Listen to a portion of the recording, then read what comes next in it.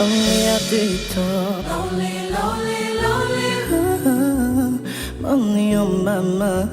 Money, money, money. Don't care what they yarning about me in particular. Try on the road chasing my dream because I know. Chase it for me. Wanna love like a man, mama love. Barakata, Hikisha, my love. If you want to let it come along, no they find anybody, no money I want. No they hear what the people they talk. What the gay, I shall get it till love. That's a life from no one, no get another one. I go take, I'm do waiting alone. Waiting alone. Waiting alone. Waiting alone. Waiting alone. Wait on my own. No more, no be vodka. Mr. Money Ginger. But I know they waste time. Mr. Money Ginger.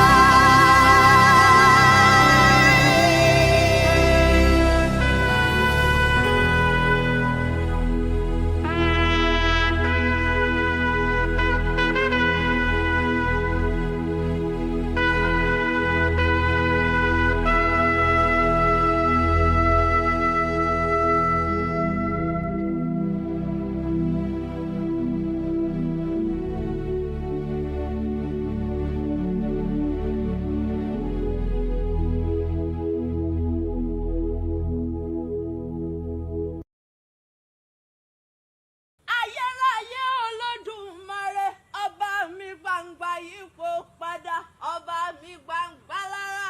Òjò winiwini balẹ̀ gbogbo ilẹ̀ á sì tutù bí ejò òwúrọ̀. Mo ṣèbà Elédùmarè tó láyé rárùn. Àtórí aláìsùn wọ́n ṣe ni ọba tí ń gbẹ́kú ẹni lódìndín. Ṣé bí wà ló fọ̀rọ̀ dálé ayé o? Kábíyèsí rẹ̀ iṣẹ́ ló ṣe ni, iṣẹ́ ló ṣe ni, iṣẹ́ ló ṣe ni ọba mi àfìrí gbọ̀ngbọ̀n.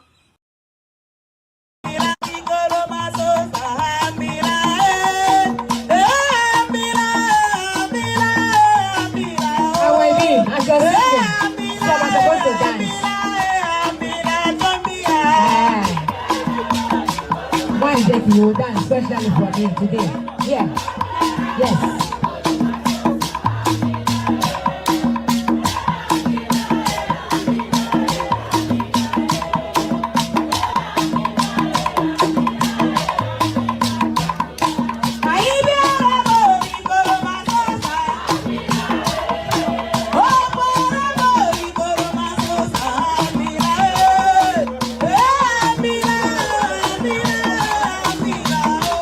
Hello. If you're going to Oh yes. Remove your shoes. Yes. All right.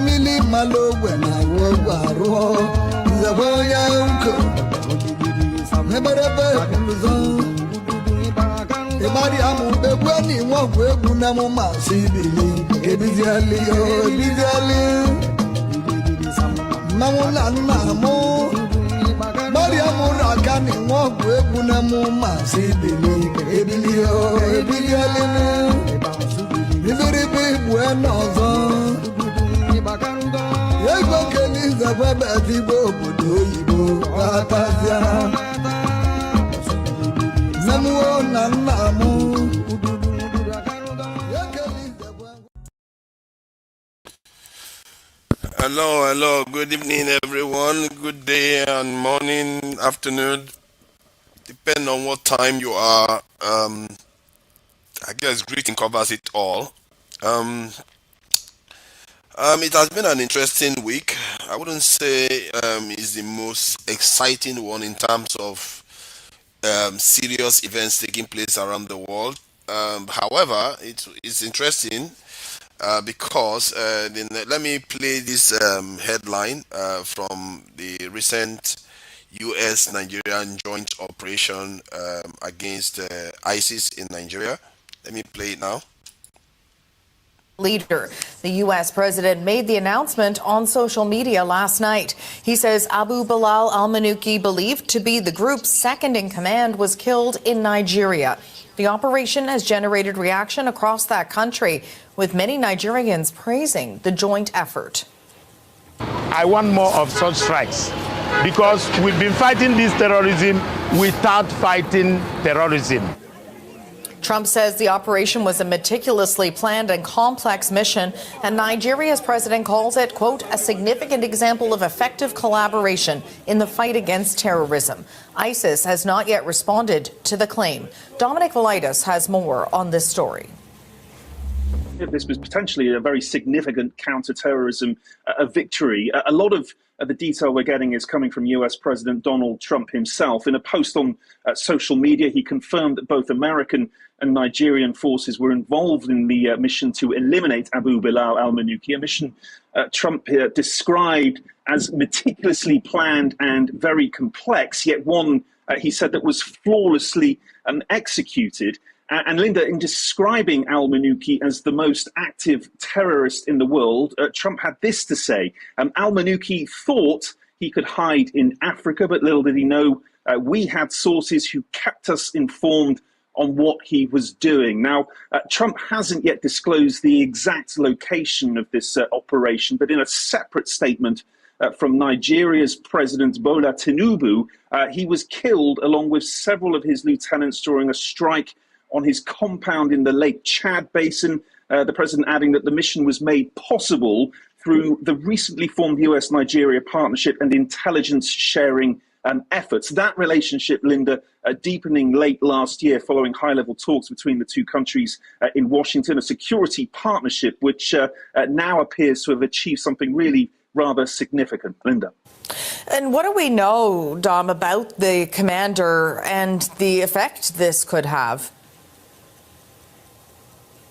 Well, according to reports, Linda, al-Manuki was born in Borno State back in 1982. He later became a senior commander in Islamic State's affiliate in West Africa and based in the Sahel and Lake Chad region. He reportedly rose up through the ranks pretty quickly, eventually becoming head of General Directorate of States, making him one of the most senior figures within IS's global hierarchy. And we're told, Linda, that he played a key role in coordinating operations, in funding, and in providing guidance to terror cells across the region. Indeed, he was linked to the 2018 Dapchi schoolgirls kidnapping, which you may remember more than 100 girls were taken from a boarding school in northeastern Nigeria by the militant group Boko Haram. So no surprise then, Linda, that his reported death today is being described as a major blow to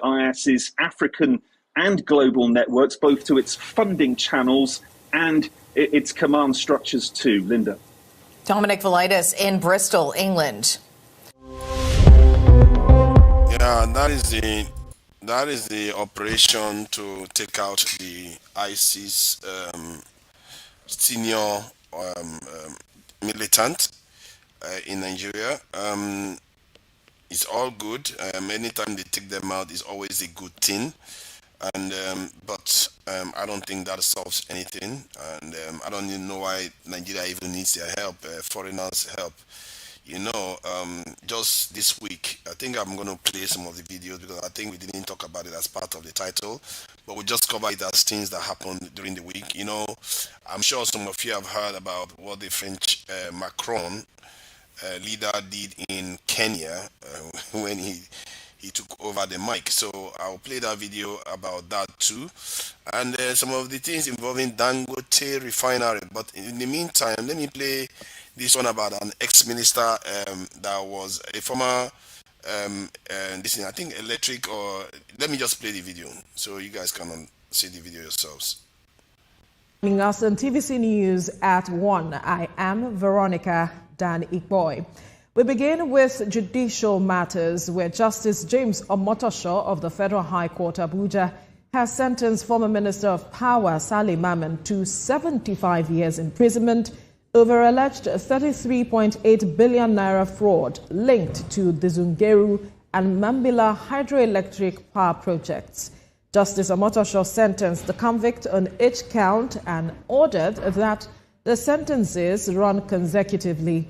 He added together, the sentences amounted to 75 years. Justice Omotosho ordered that the sentence will start to run from the day the convict was arrested. Every security agency, including Interpol, has been ordered to arrest the convict wherever he is seen. Monies recovered from him, as well as the properties, will be forfeited to the federal government, and the convict is ordered to pay the difference left in the 22 billion naira meant for the Mambila and Zungeru hydroelectric power project. That is quite sad. Justice Ojeno is a lawyer. He joins me on the news. You know, a minister that was supposed to help fellow Nigerians get power, what did he do? Try steal the money. You know, just people are really disgusting. I'm telling you, our people can be very, very disgusting.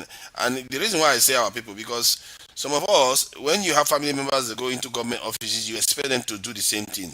That's how awful some of us are. You don't understand that what you are doing is making the entire thing worse. I don't understand why our people can't learn any lesson ever. I guess we will learn by force someday, if we are lucky.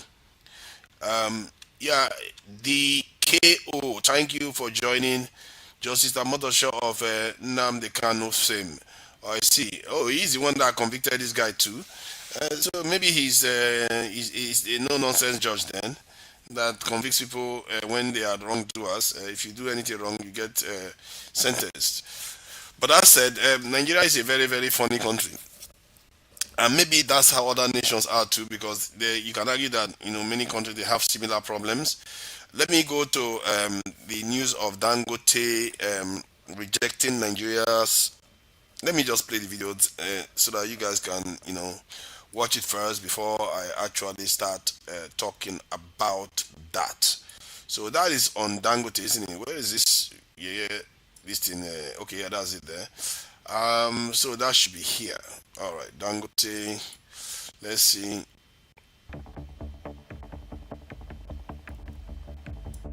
The president of the Dangote Group, Alhaji Aliko Dangote, has said the group rejected requests by the NNPCL to increase its 7.25% stake in the Dangote Petroleum Refinery.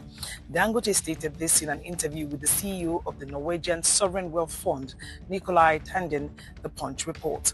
The report says that petrol supply from the $20 billion Lekki-based refinery rose to 3.18 billion liters in the first quarter of 2026, while imports fell sharply to 965.52 million liters, with the plant supplying over 3.2 trillion worth of petrol domestically within the period, with the war in Iran and its resultant disruption of the oil sector playing a part. According to Dangote during the interview, the NNPCL's offer to increase its 7.25% stake in the refinery was rejected because the company is planning to go public and give other Nigerians the opportunity to own shares in the plant. Yeah, I really appreciate that from Dangote, opening it up for Nigerians to have access to his shares. And if Nigerians, I think his reasoning was that if Nigerians have a stake in the refinery, they are more likely to protect it, because he knows fellow Nigerians that work for foreigners would want to sabotage a refinery for their own country. Kai, how our people can be like this? Why would anybody sign on to destroy something like that for their own country because of their selfish need? But human beings, you can't always account for their impulses. You can't always account for that. Now, let me see if there is any more major news. I think I've covered all the ones on my title. And I've made myself clear that this terrorism issue that Nigeria is facing, it will never end.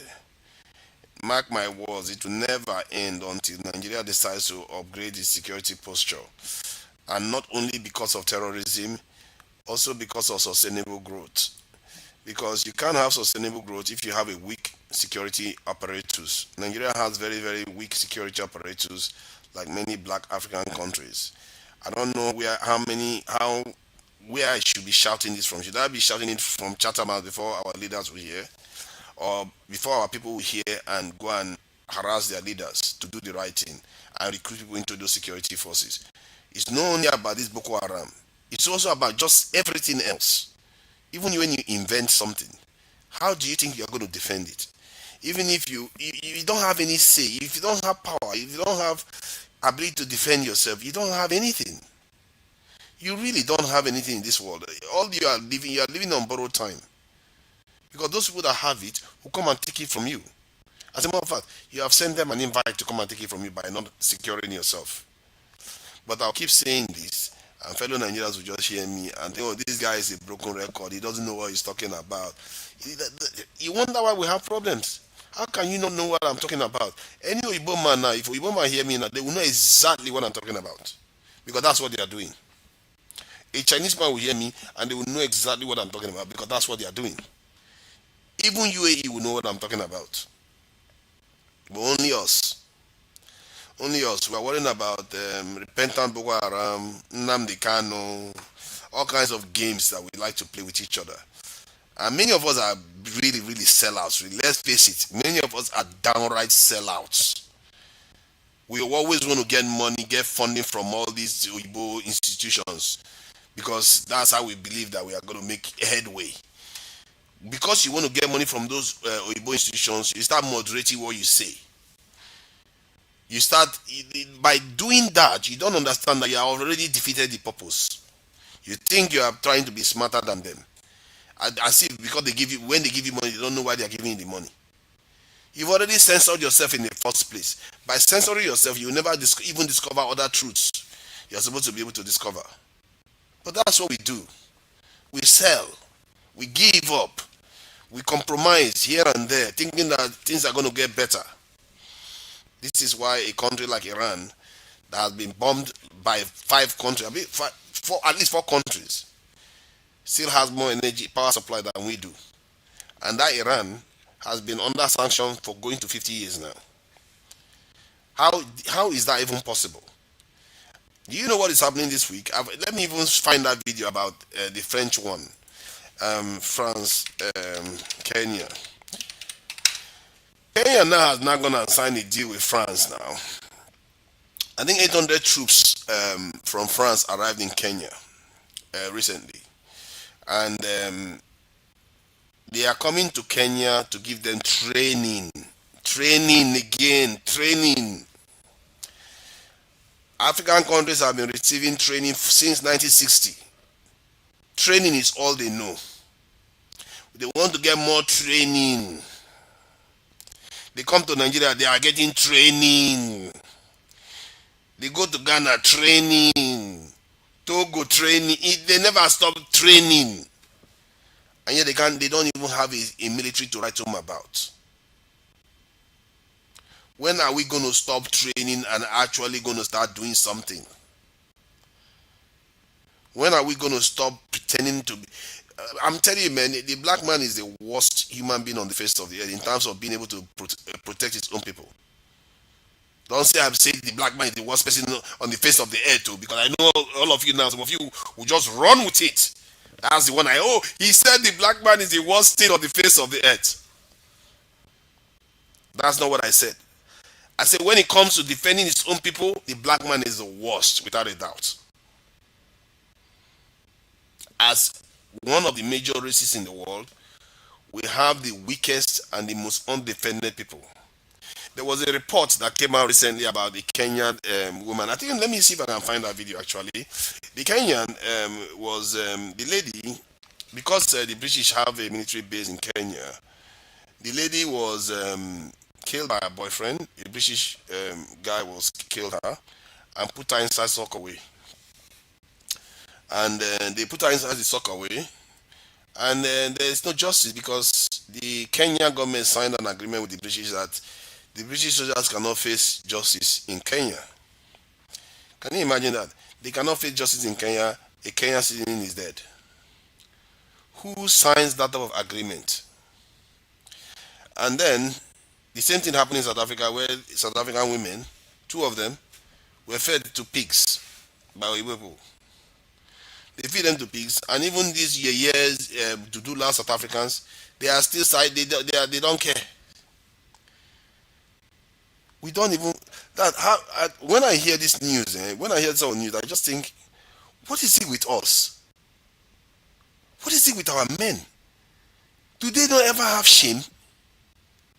Don't they get embarrassed? Because the Igbo people, they get embarrassed too. If you go to Igbo country now, you start doing something funny. That's why you don't see black men going after Igbo women, bragging about it the way we brag about South African women. When we go to South Africa, you see Nigerians, they will be bragging that they're taking South African women. Go and try that with the Igbo country. Or Arab country. You do it twice, you will disappear. Or India. Go and try that in India. Or China. Yeah, whenever you see all those black people in China, when you see them hanging around Igbo women, you see how they are acting. They know. They know if they misbehave, they will disappear. Why do you think their men are that conscious of protecting their women?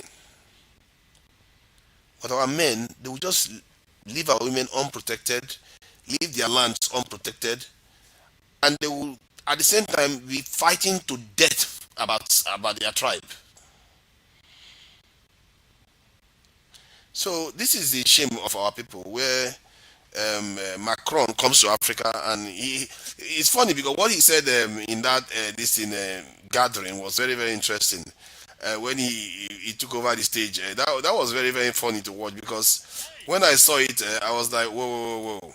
And what he said before that is the one I even find the most interesting. He said something about taking charge. No, he said he's going to take charge or something. You see, that's what he said. He said, oh, let me see. I think let me get the video there now. I think that's the video.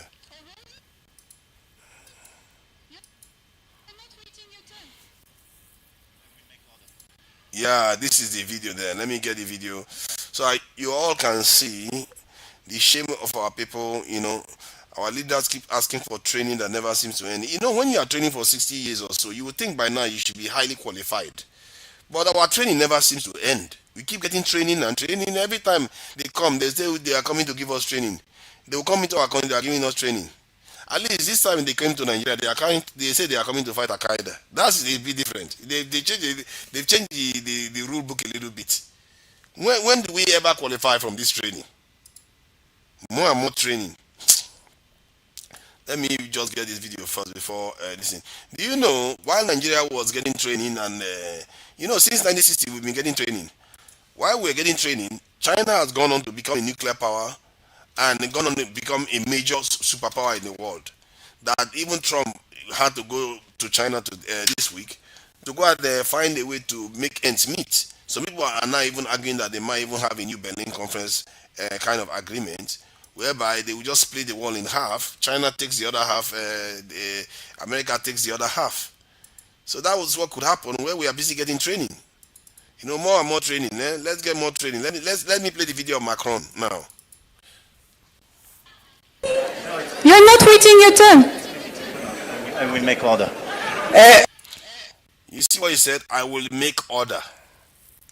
You see, maybe what he said there. Let me finish the video first before I say something. Excuse me, everybody. Hey.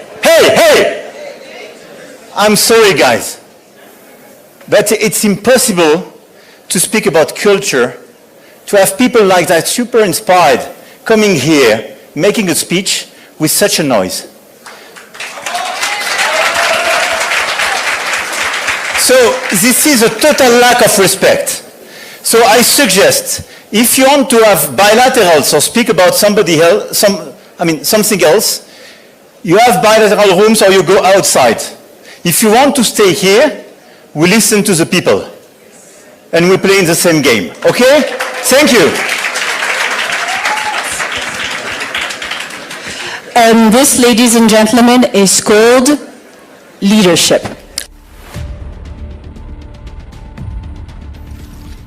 You see how even already and telling him that that is what they call leadership. I guess it's a form of leadership when you think about it. At least he took charge. More than you can say for our people. All our leaders know how to do is carry their own citizens and throw them in that room and torture them. Torture them for days or weeks, and people will be looking for them. Some of them never to be found again because they have power. Sometimes I'm tempted to start thinking that something is wrong with black people. You see that guy's face in that video. Almost looked like a joke, his face. But it's not his fault. That's just his natural face. But the face looks crazy. You have to admit. He looks like somebody that is backward. But he's not. But that's how he just comes across. And that seems to be the fate of black men in the world today. We just seem to be, with all our inheritance, we just seem to stand there and await for our people to just get abused repeatedly over and over again. And then we go on and top it up by abusing ourselves on top of it. And even I don't know, something I'm beginning to think that I shouldn't even feel sorry for our women anymore. Because the women, they go on, because I was watching a video recently about NFL. In short, let me get the video so that you guys can see for yourself, because some of all these things, they are really, viewers, forgive me, sometimes I like to do this, and some people say I don't let people talk when the show is on. In reality, sometimes I let people talk too long, and others complain that I give them 20-minute slots sometimes. So people talk for 15 minutes straight. but it's often forgotten. They remember only this part when I'm trying to share my own thoughts about the events of the week. And sometimes you may not agree with it, and I think the reason why people don't like coming here because they don't like my opinion. Because the opinion they are conditioned to accept is that people are good. Jesus Christ is white. Devil is black. And corruption, we hate it, but we practice it. We want a good Nigeria, but we do everything to destroy the country nonetheless. It is like we have contradictory behaviors that we keep dancing around over and over again. We say we want to be sovereign, but we don't want to defend ourselves. We say our leaders should serve us, but we allow our leaders to go and serve other people. What is wrong with our people? And they will keep hating each other. Hate it all you want. You can run and hide. That hide, no matter where you hide, reality will follow you. It will follow you, and if it's judgment that is going to come, and that judgment will come. Because that's what reality does. Reality doesn't care. Whether I say it or not, it's still going to happen anyway. It will just do its own thing. Let me see whether I can play this video and of that lady. I'm going to find that video, but in the meantime, let me share the link just in case some people want to come in, and they can come in. I know that sometimes you have to give them the opportunity to come in if they want to come in. If they don't want to come in, then I have the time to just keep talking and sharing. Believe me, if they don't come in, I'll be sharing more and more information, and I can assure you, those people that sit here and listen to them, please take them seriously, because there are very few times somebody will come and give you unadulterated information that is out there, that is based on as much evidence as possible, as truthfulness as possible. Because sometimes people just talk based on their own opinion. I hardly talk based on my own opinion. If I have an opinion, it's based on like continuous evidence of nonsense that keeps happening over and over again. It's just what it is. Let me see. I will find that video, and I think there's one other video I've not played. I'm sure there was one I left out. Let me get that one. I think it's about the Trump visit to China. And Americans were like surprised about how advanced China was. It's like, have they not been watching the videos of China lately? Don't they see how advanced China has become? China is racing ahead of America. And all, many Nigerians that are in support of America, they always get in their feelings when they hear this one. They were like, oh no, China is just there. America is still overpowered. Keep dreaming.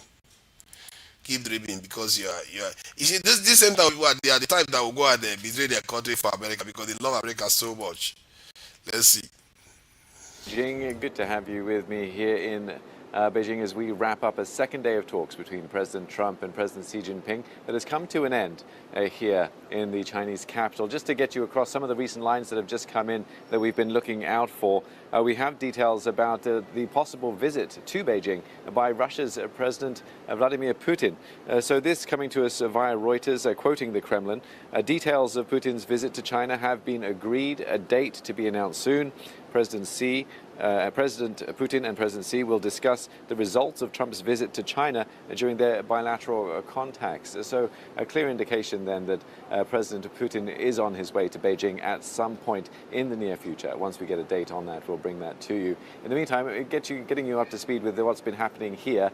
Well, President Trump has now departed from Beijing. He left on Air Force One a few hours ago, being seen off the runway by government officials and school children waving flags. Now, earlier in the day, both leaders met at Zhongnan High. That's a highly secure compound in the heart of Beijing where China's top leaders live and work. The first full day of Mr. Trump's trip to China concluded with a lavish state banquet on a visit that appears to signal something of a reset between the rival superpowers. Now, the two sides have been giving differing accounts of what was discussed during a lengthy meeting on Thursday. Mr. Trump said they'd made some fantastic trade deals, but didn't give any details. The US president also told Fox News that Mr. Xi had also offered to help to end the war in Iran. President Xi would like to see a deal made. He would like to see a deal made. And he did offer, he said, if I can be of any help at all, I would like to be of help. Because, he did say that. Yeah, he did say that. And look, anybody that buys that much oil has obviously got some kind of a relationship with him. But he said, I would love to be a help. If I can be of any help whatsoever, he'd like to see the Hormuz Strait open. He said, if I... Now, I spoke to our China correspondent Stephen McDonald earlier and asked him more about the trade deals that were mentioned by President Trump. This is, I suppose, potentially a bit of perspective in terms of what constitutes a deal and what constitutes a bit of a promise to kind of maybe do something. I mean, Donald Trump was earlier talking up more US oil sales to China. I think it seems at best that the promise really is for China to consider this. He says they need our oil because of the difficulty they're having getting their oil from Iran. Of course, that's because of the war that he started. So, you know, the Chinese government might feel a bit miffed if they were forced to go to another source for that reason. When you look at, you know, also the comment from Xi Jinping when he apparently said, any help I can give you to unblock the Strait of Hormuz, there I am, anything at all. No confirmation from the Chinese side that he's said anything like that, and it doesn't really sound like the type of language you might expect from Xi Jinping, especially when you consider that what the Chinese side has said is necessary to fix that problem is different to what the US side says is necessary. For example, the Chinese government has been calling for a...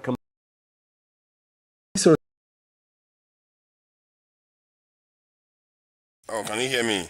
So that video you just saw just now was about Egypt, when the question was asked about whether Egypt was considered to be part of Africa or part of the Middle East. We will deal with that one next. And this is part of the walk of shame most black people have been walking. And but I want to deal with this one first. I know this one is a little bit off topic, but let's consider this period. You know, just for those people that like continuity, when Dr. Damages is on, what they tend to have, he tends to do is for 1 hour, people are just talking and, you know, getting around and stuff like that. So consider this that, where I just talk about different things. It's a kind of rant, really. Let's put it that way. It's a kind of rant, but it's not a rant. These are serious issues that I'm raising here, but it's up to you to think whether they are serious or not. Obviously, our people don't consider anything serious. So let me go share this, because this is about a video about how white women coach each other to get black athletes as partners. And it is very interesting, some of the things that were said there. And but let's play the video so that some of you can hear it. We are going to go back to the topic, and don't worry, we have time. Don't worry, it's not like we are that pressured for time. There's no show after our shows, so don't worry. You will have all the time. If you want to talk, you will have all the time you need to talk. All right, let me play this. Them a chocolate NFL player, and y'all keep falling for it. Hi everyone, welcome to yet another video. It's Ndage here. We're going to be talking about something that you guys tagged me in. We have these messages that are circulating on social media where there is white women, or there was a white woman giving advice to her younger sister or to her sister on how she can acquire her access to, famous athletes, especially black men. And I've been, researching about this topic. Like, I was actually intrigued. The fact that white women have to sit down and be given an essay, a literal essay, that took me out. I was like, oh, interesting. Interesting. So this is not just a coincidence. It is a pattern, and it's a thing that has been going on for apparently a long, long time. And when I did my research on, people and what they think about this, I actually got to understand, like, oh wait, so this is actually a pattern. Like, most of the people that I was seeing when people were explaining about the situation, I got to realize, like, hey, most black men that are actually athletes are mostly with white women. And hey guys, I'm not here to judge anybody. I mean, you can love whoever you want, that's not my problem. But it's just interesting to see, like, this is not something that I actually put my mind onto until these messages that are actually circulating on social media. But yeah, listen to what people have been actually saying about this whole situation. I'll come back and let's talk about it. The brands most of the time want proximity to whiteness. So that means whatever the brand wants, they're going to get. And especially when you have managers and agents who are like money driven and who know they're going to get that 3 to 5% cut off of that athlete, they're going to encourage the athlete to date a white woman. They're going to encourage that athlete to date women who are very, very light-skinned and also have a very classy persona on social media, because that's what brands are going to pay the most money for. Because a lot of times when you have athletes, especially who come from like predominantly black communities and a lot of times low-income communities, and this is kind of like their golden ticket out of the hood, if that makes sense, they're going to do whatever it takes to get that money, especially when there's millions of dollars on the line and they're not used to money. So many black creators, even on here, they come and tell you that they don't make the same as their white counterparts. And even me, as a light-skinned black woman, it's like, I know that I have privilege, but I also know there's my same white counterparts doing the exact same thing, getting paid way more than I am. So imagine a darker skinned creator. So think about it. A lot of these athletes, this is their golden ticket out. This is their golden ticket to the life that they've been dreaming of for them and their family. So if they have to be in a proximity to whiteness to get millions of dollars, they're gonna do it, and their agents, their managers, everyone on their team is gonna push them towards that. And I'm not saying that those black professional athletes can't like white girls. That might be 100% their type. But if they're given the opportunity to pick between a beautiful white girl and a beautiful black girl, they're gonna pick that beautiful white girl because she is gonna give them that proximity to whiteness, and then is gonna get them paid way, way, way, way, way more than dating that black girl, because then brands will see them as more marketable because they're closer to whiteness. I know black. You know, this is a serious issue that maybe is a topic that we should discuss maybe on a Sunday session, because there is this element that seems to have weight to it, that like if you're in the West, you have a partner that is white, you are a kind of, how do I put it for want of a better word, inoculated against some of the things that could limit your ability to grow or limit your ability to succeed in the West if you are with a white partner. That's what you tend to, at least that's the belief. It's not necessarily true, but there is something to be said. That's what is going on out there. Because even recently, after I watched this program and I watched a boxing, a kind of boxing video about Hagler. You know, people that follow boxing definitely know about Hagler. And Hagler was a ferocious boxer. And in the end, he was married to an Italian woman. And a lot of our top athletes are married to white people. So it's very, very interesting how that is, and the detail that they go into in terms of teaching them how to be white, how to take care of those athletes and capture them even. It's crazy. They go into details. For me, when I saw some of them, I felt, oh my God, this is too much, man. This is too much detail. It's like they've got the formula. Let me play it again so you guys can hear some of it. It can be insulting to our sisters. Okay. I consider it insulting to the community as a whole. As someone who works in the school, I've had to entertain conversations with black girls who are asking Dr. Umar, is there something wrong with me? Because it appears that when you all make it, y'all always abandon the community in pursuit of your spouse. Bagging a chocolate athlete, that's the new terminology they're using, but honestly, it's a tale as old as time. And these are their terminologies, so I'm going to refer to how they said it. Make sure the chocolate men, the NFL athletes, feel like they're the priority. Also, make sure you neg the black woman, because the NFL chocolate athletes are always going to be attracted to the black woman, but we need to make sure that the black woman looks like she is the Shanae. So basically provoke her, but then hide your hands after you throw the rock, right? I mean, it's a playbook. It's a good playbook. It's a great playbook even, because if you look at the NFL, even if you look at the NBA, you can see a lot of those women are the partners. Do you think that's a coincidence? Not only is it not a coincidence, the coaches are encouraging that because they want the money back in their community. Again, these women have been playing by this playbook forever. But when we say it, when we call it out, we're labeled aggressive, we're labeled hating. You should just let love be love. I want to be very clear. I don't care because I mind my business. I don't really ever talk about this stuff. I mind my business. That is who you want to be with. However, I'm just really surprised at the what? Where's the surprise? So this has come out, and I've seen a few articles about it where basically this white girl's in college, asked her sister how she snacks a chocolate NFL player like she has, and her sister gave her the run-by-run playbook that her then roommate exposed. And basically her sister's telling her how to go and catch a black man, NFL player, to make her life. Just to contextualize it, I'm not doing this because of I just want to do tittle tattle or gossip or any kind of stuff like that. I'm covering this because it signals something that I've highlighted before, that whenever we interact with any other group, we put ourselves at a disadvantage. Or it's like universally, we put ourselves at a disadvantage all the time.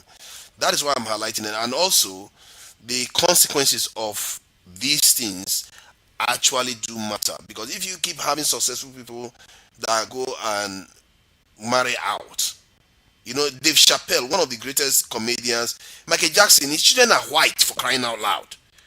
Who is going to be the father of black children that are going to go on to have trust fund and go and do very, very well?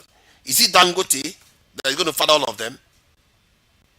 If all our men are doing these things, you know, many of our Nigerian men, they do stick around, but still, those ones are the ones that are still this thing. If they get the chance, many of them are still marrying Igbo people like crazy.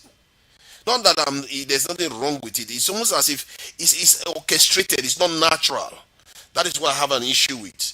It's systematic. They are going after some of these rich people that could have created more than 1,000 or even 20,000 families that have generational wealth in America, but all of them return back to Europeans because the black men specifically, they are the ones that do this thing the most, but the black women are learning the same thing now. When they are successful, they just go and marry outside the race. That's what they just do. They don't protect. Do you know that this reminds me of something? Do you know there was somebody I met here in the UK here?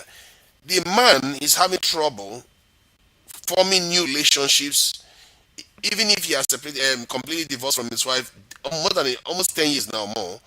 He's finding trouble forming new relationship because if he's saying that if he does that, then all he has may go, or at least some of what he has will go to the new partner and maybe the children, whatever.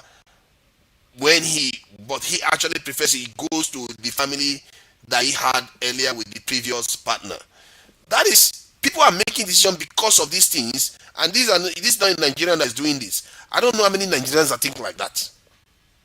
Nigerians, they see a woman, they like her, boom, that's it. But these people are thinking carefully because they care about where their money is going to end up. How many times do our people think like that? At least when it comes to other people. Maybe we care about it when we are trying to marry each other. But when it comes to Igbo people, open the door, flood it open. Let them come in and let them get everything. You know, but that one doesn't even have a black child. All his children are white. But let me carry on playing the video so that you can hear the details. What got me about this is the details. The details that was revealed on how this is done. Rich and great. And it's hilarious because I have known all along and have always said white women, for the most part, are sent to college to find husbands. And y'all sons be falling for this shit every damn time. So as you can see here, this is the girl, Halen, and saying, tell me why my roommate's sister is giving her a full tutorial on how to get a top athlete. She even is going so far as to call y'all sons pick-me's. She says right here, rule number 1 is the foundation to learn athlete with a pick-me mindset. So they're going after the guys who basically want to be chosen, which makes me say, what are y'all parents doing at home that your son is such a pick-me that as soon as a white girl gives him some attention, he feels chosen and glorified? Look at that. She's asking, what are you doing at home that your sons feel like they are like pick-me's? What did you expect? I see. This is the thing I don't understand. When I tell our women this thing, they don't hear me. They think I'm just saying it because I'm a chauvinist. What do you expect? You wear Oyibo woman's hair on your head all the time. You make your lashes like an Indian woman's hair. Then you go and try to put lenses to copy Oyibo woman's this thing. You try to talk like Oyibo all the time. What do you think when your sons grow up and they see the real deal? What do you think they're going to think? And she's asking, what are the women doing to their children? If I'm the one asking this question, they will think I'm being mean. But it's our women that are doing it. They are conditioning your children to be like that. When you tell them, they don't listen. I don't know how is it our women got like this? Because our men used to wear Jerry coils. They stopped it. Our men used to do a lot of things that are so Western. They've stopped it. Most of our men are just wearing what men wear now. They don't even care like conforming to any Western standard. They just wear their own things. So when people pull their trousers down their waist, for crying out loud, even if we don't like it. But they are doing their own thing. They don't care. But why is it that our women always have to kowtow to the establishment and the way Oyibo people look all the time? If you hear our women talk, our women they are even destroying their own race from inside without even knowing that. And they will say the Nigerian men or the black men are the ones going outside to badmouth our own women. No, in reality, they're doing themselves. Like you will see our women now, they will be talking about Arab women. They'll say, oh, look at how beautiful they are. It's like, why do you always have, whenever you talk about an Arab woman, or whether you talk about an Igbo woman or Indian woman, why do you have to say they are beautiful? Because when you're talking about it, they don't call you beautiful. Why do you always put yourself down? Because personally, before I will praise somebody like that, I will make sure it's reciprocal, especially when it's between these races. Because if they are not seeing you as worthy of praise, why do you see them as worthy of praise? Because especially when it comes to desirability. Desirability is one of the key features of evolution and procreation and survival. For you to just say, oh, other people look good, but you don't praise your own people. When it comes to church, we are the devils. And you go and worship that God every Sunday, where they will put picture that the Christ looks like a Igbo man and the devil tend to look like a black person.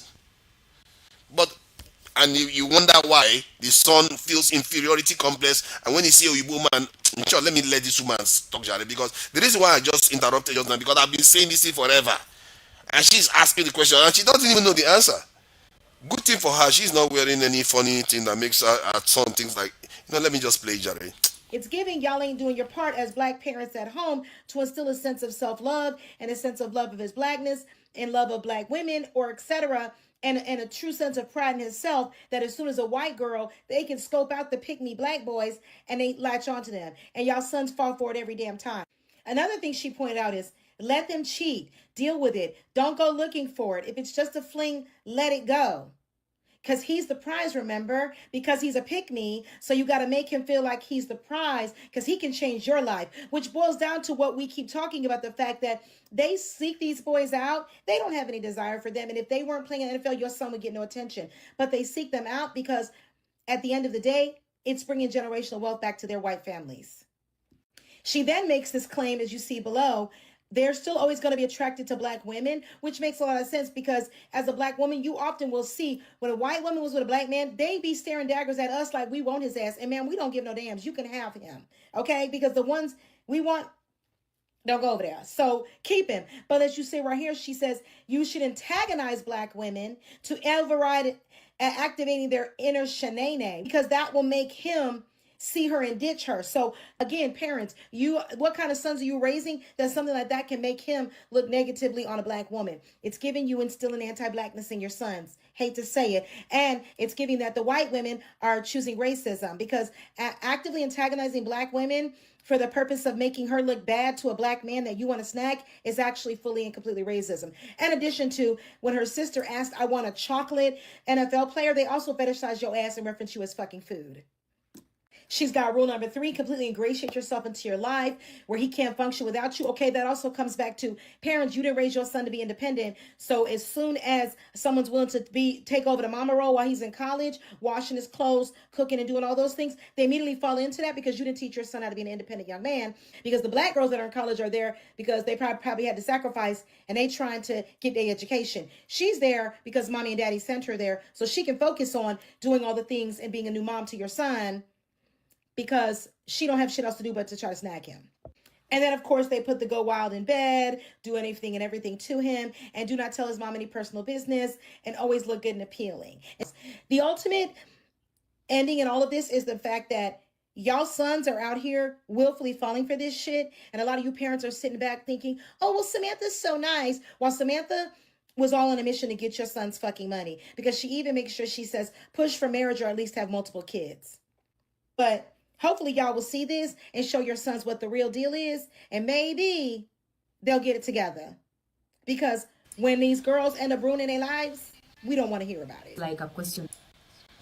This is, I think this is something that I'm sure, Saxonia, you'll be interested in, because when I saw this video during the week, I think it was more of a bias, isn't it? Because I've been talking about this about things for a long time in terms of why, our women put themselves in such disadvantageous position. And but I'm quite glad that as she's explaining it in the video, she kept asking, what are you doing to your sons that are making your sons behave like this? Why are they falling for these women like this? And this is very, very systematic. Do you know, there was a day we sat here, we were searching for black men in the UK that are sport athletes that are married to black women. You'll be surprised how hard it is to find in the UK. Historical one, Paul Ince, just name them. You call them, it's always white. Even the black women too. Even the black women, it turns out that most of the black women that play football, they tend to be the gay side, where even when they are gay, they are still going out with white people. It's like you can't even make it up. The way we do this, and I think there is an element of protection that happens that you get when you get married or have a partner that is European, in a European country. In a way, this similar stuff is going to happen in Nigeria. If you are in Nigeria, a white person is in Nigeria, and they have a partner that is Nigerian, the white person gets an additional protection. So that too could be a part of it. But this NFL one, they don't need that protection. They are already successful. That's the whole point. Then these women come into their lives, take them over, they will give them children, give them everything, and then the women suddenly have generational wealth. That's generational wealth that should be in the black community, but it's ended up in another community completely. You can just name them. Just name all the stars. Almost half of our staff, I don't know, maybe I'm wrong, maybe half of our major stars in America are all married to Europeans. Half of them at least, from the way I imagine it. I know that footballers definitely do. I know that basketballers definitely do, but maybe it's not up to 50%. But maybe Boom Boom Ray, you will have a better hold on this. We are going to be going back to the main topic anyway. Just hold on, just before you speak, because you are going to speak on both of them all at the same time. Look at that. What did it become of it, man? What did it become of it there? Yo, look at that. What I'm saying is not, I'm not saying that it's like, oh, you should never go out with a white woman or anything like that. That's not what I'm saying. I'm saying that there are consequences to these things that our people are not picking up on. So let me just play this video before you respond, this Ibu Murray. Considered the Middle East, or is it considered North Africa? Yeah. This is bad. This is, It's a question it's a geographical question. It's a geographical Let's question. talk about Middle East. Okay. Because, we use Middle East loosely to just make it easier. Mm-hmm. But the term itself comes from middle to what? Why is it called Middle East? I don't know. And why is Japan called the Far East? It's a good question. Because these were names that were named by the British Empire. It is Far East for me, Middle East to me. They're the ones. So it's a British-centric terminology. Right. So because Britain is here. Yeah. So Britain is here, and then Egypt is here. Yeah. And then Japan is here. So that's the Far East, and this is the middle to Britain, and this is the Middle East to Britain. So you see, now there's like a huge talks about like, don't use the Middle East, it's a colonial term. But like I use it just for simplicity. Right. So to answer your question, yes, Egypt is in the Middle East. Yeah. It's in that region where they call now the Middle East. Yeah. And also we're North Africa. So basically, to answer your question, Egypt is, yes, they're Middle East. And in the same time, they are North Africa. So and at the same time, there's Southern Mediterranean. Yeah. You know, you can be interchangeable because of where it's located and based off of how we're using the term loosely. That's a great explanation. So at the same time, there's Southern Mediterranean. Yeah. You know, it's in that region where they call now the Middle East. Yeah. And also we're North Africa. So basically, to answer your question. So I just stopped it there. So there are two aspects to this that just make me furious. But I'll let you, come in, and you can come in from any end, from terrorists being neutralized in Nigeria, or some of the stuff you've heard in the videos that I've played. Welcome, this in Bumumre.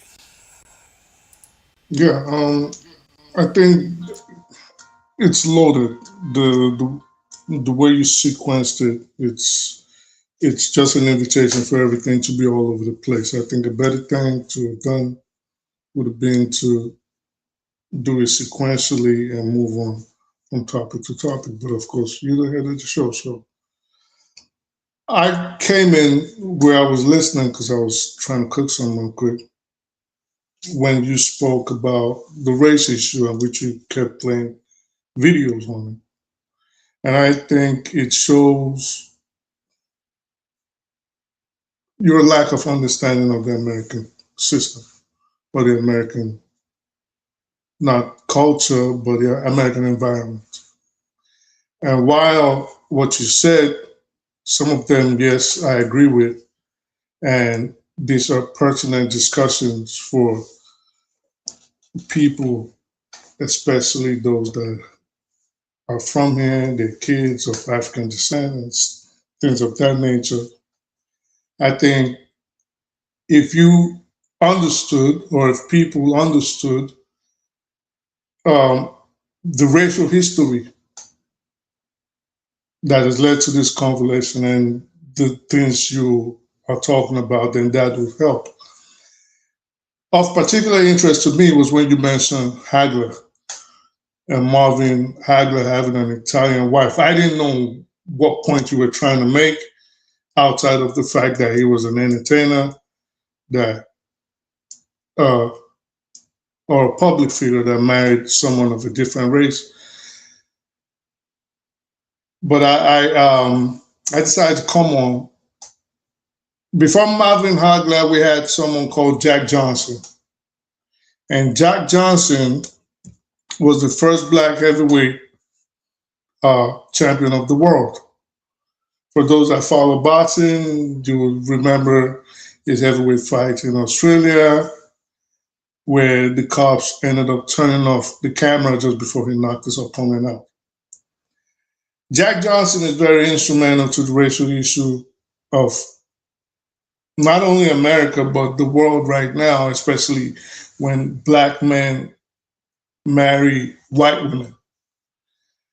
Because because the white world could not accept the fact that there was a black heavyweight, they decided to take Jack Johnson out. They put people before him, and he, of course, always defeated everybody, but then they decided to get him. And to let the viewers know, Jack Johnson was a very, very flamboyant person. So we see the Mayweathers today, and we see all these other braggadocious entertainers, Mike Tyson, before he lost all his money and, age and maturity came to him. Jack Johnson was the first buying the T-Ford cars and Rolls Royces when they first came out, We're talking about the 30s. Mink coats, he had a thing for white women. And when they couldn't get them, of course, you have to remember segregation was very widespread, not only in the United States, but in the white world. And when they couldn't get Jack Johnson in the ring, and they couldn't get him through the IRS, they got him with what we call the Mann Act. Now, for those that follow the DD case, the Mann Act was one of the charges that was used to prosecute him. The Mann Act simply states, or the Mann Act's underlying factor is if you take white women across state lines for the purpose of prostitution. And the fact that Jack Johnson would always travel from state to state with his white woman, not women, well, of course he frolicked with a lot of women, but he had a particular woman that you could call his wife today. They charged him with that. And because of that, Jack Johnson had to flee to Europe and run away. And he couldn't come back. And this is why Jack Johnson, again, for those that follow boxing, he supported, no, not Hinga, what was his name? When he fought, well, moving on. So Jack Johnson, Joe Louis, what was the Nazi guy? That's a feedback. Remember that about the fight that he was involved in. That I think he won the fight, didn't he? So when Joe Louis lost the first fight, I forget. It skips my mind. It's not Ingema, it's I forget.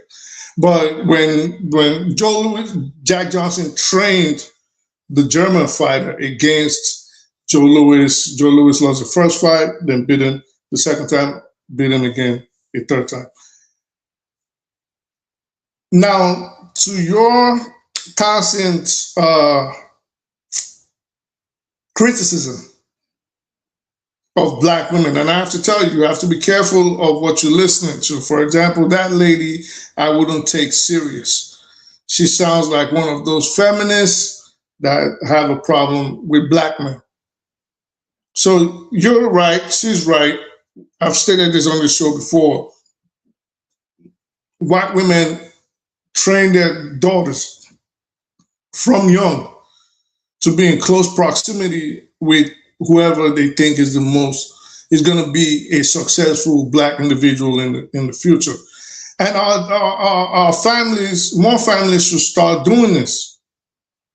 You have to start doing it, and we have to imbibe a culture. I was actually discussing this with my wife, I think yesterday or 2 days ago, about why Black women, and I know the economic situations all over the world don't call us for this or support it, but under normal circumstances, in my belief, the best time for a Black woman to start having kids is in her teenage, 17 and upwards. Again, I know times are different. I agree with that. But the system that has been put before Black women or the Black race is one such that, I guess because they've been subjugated for so long, especially in the economic and educational forces, where women are more career-oriented now, and they let their most fertile years almost pass by before they decide to start having kids, which makes it almost difficult for them a lot of times to achieve that.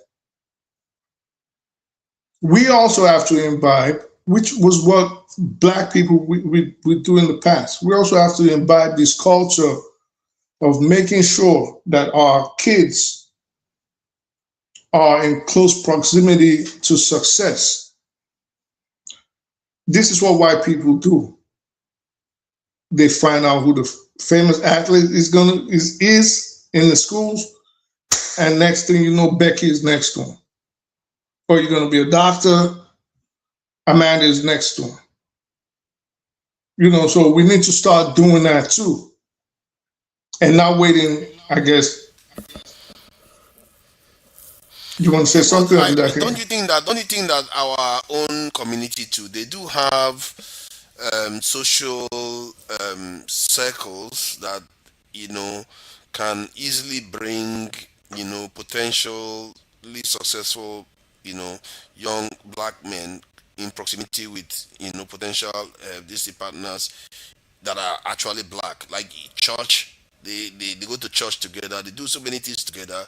So the reason why I don't necessarily worry too much whether somebody is a feminist or whatever position they have. Well, you got to worry because she has. You got to worry because she has an agenda.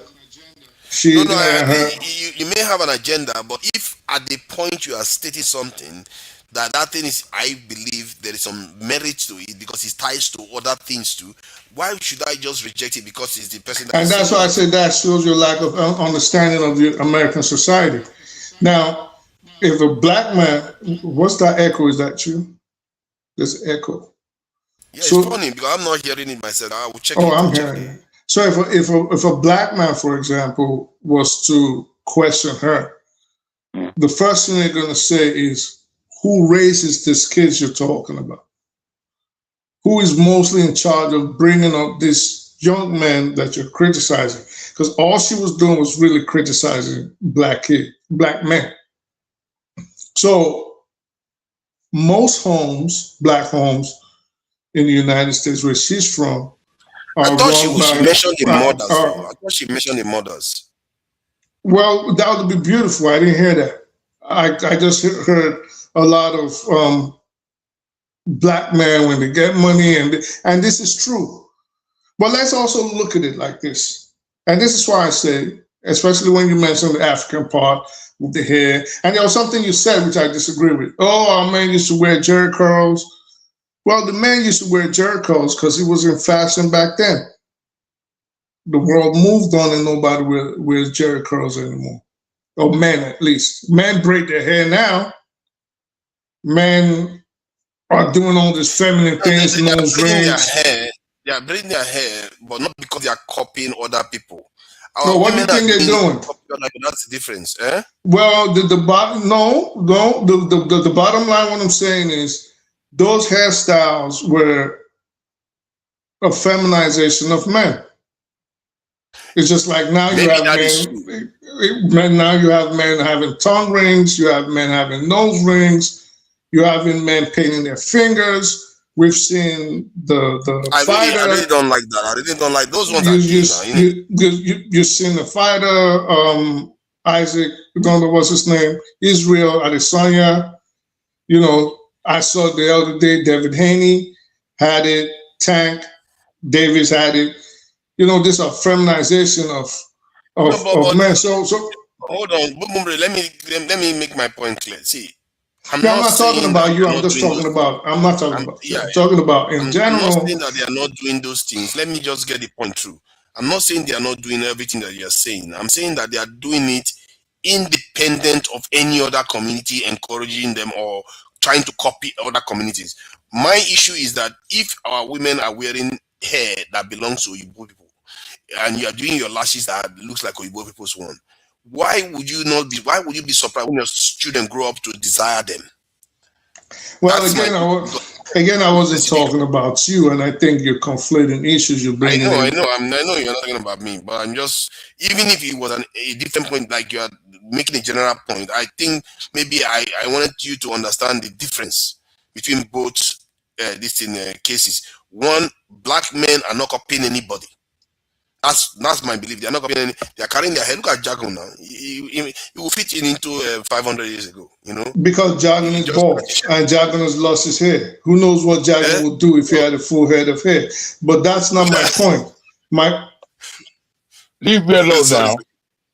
It's only that t-shirt. If you take that t-shirt off, it will fit into Oba's Palace 500 years ago. This is the hit man. Don't muck around, homeboy. So that is my point. So again, my point wasn't about what your statement was about. My point was speaking from the American perspective, which she seemed to have been criticizing black men. And I'm saying you got to be careful when you listen to feminists of that nature. And this is why I brought on the Jericho issue. And if you're saying black men weren't trying to copy people, well, okay, let's agree it was a fascist statement. But let's also agree that it was a feminization of the black man at that time. And just like we're seeing today, again, we're having men running around with feminist fashion designs on their body, nose rings, tongue rings, painted nails, braided hair, colors in their hair, women type clothing.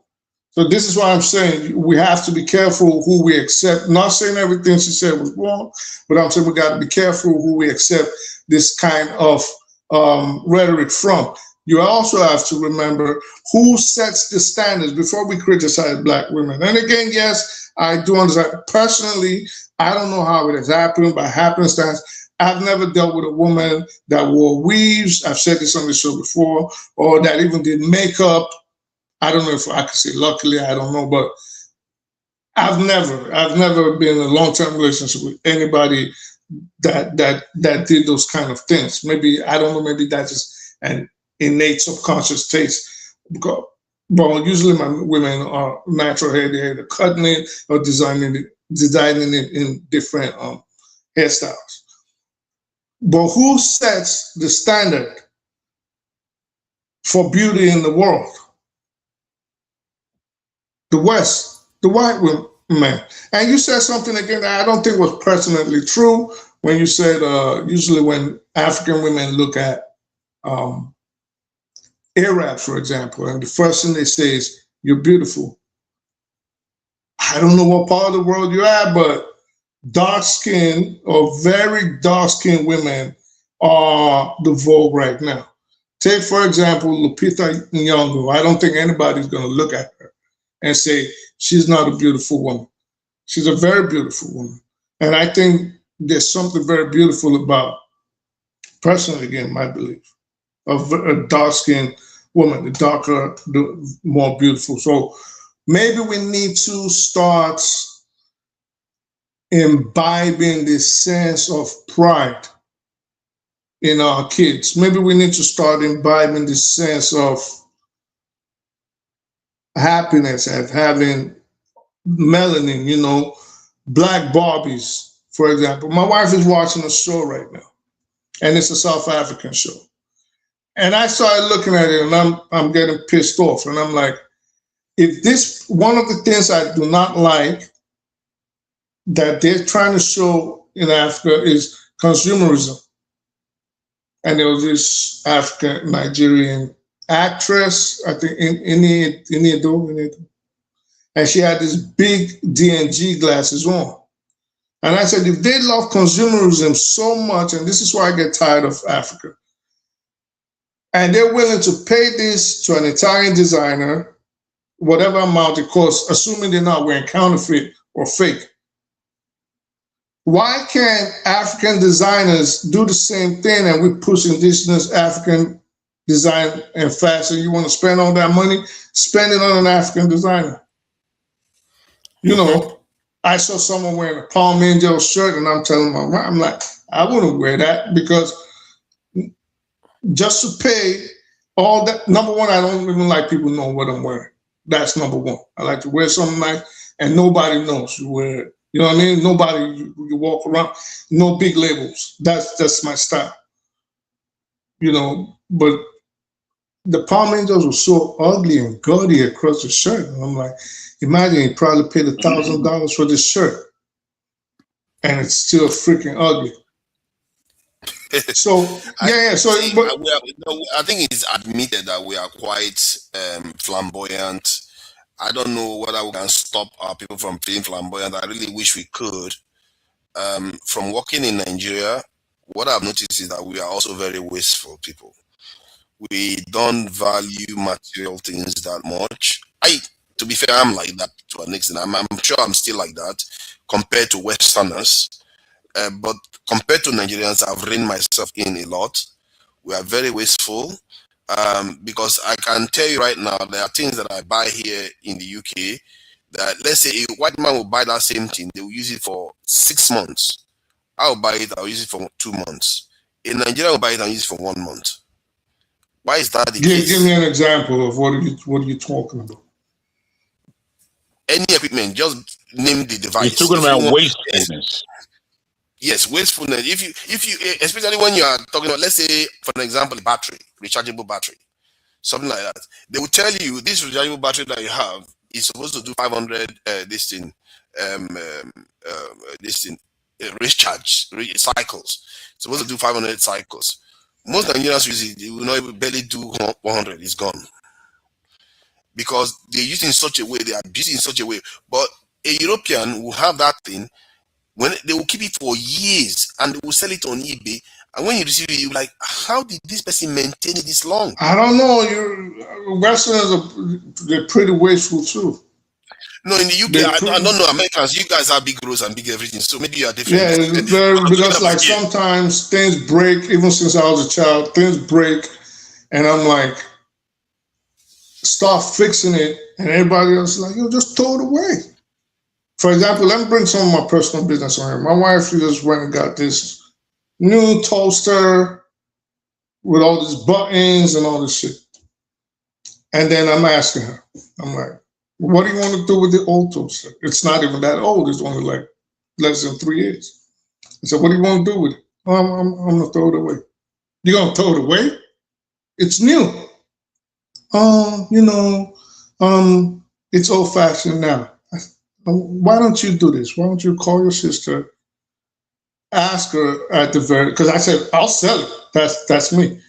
I'm going to sell it. Or she said, okay, why don't you call your sister? Maybe, she's in college, maybe she wants it for her room.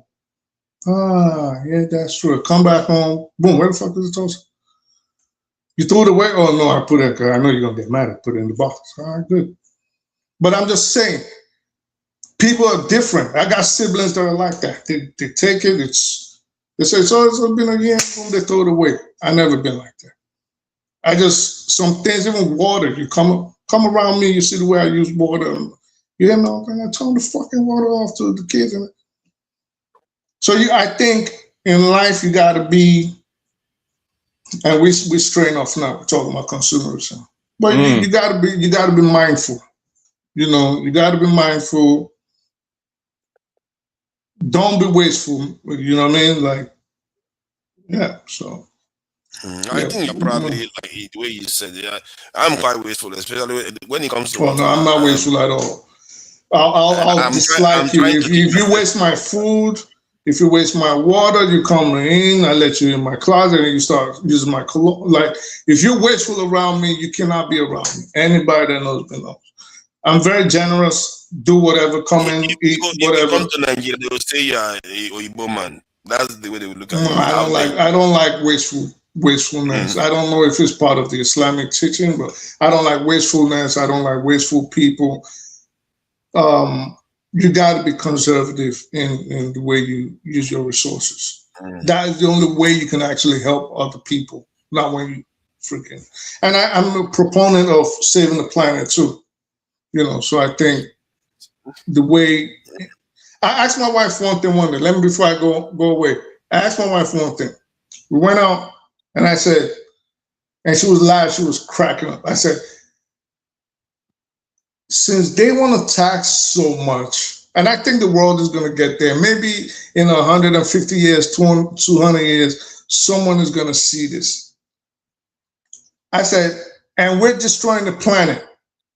The way we keep producing things, the carbon effect on the planet, the ozone layer. You wear a shirt.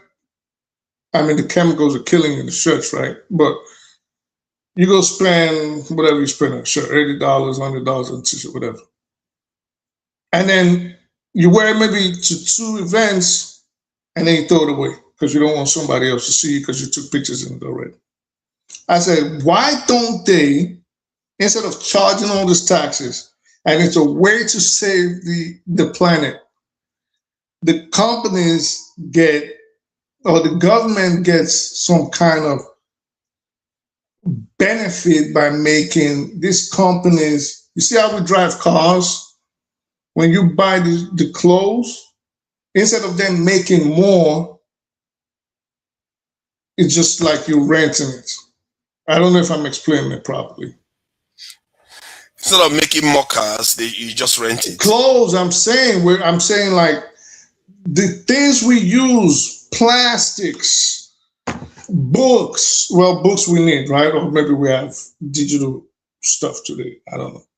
But we're making so much stuff, production, like you look at the effect on the planet and it is destroying the planet. So is there a way where, because the companies won't profit, they don't sell you more than one clothing item for a certain period of time. And even if you want to buy more, the government, I don't know, charges you or taxes you. I don't know, maybe I'm all over the place, but I just think we have to reel back on the way we're producing this because it's harming the planet. There's this fight for natural resources all over the world. And then like we're talking about, you're supposed to use a battery or a charger for 10 cycles. And you use it for one and you say, oh, I'm done. And then you throw it and you got to go bury it somewhere and it destroys the ecosystem of that area. And then you have to start shipping waste all over the place. China is producing smoke all in the air, carbon destroy. I was just thinking loud with her and she was just basically just cracking up. Like, you want people to rent their clothes? I was like, yeah, like why not? I think someday we need to drill down to the purpose of why they do these things, because people say they just want to be rich, but they are already rich.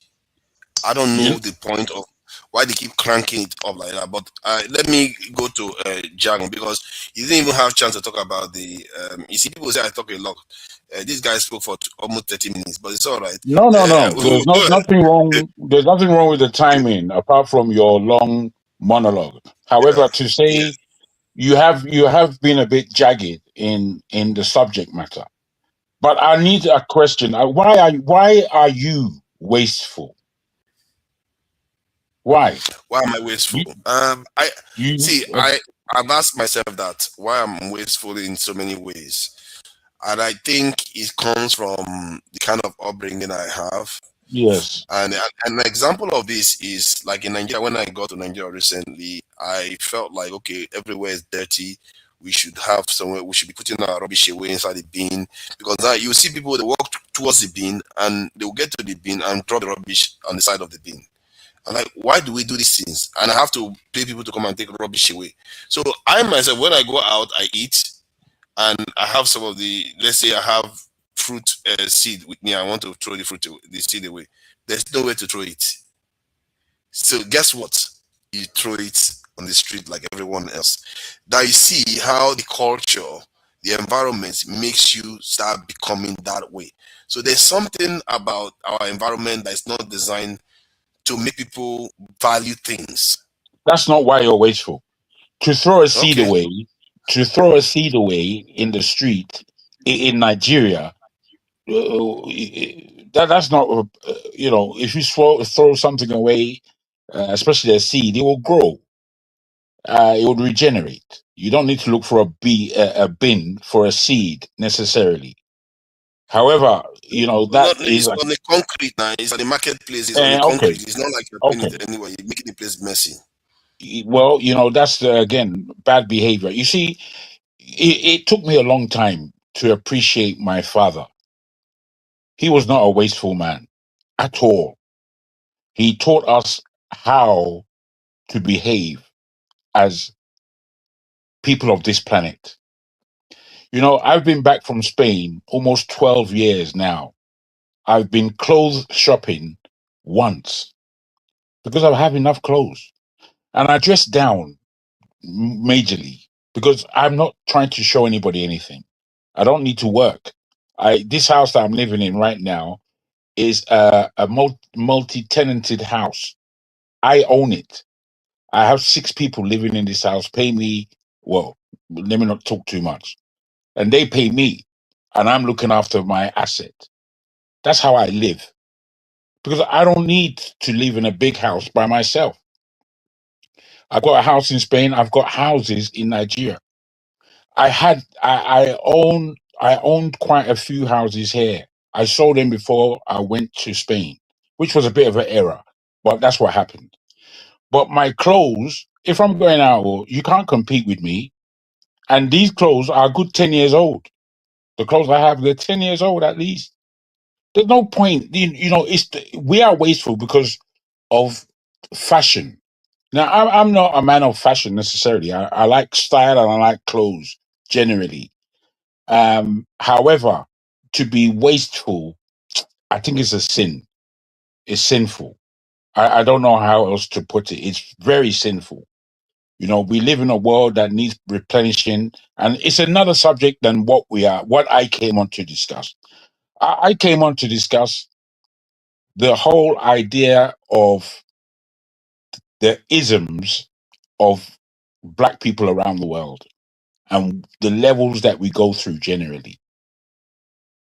There, as has been said, I believe, again, it is about culture that drives us towards the white standard, the Oyinbo standard of things. And these things in general cut right across the board. Now, when Black women or Black men bring up the subject of multicultural relationships, or Black men going out with white women particularly, that's the one that we really underline. You see, this thing here, it's a funny thing, and it all again stems from slavery in a way, colonialism in a way, in that Oyimbos have the standard. They are the standard. And we as Black people, even though we know we've got a different culture and different standard level, in the Western world, America, Europe in particular, we follow them. Even South America, the same. Largely because of the laws that have been put in place, the segregational laws that have been put in place, and the fact that these segregational laws, they affect us. Yeah, but are they still the standard though? I think you need to But change. you see, they are still the standard. They are. I grew up in the UK. In growing up in the UK, I loved being Black and I loved Blackness, and I learned a lot about what it is to be Black. However, because of my own personality, my own taste, I knew that I was going to frolic from before any such thing took place. At primary school, I knew that I was not going to be married before I had sex, even though that was a standard. It was a standard. But I knew that wasn't going to be me, because I'm going to taste everything. And so I went ahead and tasted everything, brother. And it was all loveliness. You understand? But at the same time, and nobody was telling me anything, or there was all these Black girls trying to complain to me, Sonny, why are you going out? Will you sit down? Are you silly? Do you know who I am? Don't be silly. The thing is, I always knew, now, sister, it's a sister I needed someone within my culture. Minimum, I needed someone who was cultured. Because, Oyinbo's white girls were the easiest, they were the lowest hanging fruit. They were to a penny, as far as I was concerned. The sisters were rather expensive in terms of before they gave up anything, or you don't curtail to so many levels before you can entertain them, before they would allow you to entertain them in that way, which was, again, a great standard that they set in this country called England. Having said that, my observation about what a lot of these ladies were complaining about, Black men going out with white women, especially when they've got money. And I used to think, is that the time Is it because these black men are going out with white women that you are now complaining because they are wealthy? Because, you know, why are you complaining that because they're wealthy, they're going over here? It was later that the economic point was put forward that, you know, and it was put forward by black men, not white, not black women. Black men were seeing that as all these black athletes were entertaining white women and then being ripped off by these very white women, it's a problem. And it was a problem. It is a problem. But people like Paul Ince that you mentioned, he was always going to go that way. Paul Ince, a black girl, and him in particular, they're not even suited because he had already whiteified himself before entertaining any Oyinbo girl. You understand? He already, his whole mindset, the way he speaks, everything about him was, they call them white black. That's how we call them in the UK. Well, white black, where from a black position, they have a white orientation completely. Fortunately, that wasn't me. I don't have that kind of white orientation. However, the economics of it is a serious matter. It's a serious matter because that, you know, if you look back in our history, both in the UK and particularly in America, even black and black relationships, they ended up somehow being usurped from their finances. They ended up that way. And there's a trail of it. If you look back on black inventors and you see that this money was with them for one generation, the next generation didn't have it. Why? Because the patency was corrupted and it was a white person who took the heritage from this invention right across the board. You see it. We as black people, we just need to understand that we're at war, but we don't really imbibe the fact that we're at war. We don't know that we're, you know, when they came to collect us in West Africa, when they came to collect us, we didn't know it's a war, but it's a war. They took our people to create, within 200 years, they created a whole new country. Look at the size of America. They created continents. What am I talking about? They created continents. We're not really thinking as black. Our thinking is late. We think that we are knowledgeable in this time, but our thinking is a good 200 years late. I'm telling you. We have individuals like Frantz Fanon who came, if you read the story of Frantz Fanon, you know that this guy is a serious intellect. Serious. But no, many people don't even know who he is. We don't know who he is. Without following politically what it is our people have gone through, we're lost. We're just having new babies and teaching them nothing. Largely, we don't teach our children anything. We leave it to the public school to teach them. And we don't hand anything. I was trying to ask you something about, you know, one of the cardinal beliefs of Fanon. In terms of what? In terms of how a nation can become free. Which is what he was all about. But you speak it. Yeah, he said that you have to fight for it. Like that's Simple one things. of his beliefs. He said you Simple. have to fight for it. Like he believes in the process of fighting for it too.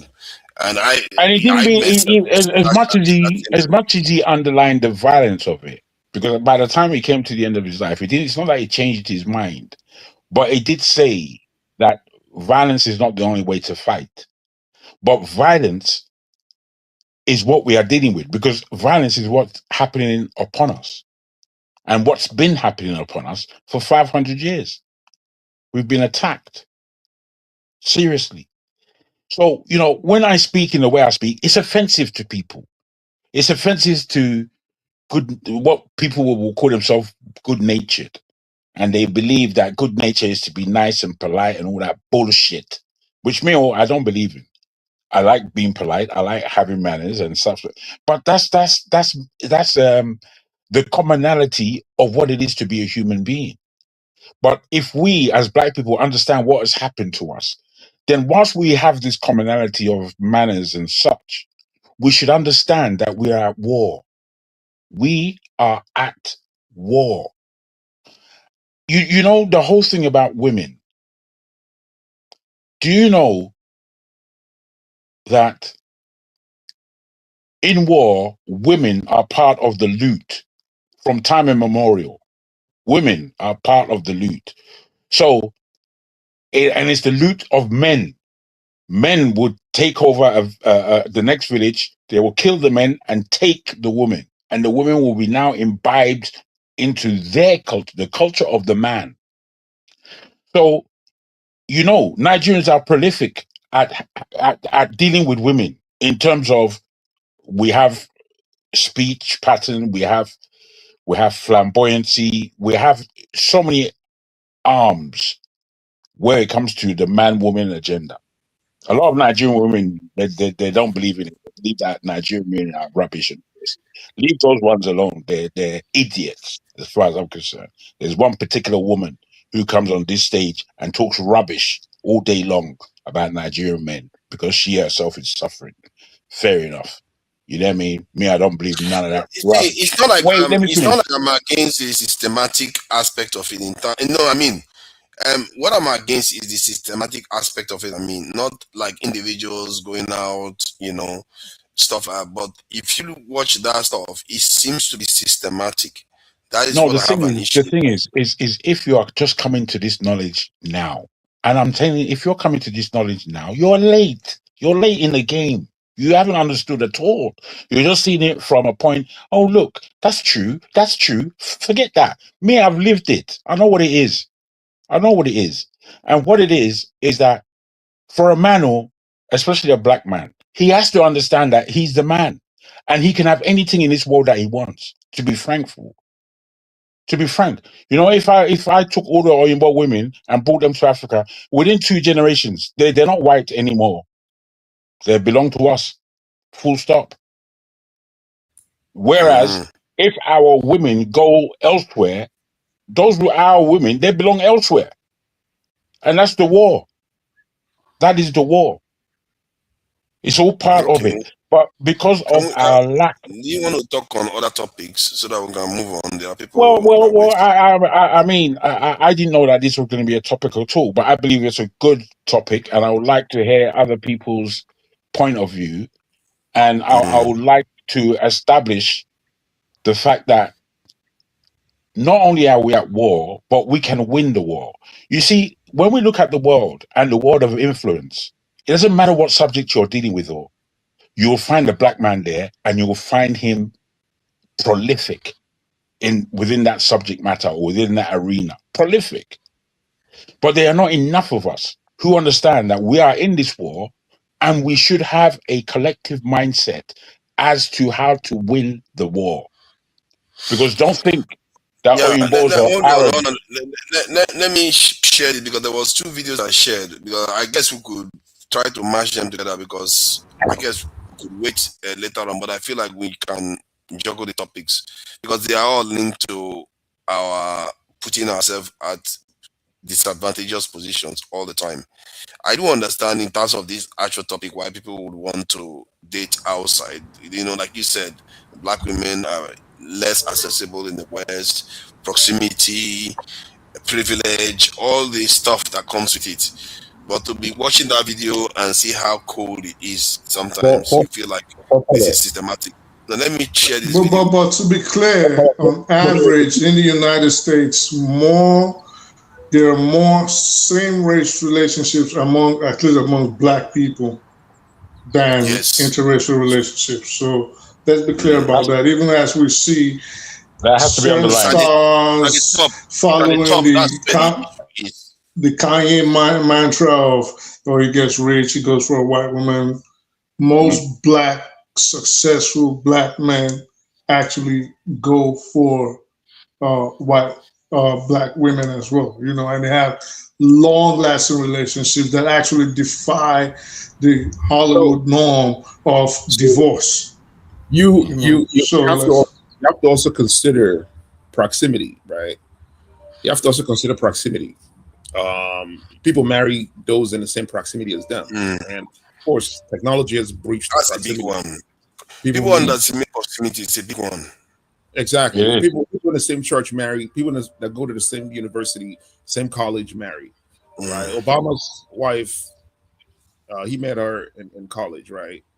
And of course, there are other celebrities like Beyonce and Jay-Z. They're both in the music industry, so there's also proximity effect in terms of meaning in terms of relationship. You know, people meeting each other, and of course, there is clearly what you guys are saying is true because of behavioral psychology. If you look at the media often portray white people as the desirable people, right? And we don't have anything to counter that. We don't have any counter. For instance, if you have kids, that are not non-white, anytime they turn on the TV, they're only watching, European looking anything European, so they think that's the norm. This is the normal thing, you know what I mean? And also, even in our continent, Africa, most of our curriculum, we talk about, when we teach history of anything, we teach the history of the area model. When we talk about history of like mathematics or anything, we often defer to area model. Our religion as well, all the religious archetype in our religion that we adopted are all Europeans. Jesus Christ is European, right? You can say he's Middle Eastern. See, hold on. I think I feel like in Senegal, I feel like that this what we are discussing here, that the West is the standard. Recently, I feel like they themselves have pulled back a little bit. No, but we as our own people are still head on. Even Europeans complain that they are not being shown anymore. Like you remember that gene advert that he did a gene advert when the lady said, "I'm have a good gene" and all the rest. So they were saying, "Why are people irate about it?" Like, because people, it's not very often they put European models as a standard. It's like it's something that took a backseat a little bit. You can, we have internet. You can look up the percentage, right? Like Europeans, just, listen, man. It's the stand. Like when you imagine God right now, what do you imagine? You don't imagine African man. You imagine a European. Like that's you. That's not me. Or that's imbued in neither part of your brain. That's how you were raised. Yeah, but what he's saying, but what he's saying is that there's. Go ahead. What he's saying is that there's a pushback, or I don't think pushback is the word. What he's saying is that now there's like more inclusiveness with Black people also being at the forefront, and I think this also lends to the fact that the youth in Africa, through music, for example, have become more noticeable to the world. So now it is fashionable to claim that you're African. It's fashionable to say I have a big butt like an African girl. It's fashionable to say I'm shaped like an African girl. I have Bantu knots. You see white girls now wearing herringbone earrings and bamboo earrings. You see what I'm saying? So it is becoming more of the norm than not. Yes. I mean, of course, you have the LGBTQ people also asking for inclusiveness, and they're like, you're gay, you're not gay, you can't act a gay part. We understand that, but there's more Black people too. This is what I'm trying to get to, which is influence. No, I hadn't really finished, but I won't speak long. All I'm saying is, I understand, I appreciate it, and I've asked them to forgive me. All I'm saying is that the influence that Black people now have in so many areas is a power base. It's a soft power, but it's a power base, and it's one that is part of the war that we are in. We need to understand it. I know a lot of people are very pernickety about all these strong words. Oh, you are at war with yourself, and stupid people in the comment section talking rubbish. I'm not really with them. We are at war. If we don't understand it, then we are stupefied. Please go on. I totally agree with you. I totally agree with you right there. I wanted to. Yeah, let Seneca go ahead. Seneca, go ahead, please. So, like, I wanted to like use that. That's why I put on your camera to bring up the standard, man. So, go ahead. I've lost my train of thought. Sorry, brother. Sorry. No, it's all good. I wanted to kind of use it to pivot to something like a little bit more interesting, because I've always wondered, right? Like, what role did drug play in the invention of religion? Like, do you guys think that's an interesting conversation to have? Like, what role did drugs play in the invention of religion? Not this time now. We are discussing two major things. In short, we are discussing including a terrorist attack in Nigeria with that killed the ISIS leader in Nigeria, and then there's also the issue of how our elites and rich people tend to marry into other races systematically. That's the issue, not like just meeting people systematically. Because for me, sometimes when I see Michael Jackson's children, I see that there's not even one black child he's got. Man, all that wealth, gone.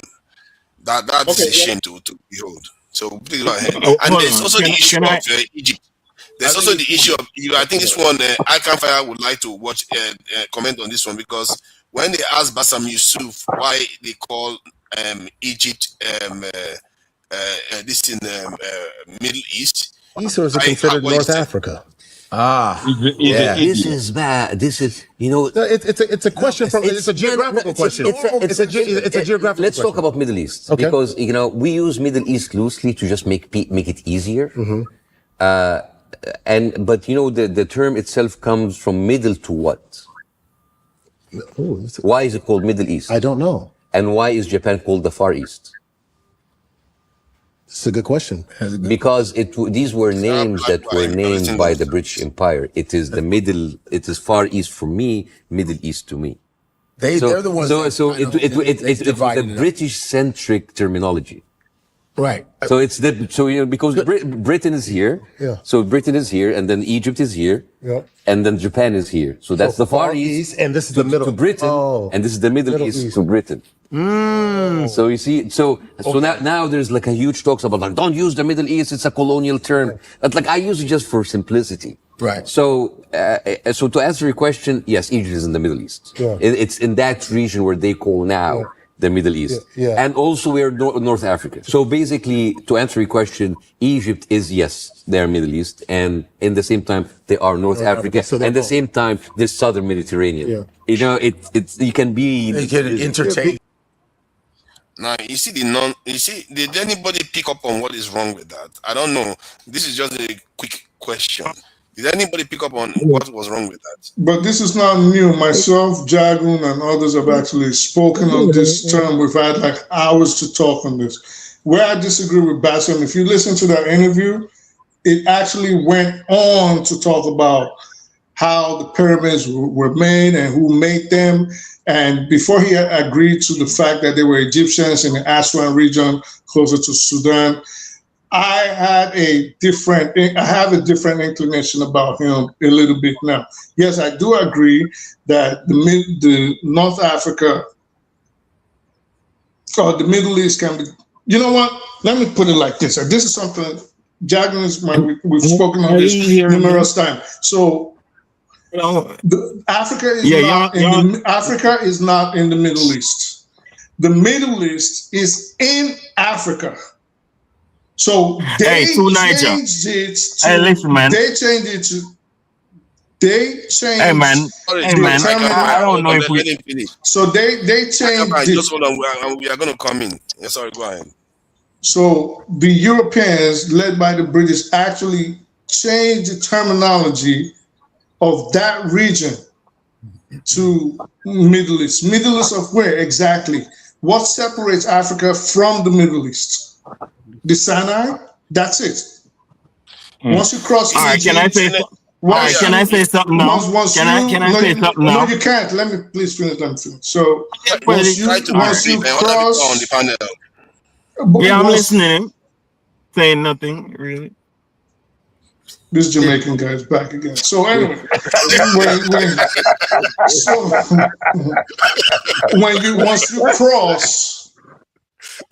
once you cross the Sinai, then you get into Gaza, and from Gaza you get the rest of everywhere else that they've stolen. So Africa extends past the region they call North Africa today. We are. First of all, do yourself a favor. Go look at the early Saudis, the people they call the Bedouins. Go look at the picture of King Faisal, for example. Go look at the picture of King Abdulaziz. Go look at the picture of Anwar al-Sadat. Can I say something now? This guy's high.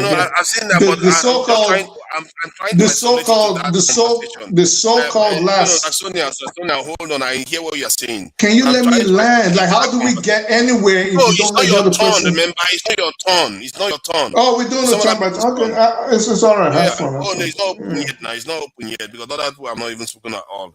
Like, okay, so Father, let the guy speak. Let the guy speak. Stop now. Come on, don't do that. See, let me speak. What I have an issue with. Can you let me talk? What I have an issue with what the guy did there, and a lot of people didn't pick up on it, was that he gave them a very, very false explanation of what the Middle East is. Because first of all, he said because of the British, this side was the Middle East. Okay, where does it end? How about Sudan? How about Ethiopia? How about this? Keep going down now because they're all part of the same longitude. So it means has to be a different definition of the Middle East, because if you use that longitudinal, this is saying because it's on the left side of the British, that's why it's the Middle East. It's ridiculous definition. It doesn't make sense. Let me address that for. Let me address that for a minute. Tonight. Let me address that for a minute. We Africans, right? Wait. Do you know Jagan? Before you say anything, do you know anything about Sykes-Picot? Anything about Sykes-Picot? Of course we know. What's that? No, him. I'm asking him. My Jamaican brother. Don't let this guy go now. Where's Boom Boom Ray? Don't let him go, man. No, he stepped out. Yeah. He might come back. Anyway, Jagan.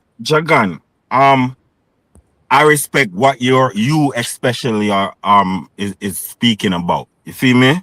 Because our victory depends on what Jagan was speaking about. You feel me? This is what I have to say about what Egypt and all that, right? These people in the north have always been an enemy to Africa. They are the remnants of slavery, in which they are the remnants of the conquerors of us. You feel me? And we need to have some type of revenge theory as a people. And because we're so tribalistic, we're not off that view. But we need to take back North Africa. We need to plan. We need to plan for it. All right, since the 14th century after Islam, because when Islam was created, it was, because I'm gonna answer most of even the questions, even what religion was created for. It wasn't created for the other reason that the guy spoke about. It was created for our gold. Islam was created for our gold. Christianity was created for our gold. You feel me? For Africans' wealth. But they had to break Africans mentally. So that's why they created Islam. The question was, what role did drug play in the invention of religion? That was my question. And it's Yes. We all know why. You see me? We So all it, know that so based on drugs. science, they're arguing that they have something to do with drugs, but that is not the Yeah, I'm subject not of conversation. sure if I'm not sure what particular drug What is the subject? existed What are at we the talking time. about? The subject is about what the What video the I just played comedian just said. now. And pardon? What the comedian said Yeah. about if Egypt was in the Middle East or not. Is that the subject? Like, why would you waste time on that? Yes. Yeah, but Yeah, but the but even Because they are but basically saying it is not in Africa. What do you mean by that? Like, yeah, when but was Africa, wait, when was Africa as a continent created? When was Africa as a continent created by Europeans? yeah, but all right, all right. So listen, what I'm It's a political statement whereby if you go and start saying, okay, if you say that North Africa is not part of Africa anymore, it's a political statement. There are consequences to it, and that's what they are hold doing. on. They are, Is as a matter of fact, my, they've included on the map now. They put Sudan as part of the Middle East now too. hold on. Which is Is to my me voice more is consequent. hold on? Y'all not hearing me properly? Because it's like we can hear. We can hear. yeah, but y'all when y'all talk, y'all just overwhelm me as if y'all not hearing nothing that I'm saying. Is my voice tiny or something? That's a Cedric Guy's gift. He always does that. You want to change this topic? Yeah. Don't mind me. I'm at work, or I'm on a work profile. You feel me? But this is what I have to say, man. I don't care about what some Muslim or some Arab, especially Arabs, say or their concept of things. I don't care about that, because we're not supposed to align ourselves based on someone else's opinion. You feel me? We Africans have to have our own opinion and our own objective. We need to find our boundaries and fight for our boundaries. And we cannot live on the same land as Arabs. And that's how we need to think. You feel me? Now, when it comes to what Jagan said about our woman, all right. Our victory depends on our women also. Our victory over colonialism, our victory over Arab conquering, all that stuff. Our women have a major part to play in it also. But they're not gonna do it freely. We as men gonna have to put our foot down. You feel me? And I'll tell you something now. I'll tell you something to show you that our women. What are you proposing? Wait. Proposing that we do to Arabs in North Africa? Like, what do we do? What should we do to them? Because you suggested. Well, we need listen. All right. Well, hold on. I'll say when they are talking and you put them in a different. Yeah, don't do that now. And he did say he already said that we should have a boundary. He did say that we should have a boundary. Yeah, our boundary should be coast to coast of all of the motherland. That should be our boundary. That means you can have Arabia, but we gonna need to be we black people need to be in control of all of these lands in North Africa in terms of, yes, you can live there, but your government must be dismantled. Our government must be implemented, and all of you all pay taxes to the black man, or drown in the ocean type shit.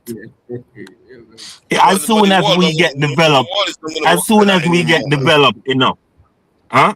See, I can't find. I'm even telling people now, like America, to go and get war counseling, and because the world is in a place now where we can't live like that anymore. That's the problem. Even America is struggling with it. Hold on. When did you say that about Israel? I never heard that. Hold on. Wait, man. Hold on. Hold on, E. You feel me? Let me talk to goddamn forefather. You feel me? You talk to goddamn forefather for a minute. You don't see a genocide in 2022 to 23, 24 right there? You didn't see a genocide? Hold on. Who got jailed? Who got jailed for it? Who got jailed? Nobody. So you know what this is showing you? You know what this is showing you? Make your own law and stop acting like white people. The Berlin Conference have nothing to do with you, and you need to submit to those laws. You don't need to submit to nothing like that. You submit to your own laws. Make laws. Listen, make laws to develop. Listen, make laws to develop Africa and secure African land and communities. That's the laws we need to make. Nobody needs to make no laws for us. Securing Africa, I believe in it, but when you say we should conquer North Africa, that is the one I'm saying. I don't think. What I'm saying is not. What I'm saying is not immediately, but as soon as you acquire the technology from China and Russia and build up enough, we go conquer those lands. That's what they are sitting. They are sitting ducks, and instead of hold on, they are sitting ducks. And instead of we sit there and become sitting ducks, and have them like what they did doing in Sudan, how they genocided the Sudanese people, and now they are a lot of half breeds and separate the country. Now they want to say Sudan is an Arab country. No, that's land stealing, and that's them denigrating our spaces. You see what they're doing in Kidal in Mali? That's the disrespectful Arab bitches acquiring our properties. You feel me? So what are we going to do? Sit there and become sitting ducks, or are we going to make them become sitting ducks? We have a choice. You know, this about me, that's money. You look like one of those Arabs, you know. Nah, don't say that to him. That's because y'all sent me over on that long trip. That's why. You know, you put your hand on top of it. You know, you already have the beers. Now you put your hand on top of it to cry. You look like one of the Arabs. See his name that he gave him. No Arab over here, man. Go on, brother. Over them in. You see me? I renamed that. I wanted to speak on the original topic that you brought up in terms of the miscegenation with these athletes. In the United States, contemporarily, the European is still considered the standard as far as beauty is concerned, and as far as trying to level up, you would say, financially. So these athletes, there's an entire ecosystem around these athletes, from agencies to their coaches to even just the culture around being an athlete within the United States, especially when you get to going to college. So they're still towards going to more of outside of, I guess, the people.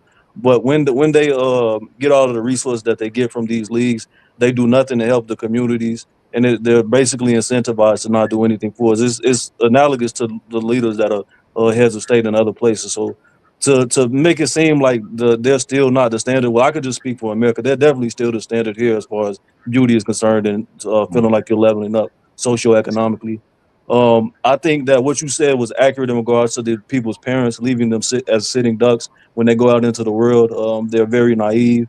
There's not any system put in place to understand what they're doing when they get into this $1 million tax bracket and how they're viewed as food by other people. So I think that there's just an overarching culture, especially within the United States, that is still the white ISIS culture. People will want to have the Mercedes-Benz, the Gucci, and the Louis, but they don't value anything black. We let people that are not from here come over, like Arabs and Chinese, Koreans, come in our neighborhoods and set up shop, and they just wantonly just come in and just take over everything.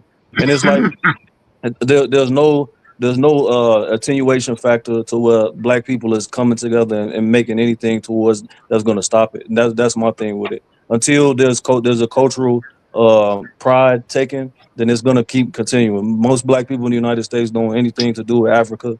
They want to be everything but African. They want to be Indians today. They want to be Mexicans tomorrow. They want to be everything else. I just seen an interview yesterday when they was talking about the best foods. Nobody black was saying that the soul food was their favorite food. It was all Mexican food. It's all Chinese food. So until that changes and until the docility changes, nothing's going to change. And what the brother said as far as going into North Africa, with black people now, it's not realistic. Our people are too docile.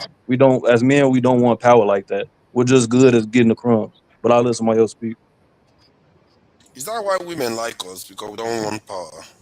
Nah, I mean, as far as value, as aesthetically, yeah, but not building anything. I don't think that we get that respect. Wait, 1 second, outlaw. To Niger, you said something. You just said something. We don't own our women. Our woman's loyalty is not to us. So a lot of men getting sleep with, a lot of men have their woman beside them or get a woman, and he don't understand that she's with you by force or by what you call can't do no better type shit. That's how our black women actually be thinking. Wait, hold on. Let me tell you something. Wait, hold on, hang on. Let's not. Man, stop. No, man. Hey, man, you always be doing that. Have your own view, bro.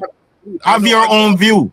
Have your own opinion. Don't be jumping in my shit all the time. Have your own opinion, bro. All right, I don't want to listen now. I want to finish, okay? I want to finish, okay? Let me finish. Because you always be doing that. Stop jumping on me. Anyway, what I'm saying is, this is what I have to say, bro. You not let him speak, man. No, hell, no. Don't do that. Don't tell me let him speak. I can't. Your mom is black. Your dad is black. They married each other. Don't come here talking about generalizing black women. Oh, our women, our black women. Like that's silly. That's silly conversation. Can we like? So all right, okay. So what you gonna do? What you gonna do? Whoop my ass? No, you sound ignorant. I'm just calling you out. What you should do. Hold on. Let me tell you something, dude. You feel me? Let me tell you something, dude. You ever heard of abortion? Have you ever heard of that? Yeah, I've heard of abortion. Huh? So you know you are lucky, Negro. What's your point? That's why you need to know that. You need to know that. So stop talking. What do you mean? I don't understand. Come on, we're not warring here. We're not warring with that. All right. What I'm trying to explain to you is you are lucky to be here. She just feel considerate to say let you survive. But all of our mamas is being given that option right now, dude. All of these Gen Zs are lucky ones. Hold on. You know the statistics of let me say Black American, because I don't know Africans, because the Africans there too. 20 million since 1980 till now, 20 million black children have been aborted. In America alone. You have the Caribbean, Jamaica, you have all that. So what I'm trying to say, bro, just stop talking. Let me talk. I'm not talking to you. I'm not talking to you, bro. I'm not talking to you, and I don't want to talk about that. So be quiet. You're not defending. Hold on. You're not defending nothing. What I'm trying to say is our women have a lot to do with our defeat or our win. That's bullshit. You feel me? So what? So don't. We gonna give our women praises for winning. No. Forefathers. Yes. You've got to navigate this thing very well. I think sometimes they need to try to get to understand each other. But I really wish that. I think it's important that everyone who hasn't spoken speaks. The program, and then we can have the all in all. We are not rushing anywhere. They will all have their chance to speak. We are not. Tunanda, your program name says "Have Your Say." Let everybody have their say. I know, they're having their say, but I think sometimes somebody will feel triggered and they will. I want to. Yeah, but let this dude stop interrupting me, because we all respect our mamas, but that don't mean we can criticize our people. We have to criticize our own people. No, we don't want no white boy from Rome or anywhere to come criticize our mamas and our sisters, bro. You feel me? So we have to. Hold on. I think I get where you're coming from, Seneca. I Can Fire. I think I Can Fire was one of the first people to get me to see a flip side of our society, because often when we discuss these things, we don't look at 50% of the population. You know, like Adama now, the women. We don't look at what the women are doing. We just assume that the men. But I Can Fire. When you say we, you are making a general statement. Say you. Don't say we. Thank you for saying that. Thank you for saying that. Say you. Say you. Don't say we. Look at that. Please don't say you. To Niger. I'll say you see all these enemies of progress, they've come now. They've already started fighting. Hey, so to Niger. Hold on. Let me tell you this. Let me finish what I was saying. I was trying to say that there was something he did. He said our women, what they teach, because the children are raised by women, what they put into the children tends to emanate from society, and I see the logic in it. And men value their mothers more than anything. They don't value their fathers as much as they value their mothers. So it means maybe we are ignoring. Echo, shut up, man. Hold on. See, maybe we are ignoring something here that we should be paying attention to. Seneca, calm down, because this is serious stuff.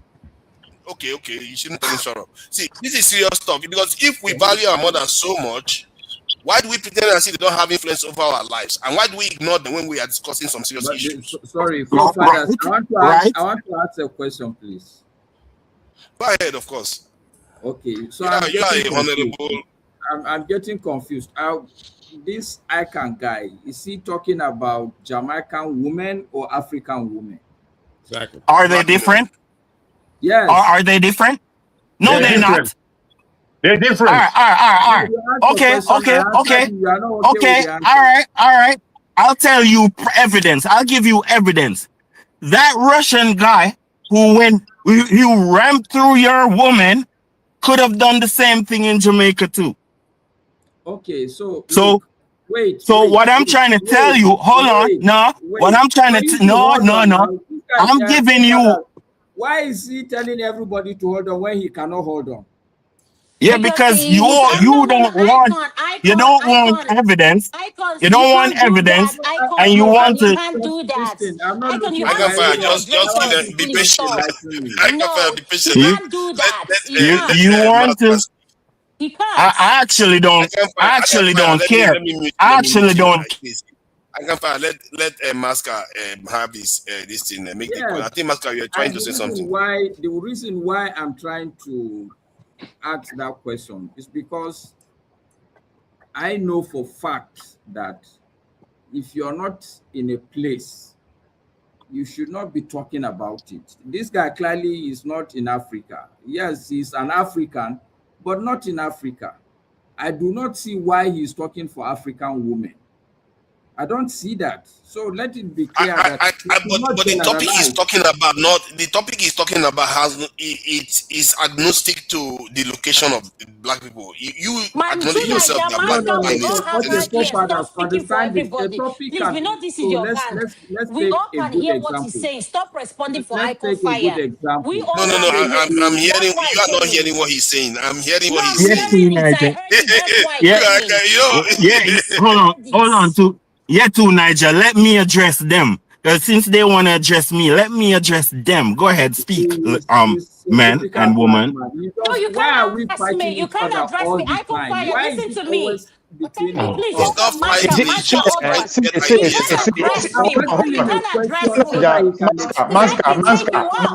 Masca, it's these people's fault. You people should allow him have his say. When they reach your authority, disagree with him, you use it to have your say. No, he's been cutting everyone off. He's been cutting everyone off. This is the person that said I'm interrupting. See the person who said I'm interrupting. That's what he does. Come here and interrupt. Come here and break all the rules. Come here and be a big boss. I'll start meeting everybody other than Adama, Adama.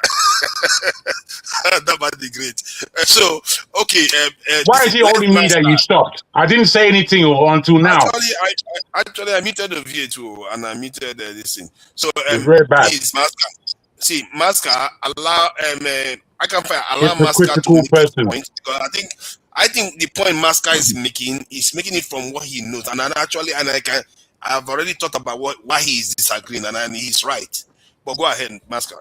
No, I'm not even disagreeing with him. I'm trying to understand where he's coming from. What is the basis of his foundational statement? If he's generalizing across all black women, I don't think just because a woman is black, the Jamaican woman and the African woman or Nigerian woman, I don't think it's good analysis to simply because they are black, then they are all the same. That's you're right. No, wait, hold on. Wait. Now you will respond. Oh, ridiculous. But you're wrong. You're wrong. All right, it's okay. So I rest my case. No. Continue what you're saying, or have your point of view, Joe. No. I want to. No, me and him can hold a proper. I'll just tell you the reason. Okay. Look, it's because hold on. No. Hold on. Just calm down. Calm down. The reason why I say this. Something as a woman. Hold on. Wait. Let me. No, Master. No. You've been speaking since. Allow the man to land his points and speak, because you don't even understand where he's coming from.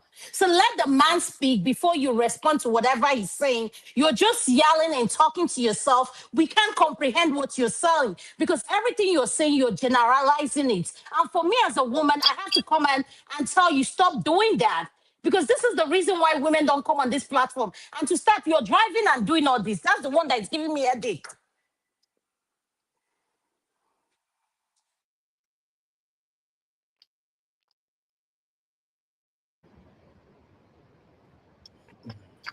Master, please continue, my brother. I'm listening to you, Jare. You are eccentric. So go ahead. You're making. Don't let Two Niger speak for you. Two Niger will say he knows what you're saying. He doesn't know anything. Speak for yourself. We all have our ears. Don't listen to him.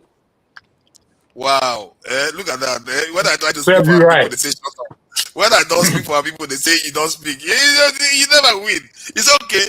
But I get where Masca is coming from, because when Iconfire said about what that Russian guy did, from Masca's experience, that is not likely to happen in the north of Nigeria. Yes. It's not likely. Where will you see my wife? That is why I understood where he was coming from. So that, but where he is coming from is different. It's not the way you are thinking. Okay, so that's the point, forefathers. If you're coming from a different place, you need to understand that this is where you're coming from. I can't come from everywhere at the same time. But besides that point, my point really is, it's good when we talk about things and we nuance it, not the general issues, because I'm sure in Jamaica things are different than in Nigeria. This is why we're all here. We're here because Nigeria is different from every other place, isn't it?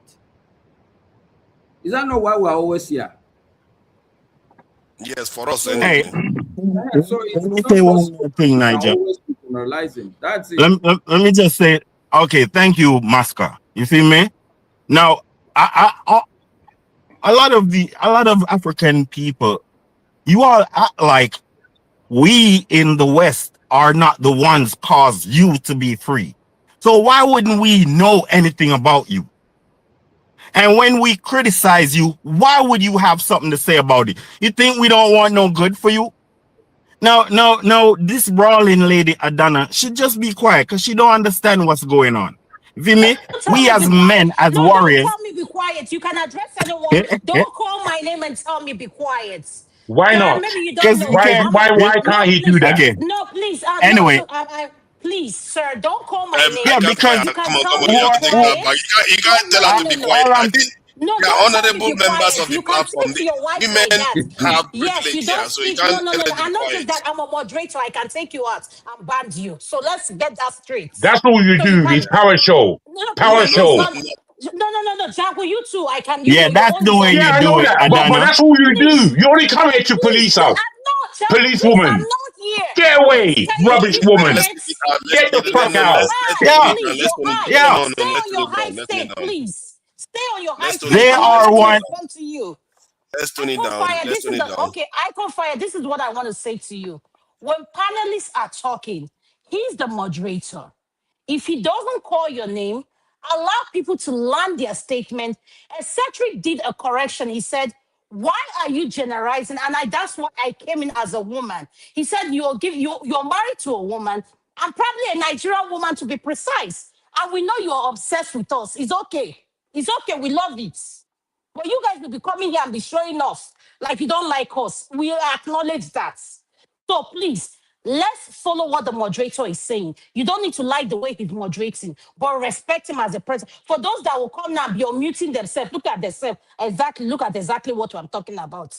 At the end of the day, they will say with their men. Please, Icon Fire, what I'm saying to you is, don't generalize your statement. Use the word some.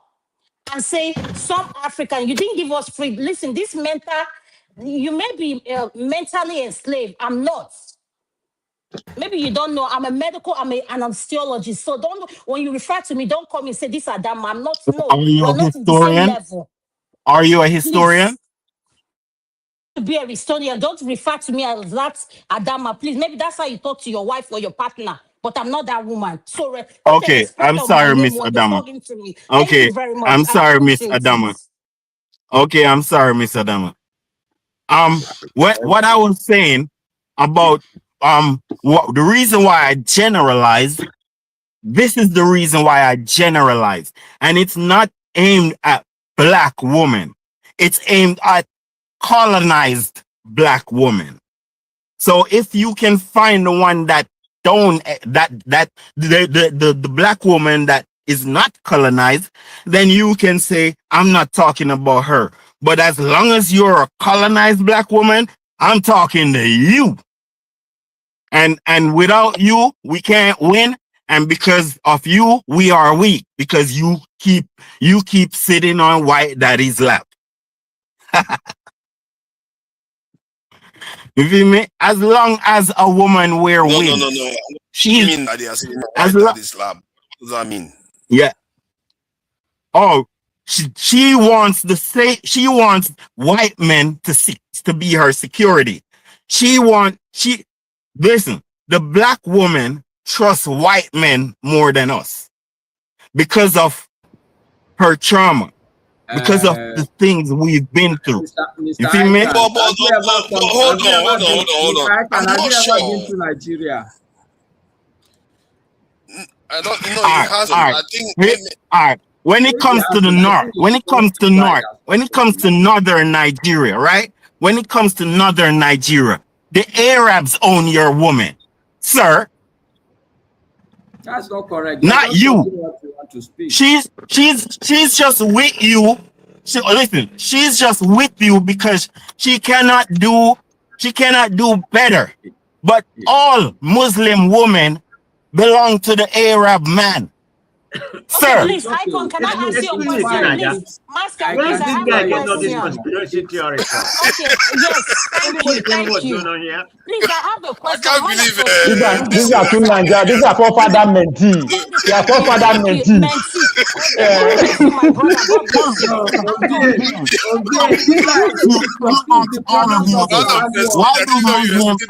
I'm gonna ask you all of you this. Why do Muslim women bleach?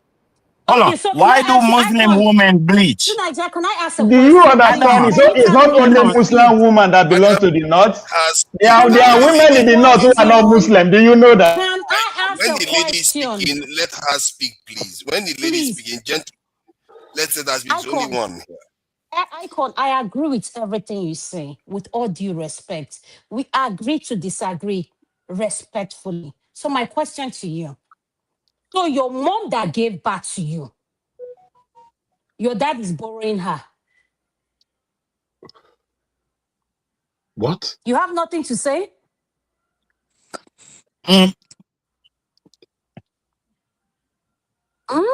Okay, watch this, right?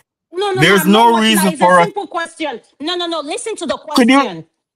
Could you be quiet? Sir? No, Let me speak. Be quiet. I spoke to you respectfully. Now I've brought it home to you. So when we speak, we need to speak and realize that the people. You want to talk about our parents? You want to talk about our parents? Can I finish? When you're speaking, I kept quiet and I listened to you. You said that the women we're getting married to want to sit on the laps of white men. You used the word women. You did not, you were not specific. But okay, please let me finish and I'll watch you respond. And I said to you, the person that gave birth to you, that happens to be your mother and my mom, are you telling me your dad borrowed your mom from a white man? So if that's what you're saying, answer it specifically. Don't go left or right. So we decide what we're talking about. Thank you, sir. Yes, my mom is loyal to the colonist. She's a Christian lady, and she's loyal to the Europeans, woman. Same with you. Well said. Wow. Well said. That I don't know where to start. You see, this is the thing I keep saying. You don't necessarily understand where he's coming from. No, it's not coming from anywhere but ignorance. No. There are millions of women in Nigeria who are neither Christian or Muslim. Who are they loyal to? Forefathers, can I come in quickly? There are millions of women in Nigeria who are neither Christian or Muslim. Who are they loyal to? Can I come in quickly to say one thing? One person hasn't spoken at all, which I believe is unfair. But I need to say this. You see, there is a way that black people in general behave, and they behave poorly in accordance. Wait, let me finish, please. In accordance, they behave in accordance to the colonial empires.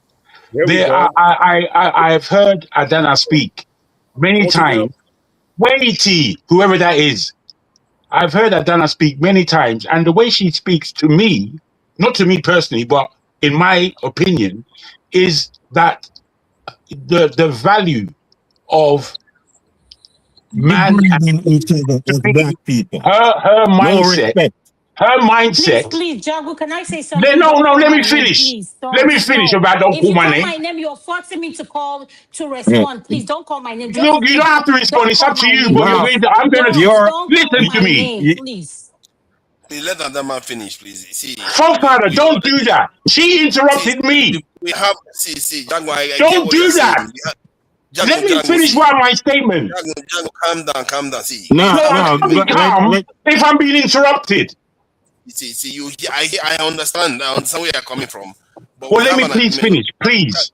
I'm going to be calm. I'm going to do my statement. Let me explain it to you. Oh dear.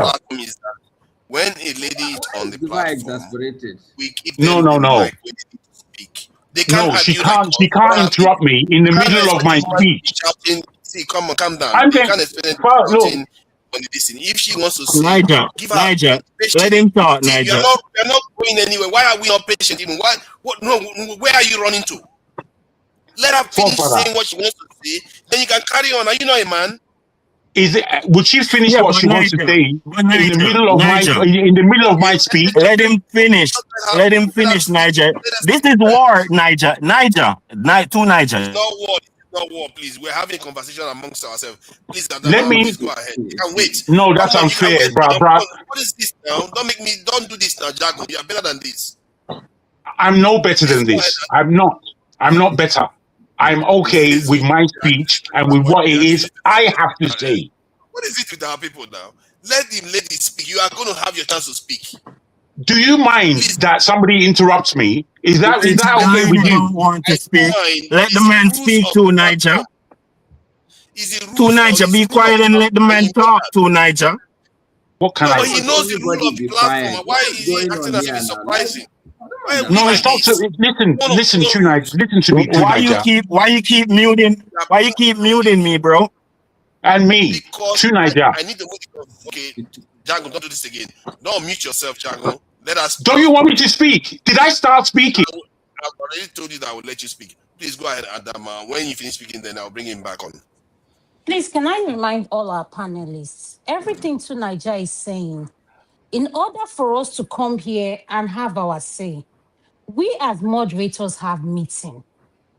Icon, you cannot be a panelist. I don't care who you are, or mute yourself.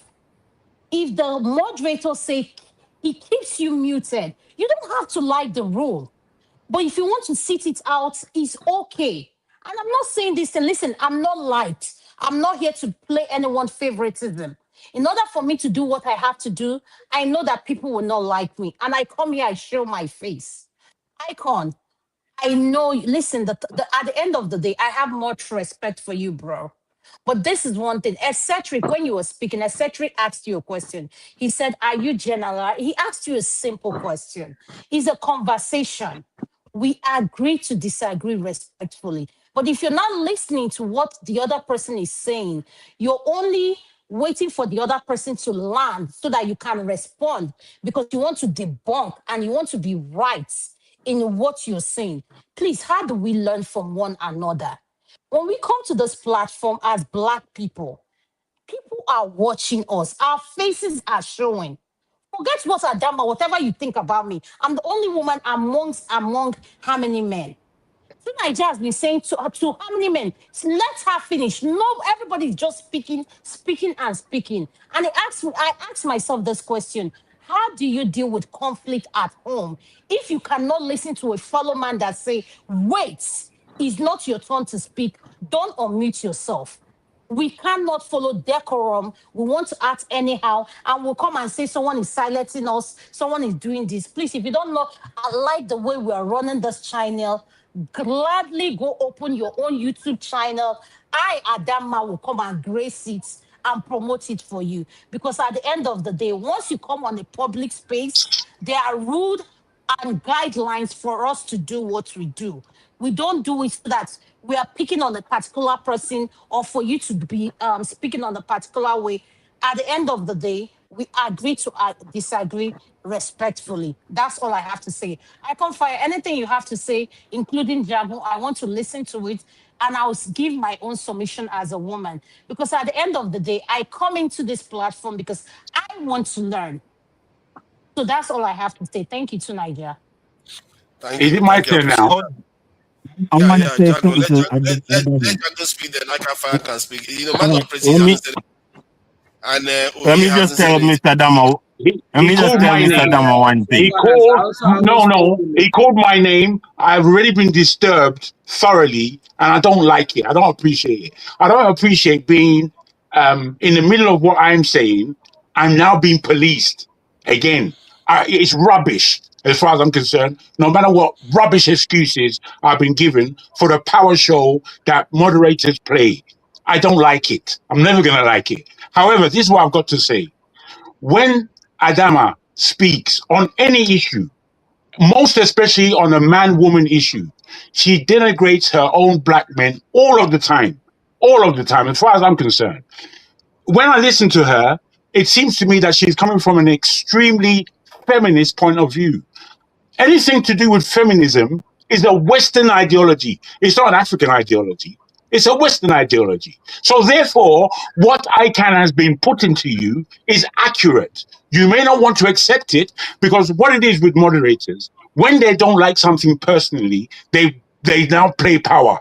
They mute people. They take people off the panel because they have the power to do so. If I had the power to do such thing, I don't know if I would do the same. However, based on the way you people behave and think you're justified in your poor behavior as people who are supposed to moderate, you're not supposed to, you, forefather, as the moderator, and you don't need any assistance from another moderator, but you do because you don't moderate well. You don't do it properly.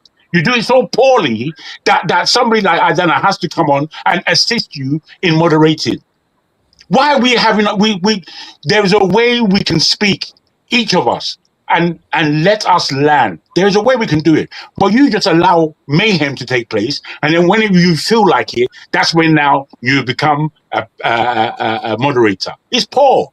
That's a poor behavior, whether you like it or not. Now, Adana doesn't like me, and I don't give a damn. However, she has used her power to snub me so many times. That's why we have enmity. We don't have any enmity because she has anything salient to say. There's no communication between me and her because that's how she likes it. She's blotted her camera because as far as she's concerned, she doesn't need to listen to what I have to say. Fair enough. However, if you're on this panel I'm going to speak to you. When I'm not even on the comment section, but she calls my name on the comment section. Why? Why should you call my name about anything? Why are you interrupting? She said. What has she been doing since she's been here? And you, as a moderator, are allowing it. Why? Because she's a woman, she takes trump over anything, any rules. Rules don't apply to you people. Are you out of your mind? Who's going to accept that? Not me. From where? Listen, we are having a good conversation, and people should not overly interrupt. People have been interrupting to the point that Prestige, who has been here before many people, has still not spoken. He has still not spoken. But you, as a moderator, haven't found it in your consciousness to make sure you bring him in. You just allowed mayhem to take place. Who do you want to blame for that? For me. I'm saying you've taken me off the channel when I was speaking and Adama rudely interrupted me. You didn't see the rudeness in that. I have to feel it. I have to feel it. It's poor. It's very poor. You understand the rules of the platform. What rules? The rules that somebody can be interrupted anyhow. Is that rules? That's mayhem. Yes. No, that's mayhem. That's mayhem. If Adama wanted to wait for me to land, and then she spoke, that would be common sense. All right, leave them now. That was the agreement. Okay. Let me make it clear so that everybody will understand. When a lady is here, because they are heavily underrepresented, by themselves. No, Niger. Come on. Right, let me debunk. Can I just say something to you? When they are here, they should be allowed to speak so that they can give us the other side of this opinion. Because I'm the one that said we are ignoring them because they are 50% of our population, but we hardly factor and they don't represent themselves. Community, because that's what Iconfire was trying to highlight about the other gender, but we don't factor that in most of the time. So when they want to talk, let them talk. I don't understand. Even if they're interrupted. Even if they're interrupted. Yeah, but True Niger, look at it. No, but True Niger, look at it. Let's move on. All right, let me ask you something, right? Let me ask you something. Me personally, I don't like foolishness. I don't like foolish talk. Hold your peace. I think we have held the honorable man of prestige way too long. Now, this is almost panelist abuse right now. And he has the right to take us to the ombudsman or whatever else there is out there. My apologies. I accept my sincere apologies on behalf of all these rough people that won't let anything go through. Give me 30 seconds to look at that. He started all this too. Now he wants to talk more again. Aestheticals, hold on. You started all this problem. Because you come, you just start ninging people. Nah. And before you know, everybody start getting angry. So, man of prestige, hold on, aestheticals. Let man of prestige speak. The guy has been waiting for 5 hours. I'm talking to him. Man of prestige. Thank you for joining us. What do you make of this kerfuffle? You can comment on it or you can ignore it and talk about the terrorist that was vanquished in Nigeria by the great Trump and President Tinubu, and or you talk about the Uibo one, how they are targeting our top stars. You know, you are living in California. You must know something about how all those Hollywood elites keep our men keep. But it turns out that Michael Jordan is also married to Uibo too. So, but it's okay. I don't have any problem with it. It's a systematic thing. That's what I have an issue with. How about the one that they said Egypt is in the Middle East? Clearly, it doesn't make sense that Egypt is in the Middle East. The definition the guy was giving, it means that Sudan is Middle East, Kenya is Middle East, all of them are Middle East because they are all on the same longitude. How do you define Middle East anymore if it's not in like when the country is inside Africa, you call them Middle Eastern country. Sooner or later, not the whole North Africa is Middle East, and then we don't have Africa anymore. So, but choose whatever you want to talk. You can talk about P2P. He said he's going to run for one term. And there is also the Minister of Energy. I think electricity or energy that was sentenced to 75 years or so, 75 years in prison for embezzling money that he was supposed to use to construct the Mambila Dam in Nigeria. You know, so some Nigerians are quite disgraceful. Many of them, they sentence him now. He's not even there. They don't catch him.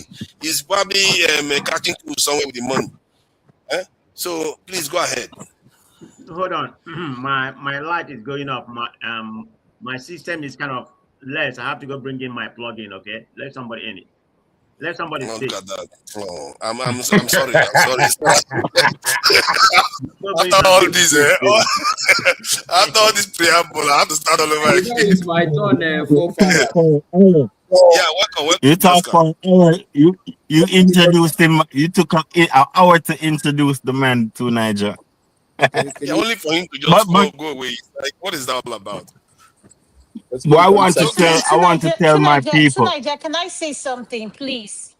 If you're not muted and the moderator is speaking, we are hearing every background noise that is going on. And when you rewatch this after the show, just go rewatch it. Every single noise. When we say mute, there is a reason we are saying mute. For any panelists, including the moderator, if you see when he's not speaking, please mute yourself, please. Please, until the moderator calls you, then you mute yourself. Every background noise, it picks it off. Thank you, everyone. Thank you. Thank you. Let's bring hold on. I think he's back now. This in Man of Prestige is back. Then Masca should speak. Masca, you know, I think should I open this conversation up because it looks like it should be opened up. But then again, they will just start arguing over who to speak first. So Man of Prestige, please go ahead. Yeah, Man of Prestige, please go ahead. Yeah, I'm greeting everybody in the panel, Adama and etc. Ovie, greeting to everybody. I'm kind of confused about what's going on here because there has been a lot of noise going on. I mean, what's his name? Ekan, you know, he came here with gender conspiracy theory that's so baffling that I'm kind of lost.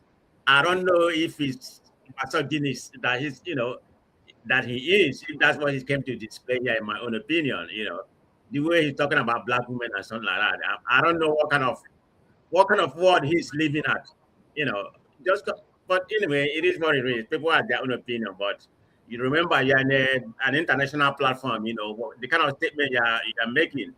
If you're gonna be, denigrating black women, remember you have a mother, you have a sister. You're making those kind of commentary. It's not fair. And you're making a general statement. If you have a very particular issue, you want to talk about a particular woman that did you wrong, or you think that in that point of view, you should just come to say this is what happened in this regard. But making a general statement, I think is unfair to our black women. Thank you. So, what are we talking about, Niger? Like Niger, you have to make me address him to Niger. Yeah, I think we are returning back to Nigeria. Yeah, let's return back to Nigeria. If you want to bring it back to Nigeria, the terrorist that was vanquished by joint operation between the Nigerian government and the US. There is also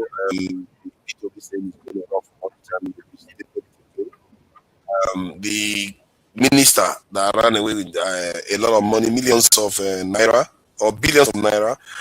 He's been convicted for 75 years. At least they convicted him, but they didn't. I don't think he's escaped when they convicted him. So that is, and I'm not even sure whether that is normal now, isn't it? I don't know whether that's even news in Nigeria these days anymore.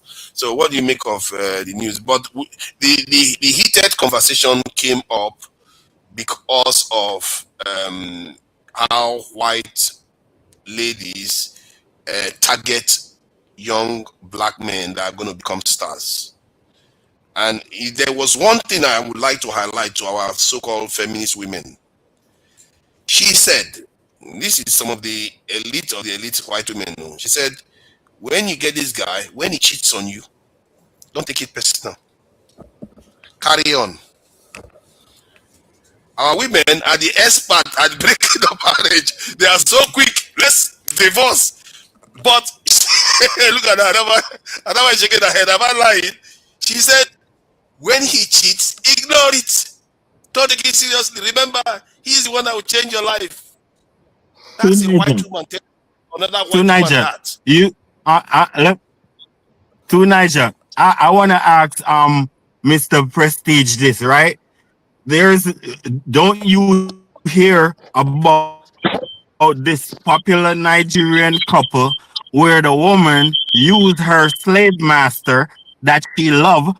She wanted her slave master to lock this man up, and instead she got deported because she wanted her husband deported. But what you that she loved, that means the slave master system sitting on white daddy's lap. She tried to destroy the black man to satisfy her little fantasies. Her European look at what's going on with African women. They tie the over there and destroy the man's life. I can hear you. Try and I can't mute him even. okay, my You want me to mute him? I can mute my him. shit You is want me bad, to mute but him? You can try your Yeah. luck now. but Yes. let me No, Icon, listen to me, bro. Listen to me, bro. You're disrupting the show. Man of Prestige is his turn to talk. Until Man of Prestige say you can ask him a question, then you can speak. For now, bro, mute yourself. You're disrupting the show because you're not allowing us to understand or comprehend what the video and what Niger, the moderator, is saying. So, bro, don't say anything until the person he calls and say is speaking says, Icon, you can ask me a question. Until that, chill, take a sit back and listen. Thank you. All right. Thank you. Let me go ahead, forefather. I'm not going to respond to what that guy said to me because I don't want to amplify the whole situation. So let that be the way it is. But anyway, having said that, the story about this guy, I've forgotten his name, the second in command of the ICE, right? That they say they killed.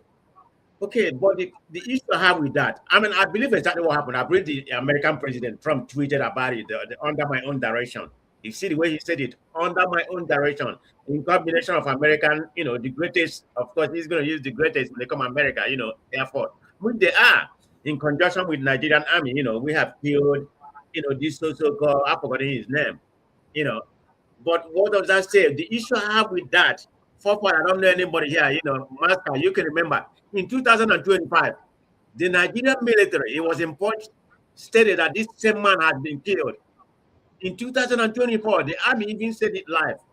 So what are we made to believe? And I believe what Trump said. But what is that said about Nigeria when it comes to Nigeria? You expect me to believe whatever is coming from Nigerian government mouth? This is, what's actually going on. This is a metaphor of where we are in Nigeria, in Nigerian society. Nothing is right. Everything is just going wrong.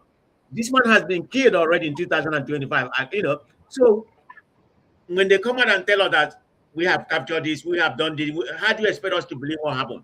When this just happened, over the weekend, and Trump tweeted that we killed this guy. I don't know anybody here familiar with that. In Nigeria. Hold on, let me ask you something though. Is it not fascinating that since maybe even 2018 or so, or even earlier, there has not been any terrorist attack either in UAE, Saudi Arabia, Kuwait, all the nations that ally with America in the Middle East. There has not been any attack that I remember, but Iran, there has been a terrorist attack. In Sudan, there has been a terrorist attack. In Nigeria, there's a terrorist attack. So I thought these terrorists, they truly hate all these hedonistic Western cuisine Muslim leaders. Why is it that they are always going with the ones that are against the West? Have you not considered that there is a pattern to this? You don't even see them attacking Israel. ISIL has never attacked Israel once. Is that not a problem? Don't you? Hamas has does that not bother you? No, but Hamas have attacked Israel. If the Hamas is fighting for a specific land, not all terrorists. All terrorists are. They are not the same. Come on, don't do that. Don't do that. They are not the same. Don't do that. Consider them to be. I mean, you are better than this, Namaska. Don't do that. How can you compare two of them as terrorists? What are you saying? all terrorists, not bandits, all terrorists. If you say terrorism, the meaning of terrorism is that you use terror to achieve a political goal. Yes, but Bottom the line. purpose is different.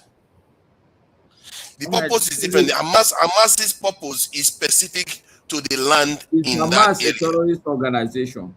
Yes.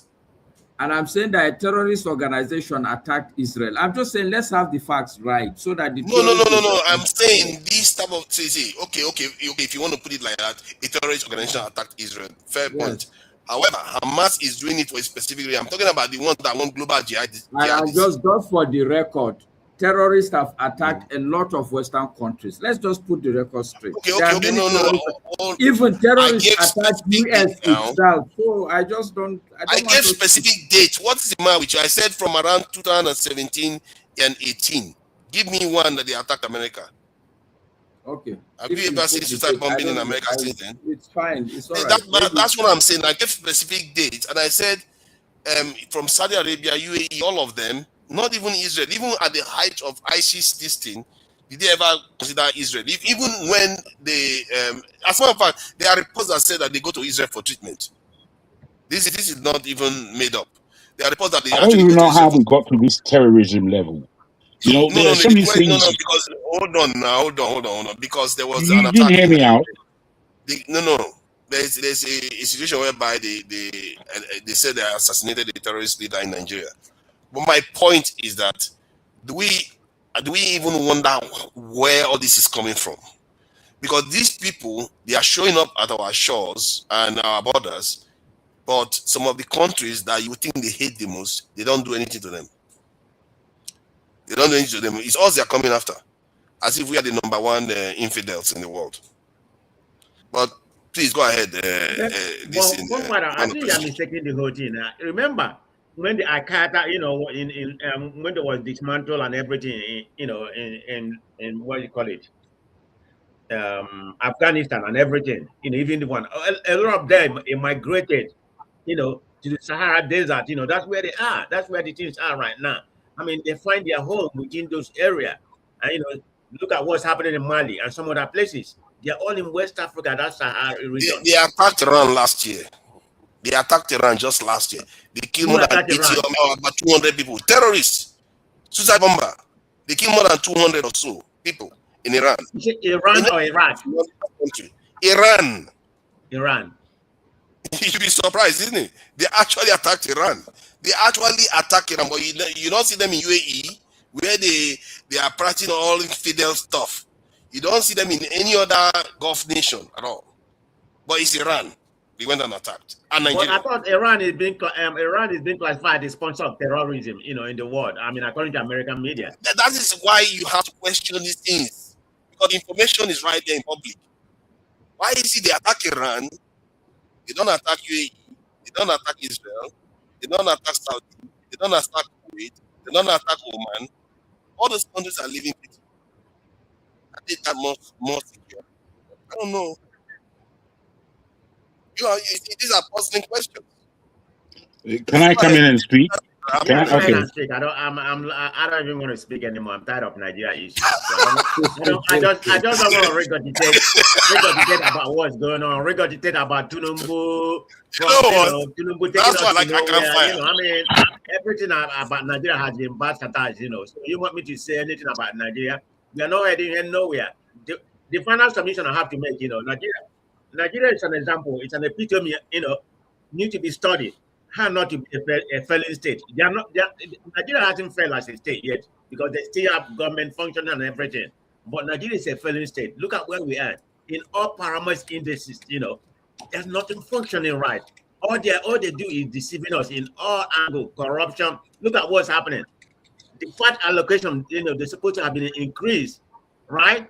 Just because of the Naira devaluation. They are giving the state more money. If you look at it, actually, the state are not getting more money than they used to get, before this Naira devaluation. If you multiply it and what they are getting right now, they are getting about the same amount, if not less, and you give it to the state. People like my governor from Hope, who's supposed to be the chairman of the Renew Hope agenda. So you deprive the common people in the state the money they're supposed to get. I don't know how many percentage Some of them said, I think I heard some say 10%, some say 25%. Amount to 80 billions. This is how much they are pushing to re-elect Tinubu. You took away money, supposed to use for the common people and use it to support Tinubu. This is the problem I have. We talk about. Let me go backwards. We're talking about removing of fuel subsidy. Okay, they were borrowing money to subsidize, the fuel subsidy at that particular time. So why can't you ask, where is the money? Almost like what I read was almost about 10 trillion is the kind of revenue, they have gained from not borrowing money or whatever to subsidize them. Where's the money going? And Tinubu has borrowed more money than than Buhari borrowed in 8 years. Where are they doing with the money? I live in a Western country, per se, United States, exactly. There's nothing wrong with borrowing money, but what are you doing with the money? This is exactly what they are doing with the money, focusing on Tinubu re-election, the Emiloko, campaign. Every day is always something coming out from Nigeria. I don't know where to begin. So sometimes I get short of what to say. We can come here and there's something improving in Nigeria that I'm noticing. What is improving? You tell me. You just came back from Nigeria. Can I respond? Can I respond to him, please? Ovi, are you all right with that? He didn't even know that you were there, my friend. He didn't know that you were there at all. Why are you trying to be smashed by good reputation? It's true. Did you know he was there? Can you tell the truth? How can you do this to me? I know he was there. Is he not money? I know money. He's been there for ages. Yes, I know. See, Musk hasn't said much, but let him respond. I think he wanted to respond to Man of Prestige. Yeah. Everybody, yeah. It's been a long time, man. From Ruru time. If you remember Ruru when he was organizing some shows and before he left, the American guy. So, yeah. For my own response is I always follow, but I don't really come up and all that. Like what Jargon said. He has been a very straightforward man for me. Like, if you look at the feminism, the way most of our women, are being lured into white people. It's like, for example, when your daughter come to the parents and say, I want to date a white boy, the perception is different when he says he's going to date a black guy. You understand? So they have these free tickets to everywhere. Then I asked someone a question a long time ago. I say, how many European footballers are dating white girls? It's zero. So if you look at the money Roberto De Niro is paying the black wife, you wouldn't compare if he married a white lady. So having said that, I just want to pick up two things so that I don't take much time. So like what he said that, Tinubu administration is not doing anything. I would debunk that because that is not a fact. You understand? So you live in the US. Can you tell me what Obasanjo did for 8 years? Okay, hold on. Bring me where Master is. I need to debate this guy. Because this guy is single fancy. He has just proved that he's a single fancy of the present government. So let's debate. Oh my God. Obia is still there, What did he just say? I see where he's coming from. Okay, go ahead. So if you can pinpoint what Jonathan, I voted for Jonathan, I was in Nigeria, I went to Nigeria 2010 when I voted. That was the first time I voted in my life. So, and I found out that, he was doing like to the northern part of Nigeria. Even when Buhari came and he did the second Niger bridge for the eastern people. I'm from Delta State, but nobody recognized that.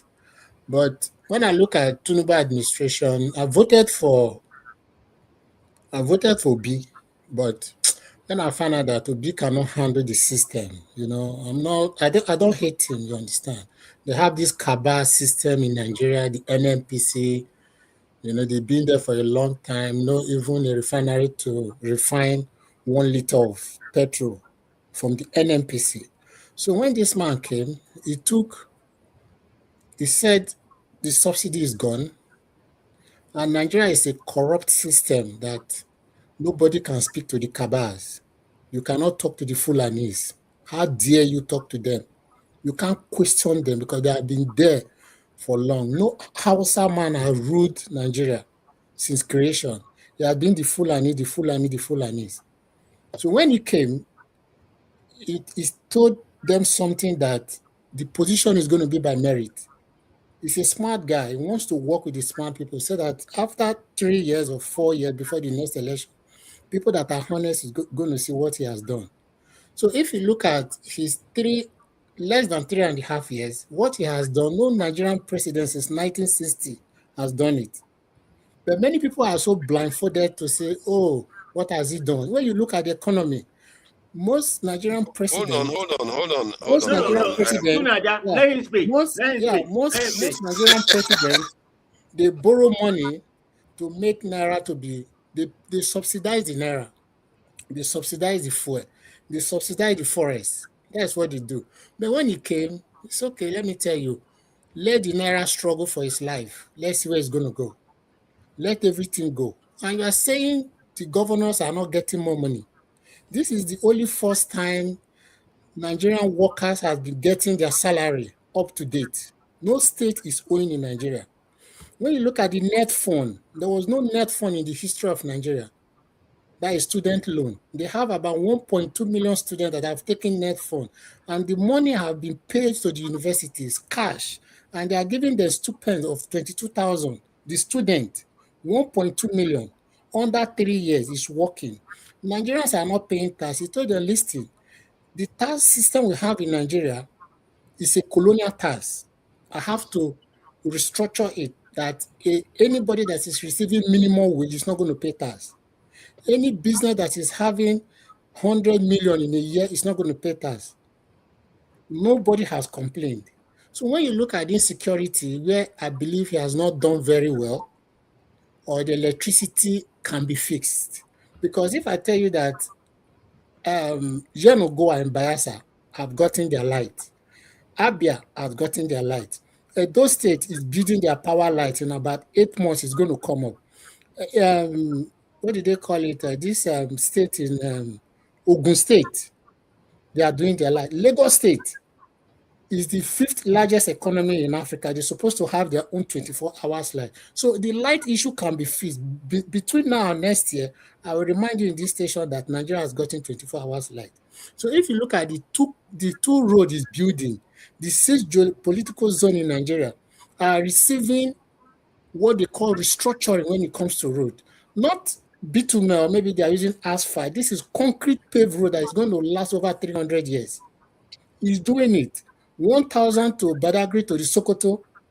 With, I don't know, there is no 1,000 road in Europe or in America that have a street light from beginning to the end. That's how it's going to run. Standard road is going to have cameras, they're going to tow it. These are very standardized stuff. It's not doing it only in those roads. It's building even other ones from Lagos to Benin. They are doing concrete paved. So when you look at the economy, when you say, okay, if you look at Nigeria Foreign Reserve, I don't know if you know where we were before he came into power.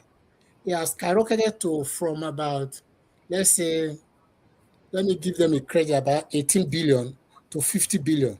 He's the one doing it. So if, like what the host said about, why are they attacking us? This is a business. They have to attack the region that are rich, that are not well organized. Nigeria is a very rich country. We have the highest gas deposit. They are running a pipe from Nigeria through Ghana, all those countries. They're going to run it to Morocco. From Morocco, it goes to Spain. They are finished in Europe. They are finished. They don't have anything. When you look at Dangote Refinery, when it comes to food production, the first time they say, no, we're not going to. There is Euro 6. 90 refineries have closed down because of Dangote Refinery. Who facilitated it? Is Tinubu. He shut down all the NNPC, the criminals that have ripped Nigeria apart since creation. He put in there, Dangote is now having more cargoes. When the Strait of Hormuz happened, Africa was supposed to be having a liter of fuel for about 15,000 naira a liter. But because of Dangote Refinery, the price was down. The World Bank or the IMF was threatening Nigeria, telling Tinubu to remove the block of the license that other marketers can. How can other marketers bring finished product to Nigeria? You don't have a lab to refine it. So when you look at Tinubu style of ruling or what he's creating, I told people if he gets the next term, they're going to mold him in the 36 states of Nigeria, because what he has done, nobody has done it. He's taking the bull by the horn. It's not making noise. For the electricity, it's going to fix it. But for this security, there are gains. People are making more money from me. That's why he refused to go away. So I yield. Thank you so much. Okay. What is submission? You just indicated about your about what you believe and your partisan narrative. You came here and portrayed to Wow. I don't think anybody here is a fool. Nobody here is believing what he said. You can take a poll of the whole people here and say who believe what he said. You know, you're not going to get, this is my own opinion, you're not going to get one vote.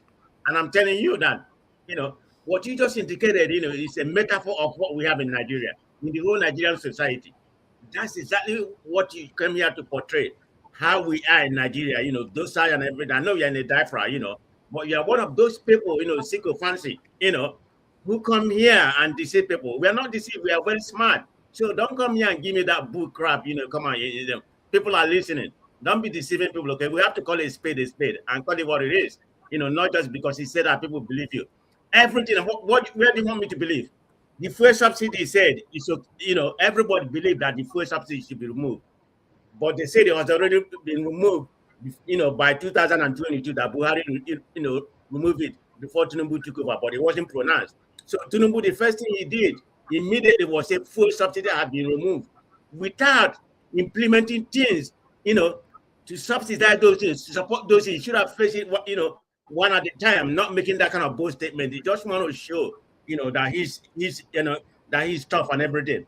What Tinubu is practicing in Nigeria is what I call mafia politics. Nothing but that. Tinubu has no idea, a clue. Tinubu is clueless how to lead. Okay, so you're judging about Nigerian economy. We're talking about the policy and everything that been implemented. It's a microeconomic, simple. Think about people economic feeling. That's what you have to weigh what is actually happening. Since Tinubu came in, Nigeria has degenerated as one of the worst poverty nation in the world. You know, they used to rank in the index before. You know, they used to rank like a number 11. Right now, Nigeria ranked number 3 in the poverty index of the world. And you telling me that this government is doing? You're not even thinking about today. You're thinking about what's going to happen tomorrow. This is a fallacy. You know, this Tinubu government is new. It's all about a local. It doesn't concern about people feeling. Look at what he's doing in terms of terrorism. He doesn't care, you know, go to Plateau or Benue, you know, you stay at the airport. I'm just giving you an example. You stay at the airport. You don't even care about common people, you know. You say you got to go back home in 10 minutes. I mean, there's nothing coming out of this government that you can tell me that I would believe. I'm not trying to be prejudiced, you know, whatever. I don't hate him, but I don't know him. But the man is not a good leader. He shouldn't be applying for re-election. What he's supposed to measure a president is the first 4 years. What is your report card said for the first 4 years before we can re-elect you? Tinubu shouldn't be re-elected because his report card is a failure. Where do I want to begin? All the whole promises that he promised, nothing, you know, he has not fulfilled any one of them. Like I said, whatever he's getting, the policy over is a simple microeconomics. It hasn't gone beyond that. He promised people electricity the first day when he come into office. What are we having right now? You came here. When was the last time you've been to Nigeria? Are you one of those people who live in diaspora who never go home, but you here promote, you know, whatever your master said? That's exactly what you're doing here. You know, which country has band 1, band 2, band 3? People in Nigeria doesn't even get that electricity. Even the people in the band A, they still come band A. They don't get electricity. What's the inflation? Although the inflation increased when he came in, like about, I think it was like about 20 or 30% before he came in. He jumped up to 40%, but right now it has stabilized down. I think it's like about 20 something percent right now. But we're talking about regular, you know, inflation. But you're not talking about food inflation. Have you been to Nigeria to buy rice? Have you been to Nigeria? Of course, Nigeria is a rice economy, right? Have you been to Nigeria to buy rice or to buy yam and see how much it costs? Have you ever been to the market and price? Say what is going on? People are starving. People are crying every day, even to feed. They can't feed. They can't feed the nation. I mean, it's very, very painful for people in Biafra, living in Biafra, doing okay or doing good. For you to come here and support this diabolic government that we have has not done anything before Nigeria. Nigeria is worst off. If I have to go, and bring you the all economic index where Nigeria ranks before 2023. I know things was bad under Buhari government, but Tinubu has taken it to a different level right now, to the worst of all about what you can do. Can I even speak about nepotism? Nepotism to the higher level. Everything is the Western, is people from the Western region. I don't have any issue, if you employ people with, who are very capable of doing. I mean, Southwest is not the only capable people that, they're not the only capable that can manage the economy. But everything is about Southwest. So he's practicing nepotism to the highest level. I mean, in all perimeters I can see, Nigeria is worse off. That's the bottom line that they are today. I don't know what you're talking about. I don't know what kind of. I don't know where you're living, but where I'm living and what I know, and the people are, the people I know about Nigeria, they are not doing well. I can tell you that. Thank you, man of prestige. Thank you, man of prestige. And I must say, I've never had somebody call. I'm sorry to say, not paying students within 1,000 or 22,000 naira, like you said, university students. They are not paying them that amount. And I know some people are said to have gotten university tuition fees. But when I spoke to somebody, which I have not spoken to a lot of people, just one person I spoke to, he said he hasn't got it. That's what he said. And I was very skeptical of people saying it here. But the only person I managed to ask, that is in university, say he hasn't got it. I said, but they did it more than years ago. Are you telling me he didn't get it? He said in the early days, some people got it, but now they are not getting it. That net point is a scam. I don't know what is going on there. So I really wish it's more, it's something that is working. Yeah, the issue is it's not giving it to all university students. It's not for all university students. No, it's giving it to, the net fund is for students that their parents cannot afford school fees. Yeah, this person doesn't even have parents. So this person is not well off. So when you get the net fund and they will give you stipends, it's not too much, you understand? So like what he was talking about is that, you can't just conclude, maybe acting up like a prejudice, you say you are not, which I believe you are. So hold on, at the end of the day, let me ask you something. There are other people on the panel. Let's not do this. See, this is something that I wanted to ask him a question. How much has not now, man of prestige. Not now, man of prestige. Forget about the loan and everything. How much has man of prestige? Leave it for now. Let me bring Ovie in. I think at this stage, I think we are going to be again. Okay. Let me bring Masca in. I'm sorry about that, Masca. Because you've spoken at least. See, it's because you've spoken at a little bit, but this Ovie hasn't said anything. Ovie spoke. Rather than tell people, it's have your say. That's all Ovie said all day. It's have your say. What's happening with your this thing? You have gone a little bit fuzzy, Ovie. We can't see you clearly. Ovie, clean your camera. Your camera is blood. It has a stain in it. So you're coming across foggy. It has a stain, so clean it. So that's why you're coming across foggy. Is this foggy? Yeah. Much better. Much better. It's getting clearer now, yeah. It's about to go back again. Okay, yeah, Masca. So what do you make of the conversation so far? I know that he has been a little bit rowdy and all over the place. But sometimes the Akan fire comes and sets fire into those things and starts trying to push the envelope. But that is what he does sometimes. That's where I would really want to start, because there's pushing the envelope and there's what I call very lazy statements. You just open your mouth, you say the first thing that comes to your mind. And the point I want to make in that regard is that when we speak, we need to understand that people truly listen intently. And a lot of the people internalize what we say. So when I come with a lot of consciousness and a sense of responsibility. In fact, as I speak to you, I'm waiting to see Chin. I have to apologize to him because I said something that I believe is misleading to the general public when he was talking about mental health. I came from a very narrow angle, and circumstances had already made me realize that, oh no, I was to use the word, the right word would be that I was naive. Okay, I was just using my own personal experience and running my mouth. And that is not the correct thing to do. When you come here, if you sit on your bed and you're thinking, it's okay, think like that. But when you come and talk to public, you can't use one single experience or even 10 experience and begin to use that to generalize and make it sound as if it's some time-tested theory that all Black women would prefer a white man or an Arab. The fact of the matter is that, okay, well, this is a public space, but everybody knows that the Black man performs better than the white man. That is fact. So I don't know where that guy is getting his theory.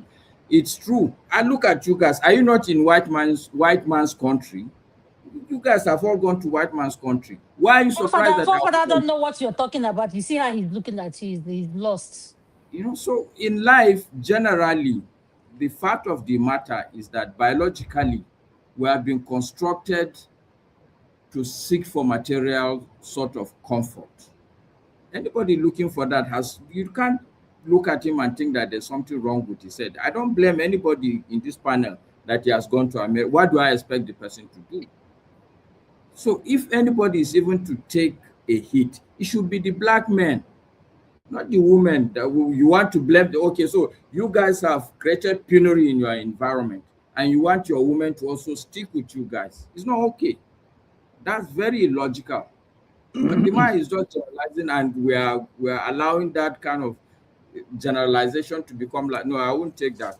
So I think it's important that if he's gonna come and make such statements, he should go and think through it and think deeply about but is it fair to say that he is targeting women? Because he is also the man that says, he says a lot of extreme things like, let's clear out North Africa and all the rest. This is the point I'm making. You see, look, just because you every day you shoot people, that doesn't mean that because tomorrow you shoot my son, I'm gonna turn a blind eye. It's not gonna pass. Not because you say extreme things. You can't say it about women that I know around me that are very, I don't know the word to use. They are very responsible women. It's not gonna fly with me. That his theory is is baseless. His theory about women. I think what he is saying, you may not understand it. Okay, let me try to explain it in the way. Why is it that you are always a psychologist? You're a neurosurgeon. You're every no, specialist. I don't have to. Stop thinking for anybody, please. Yeah, I spoke to Arkan Fire well before I even came to this channel, so I tend to understand his way of thinking about these things. The way he's looking at it from the point of view that he's not saying that your individual women right now are behaving like, you know, the way that Russian man was able to go after the Kenyan women. The way that's why he said that your women, the people that own them, is the Arab men. Because he's looking from the point of view that the point, you see, you are falling into the same trap. Hold on. I'm not finished what I'm saying now. No, it's my time. You as a moderator, it's my benevolence that is allowing you to talk. Yes. I'm just trying to illustrate the point that he's making. No, I'm trying to shed light on the point that you are not illustrating any point. What you are doing also, you are picking one event and then you are running rings around. Yeah, but that's what he's talking about, though. No, so that's rubbish. You can't make it a theory. You can't come to a panel like this and say it. There's one guy. Why not? Ove, there's one man in one country. I think he had like 200 women that he had something to do with them. Is he a white man? Some of the country near this Nigeria, No, it's even Nigeria. It's Bida in Mina, I think. He's a black man. It's a Bida in Mina. This one is even not an argument. This is a close argument. The black man and the white man. You are misunderstanding. What he's saying is not that controversial. If I tell you now that can I ask you something? What is your point? What point are you will making? not disagree with it. Exactly, that's the point I'm making now. Let me make the point. See, the point I'm making is that he believes that we are brainwashed with religion. That because the religion brainwashes us, the people that brought those religions, we are beholden to them. If the man believes it, it's fine. That's what I said. He should think like that. But he should know when you want to there is evidence of it though. When you came on this panel, one of the first things I asked you, when I first encountered you, I asked you about beauty standard. What you described was an Arab woman. And I told you that. Was it not? Okay, so that I said it's an Arab. No, wait. I remember that argument and I corrected you that for me, it's actually the Indian woman. I corrected you. What you described was an Arab woman to me. But that's your problem. It's you that is having that problem, not me. How did you manage to cross from Arab to India? I can tell you. No, I'm telling you also openly that for an average Hausa man, okay, the beauty standard is the Indian woman. Where do we see the Arab woman? From where will I see an Arab woman? Okay. Even if it's an Indian woman, it's similar stuff. That's what he is saying. He's trying to say that we are beholden to other people. This time he's saying is the women too. That's the difference between him and you. So let me break it down, forefathers. I totally agree. I'm not happy with the average black woman. She's putting attachment, she's bleaching, she's trying to lose weight, she's wearing all skimpy dresses. That I agree. But the point I'm making is that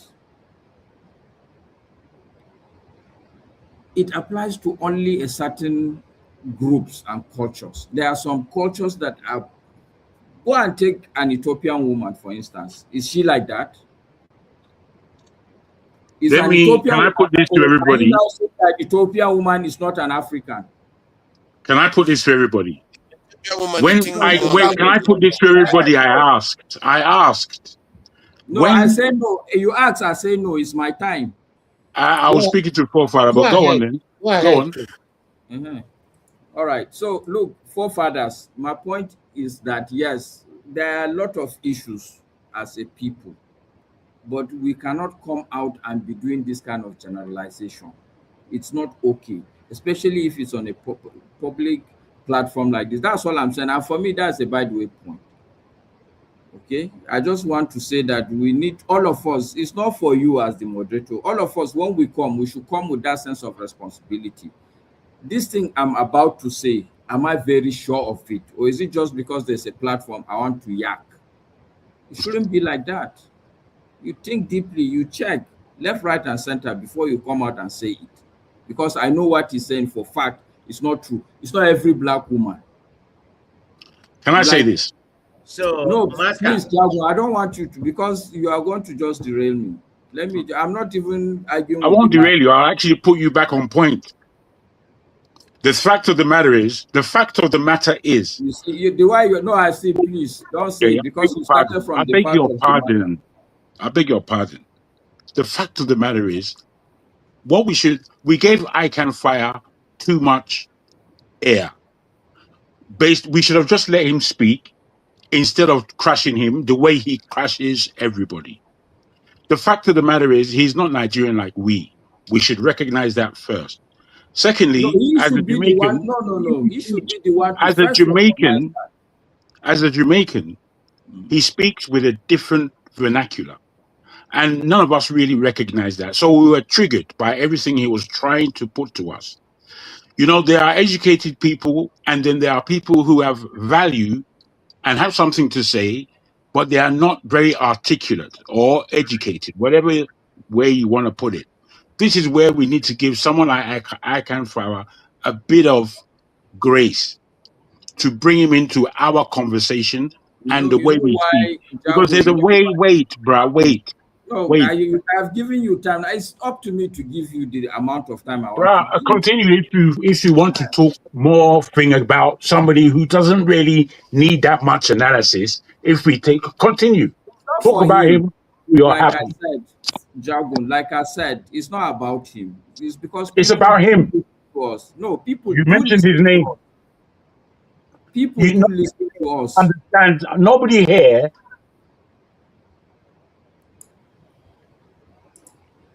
You see, that's why I didn't want to give you the time, because you drag us back. Anyway, so anyway, Jagun. Maska, can I add something? Okay, go ahead, man of prestige. So Yeah, can you hold on, Jagu? Can you take 2 or 3 minutes just to give us a breakdown of the economic condition of Nigeria right now?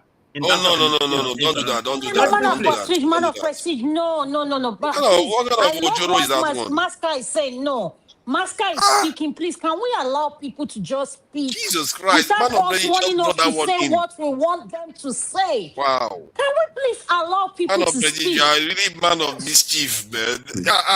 All right, so if you want to talk of Nigeria, we do it. He doesn't know what he's saying. Yes, please go ahead. Jagun, what you are even saying yourself, you are not being. You are one of the most honest panelists that I know. But this thing you're saying, you're being biased, because I asked him a question so that I can understand where he's coming from, and he went into a tangent. The moment he realized, the moment he realized I'm from northern Nigeria, he went on the attack and said even northern Nigerian women are up to Arab. It's what is that?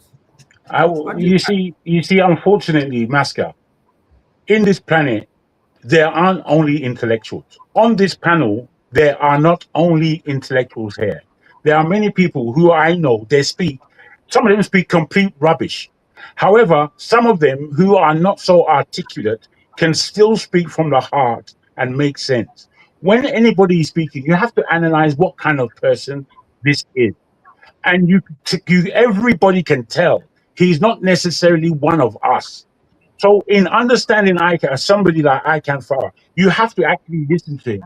Sometimes questioning him and making him do more of what he does is a waste of time, waste of our time. All Sometimes right, it's okay. just to allow It's someone fine. to speak. Thank you for the advice. Thank you. I take it. It's Thank true. you. It's true. I take it. I take that advice. It's just true. I mean, Anyway, we spend too much time it's deliberating with him, and it just it's turned fine. in. All right. I hear. It looks Thank like you. he took the advice under duress. It's all right. Okay. You are welcome. Yes, I take it. All right. Why are you cutting me off all the time? Why? Because you are interrupting him now. Please let him carry on so as some other person can speak. Ovie hasn't said. Ovie is the most patient guy today. After man of prestige. I agree with that, but I don't know why you're cramping me all the time. Or that's what Okay, you but people do. so Nigel, please, can I say something, please, before Maska continue? Because for me, watching everybody that is being patient and watching this back and forth is triggering me. And I have to say this. When we come to a platform to speak, I'm not going to mention anybody's name.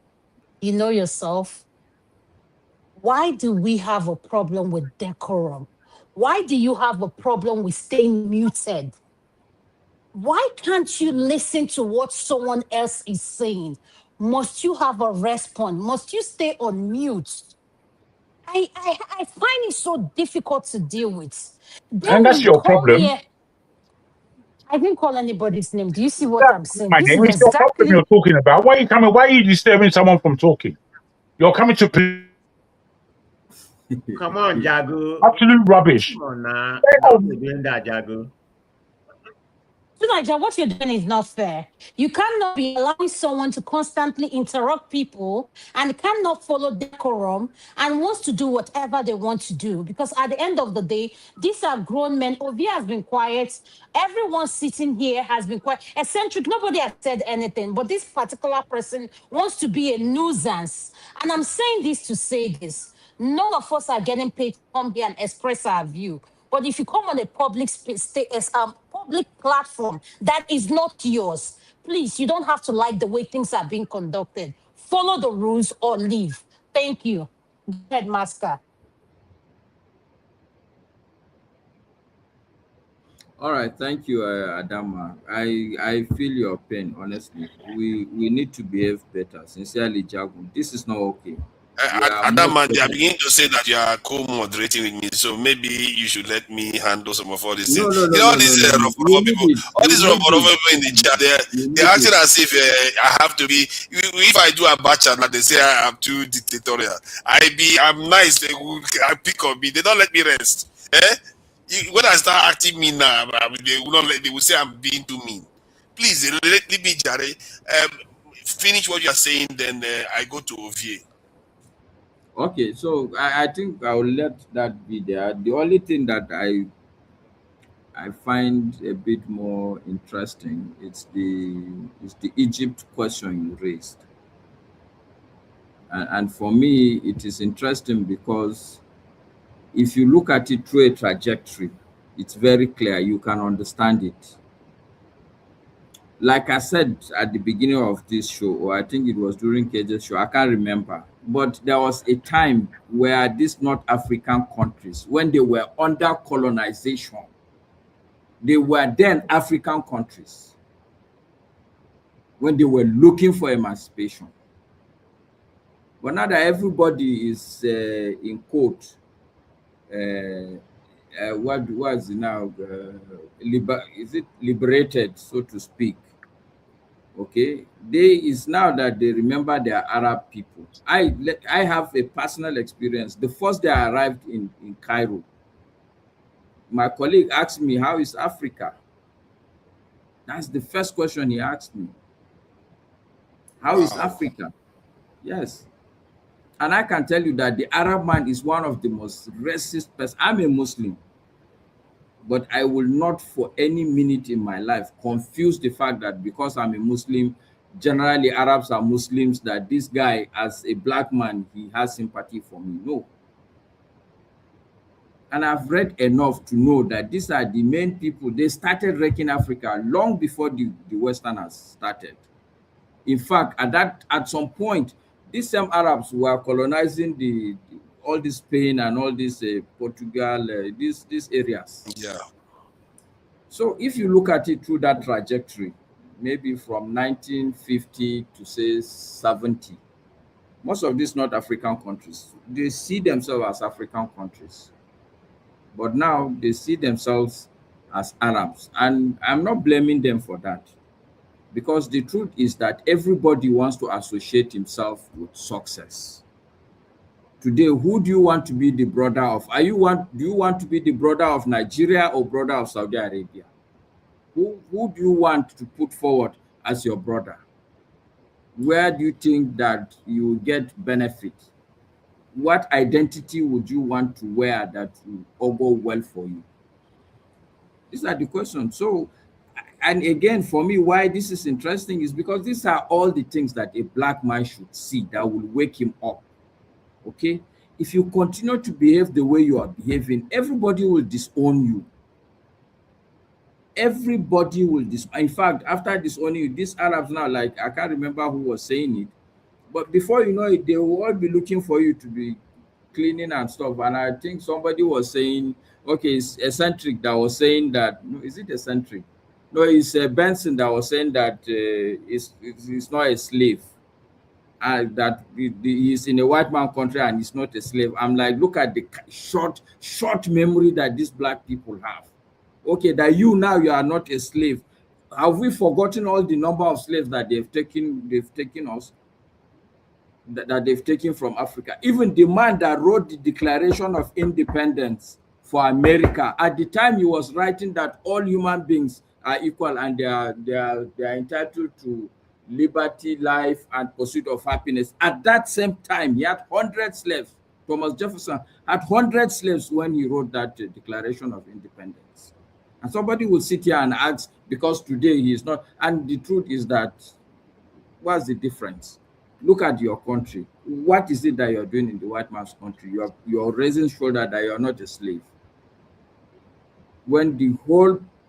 Anyway, so let me just rest it there. The point I am trying to make is that Egyptians today see themselves as Arabs. And that's why they would tell you that they are from the Middle East. because number one, that pays them. That is what will pay them. We are a failure, and so in fact, people will tell you sub-Saharan Africa.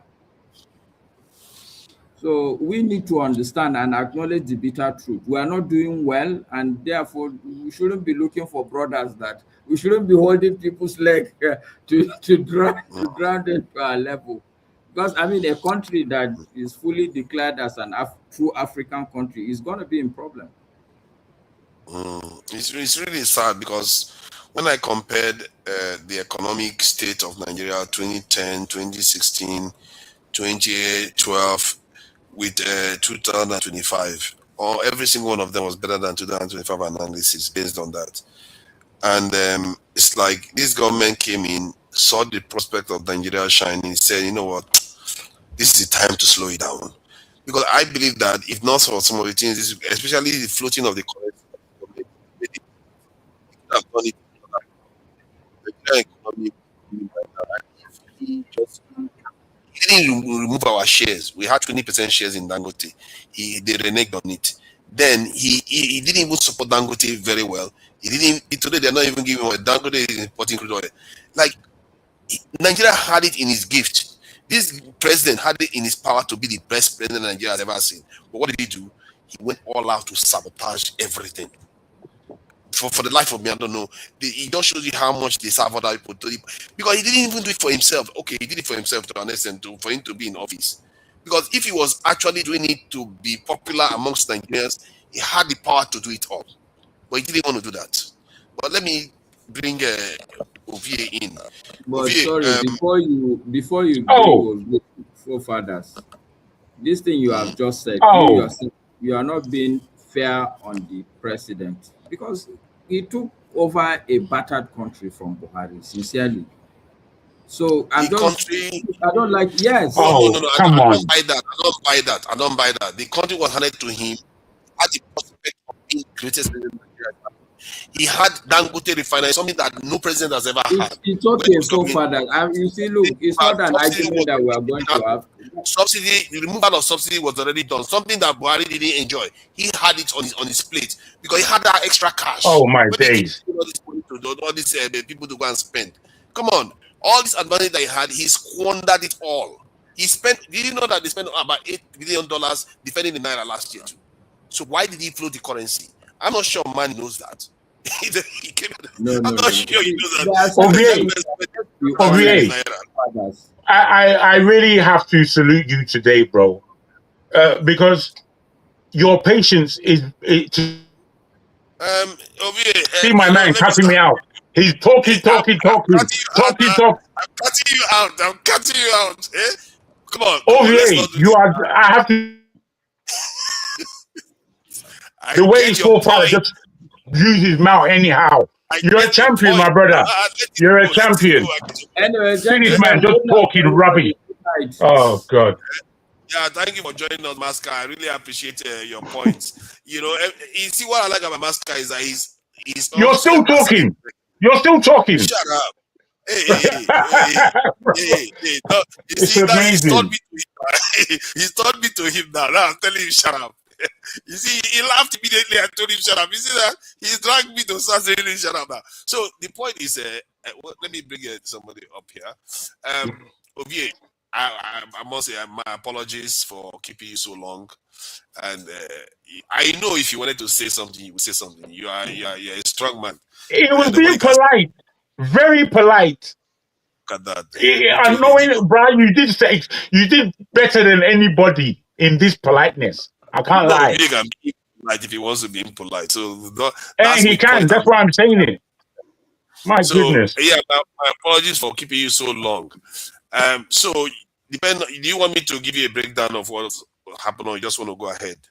Please. All right.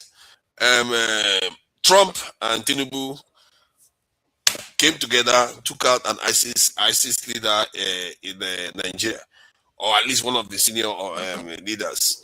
And then there's also 75 years for Minister of Energy in Nigeria, or Power in Nigeria. and I think he's on the run, but they sentenced him to 75 years, I think, in absentia. Then there is this is Peter Obi that promises again that he's going to run for only one term. He's going to stay in office for only one term if he wins.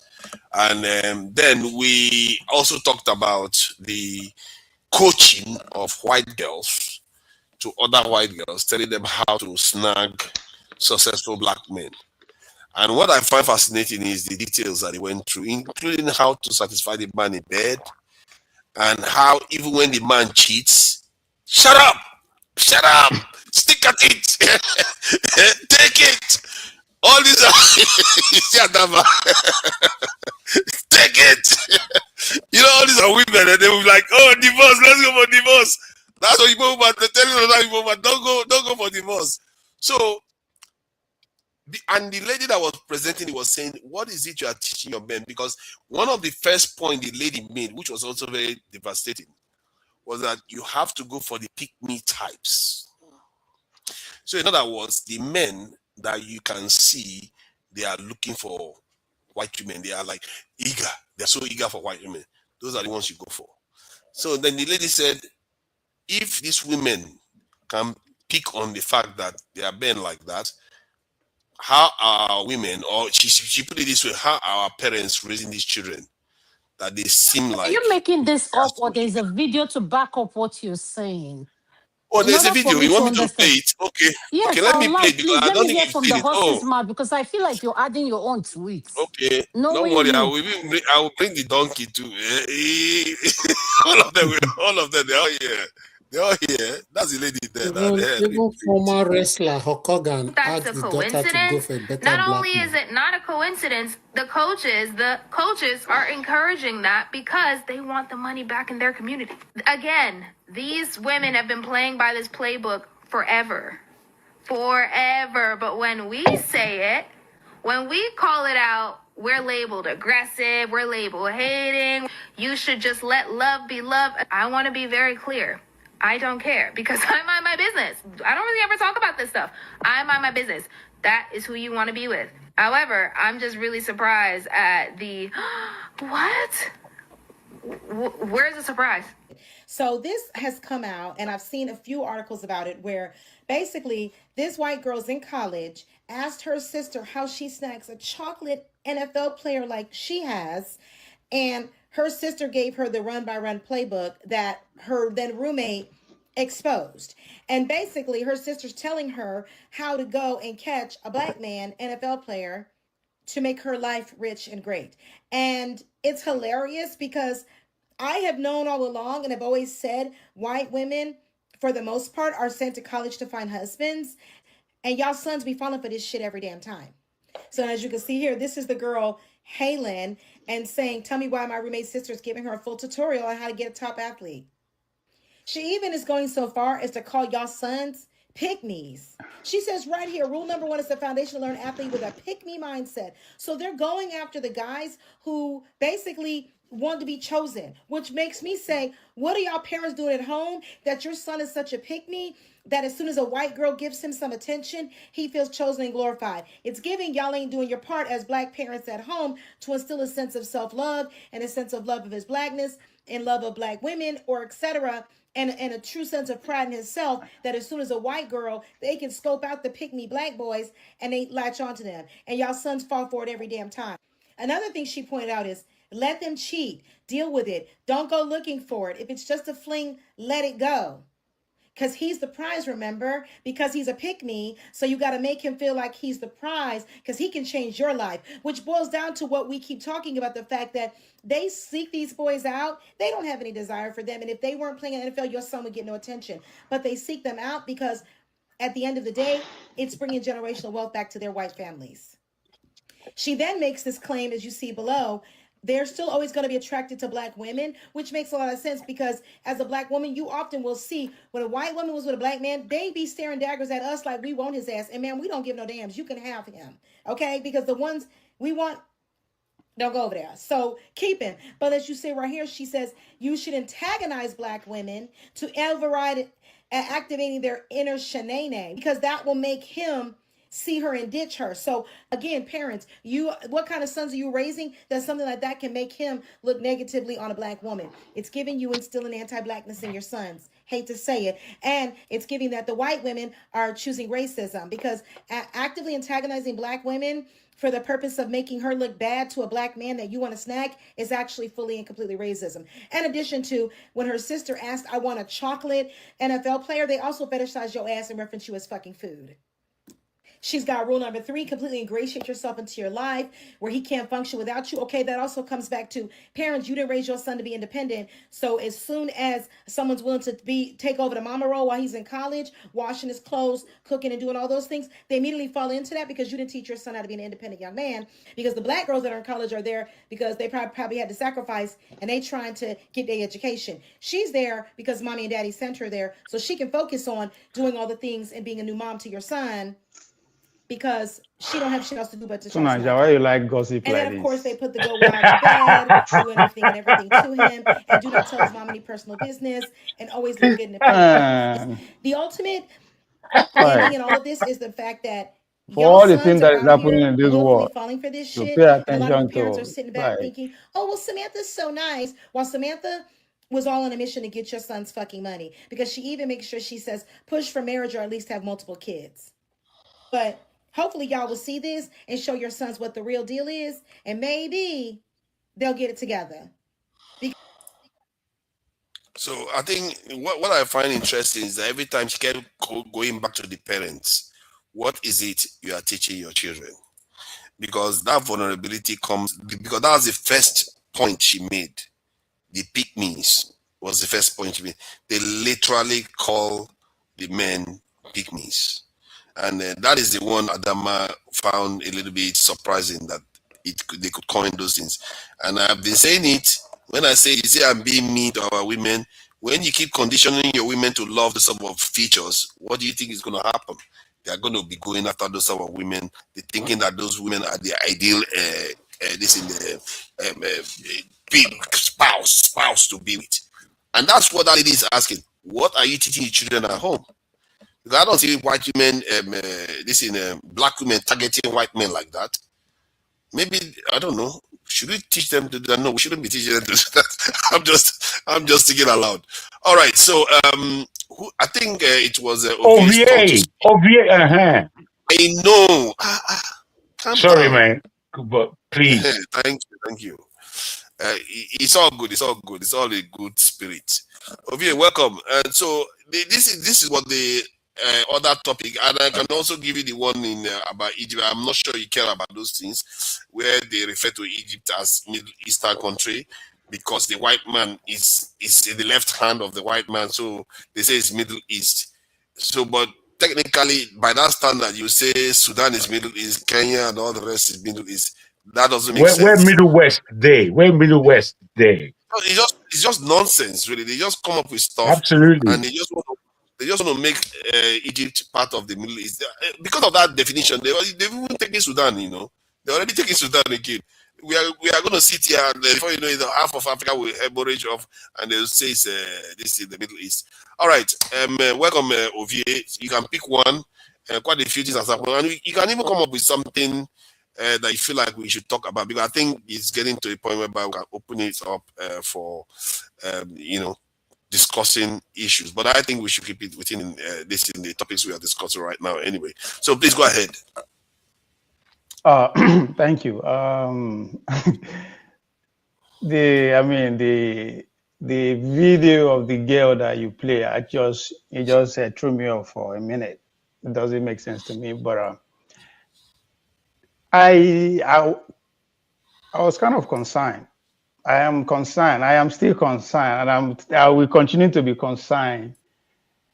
The way we approach this idea of Egypt being the Middle East, being this, I think we are having the wrong conversation. Because first of all, the idea of sovereignty belongs to whoever can enforce it. They give you Nigeria. You guys could not make one thing out of it. You are stretching your head to Egypt. that you don't have the power to say, yes, I want to go. If men that run the shows, if they want to claim the whole continent, you are in no position to say you won't even make move. But we are worried about the idea of Middle East. First of all, to understand your idea of Middle East, better than West East, or you have to, when I always talk, say, if you don't understand World War I, you don't have a clue of what is going on. I wasn't bragging. Right? The idea of Middle East comes from the Ottoman Empire. Right? Because the whole the Ottoman Empire, after it was taken out during the World War I, between 19, if I'm not mistaken, 1914 to 1922, that was when the Ottoman Empire was demarcated, was balkanized, just like when they gathered in Berlin 1845 and balkanized Africa. So it was Britain and France that decided to put the Ottoman map on table and slash it the way that it is and say, okay, yeah, this place is it to us, because you have to also understand the capital's empire then between the Paris and London. So again, either you agree that the naming the region Middle East or West East or North East is wrong or right, they had the power to enforce it. Whether you like it, if you like it, you don't like it, do something about it. So they gather us together in Nigeria for us to either do something out of it. We are still struggling to even figure out the territory out. We are worrying about what is happening in Egypt. As if they say they know what it is, we can stop there. So for me, I think we have had that conversation. It's a lost priority for me. Nigeria, my main concern is why my brother here, Jagudi, praised my calmness and my, not necessarily because I want to be calm. I was just listening to everybody speak. I had no choice as to start asking myself questions, because we are the emerging leaders, the emerging elites. It's because we are short out of power. That's why we gather here to complain. In other words, after these people that are in power, we are next.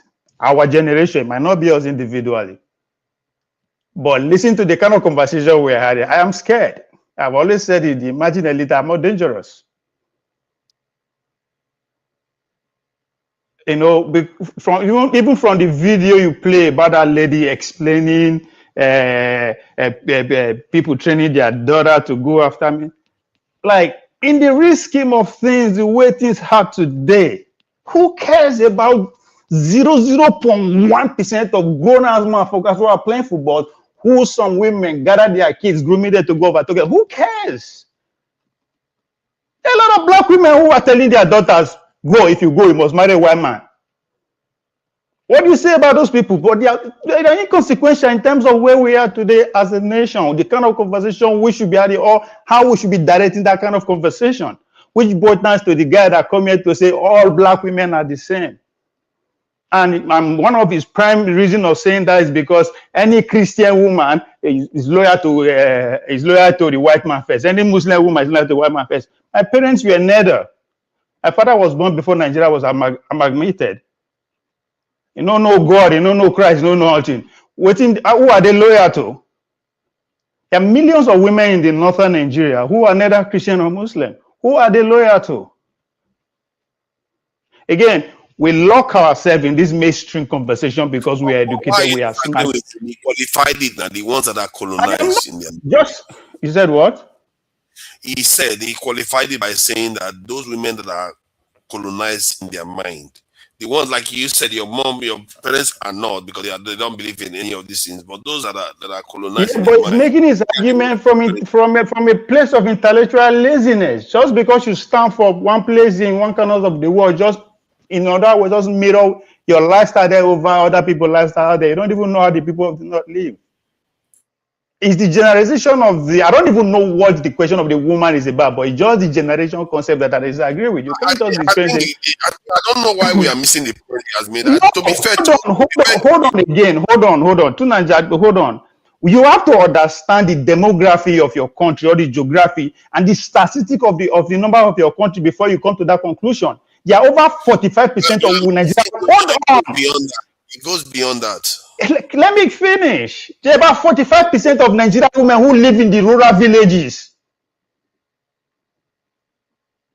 If you don't carry this conversation go me there, they have no idea when you are talking about loyalty, either to white man, to Arab man. They have no clue. They worship Christ. That's what I'm telling you. That's what I'm telling you. That me, my parents, we are neither of those people. Yeah, but the high percentage of Nigerians. Hold on. And I am telling you, I put it to you today. Hold on, because it is the generalization. The generation is wrong. You don't generalize things like unless you can actually critically present the data that say this is what you are talking about. Okay, what is the percentage of Nigerians that are Christian or Muslim? That's not the point. That is over 90%. I'm a Christian doesn't mean I'm. No, that's see. This is now 100% of Nigerians actually agreed to the colonization of Nigeria when the struggle was on. No. So just because they lost the battle, see, hold on to Nigeria. The idea of a state being colonized, it is because the engine of that society, in our case, the government, is pretty much in perpetual control of the outside world. That is why we say Nigeria is colonized. Not because everybody in the entire space in Nigeria is colonized. No. So we need to put things in context. It is making, you are choosing not to understand it. That's the point he's making. He's not saying it's everybody. Just like you are saying it's not everybody. He said, hold on now. Hold on. Maybe I'm quoting, hold on. Maybe I'm quoting him wrong. He said black women, African women. The ones that are colonized in their minds. What kind of a statement is that? You always hold on now to Nigeria. Your very first statement when you start this show is that you are here for what? Total interrogation. When you put your things here, you expect people to back them up with facts. Yes. Right? Exactly. So he said all African women, or he did not say that. He said it, then he retracted it and qualified it. How did he qualify it? He said all colonized women. That is even not a statement. That's a political statement at its best. What do you mean all colonized women? It may be now only 2 women and they colonize. You cannot use that. It's not again. Yes. One statement I will tell you: colonial mentality that fellas sang. What do you think he meant by that? He's referring to the ones that have colonial mentality. That's what he is basically telling you. No, but hold on. Fela was predominantly talking about the leadership of the society. They have colonial mentality, not generally all Nigerian citizens. Actually, in the context, he talked about other. I think he talked about the yes. To Nigeria, hold on now, hold on. Point of order. Hold on. To Nigeria, we are grown. That's why they talk. That's why when I say I kept quiet because we are the leaders. Not be of tomorrow, of today. Now when they talk, right? So we should be able to put context to what we are saying. When Fela stood up and speak, he's directing his anger, his competition to the leaders of the country. That should be put in context. We should understand that. You're the one that is saying that we are the leaders too. So yes, that's why I say if me and you are to be having this kind of conversation, we should be able to direct the conversation to where it matters. When we are saying we are talking to the whole Nigerians, we are wrong. We are directing our frustration, our anger to the leadership of the country, or the political. Maybe you should be saying that Fela should have generalized it more, because by focusing on the leaders, he missed a point. That it's the entire country that is like that. At least all the ones that are most of us are colonial minded. Please, can I suggest something? Can you allow him land his points? So I want to understand where he's coming from. You interjecting and arguing with me I'm losing. I can't even follow. He's making the same point that you are making.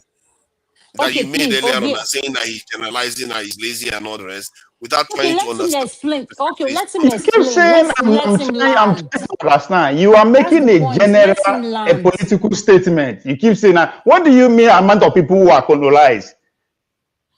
Hold on. When they become colonizers of Africa, they only took over the leadership of our society. Not be everybody. All you need to do is to take over the most important sector of the country and run it. So the idea that we are all colonized again, we should also put it in context.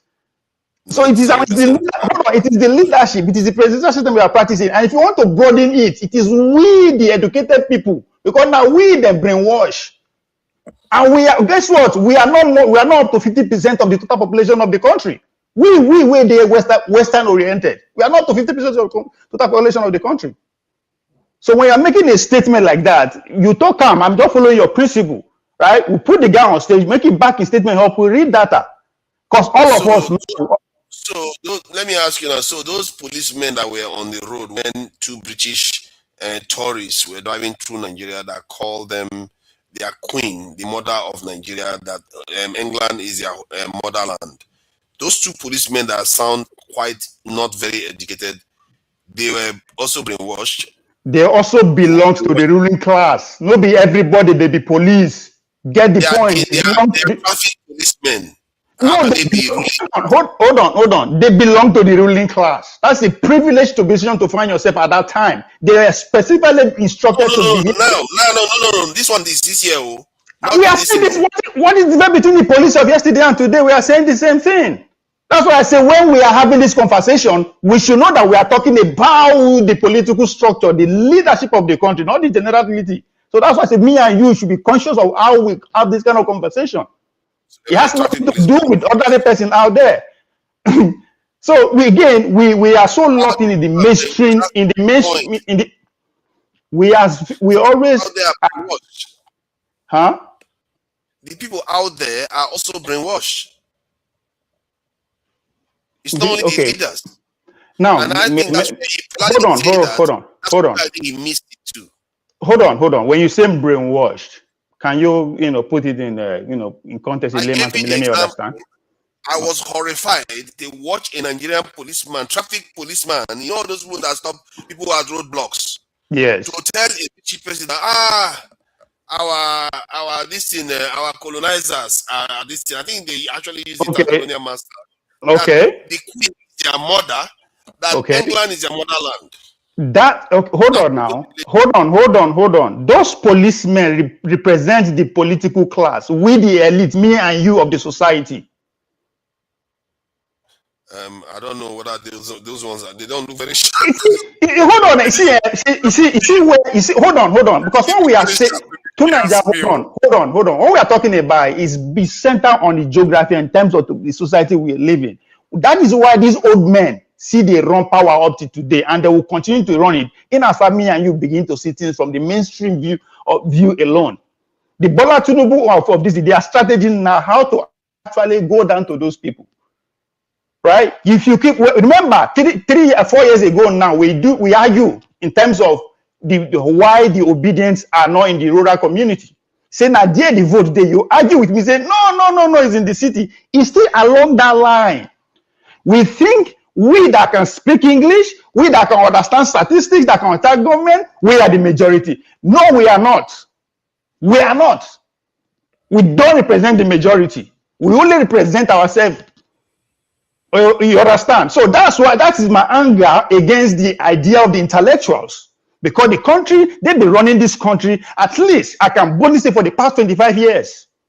As an adult, I know that. But what they give us is what we have today. So we parade ourselves with our certificate, with our grammar, with our understanding of government, as if we have all the solution. So we narrow our conversation within that frame of thinking. And if anything that is popular along that mainstream line, it represents the majority. No, you don't represent the majority. You are correct. So we should be careful.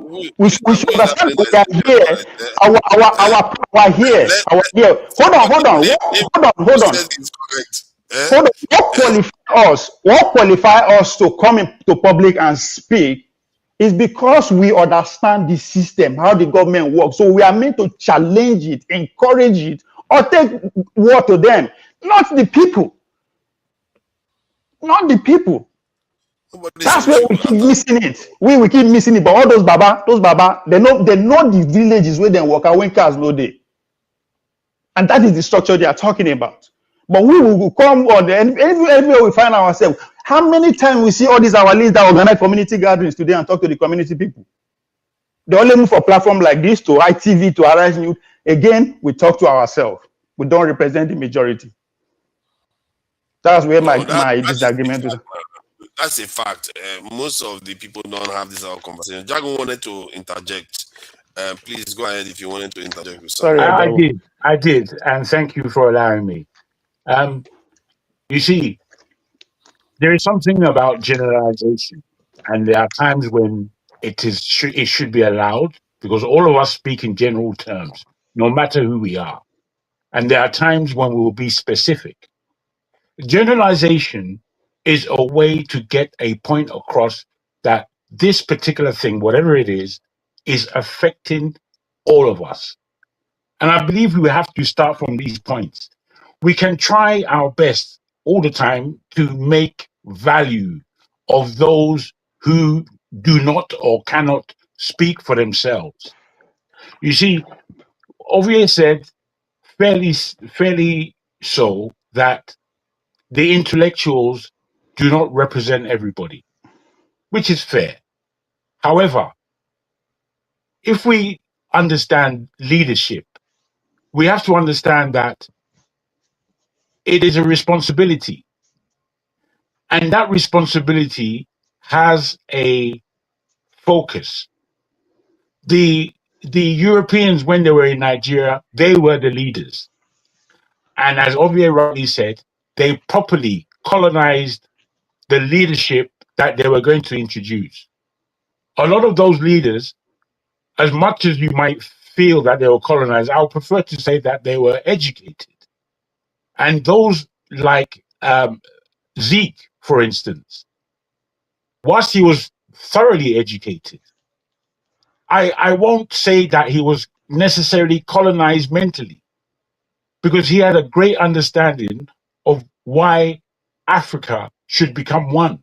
And that's what he championed. And in championing this, he had to generalize across the African plane.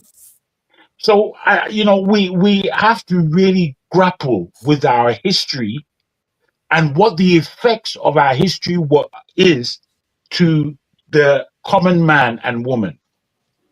And it comes to the point that we have been so colonized that today, even today, the reckoning of what a black person is to the leaders of the world, which are largely Europeans, we have a greater affiliation with this greater power than we do sometimes, most times, to our common brothers and sisters. So by the time an athlete with a lot of money, a lot of talent, a lot of skill appears and he's a single man, there are those who are plotting for the power base that this individual has. It has to be taken into consideration. It is not a small issue the way you may find this is a nonsensical issue. It's not. It's power. Right. It's power. Okay. And I put it to you and everyone on the platform that we are at war. This is not a game. It's not a game for us to be tossing backwards and forwards. It's a real thing where people's lives are lost. I'll put that to everybody on the panel. Let me respond to you two short ways. You said two things that I disagree with. One is the athlete. The other one is speaking for the people. First, the elite, the athletes. How come we are the only community, the only race in this world that carry athletes as their role model, as their alpha and omega? I think we should see something wrong with that.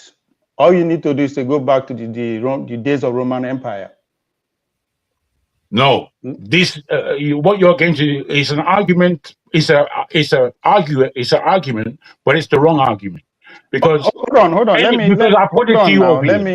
me put this to you. In this world, anybody can be a leader. He does not have to come from this class or the next. Any individual. I don't think I disagree with you on that. Fair enough, but I put it to you. No, hold on now. Let me make the point I'm trying to make about the athletes. It's bad enough that we are the only one that make big deal about athletes. One. Two, how many percentage of the population We'll be that gifted to that level that we should pay them so much attention. I am one of them, by the way, so I know what I'm talking about. I hear you, but maybe you don't know what you're saying. We do more of distraction service to the people than actually enhance than the value that we will give more to the people. That is given, and I understand that as an intellect. But let me ask you this question: you, in your authority, in your reading, in your understanding, can you personally run a country like Nigeria? Why not? Exactly. But are you not an athlete? So you're going against your own principle. See, again, if you listen to argue with me, you will miss my point. My point in that angle is that what is the percentage of the society that are playing sports that we should make them as a national conversation? That's one. And two, which outside the black community, how many people they pay to glorify their athletes? They are more important endeavor that move the community more. I agree with you, and I know where you're coming from. Then somebody like Muhammad Ali, do you regard him as a leader of any sort? I don't even see Muhammad Ali as a boxer. Agreed. Even though that is his trade. Even it's just like Fela. Fela to me is a philosopher. He's a thinker. Yes. It seems like he's a musician. No, he's a thinker. He's a philosopher. That's the realm I'm saying it from. Absolutely. So, yeah. Another side I kind of want to push back on you is that I think the way you frame it, that we should give voice. There are people who should be speaking for the voiceless, people who don't have a voice, and I think that's the concept I disagree with. Who doesn't have a voice in a society? Who cannot talk? Uvi, a quick question for you, please. Yeah. Do you disagree with my point? I believe you listened when I was speaking. Sorry, repeat it again. Sorry. Do you disagree with my point? What I said before about President of Nigeria? What did you? Sorry, maybe I see what they talk. Maybe I go. What did you say about President of Nigeria? Are you the guy that was giving us statistics earlier on? Yeah. Yeah, no, I think even the Tinubu himself, when you were speaking, I said, if Tinubu hear you speak and your wife sit down near him, you go tap his wife, Remy, share me, with all this list, let me do all these things that you are talking about. So even the man said will not believe that. So I'm sorry, I disagree with you.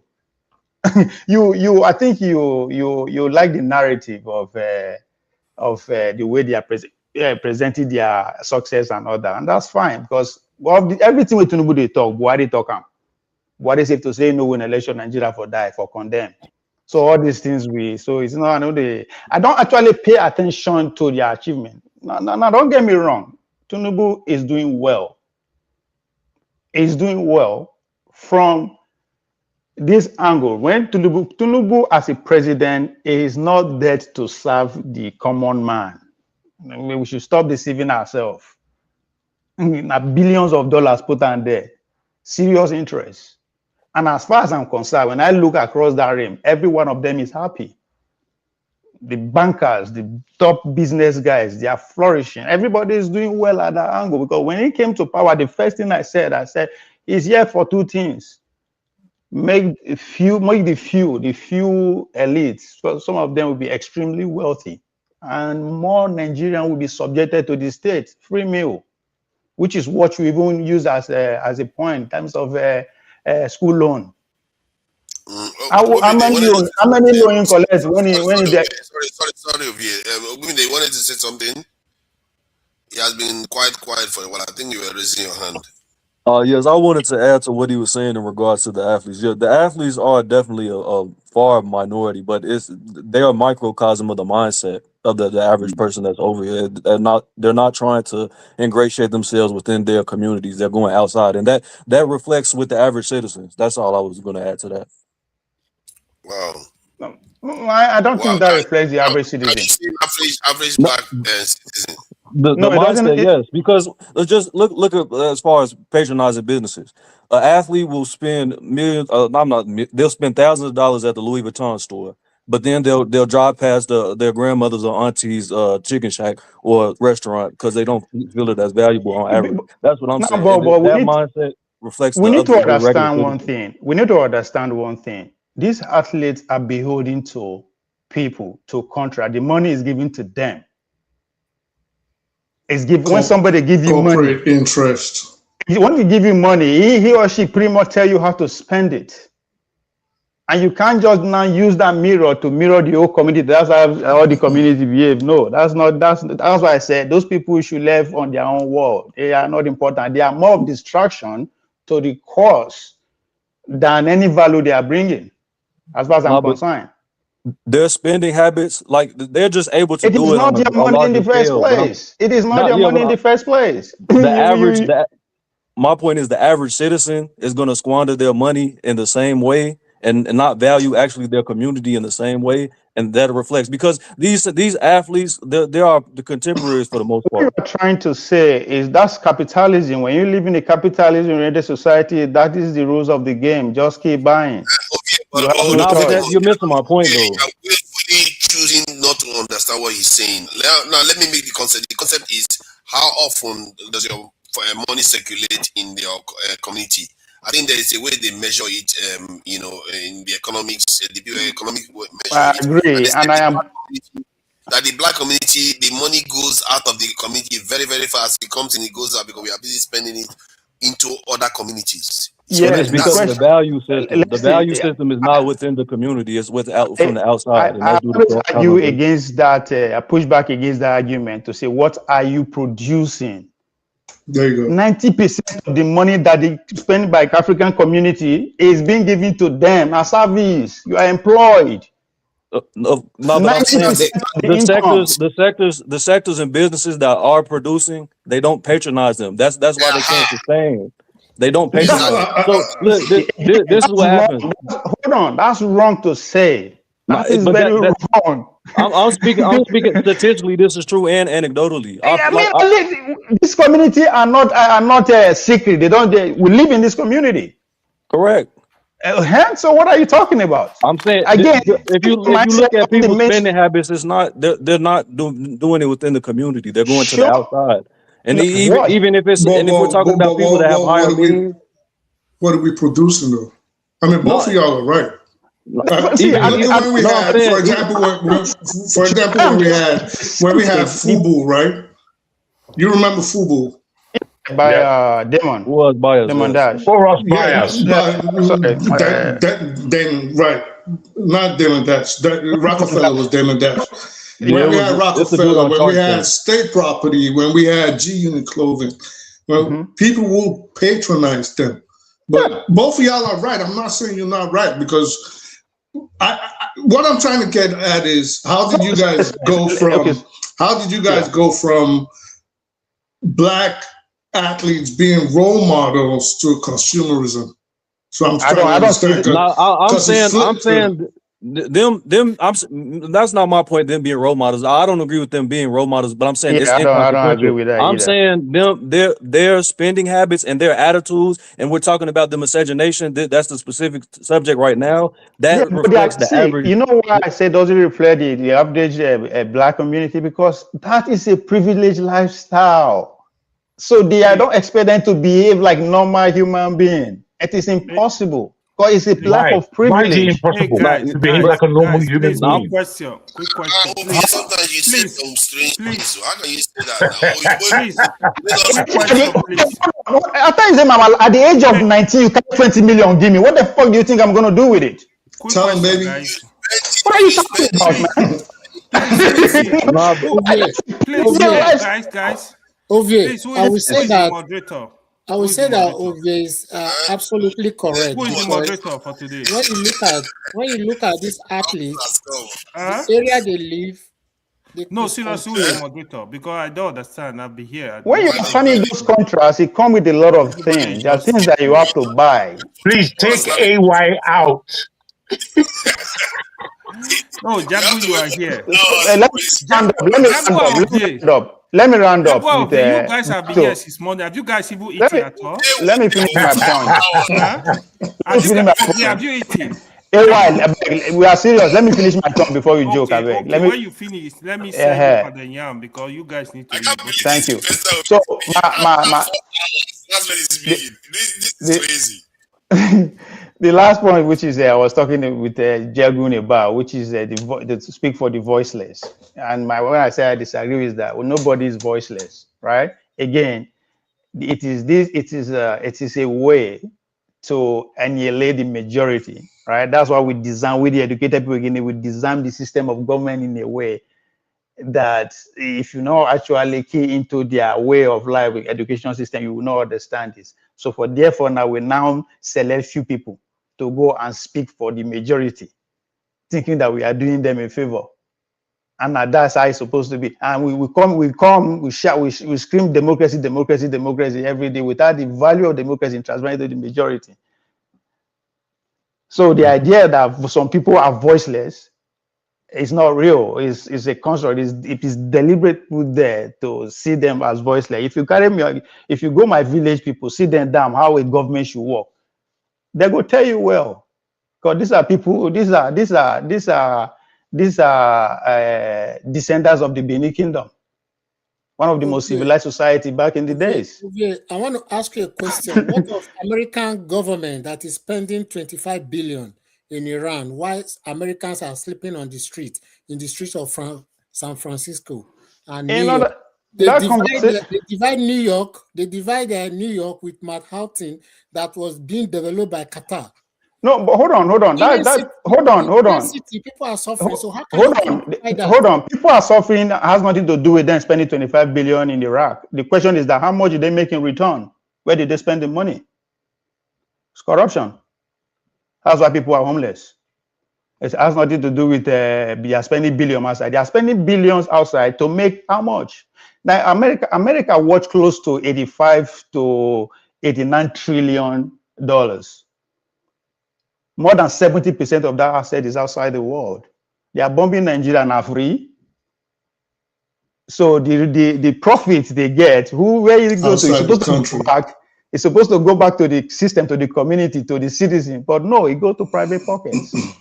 So now corruption everywhere. It just depends on how you choose to look at it. They are not better than in the Nigerian society. We are just getting started. We agree with that. We agree. The thing is, if I may, is that No, Jago, don't speak yet. I think you've had more than your fair share, so that other. Already. Let the next person go. Senecas and a man of prestige, you have anything to say before we go to AY? You know, those ones, they look like that. Man of prestige is going to confuse us all. Yeah.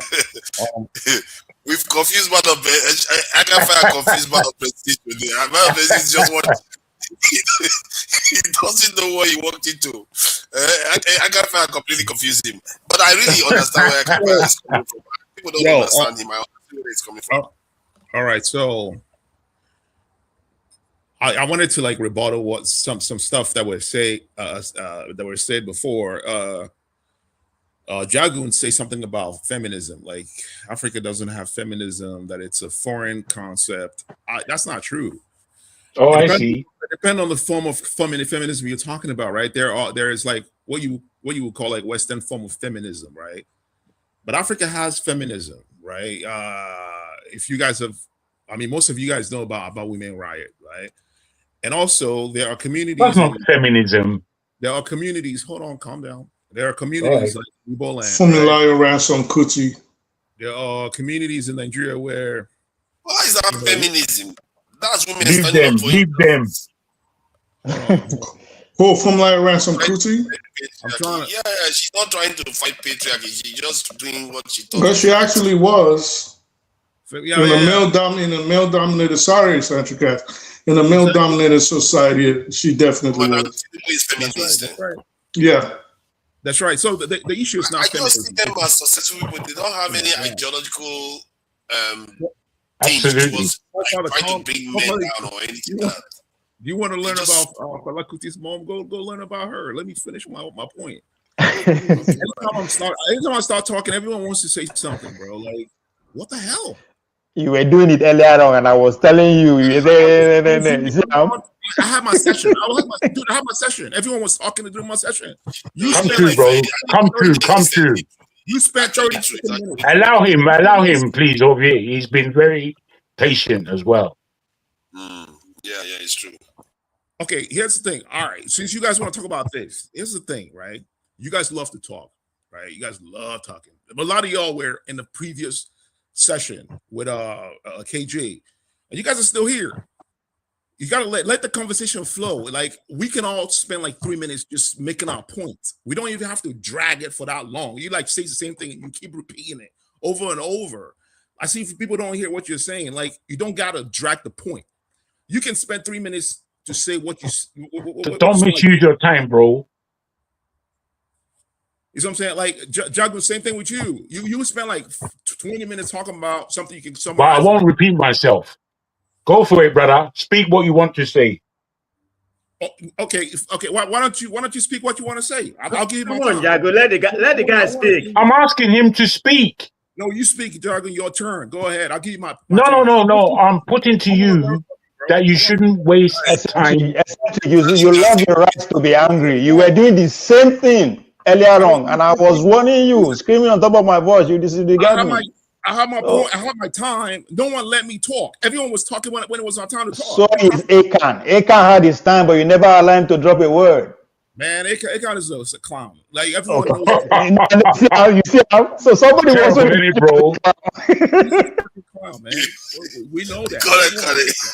I got my Bobby Day, it's not easy out here, bro.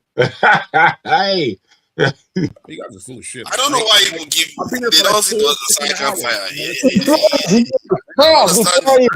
My guy, eccentric. You're my man, man. Go. You have the floor. Eccentric guys, whenever he comes in, he starts a fight. I was talking about African form of feminism. Everyone just jumped in. Like, what the hell?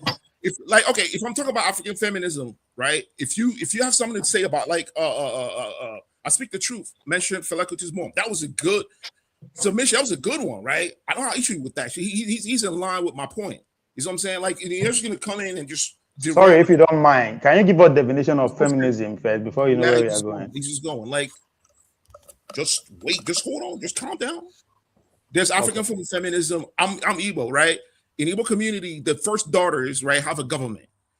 Any Igbo person here knows it. They are called and they can enforce law. They can enforce laws. They can enforce their own laws, right? So Africa has its own form of feminism. And the reason I'm saying this is because there's this movement, there's this red pill crap that goes on online. Everyone think, it's like man versus women type of conversation, right? And that's what this is railing to. It's like the whole red pill crap. Africa has its own feminism. Like, it will help if you actually learn about African feminism. If you want to see, like, feminism that's not Western oriented form of feminism, there's nothing wrong with that. There were women who were leaders during colonialism, right? That fought against the Portuguese, the Western invaders, the Western terrorists in Africa. There were African women leaders. We're not just gonna, like, write them off the history and say, feminism is a problem, blah, blah, blah. Our women, we have strong women, you know what I'm saying? Like, but what you are describing on the continent is not necessarily feminism. Yes, that's why I said you define feminism. You are dividing activists as feminism. Define feminism. What is feminism? Then you will now say, this is African feminism. What is feminism? They're activists. They are not feminists. You know what? They don't have an ideological drive to specifically improve women's lot. They have drive to improve their own lot in their own context. Not affects women. You would not say, you would not say, for example, you would not say, you can let people speak, bro. You would not say Medgar Evers, for example, wasn't an activist. But you could also read into her history, just like Fela's mother, just like the women that took part in the about women's riot that Eccentric is trying to explain to you. They also did it to fight male patriarchy as it affected their female rights. They did that. So that is that. I know you will have an answer. Let me land. Let the other person land, bro. And that lends credence to the fact that that was part of feminism. So it doesn't mean they just have to focus solely on women's rights. They can actually be fighting for political rights for the entirety of their group, but insofar as it affects them, when you read into it, they were also taking part in feminism. That's right. So let me read the definition of feminism. So that sorry, what's the definition of feminism? It says that feminism is a social political movement and ideology dedicated to achieving full political, economic, social equality for all genders. Social, that is economic, a very, very broad definition. Right? So what do you get from that? Hold on. Let me try to explain what you are trying to do here. Like if somebody now is worshiping in a shrine, because they are worshiping, you conflated to say that person is a Christian. Forefathers, can you stop relying on Chat GPT? I'm just making a logical argument here. I'm Yes, making a logical argument. all you is what? Is it feminism? No, it's not feminism. That's what you just defined. No, what I'm saying is that if somebody practicing religion, it doesn't mean they are practicing Christianity. Christianity is a religion. It could be something else. Like what are those Nigerian women were doing? They were doing it. Christianity are people that follow Christ. The analogy is just, dude. Yes, exactly. That's my point. What those women were doing may be aspects of what you would call feminism. Dude, listen. What he's saying is correct. Just doing what they needed to do. So Thomas Jefferson that said that all human beings are equal and have equal rights and all those good stuff. Is he a feminist? We are under slaves though. No, but is he a feminist in that context? Ideologically, he's saying ideologically. No, but he wouldn't be just because he has certain aspects. The definition you just give of feminism is exactly in line with that Thomas Jefferson, what he said. What did Jefferson say? No, but it would have to be for women specifically. That's what differentiates. Yeah, but the Jefferson did not exclude women. He said all human beings. Yeah, but with the definition, he just said it was for females specifically, though, for all genders. That's what I said. Because he fall under the Jefferson proclamation. Does that mean Jefferson is a feminist? He's asking you, did he do it? Did he say specifically for women? But his definition did not say specifically for women. Again, did he say did Jefferson say specifically for women? No. So maybe it wasn't for feminism. But if you read into it, depending on his action, what was the action that followed the statement he made? Now, if the actions that he took after making whatever statement of course you say he said, if it falls under the definition of feminism, then of course it is feminism. No, because what Tunaja just read that was not specific. It was general. Forget about Tunaja. He's reading from Chat GPT. Forget about it. He should have kept reading the definition, because the rest of the definition says it aims to dismantle systemic gender-based oppression, such as patriarchy, sexism, while advocating equal rights, reproductive freedom, and representation. So that's more specific. And when you do that, no, that doesn't fit that. It would be anachronistic to say that there's African feminism. Yeah, I don't understand this in that. No, because when the African feminism, you guys love I don't know this. Sasonia, I need to deal with Sasonia here because I don't know this thing that you do. Where you feel like you just have to always, how do I describe it? Try to say ridiculous things about me just for the sake of it. I don't know why you have to do that. Trying to have conversation. I read the definition of this in feminism here, which is on Google, and even if it was ChatGPT, what does it even matter? Is it wrong or right? That is the definition of feminism. Well, this is why I disagree with you. This is why I disagree with you.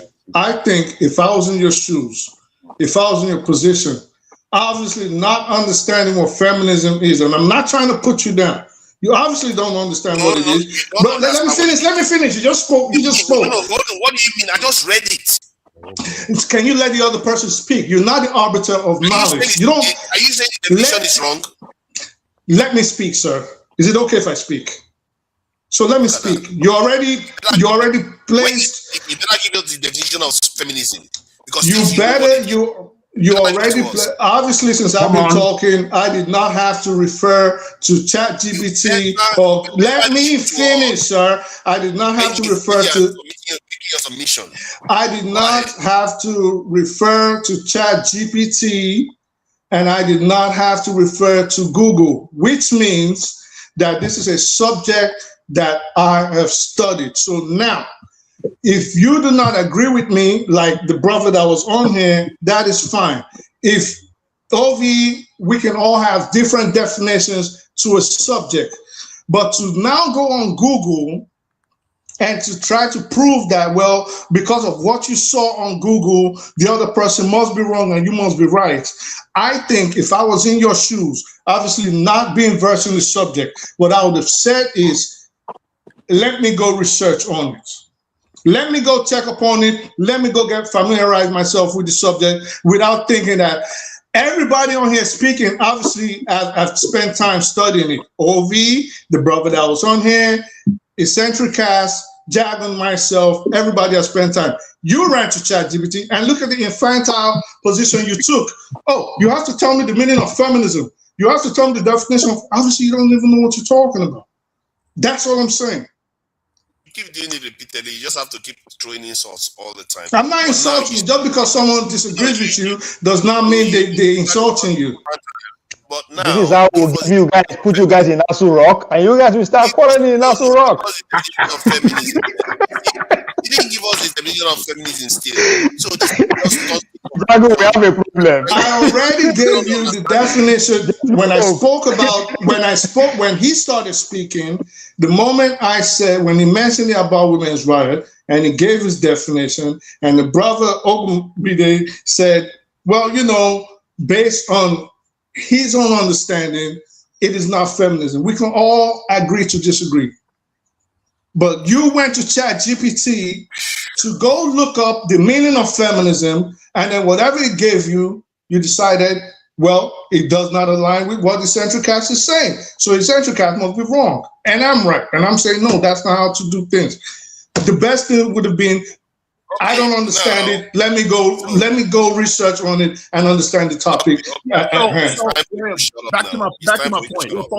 Don't waste this time. guy, he talks as if he's smart, but he's not that smart. Hold on. He talks as if he's smart, but he's not that smart. That's the problem with people that come here and you don't check them when they say stuff. Like now, would you call Queen Elizabeth I a feminist? Would you call her a feminist? This is ridiculous. It's like you can't even argue logically. Who did you say? I was distracted. Who did you use as an example? Queen Elizabeth I. Would you say she's a feminist? Based on what? Based on she accomplished something as a woman. Like what? Give us examples. Like what? Queen. She's a queen. Can't you hear what I said? So just because she's a queen. So this is why I said you need to read more, because your problem is you always think it is a win or lose situation. So give us examples of what Queen Elizabeth did that you would say, well, based on this, even though you think she's a feminist, she actually is not a feminist. Like the brother said, Obumde again, he mentioned about male patriarchy. You don't like listening. This is your problem. Have a fucking fun with your show, man. You're just so fucking ignorant, bro. There's no point. This guy is slower than he makes out. He's a lot slower than he makes out. You are clearly, how can you not know the difference between feminism and women that are highly accomplished? Or movement that succeed in something? How can you not know the difference between that? I think you are actually an intellectual. When you go to other people's forum, you do the same thing. Oh my God. To Nigeria, you are absolutely correct. Feminists are high-profile women in Europe that wants to compare yourself with top men. That's not what it is, man. That's what it is. Let's stop. That's man. European feminists. It's a kind of equality movement. They want to It's a compare kind of themselves. equality movement, but that's not what Madam Tinubu was doing. Madam Tinubu didn't care about that. That's not what Queen Elizabeth wanted to accomplish. That's not what Queen Amerine is trying to accomplish. Jesus Christ, how can we just? That's what that. Hey, Seneca, you do this all the time. You come up with this. I do what? I've only spent 5 minutes. He's a feminist. What is 5 this? minutes, bro? I was doing rebuttal. I'm just 5 minutes. You guys just go ahead. 5 minutes. I just do. Remi Tinubu is a feminist. After all, she was a senator. Maybe I don't know. If you guys want to troll, just go in the comment section and troll, man. Don't come up here. Modern ones can easily be feminist. Modern ones, but the old ones don't pretend as if they care about feminism. They were doing those things, let other but they were accomplished women. That's what they were doing. Speak. Let other people speak. Too. I think it's a good understanding to understand where feminism came from. Feminism. Wait a minute. Let me finish. It's my time, dog. It sure is. But let me just say this, brother. Go ahead. Feminism came from a political stance from men who wanted to really bring women into the workforce. Without that, you have no feminism. It was a political design. All these funny arguments that we're having, they're all wrong. Very wrong. Thank you, Jagun. Thank you, Jagun. That's why I asked for what is his definition. You know. Yes, thank you. It's just a made up time for some political movement it's at rubbish. the time. It's complete rubbish. Definition of something. I analyze that one. Ask yourself in your local dialect, what is the meaning of what is feminism in your dialect? If you know feel talking in your dialect, yes, it doesn't exist. What's the meaning of YouTube in your dialect, man? You sound ignorant as hell, man. God damn. What is the meaning?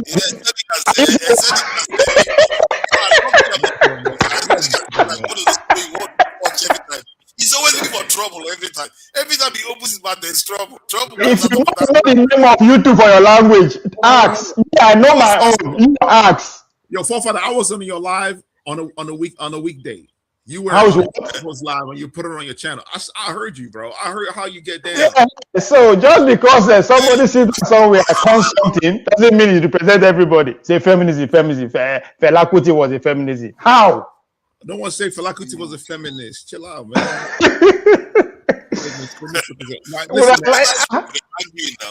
Yo, is our weakness. Slap me. She's a feminist. Gotta listen, man. When the elders are you done? Are you done in syndicats? Have you done? I'm done now, huh? The festival that they love women indoors in my place. Any woman that gave birth to a woman that night, the woman they give her special name, they give her special privilege. That means she can come out every time men are coming out. Does that make her a feminist? Okay, now exactly. A feminist is about to join us now. Now we talk about a feminist about to join. Look at that. It's a feminist. Now we invited women who are watching you reduce them to a feminist. Talking is money. No verse. Now they call my grandmother them the warriors. About women warriors, they call them feminists. At the verse, they reduce them to feminists. You warriors. Okay, Fofather, you said you are the author of the confusion everywhere. Me? What's your thank you. You are spot on. Order. What are you talking about? This is chaos. This is organized chaos. This morning. Okay, so hold on. Can I ask a question? Declare the floor open. Can I let can I finish my session though? Can I finish my? You are done now, CC. No, please. You just said you are done. I thought you are done already. That's what he said. What's that? Okay, can I say something, please? Let me You can go ahead. Finish me. I no go talk. Go. Okay, so Forefather, you said another feminist is coming in. Okay. I took it back. Okay. All right. So please, I want to ask. So Ada, you are not a feminist? What is wrong with feminists, though? I don't see anything wrong with feminism. It depends except the foolish one they do all around this, especially in Africa now. That's not feminism. Okay, We can need I to ask know you the something? real definition of feminism. Then there is nothing wrong with it. Okay, so I've had all Chimamanda you kind men. of feminism. There is nothing wrong with it. Hey, boy, please, you will not marry Chimamanda. Though you, as much as you What of idolize her Aisha and everything, Yusuf? just leave it This there. your house is Aisha fine. Yusuf. What of Aisha Yusuf? Is she a feminist? Okay, so now my question to you guys, She is. I have She's a a feminist. question. Okay. What does feminist mean to each and every one of you? I'm not saying everybody definition. We can both read from the same book, and the way we interpret what was written to us would be different from everyone. If you guys Can I start? Can I start?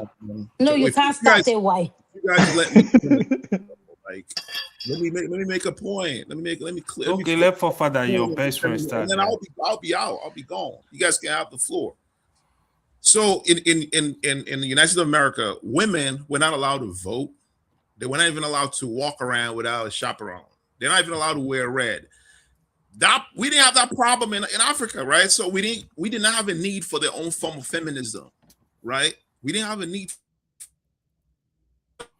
Very good. Yeah. Next person is gonna be Jago. Jago, we heard like that. So where do African feminism come from? African feminism. That's what I'm explaining. Like we had African women leaders, we had women warriors, right? We in Igbo land. Adana, her name, it's in her name. She's the first daughter. Every first daughter, they have a government. They form a government, and they actually enforce laws in their communities. There are communities today in Igbo land where the Umada enforces laws. One of them is Uturu. One of them is another one is Isochi, and the neighboring community. You can see their women how they enforce laws there, and there are certain laws that they enforce. No wonder I don't know how to enforce So laws. those ones are feminists. Ada, the first daughters are feminists. Is that what you're saying? If you read the definition, forefather read the definition. I'm asking. I am not there. It's a question that I'm asking. Not be fight. That's a social. The women from the East are not allowed to own a property. And some people are trying to stretch this meaning. You're stretching the meaning. It's just crazy, man. What the definition says. The definition has a goal. He's trying to make feminism African. Feminism is not African. Exactly. It wouldn't be right. Wait, please, eccentric. After what you've explained, what is feminism? What is that word to you? How will you define it? And when you want to define it based on the Nigerian culture. From the Nigerian perspective. So yes, feminism perspective, it will be for women to have political power, be able to express themselves politically, socially, and otherwise, right? Unlike in the Western world, where Western world have extreme patriarchy, which they spread all over the place, and in their religion, Christianity, spread extreme patriarchy, right? If you go to most churches, they don't have female pastors. That's because it's inbuilt into their system. You see what I'm saying? That's why there's a need for this new form of feminism, right? To involve women. When we didn't have that need, we didn't have that vacuum. You know what I mean? For this form of feminism to be adopted. But was there a law against it? Currently, right now, in Nigeria, there's need for feminism because women are treated like crap. Like we see it. We see videos. Women get killed for being witches and all that. They used to do that in America, where women were getting lynched for being witches or whatever. It was a thing. It's part of their history. It's part of European history, right? We adopted their system and adopted their own form of patriarchy, which created the need for this form of modern feminism. You see what I'm saying? No, because the witchcraft of the thing is not just normal to women, but men too. Men get victimized for being a witch. I'm done. Someone else can take off. But women were the main victims of, for example, the Salem witch trials. Okay. Other aspects of the culture. So I'm not sure that is a measure in that of America, there were law against women not to possess or take question was, what is feminism in the Nigerian context or in the African context? What is it? You're going all over the place, everybody. And I don't know why. The term feminism can exist without the historical context it was formed in. So you can't. It is not in our community. All those things that you guys are using against women, you were law against them where they are coming from. They were not in Africa. And I think in the Nigerian context, specifically in the southeast, the other kind of government in that Exetica is talking about comes closest to what you would describe as a feminist movement, but that's not feminism, though. I don't agree. That's not. In order for it to be feminism, it comes closer because it was a political kind of arrangement. Even if you want to agree that is synonymous to Southeast alone, that does not reflect across the length and breadth of Nigeria. Yeah, but Ovi, just because it wasn't written in the laws does not still mean male patriarchy wasn't involved and it wasn't skewed against women. And if we're actually to say it as it is an unwritten law. So whatever everybody had, I don't know where you are coming from. Where I'm coming from, school against women. For where I'm coming from, it wasn't skewed against women for women not to have property in Southeast Nigeria. No, I say where I'm coming. That's what I'm saying. I say it's normal to Southeast. So say it's Southeast feminist, not African feminist. Well, you don't have to. Let's say what we're doing is we're describing feminism. Now, if we had to specify which streets, which family, which clan, what time are we going to be done?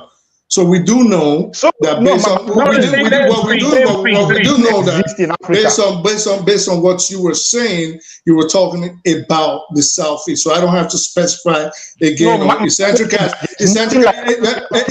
again doesn't have to specify that he's particularly speaking just about the Southeast. Sir, I mean, we can all sometimes it's okay for us to not to just determine feminism. There's nothing like African feminism. That is my point. Well, that is right, and that is your prerogative to have that position. Just like it is Obamide's. Prove me wrong. It's not an opinion. And what do you mean it's not an opinion? It's not my opinion. It's just like it is your opinion, and just like it is your opinion, it is Obamide's opinion. It is everybody else's opinion. I'm telling you the fact. I'm telling you the fact. Tell me where I'm going. We go and find African feminism. Right. So where should I go? Where should I go to look for anything like that? What document, what history? It's everybody's.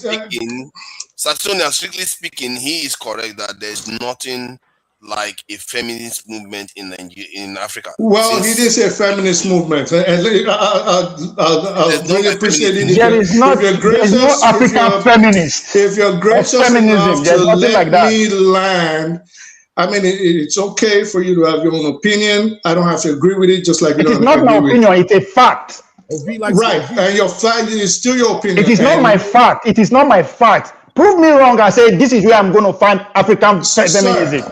Sir, I put it before you. This is a general conversation. This is not private conversation. I am telling you, it is not fact. Okay, let him express himself. Let him speak. It's listen. This is why you guys need to learn something.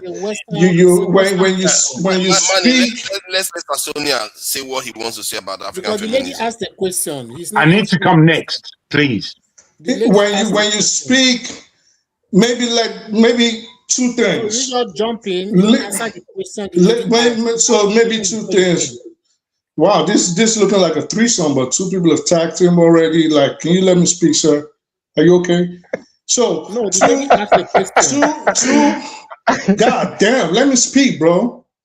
I didn't even talk to you. Like, let me speak. I didn't talk to you. I didn't even acknowledge you at all throughout. So all I'm saying is very simple. Just because it's your opinion, as definitions of things change all the time. It doesn't have to be rigid. What we determine is feminism today or not, the definition can change tomorrow based on the happenings. So as it stands right now, Who do the determination? I'm not saying you. Society does the determination. Society does the determination. So we as an African society have not made that conclusion just because, well, you haven't made that determination, and I don't think you're more I say Africans. We are. I'm not just the only African here. Somebody should prove me wrong where it is being practiced. You're not the only. Let the other person speak, sir. And just because that is your position does not mean eccentric cast is wrong, or me supporting him based on things that other people have done.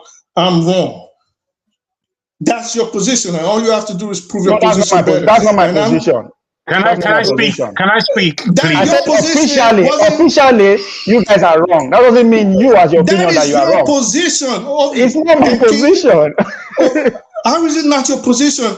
Are you high? You just said that you do not agree with us. And I'm saying that is your position. And you come African. There's no way we African come together collective as a society to say this is African feminism. It never happened. It is not my opinion. This is not an opinion. I'm challenging you to prove me wrong. It's not an opinion. Let the other person speak. It's not an opinion. It is not an opinion. I want to speak. I need you to organize. Sometimes not everything is an opinion. Sometimes it's also a fact. Let me give you guys. Let me speak, please. So, Jordan, can I please finish? Can I finish what I'm saying? Sure, go for it. Can I finish what I'm saying? Finish.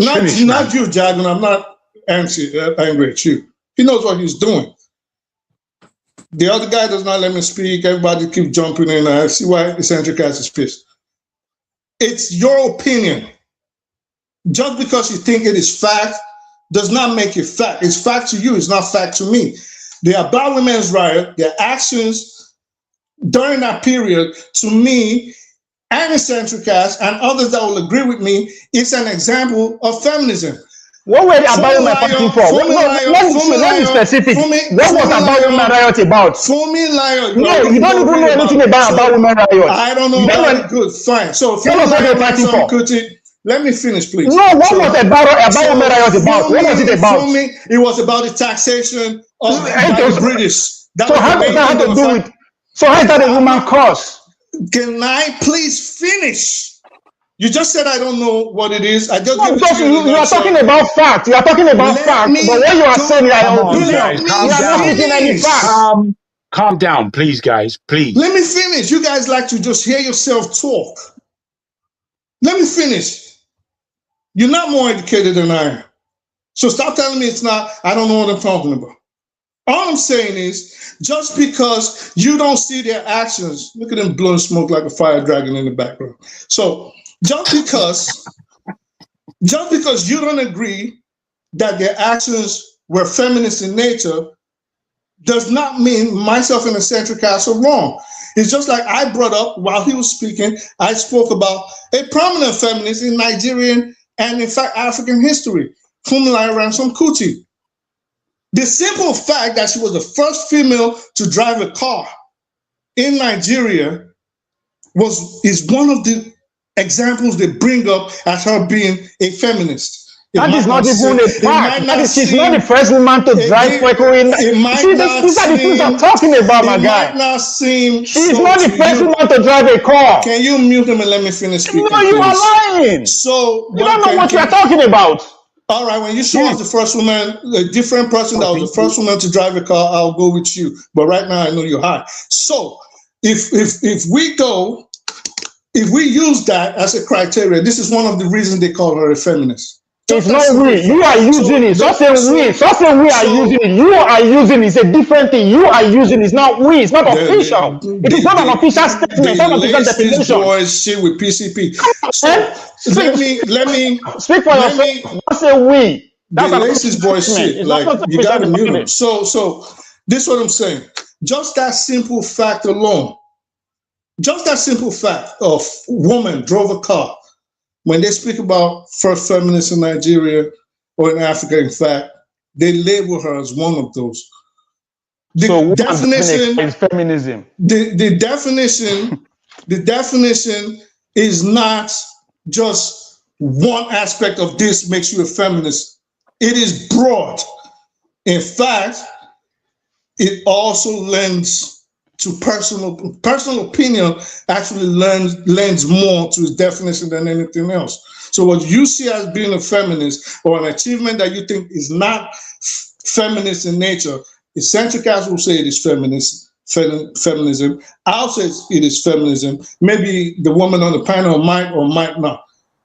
And you might disagree, but that does not mean that the other person is wrong. I think maybe you guys just need to go look at it more on the subject, because it seems most of us on here don't even know what we're talking about.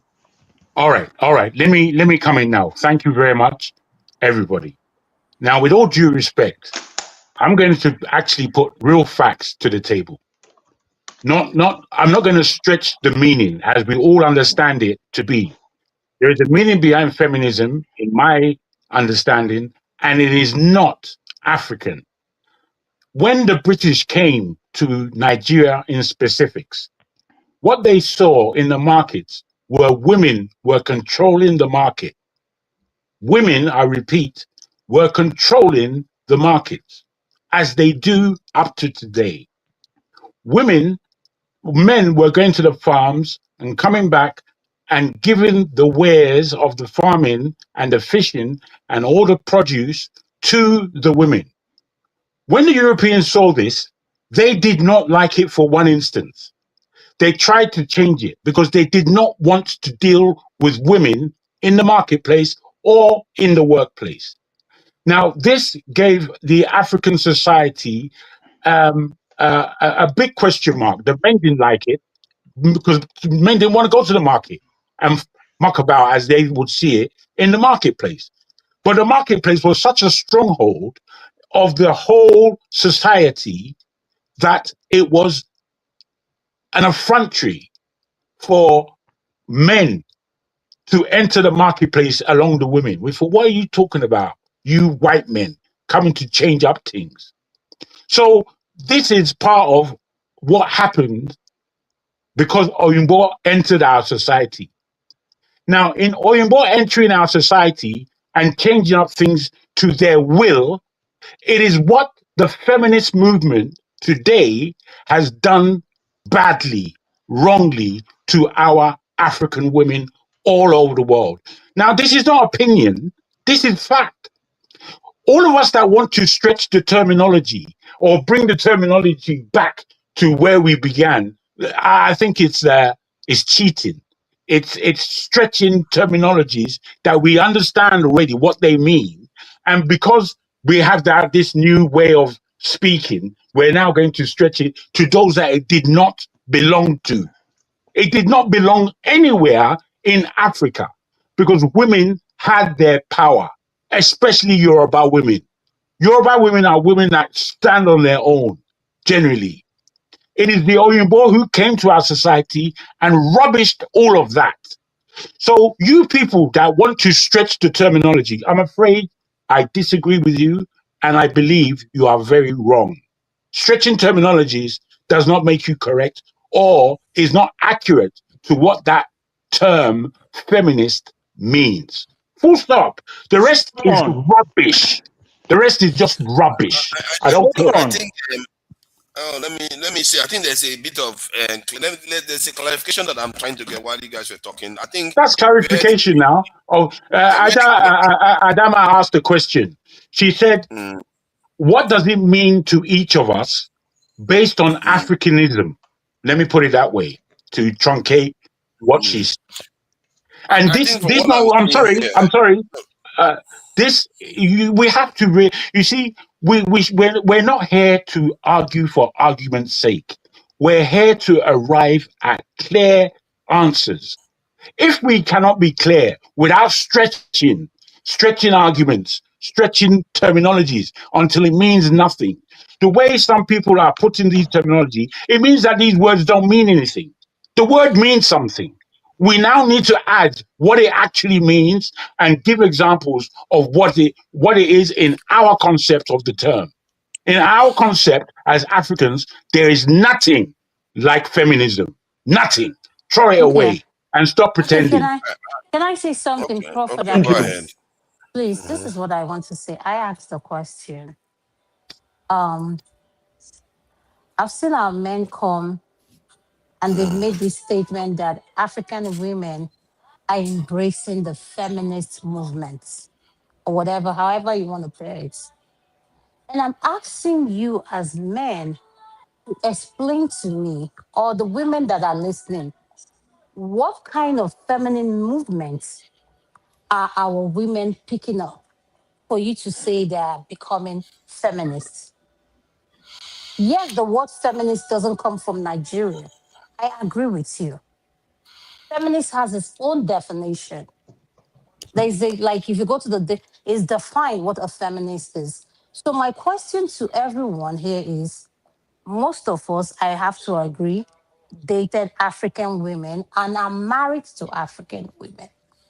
So what will you say are the characteristics or behavior African women have picked up in this feminine movement? That was my question. Now I've rephrased it. I hope it answers whatever misunderstanding or use of language or however I frame it So that you you want did people not to Sorry, go repeat understand. the and actual question. I think I missed a phrase let me there. answer the question. Okay. Oh. You can miss I it. didn't You even don't hear the need to question. talk anymore, for father. You've been talking. Oh, Don't yeah. worry. Bite your business, Jare. It's okay if you miss it. They have already Let me- voted they should throw you out of here, yeah? Just for being a good person. It's you, Ajago, London people who so kick United Kingdom people out. Look at that. You go and form your platform. We do If you think endure. that's how there's no show, because he show. Okay. Nice one. Yeah, I get another question. I don't know why we're actually arguing about this thing. First of all, I actually agree with what Jago said. Feminism does not have business in African culture. But the real definition of feminism, when I listen to Chimamanda, I like Chimamanda kind of feminist.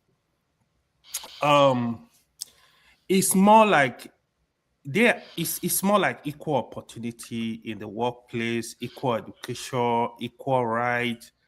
Don't forget there were a time women did not have all this right. You know, if they are saying that if a man and woman are doing the same job, they have the same qualification, they should be paid equally. I don't really see anything wrong with that. Equal representation, like in the Anyway, sorry, government. let me get you clear. Are you saying, because you started off by saying it has no business in Africa, but are you acknowledging, based on the fact that you're bringing up people like Chimamanda, are you acknowledging that it does exist in Africa?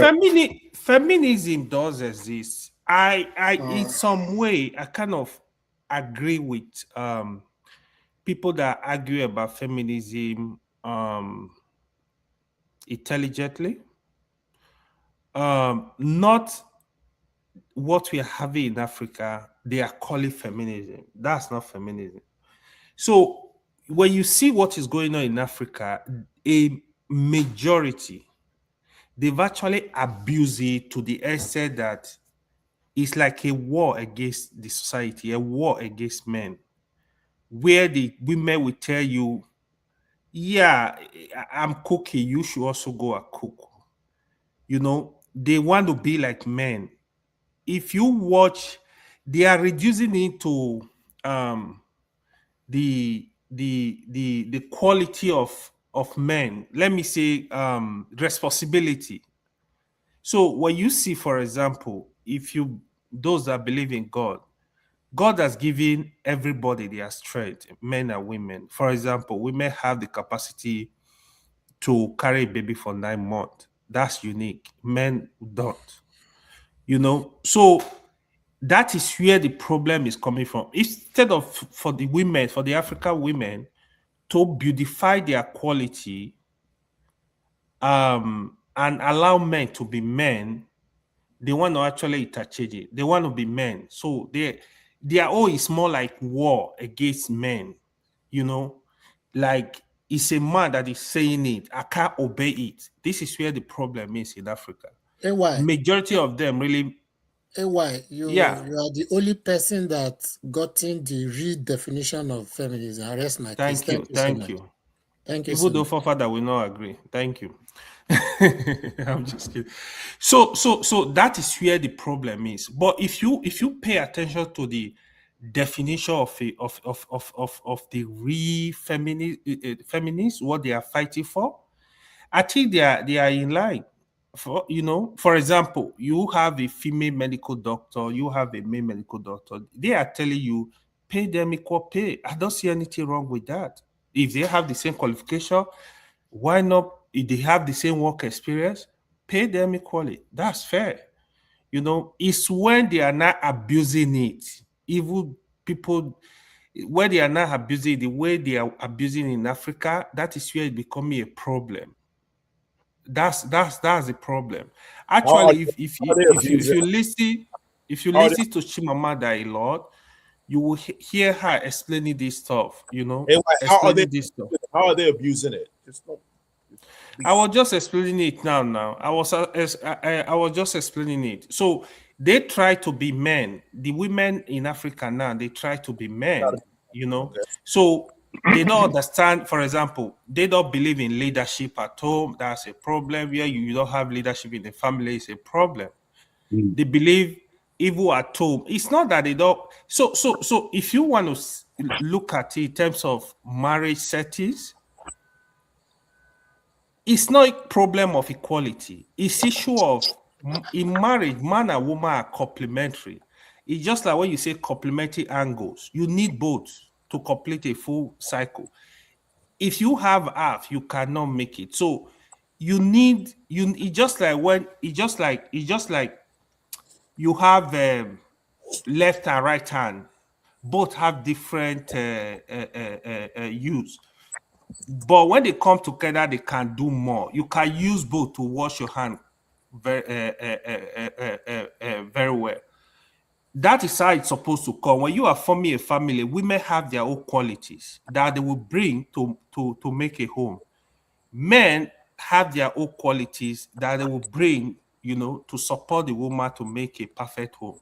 So now they try to move from their own responsibility and get it to the field of men. Then you have a lot of men. What do you mean by field of men? Like, because I need to follow up, man.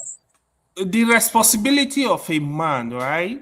It depends on how you want to define. It really depends on what you believe, right? It will be, for example,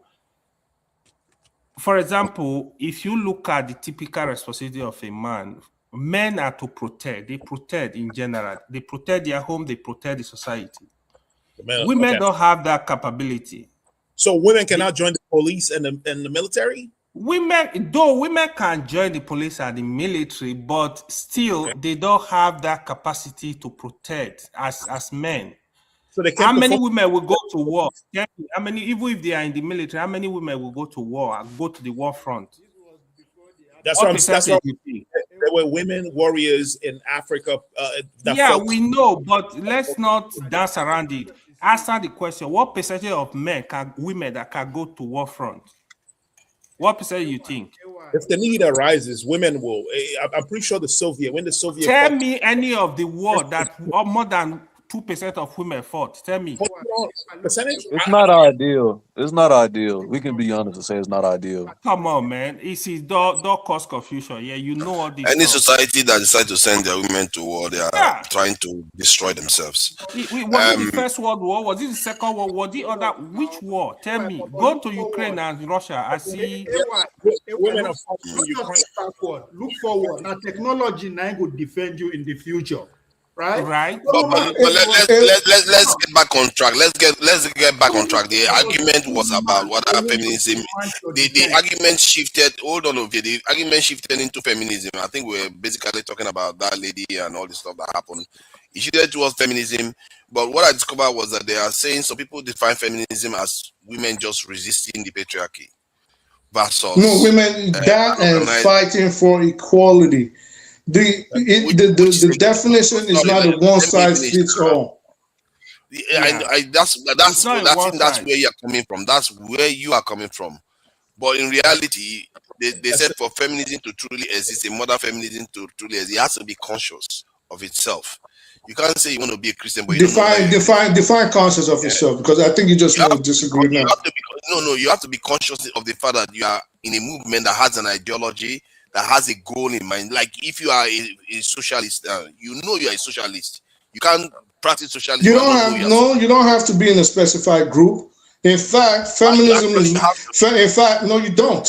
In fact, feminism is. But you have to know the ideology of what you are fighting. In fact, feminism is such a new construct that most of the so-called, and I use that term loosely, I do not intend to offend anybody.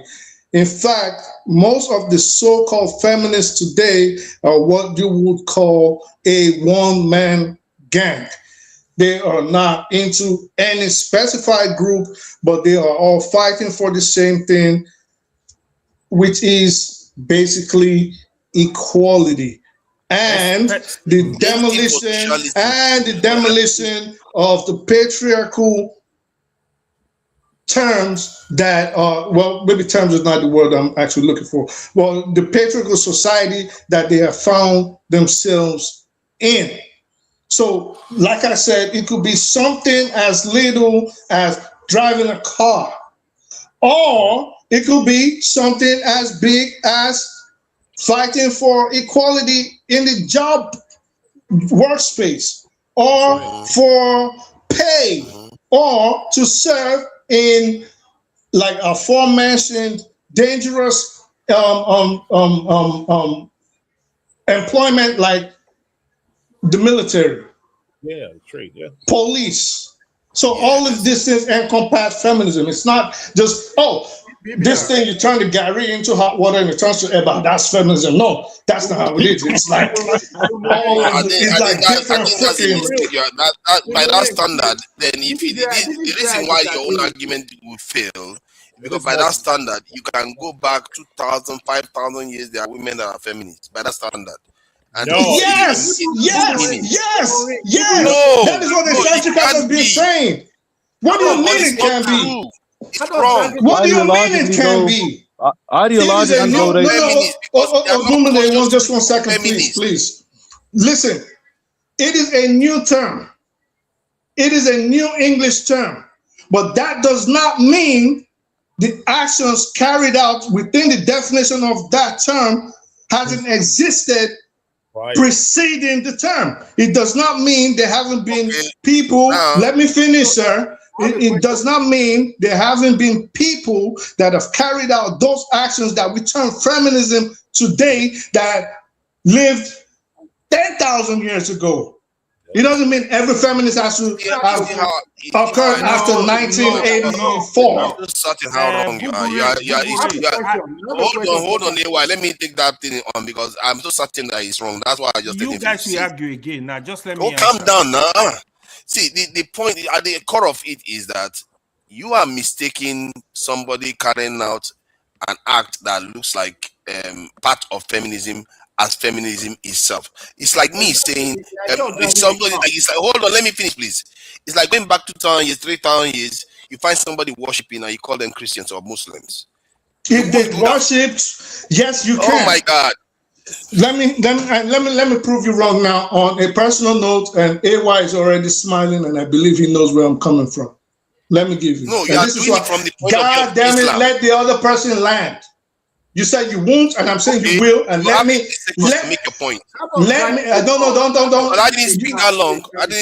So I don't want to speak that long, but let me finish. You're not as smart as you think. Let me finish, okay? And AY is already smiling because yes, I will get like that because you annoy me a lot when you do these petty things. So just because the action is the terminology is new does not mean there hasn't been people that carried out the action preceding the time that this word was termed. AY, you on here? Why do Muslims say every prophet, starting from Adam all the way to Jesus, is a Muslim? We have to remember, Muslim did not become a term until the 7th century. But Muslims look at people that were around 200,000, 300,000, 400,000 years ago and said they were Muslims. Why? Because the actions that they carried out were that of Islam, right or wrong. True. Thank you. Now. So the correlation, I'll get to the car. Let me finish, sir. No. You are going on too long already. Don't let me finish. I just spoke for how many seconds, and you want to talk for the next 5 minutes or 30 hours? I'm not talking for the next 5 minutes. Let me land my position. You've already landed your point. Stop going on. I understand the point you are making. Are you going to land it in 15 seconds? If you're going to land it in 15 seconds, I'm going to let you talk. You're very ignorant. Let the other person land. See, hold on. I've given you more time than you deserve. So now let me finish the point that he's making. He's saying because in their Quran they believe in a specific prophet. Do they believe in Hare Krishna? Do they believe in Vishnu? If the Hare Krishna, this is what. Hold on. Quiet, please. Can you be quiet? This guy is a fucking. Can you just be quiet? Do they believe in Ahmadiyya? These guys. Do they believe if the Ahmadiyya, you ask a question. If the Ahmadiyya or the Hare Krishna performed actions in the way that the Muslims do today, they will be Muslims. Because the Hare. Let me finish. Hold on. Oh my God, this guy is freaking insane. Stop ranting. Are you telling me if Ahmadiyya, if somebody during that period prayed to the Most High God, they are Muslim? Not your God, though. They say they are praying to Allah to marry. Again, listen. Do this. Take a deep breath and try to. Let me answer him. Let me answer him. Take it. Well, let me answer the question. If somebody is praying to Ahmadiyya or praying to marry, whether they are Muslims. How can you ask a person a question, anyway, please, and you mute them? You are not in this to answer the question. You wanted to start with. Let me answer. You are not a judge. You are not judge executioner. Let the person answer. You're not the smartest person here. Let people speak. Don't go on for long. So you can't tell me you don't go on for long. Let me explain. This is your problem. You don't. Forefather, calm down. Answer. No, you cannot go on for 5 minutes. I don't have a window. You ask but a it can't question. Just be arguing. You have to listen. Arguing. You don't know what you're talking about. Let the person answer. I'm timing you now.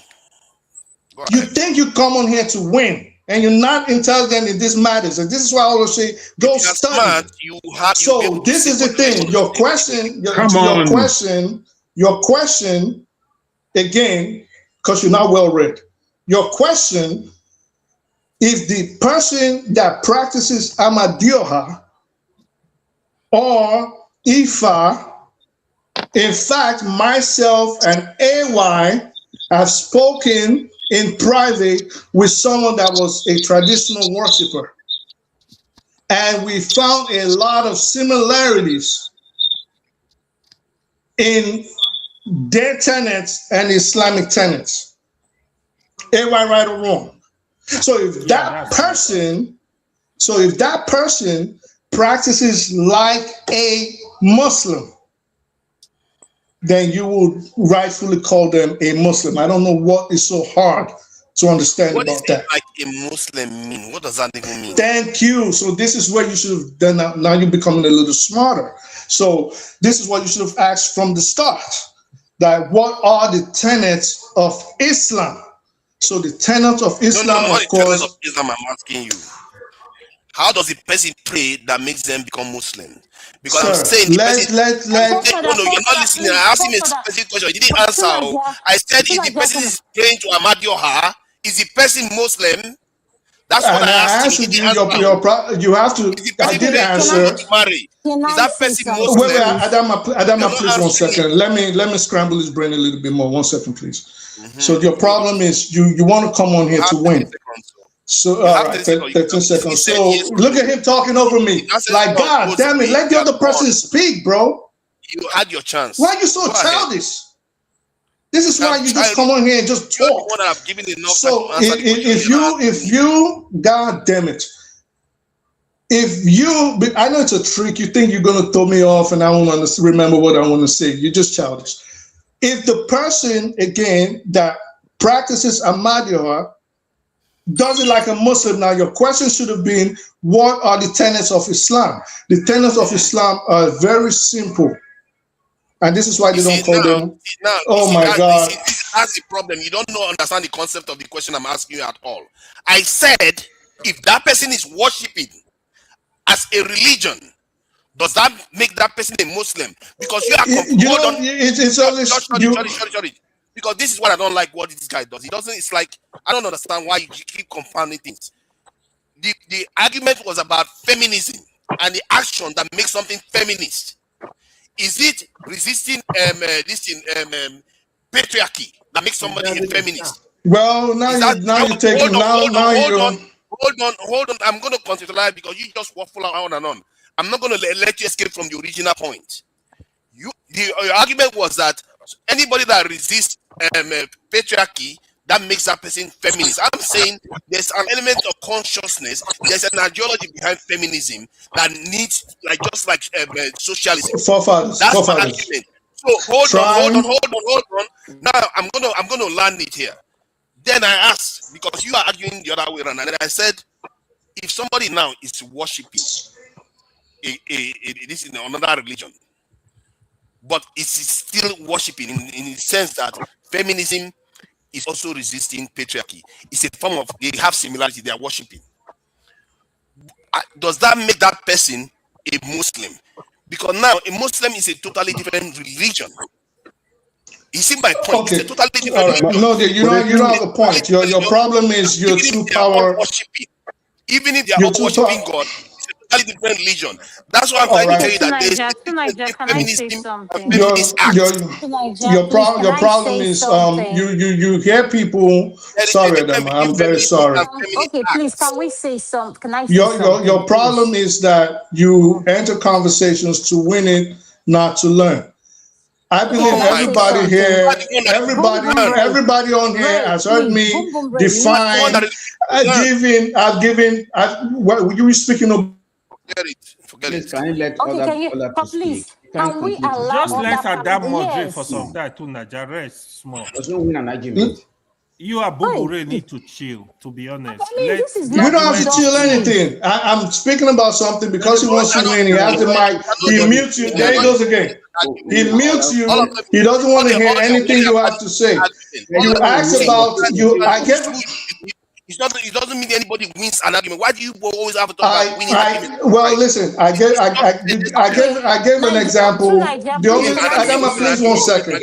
The only reason I gave an example about the Middle East and Islam was because of what you said, and I'm trying to explain to you why the definition is broad.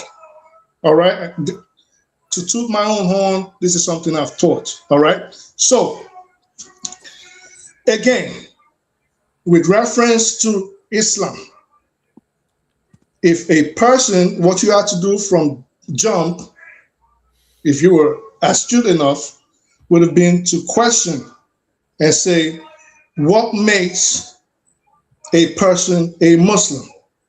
And then I would have had to explain, maybe not to AY, but obviously to yourself and anybody else that understands it on the panel, that it just means the main criteria is worshiping one God without any partners and not worshiping idols, but they are subcategories. Now, if the person that worships Ahmadiyya adheres to these things, then he is a Muslim in the definition, under the definition of Islam. If he deviates by even one, then he's not a Muslim.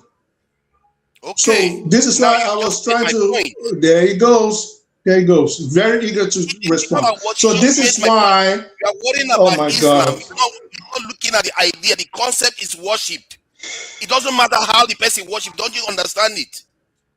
The concept is that. Does that mean the concept? Please, can I say something, please? Adama, please go ahead. This guy has a brick for brains. Right. Please, Adama, please go ahead. This guy's insane. We need to be mindful when we are talking. You understand what I'm saying? to Niger, please. Can I say something to Niger? For a moderator, with all due respect, I love the way you moderate, but sometimes you become a panelist that is so hard for me to. Like, are you moderating or are you a panelist? I'm a I have no panelist and problem. a moderator. Or your both. But you can't do It's both, Ade. possible, yeah?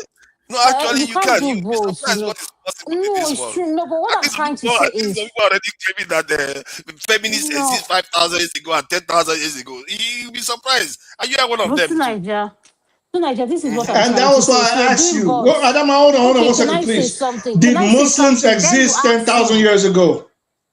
Can I say something? To Niger, you Muslims. should be, if you're Look at it. His brain is multitasking, lagging. please.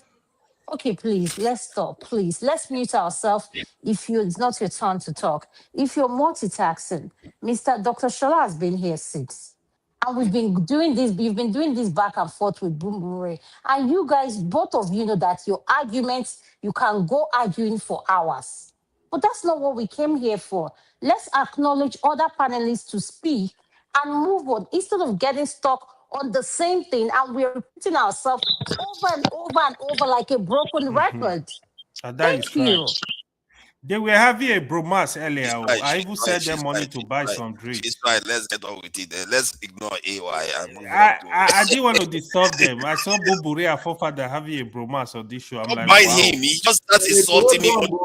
Now you guys are fighting. Because he doesn't listen. Don't It's mind like him. He doesn't listen. He doesn't know Don't he's the one start that doesn't again. listen. Don't start Okay, again. it's Please. okay. Don't start again. Let his Shola comprehension level Let's hear from it's on zero. let's hear from different persons. Crazy. Let's hear from General Shoraji is very neutral. He just coming. Let's hear from him so you guys can keep the argument. Shola, thank you for joining us. I really appreciate it. Thank you. You came at the rough time, but it's all right. We're all welcome. So, what do you make of the conversation so far? I greet you all, and I don't want to start mentioning names, but I've been a fan of this particular YouTube. You can mention my name, my brother, if you wish. Yeah. Mani, AY, Dr. Adama, Sazonia, Forefathers, OVA.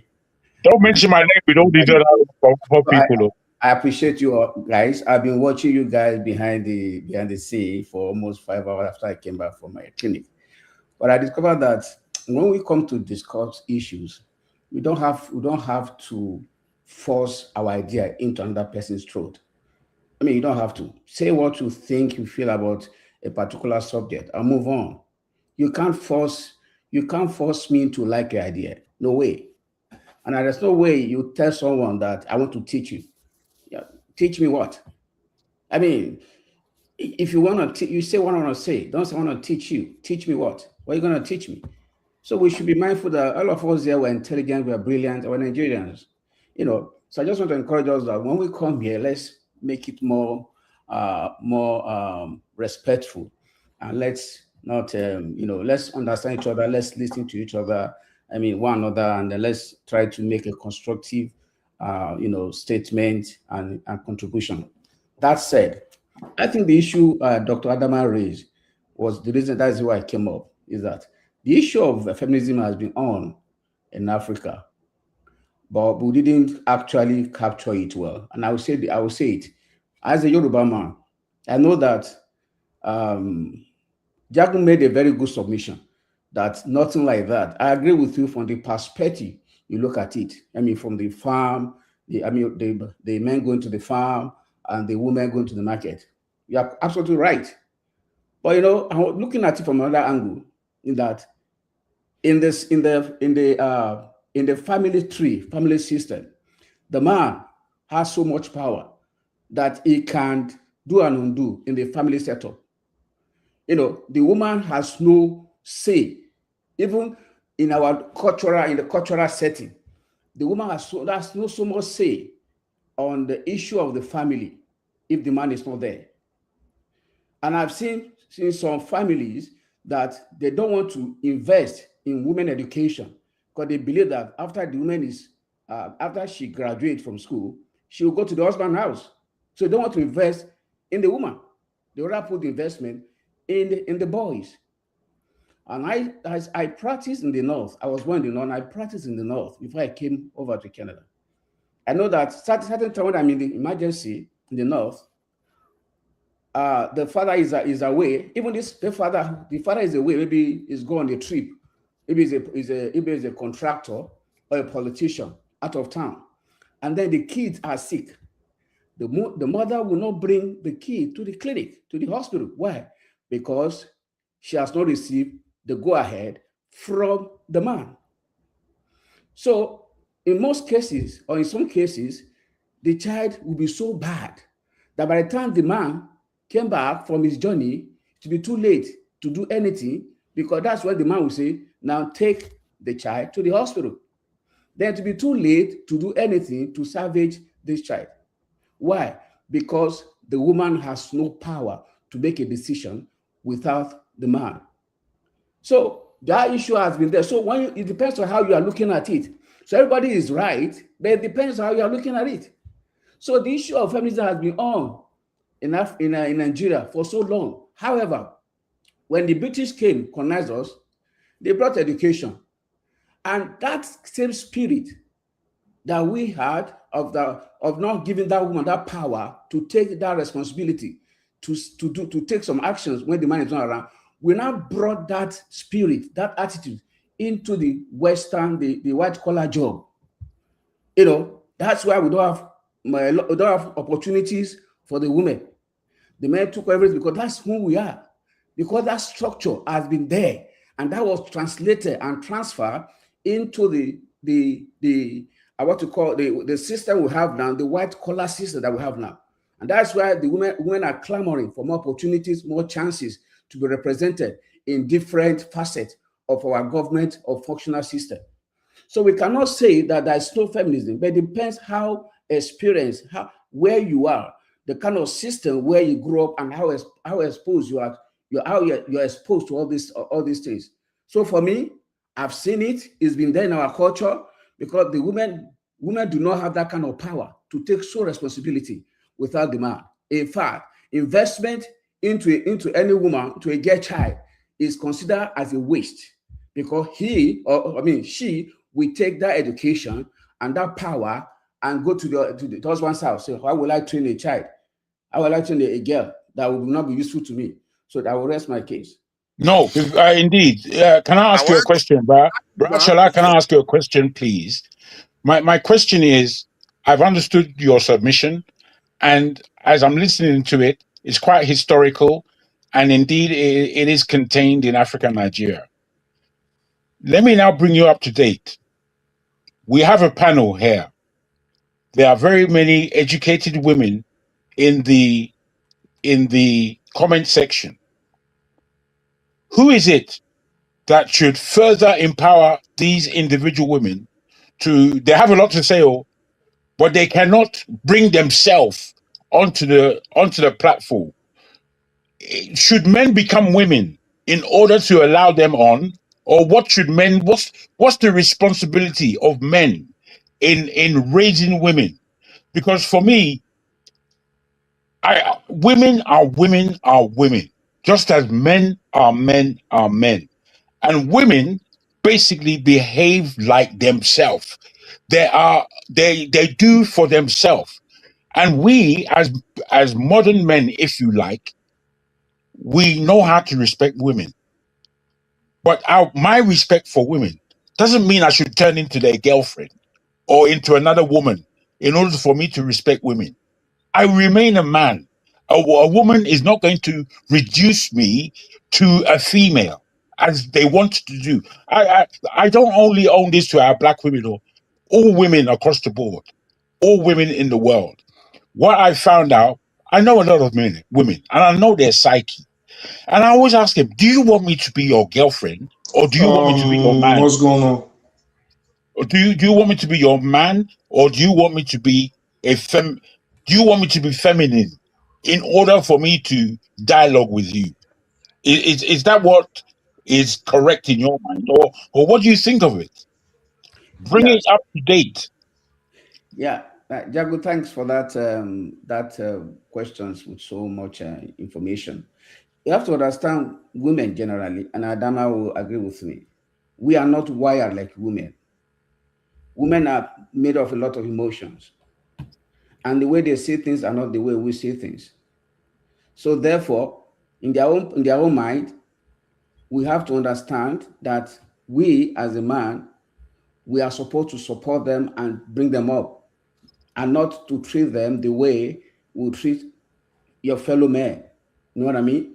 You and I, we are wired the same. I'm just saying. So we need to understand where they're coming from so that we can bring them up and give them. I'm not saying you should turn yourself to a woman. But Well, that's what you see. This is where I agree with you in terms of understanding women and their emotions. But it seems to me that largely women would want to reduce us to men in order for them to find their space. I have always worked in the corporate world, and there are women that push themselves to be like men, or that is the extreme level. Or the opposite side of that is that they would stay quiet, form groups, and now start bringing levels to the table that would allow them more space within a working environment. You can almost say a man's environment. I'm saying, is this balanced? So is this balanced? So Jago, I have a question for you. You're mentioning my name now. Now, wow, yes, the person that didn't want. Jago, I have a question for you. Before you ask that question, what you said caught my attention, so I have a question for you. My question for you is this, Jago. So if I was married to you as a man, given what never. you just said, You can't be married to me. Okay, no, it's a hypothetical question, please, because we're having conversation to learn from one another. So you have a problem with me coming on a public space or being a moderator on a public space, based on what you just said? No, I'm not. You see, you don't understand the kind of man I am, which is fair enough. But why I'm troubled with you personally is that you use your power as a tool to destroy, not to learn. You misuse your power. You don't know how to use your power, as far as I'm concerned.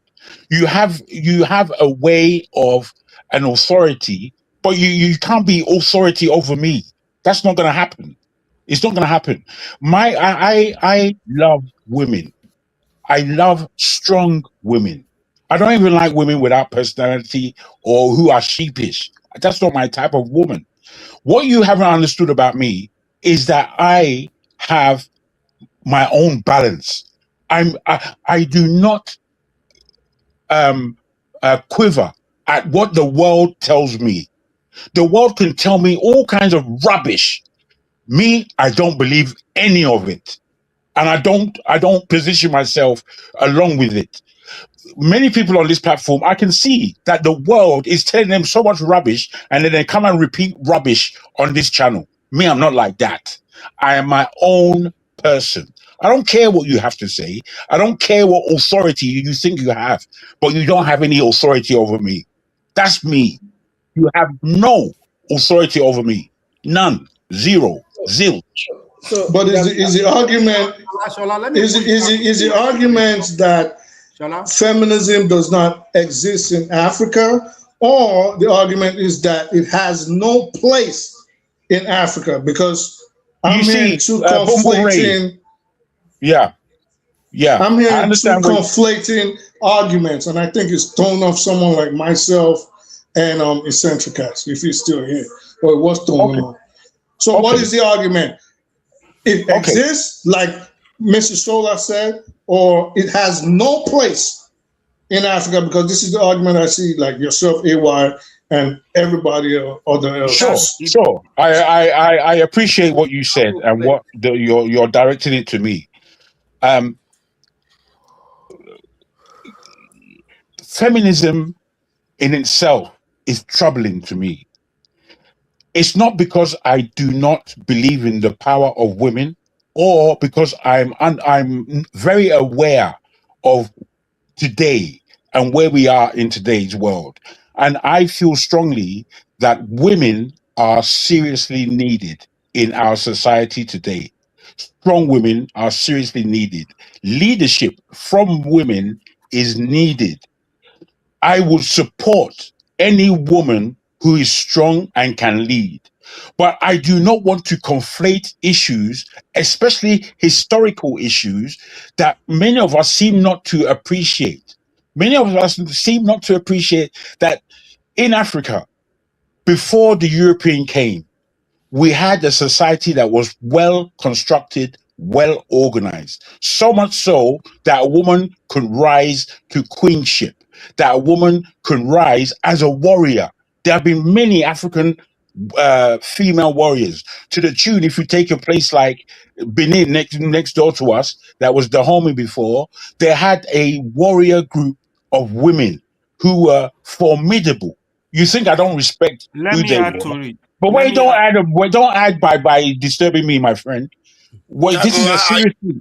See, wait, this is a I need serious to thing. answer the question. Can we wait for me to land? Now, why are we like this? We just hog the mic. We don't allow other people to talk. Why do we do this? You do. You're the champion of it. So be quiet for a minute. Please allow me to land. Please allow me to. Please allow me to land.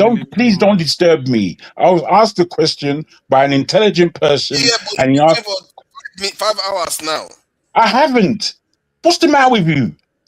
The thing is to me, the thing is to me, the embarrassment that you should be taking is that Adama has been trying her best to teach you how to moderate. She's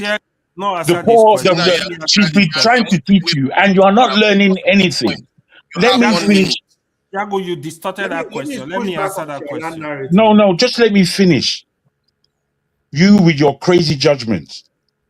Yeah. Boom Boom Ray. Forgive all the interruption, but you know where we are. That's not it. What did I do? I do. That's not me. I do not take away from your point of view. Can you just focus and just make your statement for 1 minute so that is this fair? Is this fair? Is this fair? It's as though I'm speaking nothing. I'm speaking something. You are speaking something, but you can't just go on forever. My God, it's because I speak fast. I haven't taken 2 minutes. Just be quiet and learn something. Try and learn. You have. What I'm saying to you, Boom Boom Ray, my brother, is that your aspect, I believe, I may be wrong, but it is to teach people the importance of women and the fact that women have acted well within our society. But I don't think you should stretch the meaning of the word feminism in order to get your point across. I know that you're more intelligent than that. Me and you both know that feminism has a meaning, and that meaning stems from somewhere. Where it stems from is not African. That's all. I don't know if you appreciate that.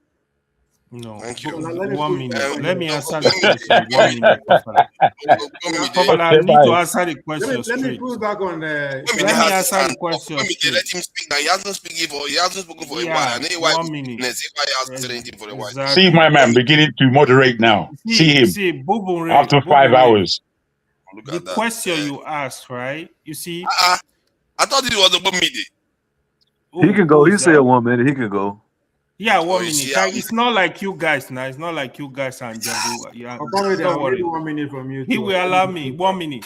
So the question Boom Ray asked, right? Actually, the real feminism that we are defining, it cut across board all over the world. So an African woman, a boy and a girl child should have equal opportunity to go to school.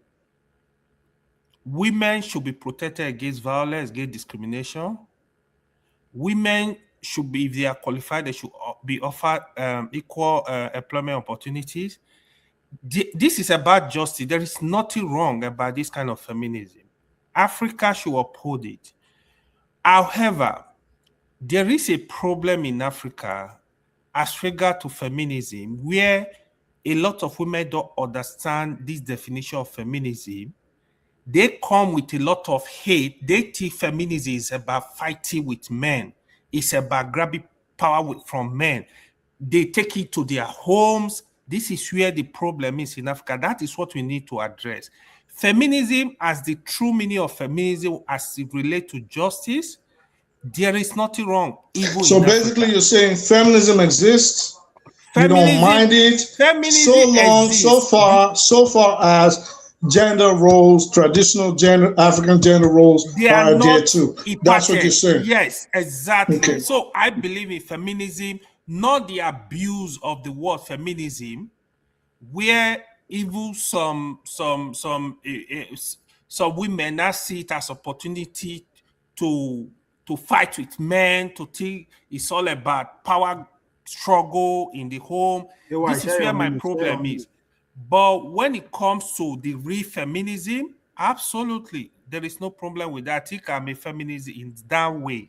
So I will also protect the women. I will defend them. So if I have a boy child and a girl child, I will not even think, should this one go to a lesser school? Should this one? I will make sure. Hold on there. Let me try education. Okay, after Gbemide speak, let them have access to the same education. Give me 1 minute.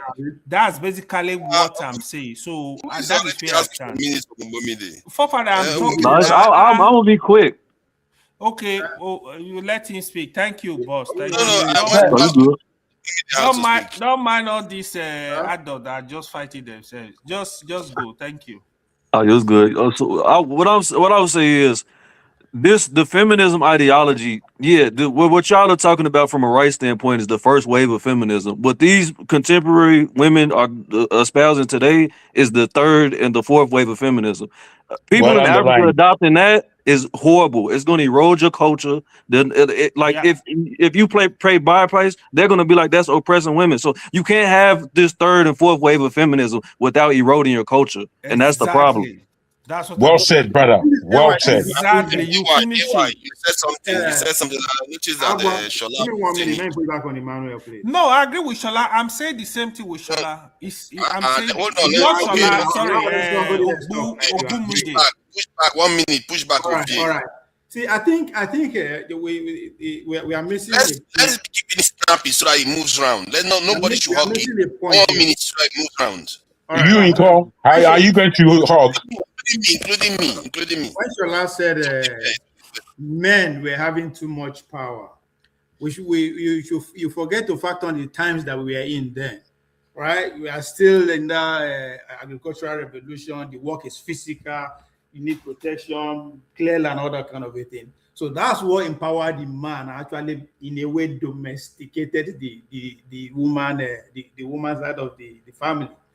But as we evolve, what you are seeing is due to the fact that the workspace that used to be masculine in nature is no longer there, thanks to technology. Anybody can do that. That's why I was pushing back on those that say, a woman cannot defend me, woman cannot defend the future. The future belongs to autonomous AI and what have you. It doesn't matter who is mounting that behind the scene. So the world we are going to, this idea, woman is being denied this, it will be automatically vanish. So that's why I'm pushing back on those that are saying the African feminism is a new thing. It's a new thing based on what? Based on the fact that the Western civilization is pushing it on us. We have to accept it by all means. There was no time our women rise in history that I'm aware of, that women rise against men in the society, that because they deny them this, they are right. That never happened. So even if women have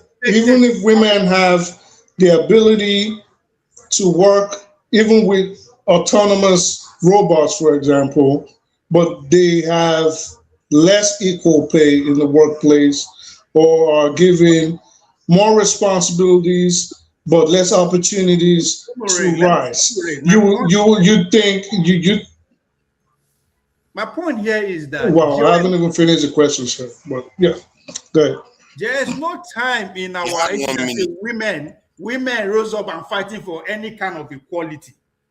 Anytime women rise, it is due to something that affects the entire family, just like the task you referred to earlier on, right? So this idea of work, the modern work, is born out of what industrialization. It is. Are you talking about the African woman, or are you talking about? Oh boy, here we go. Don't do that. 1 minute. I think Shola wanted Bro, to say man, something. they can have a conversation. It's all right. Why do you people struggle with rules? Eh? What Please, rules? go ahead. 1 minute. We just agreed now. You asked me what are you doing. Dude, these are the questions you're supposed to be asking. These are the questions you're supposed to be asking that everybody else is asking. Then I will ask questions. You want to talk instead. Go ahead. God damn it. Adama. If you don't want to behave, you can leave. I don't know what kind of the question you asked. I wanted to put Shola in, and now the other one is talking. Yes. Yes. Eh? I'm listening, Jack. Don't listen to him. Why are you listening to him? Eh?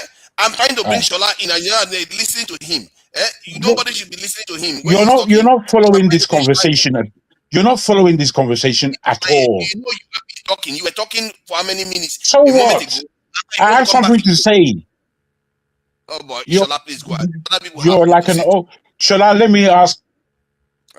Please, I know Forefather has issues. He has issues. Oh, stop. Allow Shola to speak. Shola, please go ahead. Okay. Mental stability issues. Now he get them. Okay, I think. Jack, could you please share the link, please, on the comment section? Thank you. Okay. What do you think about my answer? And what is your level about feminism? I'll come back to it. Let Mr. Shola. I heard your answer. Go ahead.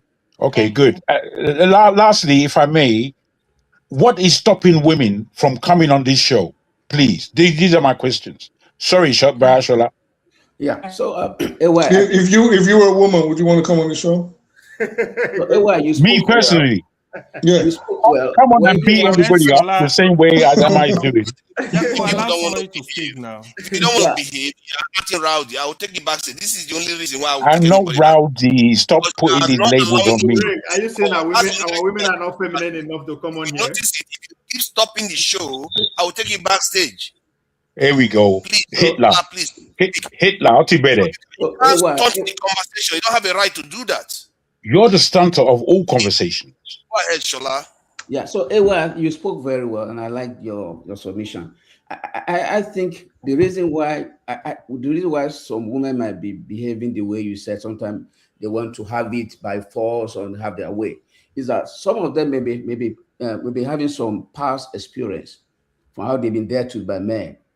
You know, past experiences can inform the way people behave. Let people that have a past traumatic experience from men where they're not allowed to express themselves, or they're being denied some of their right. So it will be premature for us to just conclude and say, we don't like how they behave. Perhaps maybe taking a step backward and asking such women what really happened, you know. And this is one of the reasons why some women might be too pushy and want to have it their way, you know, because they don't want to feel be cheated and be relegated because of their gender. That is one. Number two, some female may just maybe they grow up within the setting where there are a lot of males. You know, when there are many boys, she is the only girl among them. You expect her to be able to manifest some of the character of masculine, you know, things like that. So I think for us, we should take each case by case, the way we handle ladies. So for me, I think for us as men, it doesn't reduce us to be that maybe we are weakling. But if we treat them as knowing fully well that they are XX, they are not XY, we should treat them with respect. I bet you a lot of them will come to this show. But if we are going to shut them down, not allow them to express themselves, treat them as if, you know, for example, we're playing soccer. You're not going to play soccer against females. We're going to play soccer among ourselves. We're going to show ourselves muscles, right? You're not going to play soccer against female. Your females are going to be females are going to be your opponent generally. So when you have females among us, we should treat them with respect and we should know that these people, this set of this gender, they have a lot of emotions the way they are wired. So, but if we are going to treat them men, I'm telling you, we will not even see them here, and it doesn't show that we are strong anyways.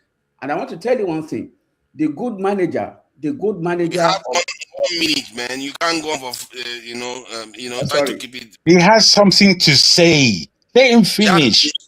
We already agreed on it. Move on. And we want it to be snappy so that it goes round. Who wants to say something anymore? Anybody wants to say something?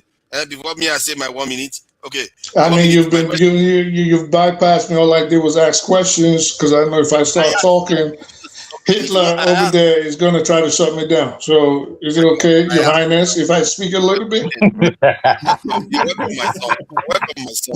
You're welcome. Go ahead. Well, man. Nah, good. I'm just fucking with you. I'm fucking with you. Go ahead now. Oh, you know, okay. I want to ask AY, you were saying I was just playing around. I have a question about children. What's your position on this thing? What is your position on it? Ask AY a question. I'm asking you a question. Like, what is your position on this whole feminist thing that we're 69. Position on the feminist thing? I am against toxic feminism. That's basically what AY was trying to describe by saying some of all those ones that attack men, that always want to go to a lawyer, go for divorce immediately. They are very happy to be single parents, or those toxic feminists, and some of them want to be like men.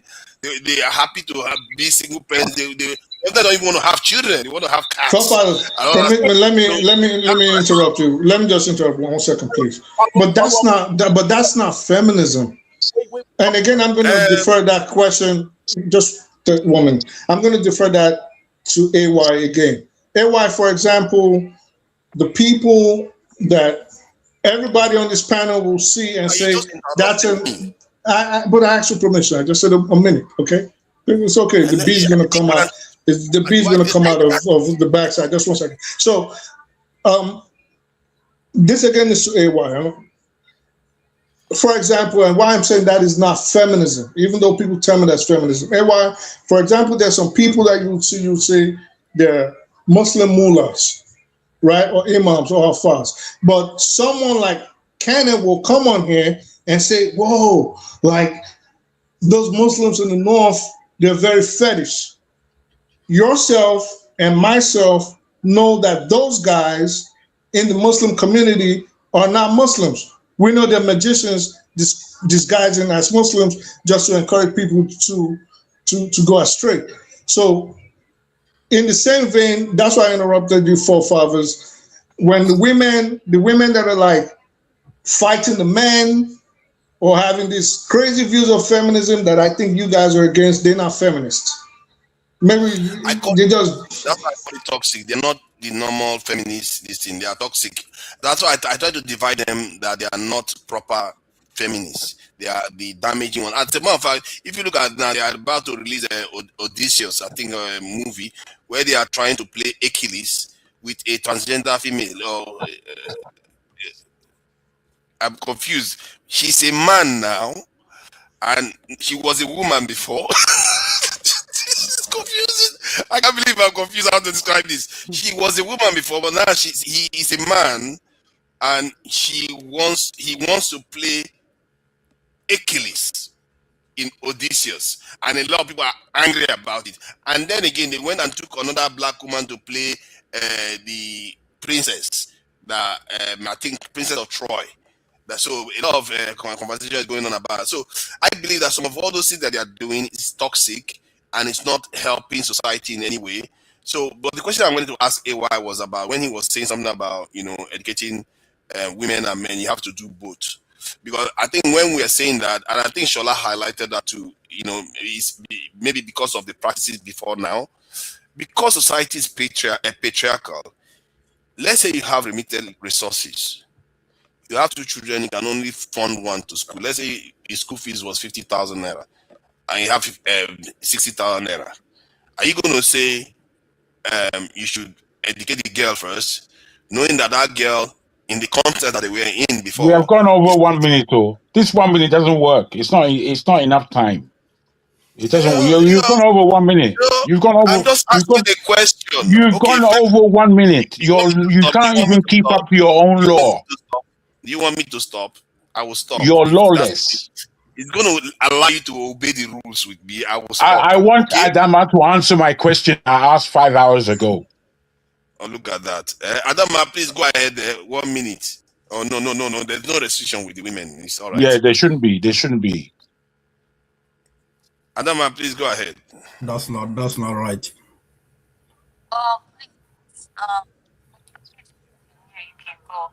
I'll wait. I'll respond to his question. Go ahead, sir.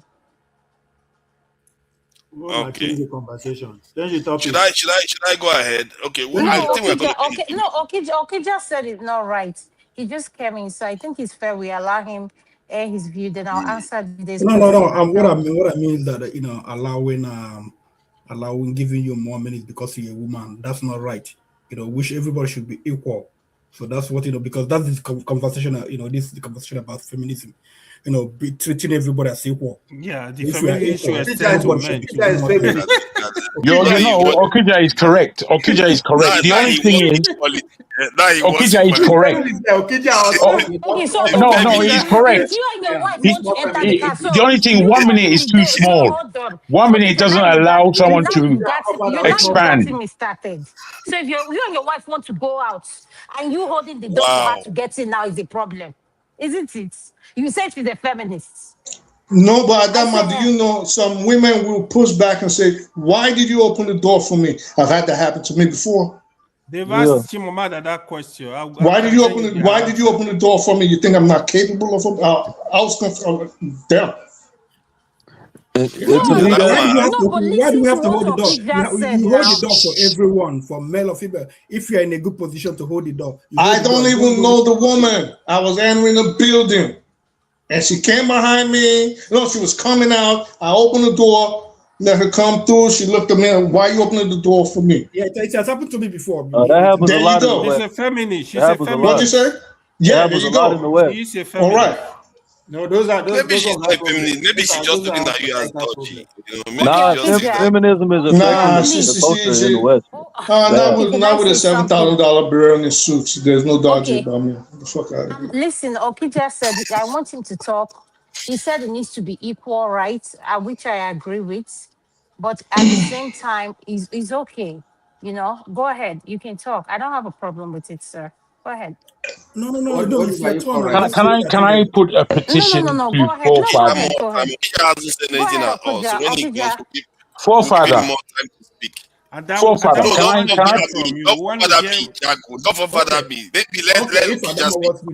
Adama wants me to talk, then I have to talk. Then. Wow. Okay. Actually, I came here to correct. What's his name today? The guy that changed his name, or whatever. Saxonia. Who me? He said something about women, whatever. It's not a riot, it's about women's movement, whatever. That it was feminism. It had nothing to do with feminism. Actually, it was anti-feminism because they didn't want to pay taxes. That was why men were paying taxes. So they protested that you can't count us as men. We are not men. So men pay taxes. We don't have to pay taxes. So it was anti-feminism, actually. But in that definition, you could say it was, but the fact that they led the riots and they stood up for their own rights without waiting for the males. It's not a riot. It's not a riot. That is really whatever definition we want to use, because I do know it was anti-tax. Because he asked me why I did say that. We know that. But what I'm saying, and sorry, Okija, of course, I'm not trying to disrespect you, but what I'm saying is the term feminism is it's broad. It's not a one-size-fits-all. So you're seeing it from one angle. Okay, and also one other thing he said is he talked about he says this all the time about property, that women, they don't get property in Igbo land. That's a big fat lie. Okay, God bless you. May your days that's a big fat lie. Who said that? For instance, let me in Okija, I'm from a village, and every village comprised of kindred. My kindred, our father, the one that our father, where we live now, we have big land, more than our cousins, who's supposed to be our cousins, because the father, the father-in-law from our father gave our mother, land, a big, huge land. so that we live there. So we have more land, than the cousins. If Onitsha, if you go to Onitsha, Obosi is a suburb in Onitsha. Fege is a suburb in Onitsha. The land of Modebe family, or the matriarch, the mother from Obosi, when she got married, Obosi, or the father gave her all the land that they're part of Onitsha. Obosi, Odabo, Fege. They used to belong to Obosi, and they gave this land. So you will be talking about this all the time. Okay. First of all, I didn't bring that up. I don't know if you're referring to me. I never. You said it today. No, again, listen to me. I didn't bring it up. This is what I said. I reiterated what others had already said previously about it. But I just stand by that, because I think what you do, it's a fallacy. Are you trying to tell us right now that all over Igbo land, women are allowed to inherit land, or in the majority of places, women are not allowed to inherit land? I hear you talk about Onisha and Obosi. Let me educate you. Okay, before in the old days, people lived together. Okay, kindred, they live together. You can't have another person from another kindred come and live inside your kindred. So what they do when women when they got married, so you have to go to your husband's house and inherit with your husband. So the land here, we can't give you land here because we don't want you, because you're getting married. I know all of this. Hold on, I'm educating you. You can't. No, you're not educating me. You don't know where I'm from, but that's the way they used to do it. Okay, so but in Igbo land, what they have what they call Idu, like where a woman marries, they whatever supposed to be her portion, they do it in gift. They buy things for her. So when the son is getting married, they don't do that for the son, but the wife, the son's wife, the father, their family would do that. So that's Igbo culture. But these days, when now people have a proper. When this thing was happening, people were living together. They were just living, Kija. They were not going to Obosi, US. So when things started changing, people now owning properties in different places. People give their daughters. I have so many Igbo men I know that gave their daughters, properties. Kija. So yeah, but my question was very simple. The one that is inside, homeland, where kindred thing. But you can. So there, in a nutshell, Okija, there are the vast majority of clans and tribes and families all over Igbo land. Women cannot inherit land. They can inherit land somewhere else, but not within their kindred. Within the kindred. Again, so in a nutshell, all over Igbo land, women are not allowed to inherit land. It is changing. It is getting better in quotes, but overwhelmingly, everywhere else. I don't know what else to answer you, because I've answered the question. It just gave told you how in the kindred, and I think it does make sense too. I don't know why we struggle with it. Because this is very important here. We are running a patriarchal system. You can't have the woman inherit the land and take the land. I do understand that. It's not necessarily patriarchal, though. It's patrilineal. Patrilineal. Thank you. So the bottom, listen, this is the bottom line. No matter how you guys want to skew, slice, and dice it, the bottom line is, over time, in Igbo land, women were not allowed to inherit from their fathers because they looked at them as belonging to their husband. Things are changing, but in the overwhelming majority, even today, in 2026, because there are families right now as we speak going to courts. I could talk about familial laws. Yeah. To inherit land. Look at him just saying, okay, just keep quiet. Okay. So there are families. Okay, just 1 second. There are families in Igbo land today, which Eccentric has brought this up various times, and I'm supporting it, where the women cannot inherit land? Yes or no? Regardless of if it belongs to the whole family or central. No. You know, it's okay. It's okay. Ask your question. Right. And also, let me comment on what you just said, okay. I think I thank you for your submission, because everything he said to me, everything he just said makes perfect sense. 100%. If you are trying to strike a balance based on the culture we are operating, because he talked about some of the things they do for the women that they don't do for the men too, but we don't pick up on that. That's not the point. No, but that's also the point, because you are looking at it that it is against women. But you are not looking at the one that is against the men. Is not meant for that's not the point. The point we are talking about is inheritance of land from the fathers by Igbo women. Yeah, I know you want to just argue and hear yourself talk. Let me ask you. Let me ask you, Okija. And I agree, Okija, that things are. Okija, I agree with. Hold on. You've been arguing this point over and over again, whether they inherit land or they don't inherit land. Okija, what is the name of that thing you say they do for the women, please? It do or something like that. What are they involved? Does it just involve a yam or a lot of stuff? No, like properties. It depends if you have money. It depends. People didn't have money when they were farming. It's not that people having farm, having some other properties. So usually if you have money, you buy cars, you buy land, you buy properties. I know, like so you mean you could even give your daughter a land or house? Yeah, somewhere. Yeah, it is not okay. Again, the question. I don't understand why we skew this conversation. Is it the norm? If you say by percentage, let's say by percentage, because you're a very, very intelligent person, and I wish it was just me and you minus this moderator that don't know what you're doing. Listen, by percentage,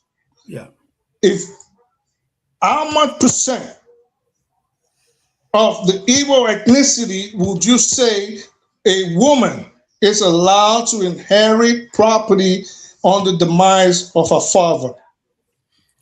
There is evidence on the comment section. I'm not going to answer that question because I haven't done this the polling or the statistics. But what I understand, just assume. Okay, but what I'm telling you is that in a situation where I know that rich people I know. Like growing up in Onitsha. I'm just telling you the one I know.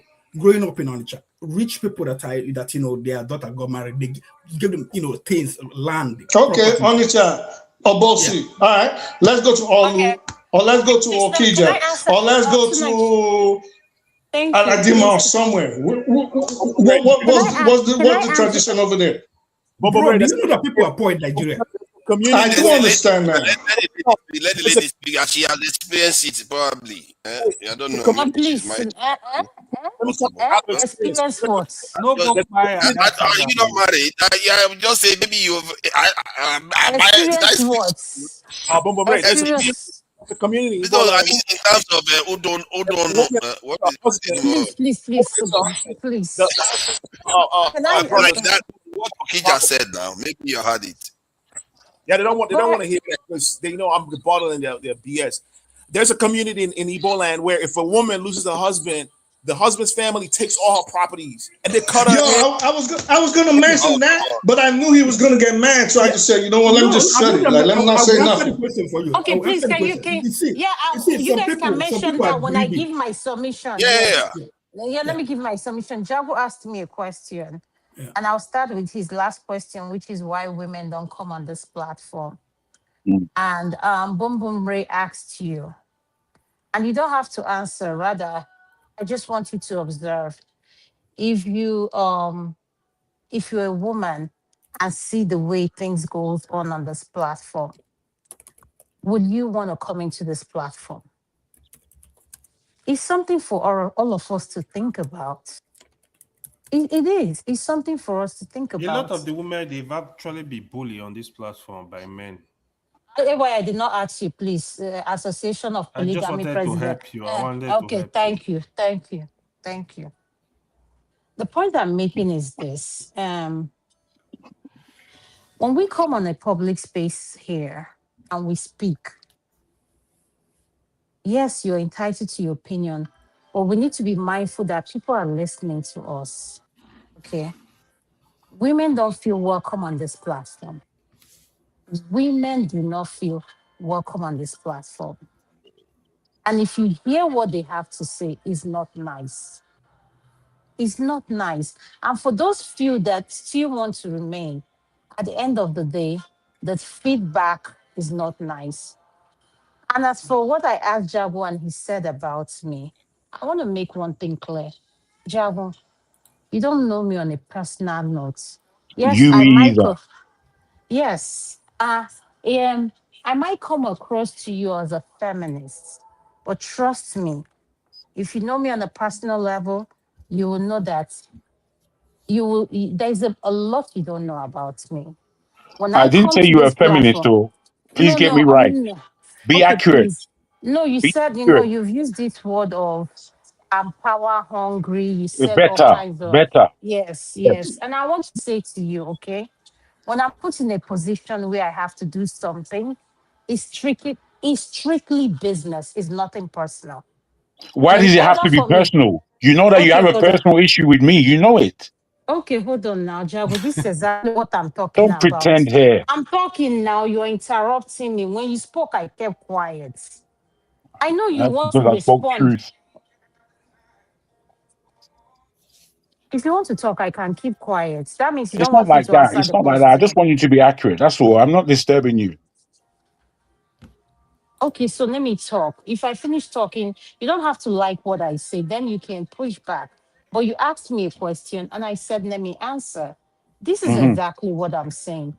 Yes, you said a lot of things about me being power hungry, whatever, everything and anything. And I want to say to you, Jago, listen, I'm a moderator on this platform. And when I moderate, I'm getting the job done. I'm not here to be friends or buddy with anybody.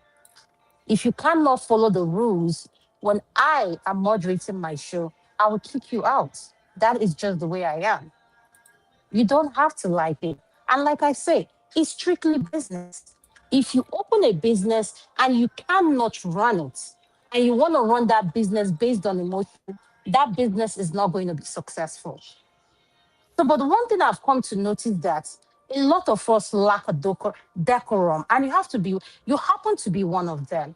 You're a panelist that will come and you'll be asked to stay mute, you unmute yourself because you feel like you're above the law. And I'm just pointing out one thing to you.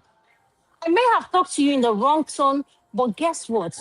Respect is in my book is earned, is not given. Dragon, you If getting I caught? haven't earned, if I haven't earned your respect, don't give it to me. And I'm okay with that. But this is what I want you to understand. Let us be mindful of our behavior. When a moderator is moderating, you don't have to like their style of moderating. Don't show up. But one thing I think we need to learn to have for one another is respect. There is nothing any one of us is going to say on this platform today that will change Nigeria. For us to come and show our face and say everything, we need to realize one thing. People are listening to us. Talk to each other with respect and agree to disagree respectfully. But I notice, yes, Jago, I have no personal problem with you. But this is my issue. This is where I struggle with you. You just don't know how to just be quiet and listen to other people speak, even if you don't like what they are saying. That's all I have to say. With that being said, Jago, I'm coming from a place of love.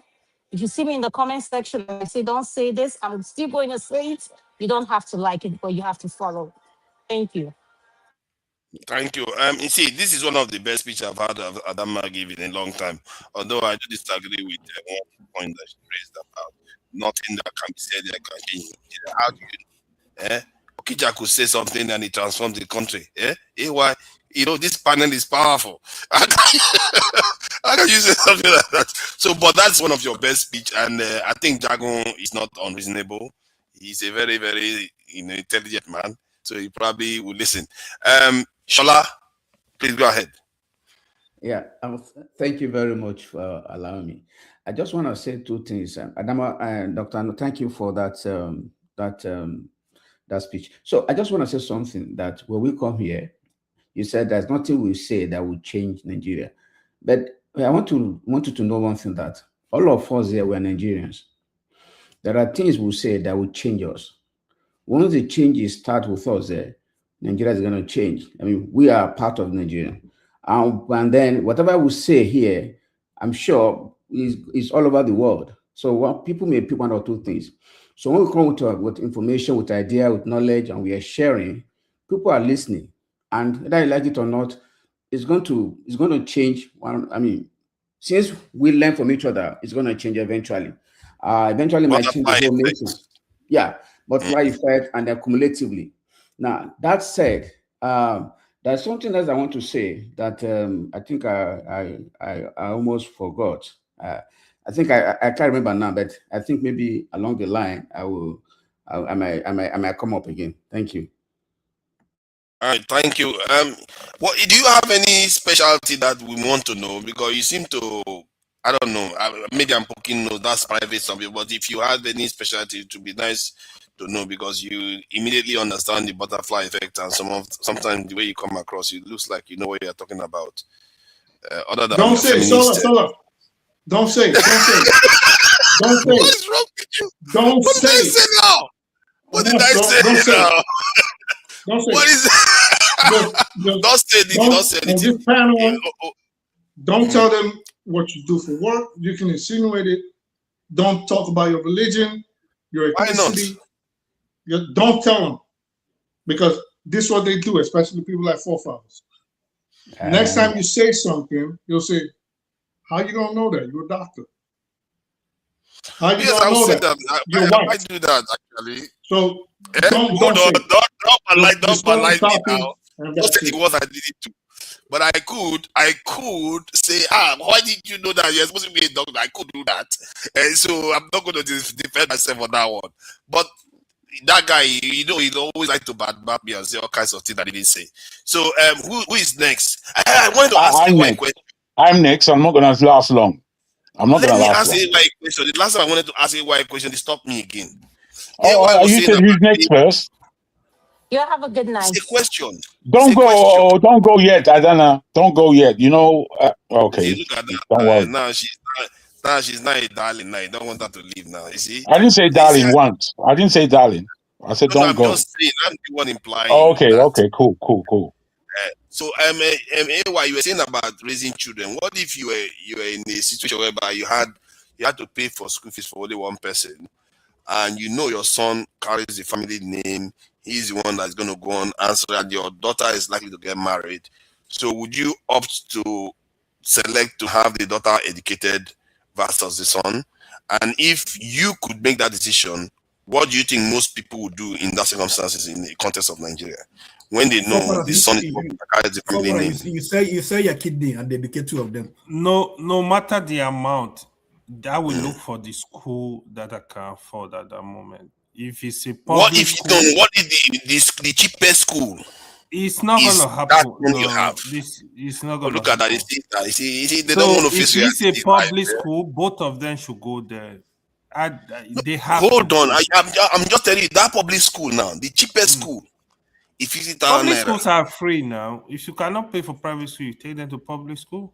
Okay, what if it cost you by transportation and everything 50,000 naira to get that child? Bro, I cannot give birth to a child that I don't have plan for. So you're not going to send them to I will never. Can I get your permission for I understand what you try to ask. Leave, yeah, please. but Jago, go ahead. I can't prioritize any of question instead of dodge it.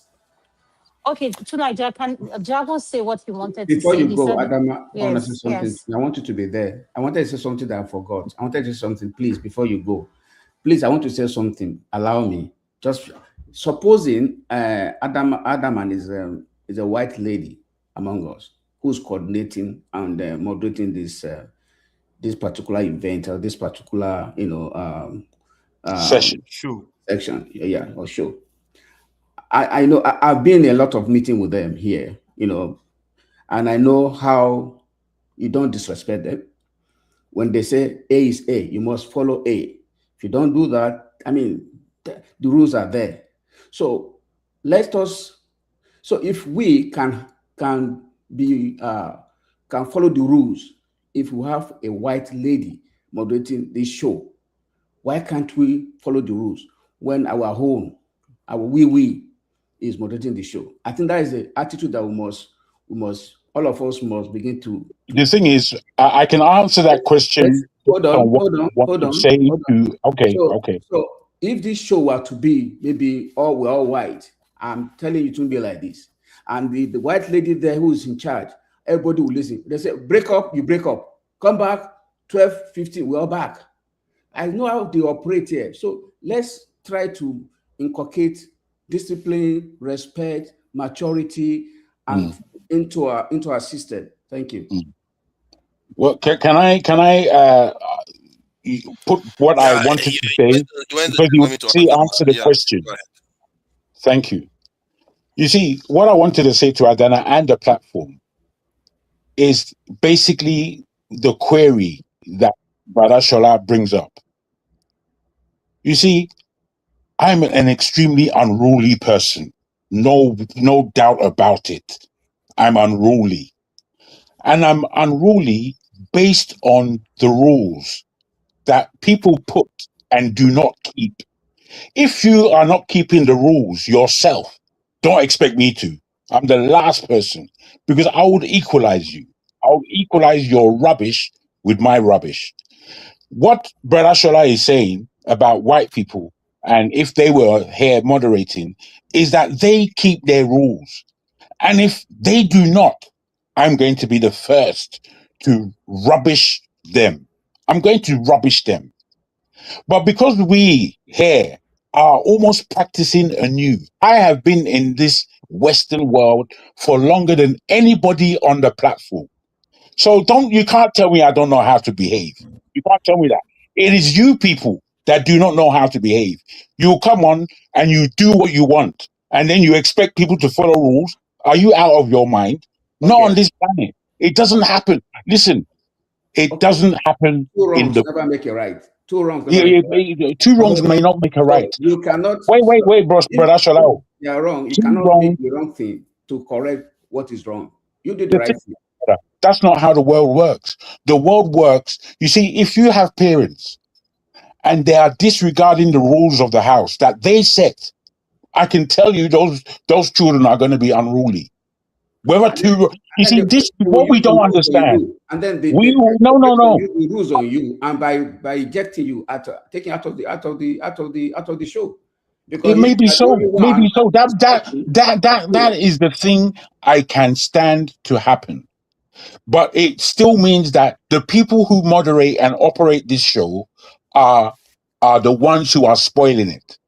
And if you can blame me if you wish. I can be your what do you call it? Your I do not take away from my exuberance, or I do not take away from my passion. And sometimes I have real passion about what it is that we're speaking about. However, the way I've been observing, everyone observes, and you can observe me as badly as you wish and keep it that way, if that's what you intend for yourself. But that is not correct. What you should ask is, why is this person behaving like this? This person is behaving like this because of yesterday I was on the show. KJ, was it earlier? It was earlier. Yeah. Well, yesterday, yes. KJ, he turned his camera off, like so. Another person did the same. He did not throw them out. I turned the camera off so that I can eat without disturbing the show. What KJ did is throw me off. Now, is that fair? Is that not something I should balk about? You see, what it is that you people don't understand your errors. You're looking at my error. When you, as the saying goes, before you take the stick out of the stick out of someone's eye, take the wood, the tree from your own. That's something I stand by. You see, I'm quite a successful individual. I do things my way. And I've run my own life for the past 30 years. I've not been employed by anybody. I've gone through the corporate system, and I've understood what works in the corporate world. So I've been able to take what I've learned in the corporate world and add it to what I do as my own expertise. There's nobody here who can challenge me. Nobody.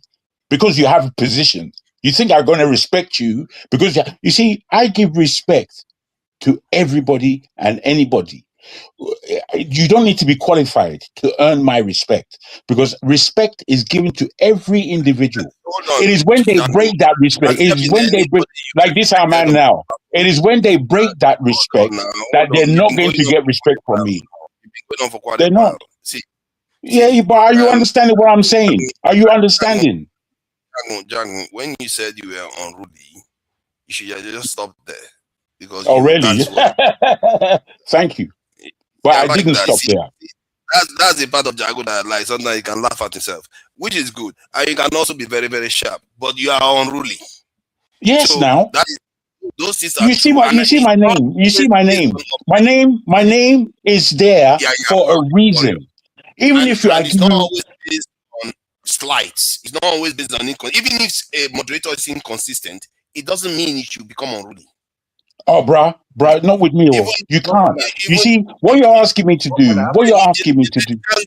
If I can put this to you, forefather, you're asking me to talk equally. Some people don't. If you go to PS Morgan, now not everybody gets the same time.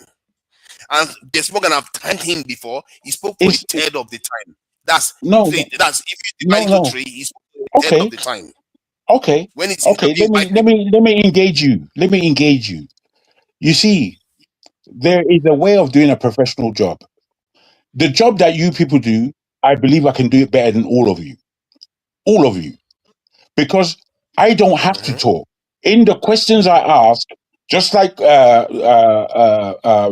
Boom Boom Reyes said, in the questions I ask, I can set a conversation and direct the conversation because I have to be listening to what's being said. It seems to you that many moderators are dealing either with time or they're not listening to what people are saying in order to direct the conversation and make this show a show.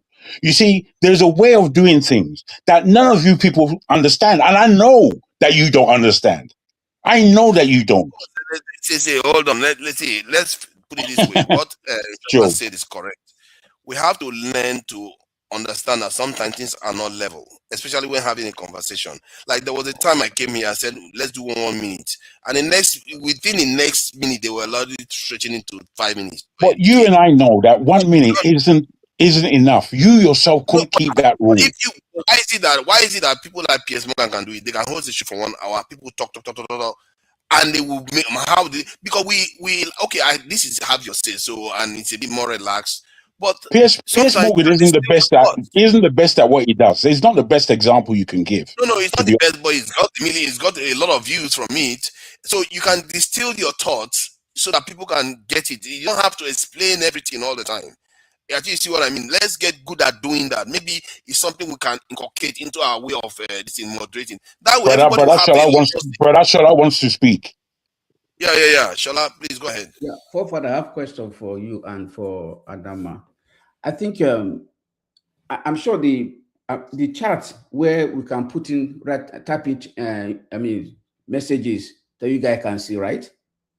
Okay, we can use that. For example, Jagu said that there was a time he was removed because he of his camera, if he was not fairly treated, which is fair enough. I mean, rather than somebody coming out to disrupt the program, I will go into the chat and leave a message to the moderator, to the you that is connected. Look, I've been fairly treated. I was removed, blah, blah. And that's it. And then you will take it from there. So if you do that behind the scene, there won't be any need for any disruption in the flow of the show. So I think most of the things that we air out on the show we shouldn't air it out. Just go to the chat and message the coordinator or the moderator. This is what happened. And they will respond to you. And when they respond to you, that's fair enough. And the flow will go. But when we come up, every little thing we just say it, everything just, there'll be chaos and frenzy. But I think when we try to organize this way, perhaps that might be will lessen the level of disruption in the show. Thank you. I think maybe we should have a break because I think we've just been going straight up for quite a long time, and just to give people Good night, a chance everyone. Yeah, Good night. Good Good night. Thank night, you for Adama.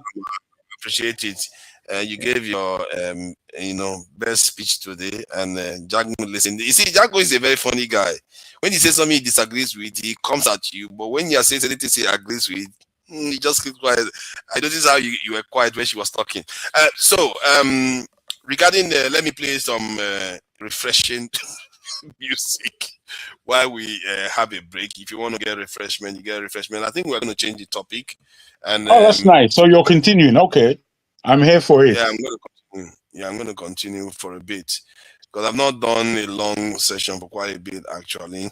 Can I just say before you break, Mr. Ogbomide, I like your name and I like your style. You are a bit quiet, but anytime you speak, bruh, you have something real to say. Bruh Shola, you are needed on this platform, so please don't ever be a stranger. And Okija, help me to beat some of these people up, Joe. I'm watching him now very closely because if he takes that he will fit inside Saudi Arabia just fine. I'm watching him very closely. I'm watching him very, very closely. It's confusing me. All right, let me just play this. All right, nice one.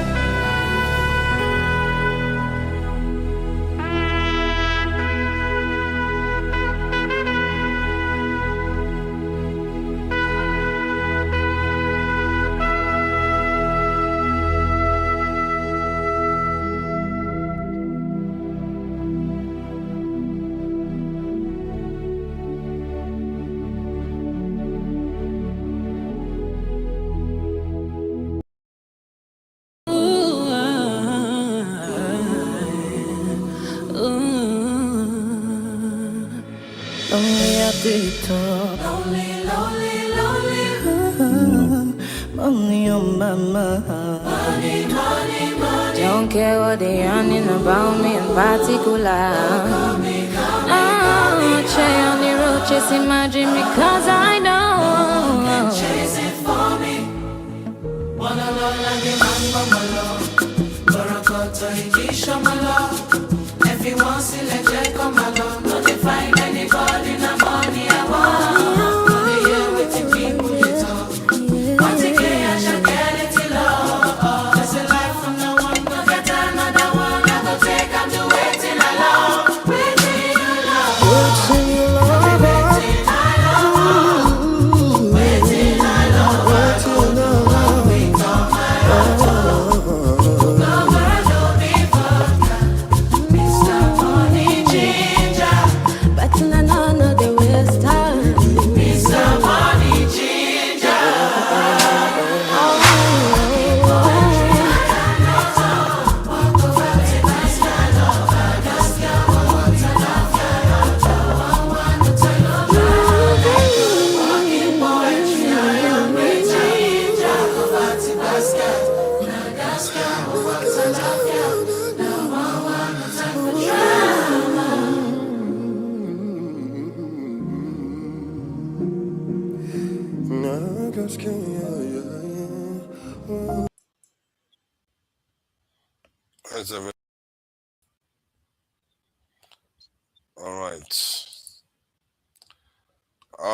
All right. So we are back. Let me get my camera back on. Okay. So thank you, gentlemen, for hanging around for the okay, I wouldn't call this second half, third half. So it's regarding there are two areas we may want to explore. The Francophone countries in West Africa, Mali, Niger, Burkina Faso kicked the French out. And guess who is welcoming the French back in? Kenya, Nigeria. Why is it that we as Africans always, is that the reason why we have countries? Why do we always betray our own? Why is it that we can't stand on one thing? Like, there's no way, because if we carry on like this, there's no way we're ever going to progress, because one side will kick this one out, then the other one will welcome them back in again. If we can't take any common stand for anything, that is one of the issues that we have. Then you look at Dangote refinery that the government divested from, that they could have easily paid for them having 20% stake in Dangote refinery.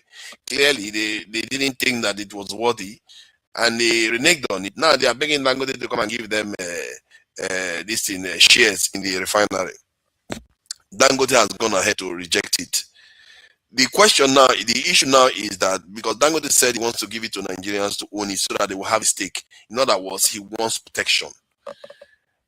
The question that they asked Dangote, that one hit me hard. When they asked Dangote, what is the biggest threat to his enterprise, the things he's trying to do? This is a man that wants to build a 1.4 million this in barrel a day refinery from where it is, and I want to expand it to that.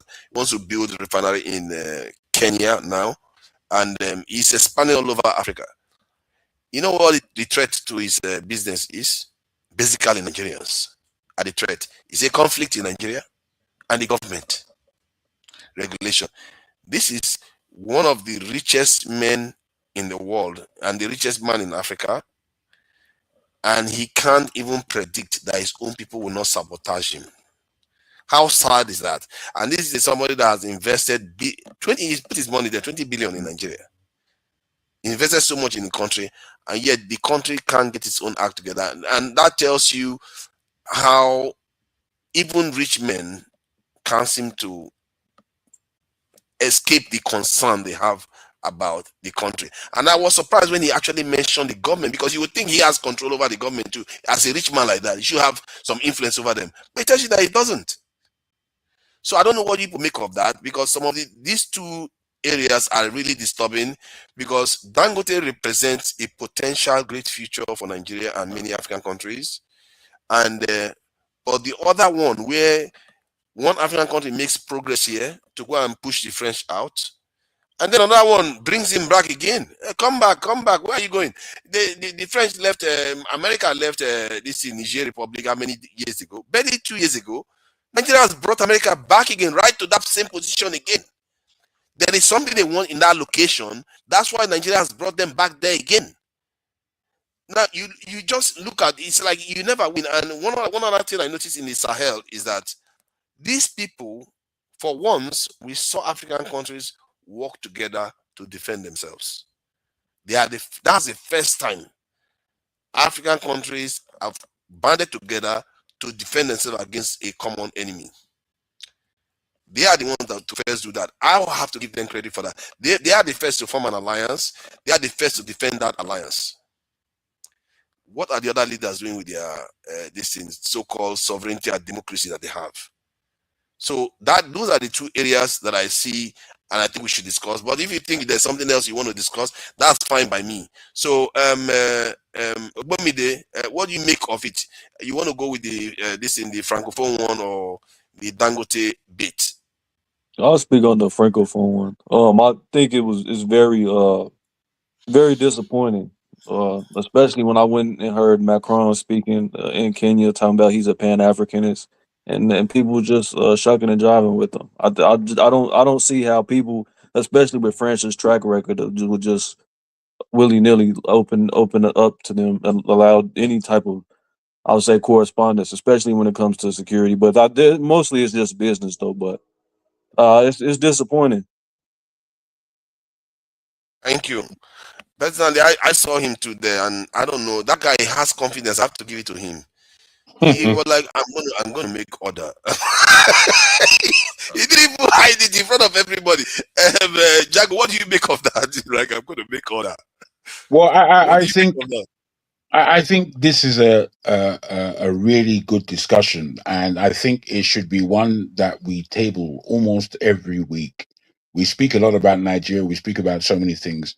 But progressively, we should really be speaking about West Africa and what West Africa means to Africa and the Black world. We're not taking it seriously enough as a people. What has taken place in the AIS countries is a blatant example of renewal as to how we all need to renew our minds as to the future of Africa. And it starts in West Africa. And it really does start in Nigeria. What the AIS countries are doing is exactly where Nigeria should be. If Nigeria was in that position, West Africa would be a different place. Nigerians aren't paying attention to what's going on around the world. We are just not paying enough attention.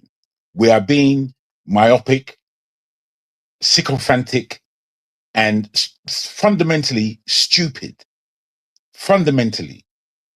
You see, the AIS countries, I believe that they've proven a lot in the short space of time that they've had. And they need serious backing from the strongest country in West Africa, which is Nigeria. Which is fundamentally, I believe, why Tinubu has to go. No matter what he has done well. You know, when people come on and speak about him doing well, I listen. Because I want to know what the man is doing there. You know, sometimes it's difficult to know. Sometimes, you know, because of what's happening with the Naira and because of economically, the way I understand finance, the Naira is positioned well for Africans being such low in value. Because what it means is that if we can make Nigeria a country that Africans around the world can invest in and move to, a workforce that we need, the expertise that we need, can actually come from our diaspora.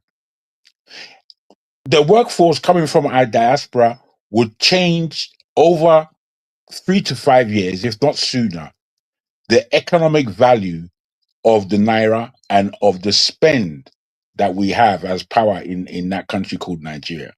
We're not paying attention.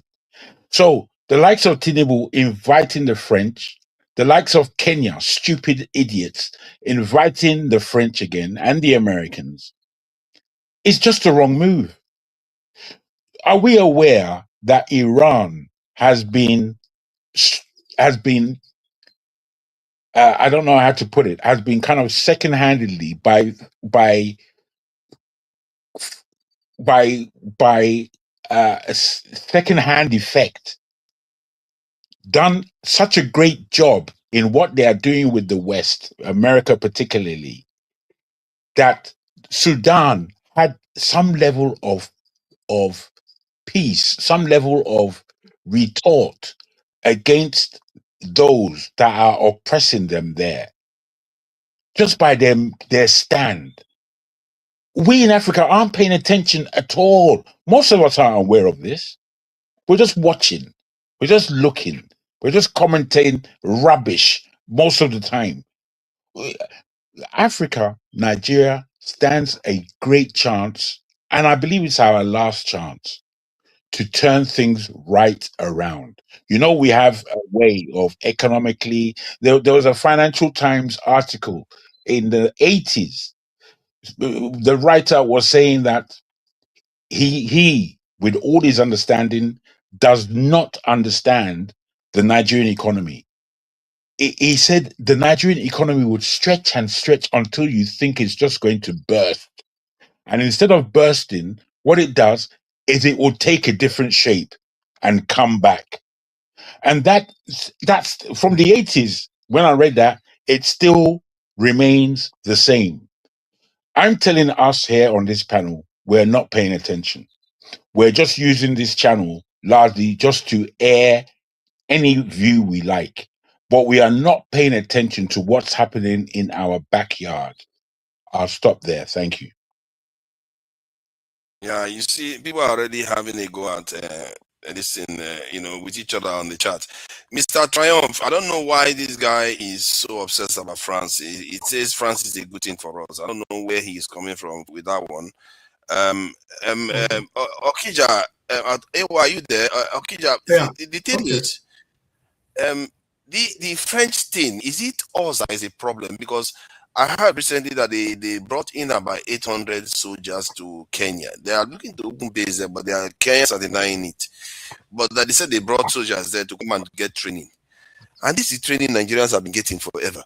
Every time we meet all these people, we keep asking for training. We have been training since 1960. What is going on? Yeah, well, I don't know. I mean, when I heard about the summit or whatever, I think everybody, France, they're losing control in West Africa, and they know that US, they've been having everybody, Japan, they have the African summit, US, Trump, had his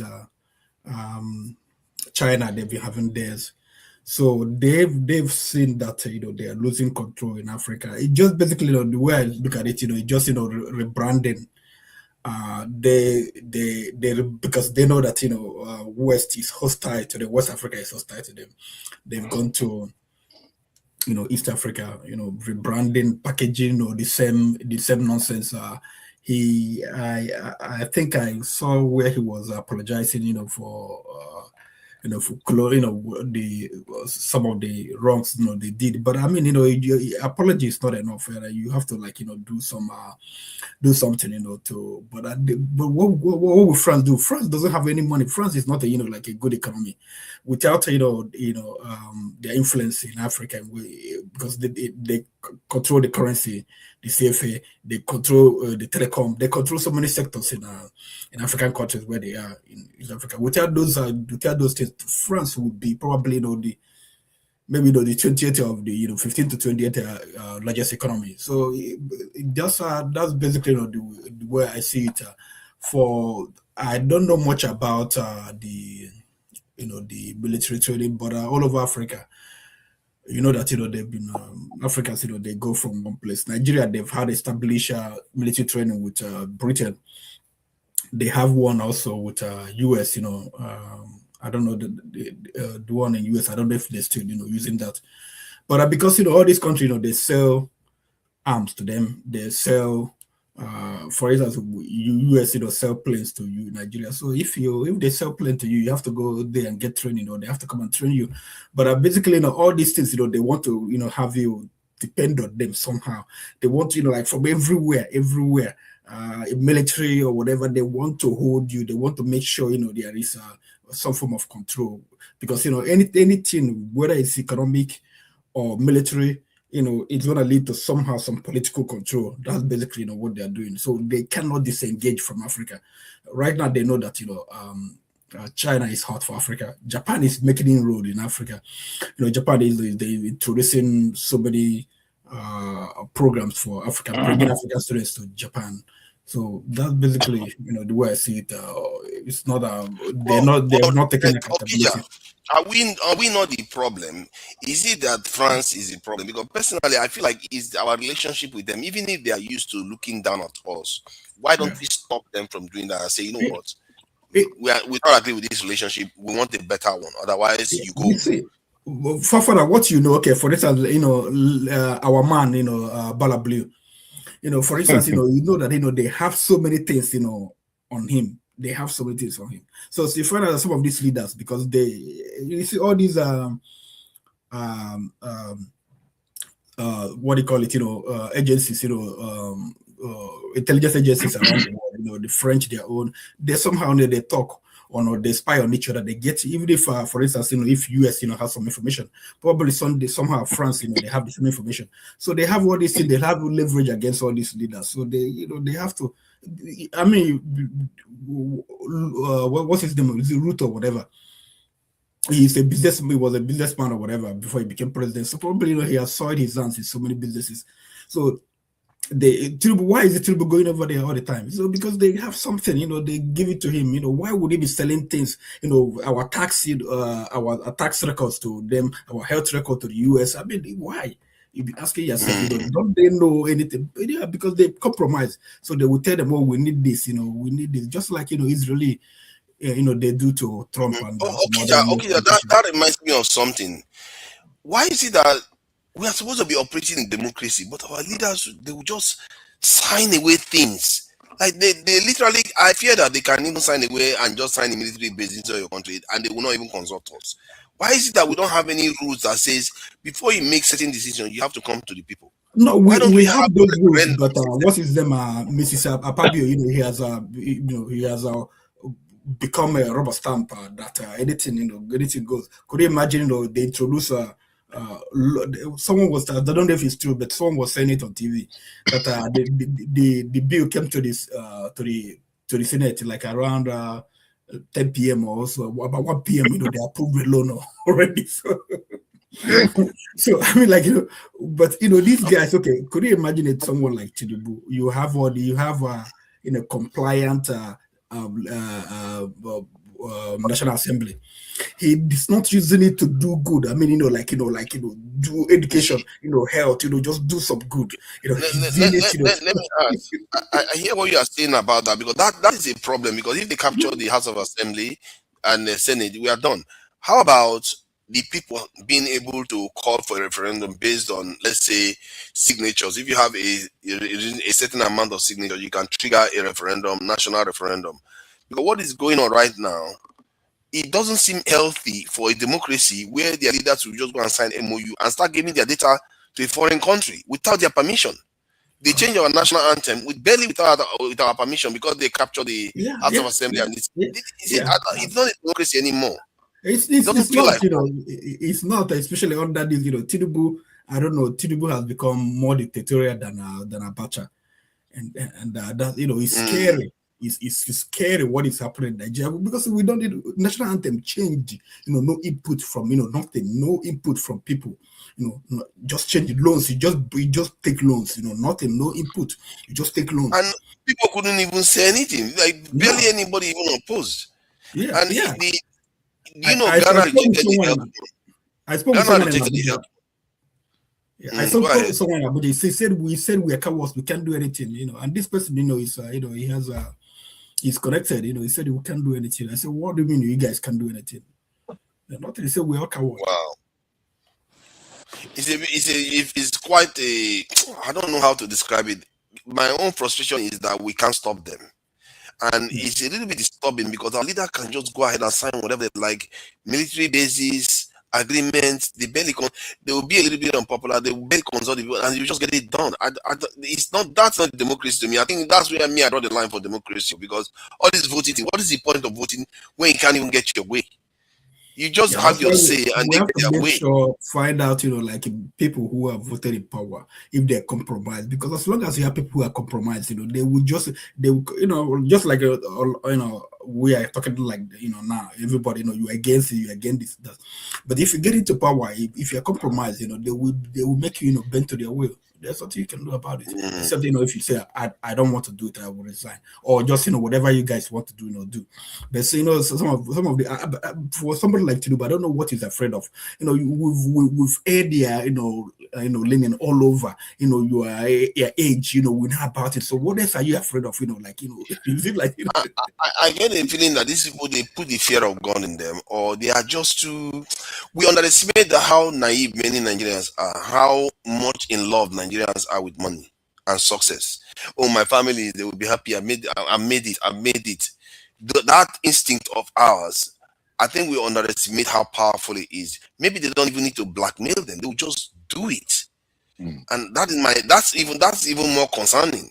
And this is why I'm beginning to think that maybe our fate is already sealed until something triggers us to wake up, or something finishes its job. Because the way it is right now, I don't know what else. Dangote is trying his best. I have to give it to him, and I fear for the poor guy. That guy he needs to watch his back. He's trying his best, because if Dangote refinery didn't exist in Nigeria, and I'm beginning to think that is the reason why when I went to Nigeria this year, I didn't feel like coming back, because the petrol, this thing is no longer there. Or all those queues cars used to queue, it's no longer there anymore. The environment just feels a little bit, even if there's no power supply, just a little bit more conducive, because maybe that refinery is making a difference in the environment. I don't know what it is, but there's something there that is making people feel a little better. Yeah, Dangote, I mean, even though, I've hear people criticize him a lot, like Pansat and some other people. But I mean, I like, even if it's a monopoly, I just like the man, he benefits from Nigeria, but he invests that money in the critical areas of the economy that will help the economy. If every one of them, we're doing it, we would not be, in this situation. Steal that money, invest it somewhere. But there's still the money they take it to Dubai. The reason why people worry about Dangote is that they don't understand how capitalism truly works. And I think this part of the capitalist economy, and in short, capitalist democracy, they don't understand how it works. Capitalist democracy, this is exactly how they work. Monopoly. Yeah, monopoly. And I don't know why we never had it. Okay, I think Abiola was. No, because we haven't had Nigeria. We haven't had a powerful company apart from all these, foreign companies like Smith, Glasgow, whatever. All these Unilever, that were, that came to Nigeria. We've not had an ingrown, like a powerful company. Yeah, we really never really. The federal government never really supercharged any company. If you go to Japan, you see them. And in the case of South Korea, that they made, I think, was it you or somebody came and gave us the name? They made a deliberate effort to create that's what you call it. The government to make sure these companies, they understand it. What do you call that thing? What did you call that thing? Chebo. So that is a deliberate policy to create multinationals. So it tells you that they understood that this is how democratic capitalism works. You have to create multinationals to represent the nation. They are basically representing the nation. Samsung is like a national, like a national flag of South Korea. Exactly. Yeah. Why can't we just create 10 of them in Nigeria? That would be nice. Create them in mining, create them in healthcare. I don't know, man. If I was the Nigerian minister, the country, if them anything they need. The country called Nigeria is an oxymoron in the deepest sense of the terms. it is working only for the elites. And over the years, if we go backwards in our country, we had better leaders anytime we step back. So it tells us that as we're stepping forward into time, we are only getting worse leaders. The next person who comes in is going to be worse than the last. What Tinubu will do when he comes back in, he will do worse than he is doing now in terms of putting the country's money into his own pocket, as though he doesn't have all the billions that any man can spend. It becomes something that doesn't make any sense to me and you. It's not going to make sense. But right now he has been giving all the money to that's his name, Chagori. Yes. How many the guy has gotten over 20, and they said how many $1 billion contract he has got? I think $8-something billion. He's just the guy giving is it to not him. even hiding. He's just giving everything to him. Why should he hide? Why should he hide when everybody knows the score? Everybody knows. You see, I've got a cousin that I argue with. It makes me sick based on his attitude. Because his attitude is, Soji, you are wasting your breath talking about how Nigeria can come back. Nigeria is going to stay as it is. There is nobody that can beat Tinubu. No one. You're wasting your time. And as much as I argue against him, he's right. He's right. The more degradation that you think about concerning Nigeria, the more accurate you are. The other side where I am is almost like wishful thinking. I've said on this panel that Nigeria should not do 2027 election. Everybody should stop. Nobody should vote. Nobody goes to work apart from essential workers. That is the way. In fact, I believe it's the only way, apart from what forefathers is saying, that something drastic needs to happen. We need to create that drastic thing. We need to be the people who take the power back from this elite that is betrothed to the devil. Because what's going on in Nigeria is pure devilish work. There's nothing sane about it. Nothing. They give trinkets. The country should have had rail. In fact, the country should not have stopped rail after the Oyinbo left. It's only today. Django, our people seem to be too scared of their own shadow. They fear death more than anything. Yes. And then if you look at even America now, America, a lot of people are saying that they too are compromised. That, was it not to account that was saying that the American officials are scared? They actually are scared of speaking openly about things. So it tells you that if American officials, UK officials are scared to speak out, it tells you that this world has gone, it's gone away. Look at even in Pakistan, that Shaka Khan, I've forgotten what I Shaka Khan or Imran Khan. Mm-hmm. He's a guy that won an election and he was thrown in jail because the West, some force in the West doesn't want him to become prime minister. That's a nuclear power. They got him in jail. It's like the forces at play around the world right now is just unheard of. I've never seen anything like this. Is so strange. Like even UAE now is getting this in what they call it, what's the Iron Dome from Israel. It's like, what is going on in this world right now? Like America doesn't seem like America anymore. Even American people are like, what is this our president that we elected? It's not even behaving like our. So if America is compromised, what was it not Ovarowe? I always like to quote from that Ovarowe book. He said, "The fire that can consume a tortoise with iron shell, what will happen with the feather and with the hen with the feather gown?" It's like, what chance have we got against these forces at play? Because right now it looks like they're punishing Nigeria and they're punishing South Africa for what they did at the UN. Because South Africa is being punished and Nigeria is being punished because since Nigeria did condemn the Israeli genocide, that's when this genocide thing came up. Immediately after that, it came up. You start seeing as a matter, they didn't even start talking about it in Nigeria. They started talking about it on American news and Piers Morgan, you start hearing all these terms. They start talking about listen, genocide. They start fanning it up, and the people that were fanning it are Zionists. That should tell you how linked they are. Those people were Zionists that were doing all these things.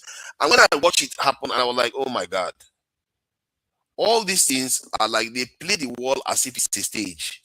And they just It's a organize stage. It is a stage. And You see, if you're not ready to take risks, you don't stand a chance in this world. you And you don't. say whatever I like about those Iranians, their leader sacrificed himself. Which of our leader would do that? No. You see, where Nigeria has many advantages, but fighters, warriors, people of deeper consciousness, we are not. You see, you may say anything against. Wait. You may say anything against the South African populace. They're acting very strange to you and I, no doubt. But you can't take away the fact that they are revolutionary people. There are people that will not allow. They will go to war. They will kill every one of them before anything. Now, if Nigerians had the consciousness of South Africans in terms of fight back, Nigeria will be a completely different country. Completely different. It's the one ingredient that we're missing. The difference between someone like me, and I don't mean to push myself, but I've always been a fighter. I don't take rubbish. I don't care who you are. Never have I ever in this country taken rubbish. But what I have been able to do is to study, think, and I see the world from a global perspective. So much so that I know what's going on in this world. When I speak to my Nigerian counterparts, I know the level of their ignorance. They don't know what's going on. They have no idea. None. We in the West, Nigerians in the West, I don't believe that we are learning quick enough to make a force for ourselves outside the country in order to affect that country. We're not doing nearly enough. We're not. So whilst we look around the world and see so many things happening, if you go to China, you go to the Far East, you see what they've accomplished. When you go back to Nigeria, you can know clearly that Nigeria is not doing enough. As much as there's been this infrastructure here or that infrastructure there, and this is promised and that is promised, bruh, it's already 20 years overdue. It's taken 15 years for the nothing. Wait. If I may, it's 15 years for the nothingness that they call Eco Atlantic. It was supposed to take 8 years to complete. Let's be serious. It's still not complete, even. It's not nearly complete. It's not nearly complete. It's ridiculous. When I used to say before, when you read these things on the news, you don't always, you watch it on documentary. When I said the Americans were threatening China that they were going to nuke China when the Chinese went nuclear, and when you say it sounds like theory, but the Iranians went through the same threat, but not as serious as the Chinese one, though, because this one is just Trump. Trump threatened to, it kind of nuke them. That's basically what he said. He wanted to wipe these. People were concerned. People were saying Israel was about to come out nuclear. What did they say? Do your worst. Can you imagine that was Nigeria? People will be racing through the borders in every direction. I don't know. Or maybe that will wake us up. It might just trigger Nigerians to get into a position now where they take things more seriously.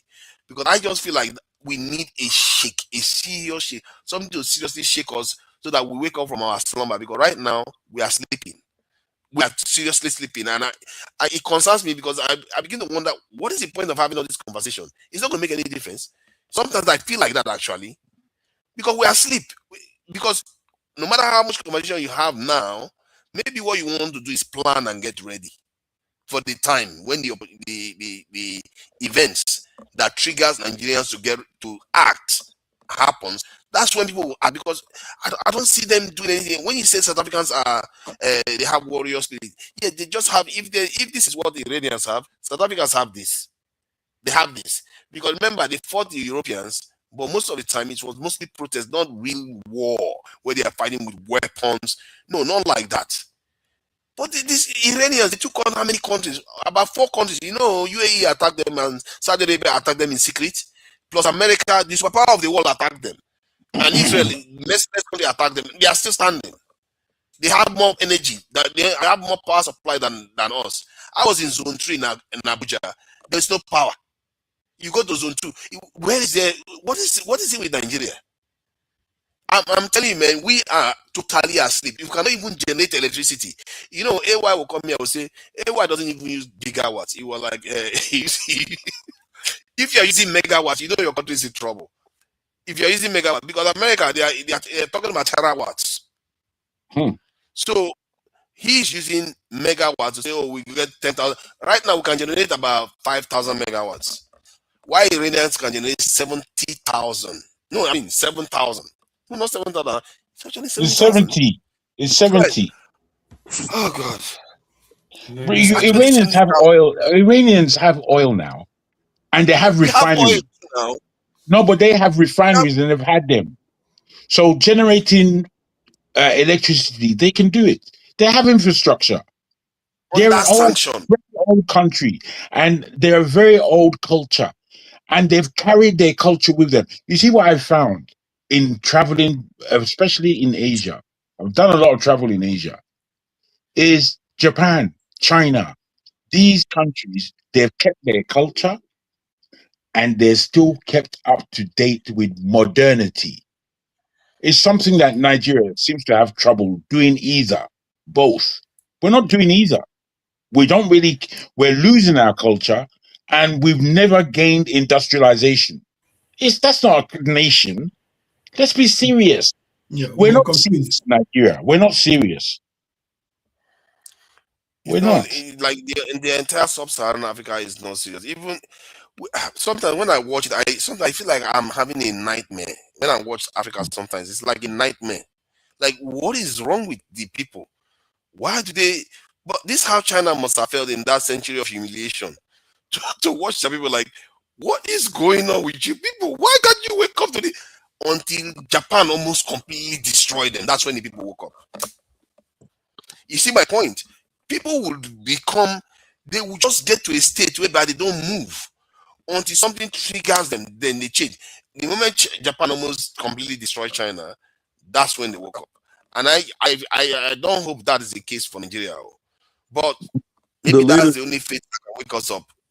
The leadership coalesced and they implemented and socialized that national loyalty.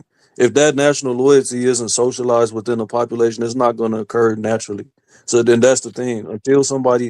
Until a group, a critical mass comes together and socializes that through the education, you're not going to have that massive upheaval. If you're just expecting it to happen organically, it's not going to happen. It tends to happen in periods of this thing. You know, educated people call it. I call it collective intelligence, but some people call it synchronicity, where when there is upheaval and these leaders come and they fight for their people. Basically, the nationalists, they fight to defend the nation, and then they will get rid of all the people, the traitors, and all the people. Then many of them lose their lives too. Because of all that bloodshed and everything, they have a bond that is so. From what they said, they have such a strong bond and focus that when they go on to rule, those people tend to do the right thing by the nations. And that is why, if you look at all the nations, the founding of all the nations, they tend to be people like that. Like people like even George Washington was like that. He had to fight. He was a former military man. He had to fight, and when he went out to found America, he found America well. And if you look at Mao Zedong, the same thing. Stalin, all those people, they had to fight. Stalin literally industrialized his nation during war. Like Germany was invading them. Germany had so much weapon than Russia. Russia was like a backward country. But by the time the war is ending, Russia was manufacturing more weapons and more tanks, attacking Germany back. That is how fast they industrialize. There's something that happens to people when they feel threatened. They act. They act and they act strong. How can you, within a period of a war, you transform a nation that much? And in the UK here, was it in the UK or America, they have women doing manufacturing. There's something that happens during times of war. People become more focused, more intelligent. They act like a unit. They don't act like an individual anymore. And we as Africans have lost that a long time ago. We've not had anything to galvanize us. And these people are very clever. They never do anything to galvanize us. Except Trump makes a mistake. Except he makes a mistake. He made a mistake with Iran. He made a mistake with Iran. He shouldn't have done what he did. And now he has made Iran stronger. You see that? That was a mistake. And the same thing, if he makes a mistake with Africa, he's going to make Africa stronger. I just hope he makes that mistake. Yeah, I disagree. You see, I disagree with the fact that Trump's mistakes would make Africa stronger. Africa, Nigeria particularly, have had so many reasons to come together and be strong. So many. But they have not taken them. Why? Because they're weak. Wait. They are weak and they are not nationalistic in any respect. We are not. You see, the countries that you wait. The countries that you have mentioned, all of them are extremely nationalistic. All of them. So if you are coming to battle them, you will see their people really come together. You see, the people, the country that really won that Second World War was Russia. Russia beat the East and the West. You know, the bombing of Japan wasn't the end of the war. The Japanese were ready to fight on. It was the destruction of Manchuria, which was what the Japanese owned in China. That's Manchuria. When they ran that thing right next to, they slaughtered the Chinese and just were now on the border. They were on the sea, the Great China Sea. That's where they were, ready to launch into Japan. Japan had to make a choice. Do we allow the Americans to conquer us, or do we allow the Russians to conquer us? But if the Russians conquer us, they're going to take us and keep us, and we will lose everything. That was what stopped the war. That's interesting, actually, what you said there. It's the truth. I never knew about that part of it. I will check it out. Quite Do interesting. so. It sounds true. It sounds like something that will be true. I would make such a decision myself. I will. The Russians would right today. Japan would have been a Russian state. You know where Russia ends. Russia has no business being there because Russia is European. But because they've already got their own empire, which was different from the empires of Europe, Russia, you will see so many different nationalities in Russia. You'll see people that look like Chinese. You'll see people that look like Iranians. You'll see people that look European. All kinds of different races are there. China took them over a long time ago. You think they won't just put China and Japan into their pocket? They would have done so. They would have done it. I think when you said something about nationalism, I think such circumstances forces people to be nationalists. Because if you look at even the recent case of Iran, where they are fighting the war, at first they were, the moderates, those who like to schmooze and, they are the ones in charge, Well, then they bomb them once, twice, kill so many elites. Suddenly the hardliners take over, the hardcore nationalists took over. When they take over, those are the ones that, when they are done, if this war ends, they are the ones that are going to build a country. Those are the kind of people that build nations because they can stare into the abyss and say, do your worst. You see, those are nation builders. No, all these people that like to schmooze and talk, they are just the surface. The core are people. They are the type of people that when they look you dead in the eye and say, this is going to happen, when they tell you, they mean it. They are not thinking about themselves. They are thinking because they have been forced. They have been forced to be like that. What do you expect? You kill all our leaders. You kill 40. You kill our Khomeini, our spirituality. You kill everybody. Why would their own life matter anymore? They will fight to the end. So, yes, sir. And I think it forces them to be nationalists. I don't think the Chinese were nationalists at first until the Japanese did what they did. The Chinese were misbehaving. Now, one of them they wanted to even spread Christianity in China. One of them wanted to spread Christianity in China. They rejected it. So many things, craziness was going on in China during that period. Yeah, Then but in China. the Chinese clear their eyes. Like you are confused. I will show you how to be confused. And then once once Japanese clear their eyes, they fought each other. They did fight each other. They even fought with the people that called themselves nationalists. The communists fought them, chased them to Taiwan, and still went on to both sides. Can you imagine that? Both sides created successful nations. If you want to call Taiwan a nation, I hope the Chinese are not listening to me. My apologies. But the point is, both sides created successful societies. That tells you what I'm talking about, because the people that went to those places are people that have been forged. And as a matter of fact, this guy, what's that professor's name? He too attested to it too. He said those some of people that are bonded by such things, they tend to be very powerful. If you look at Israel today, the people that survive Hitler, they are the ones running Israel. They don't fear anything. They don't. Do you know? They said during the period when Egypt was attacking, they wanted to fight Egypt, and I think was it Kennedy or one of the presidents was telling Israel not to attack, and Israel was like, they said they told an American official, go and look at that aircraft that is in our runway, on our runway. Do you see that payload underneath it? Guess what it is? That they were threatening to use nukes. Can you imagine that? And they meant it to. That is why when people see Israel, they know when they threaten you, they mean business. Because the force that is driving them is so strong. They have a strong will right now. They are willing to burn the world if they don't get their way. Do you blame them?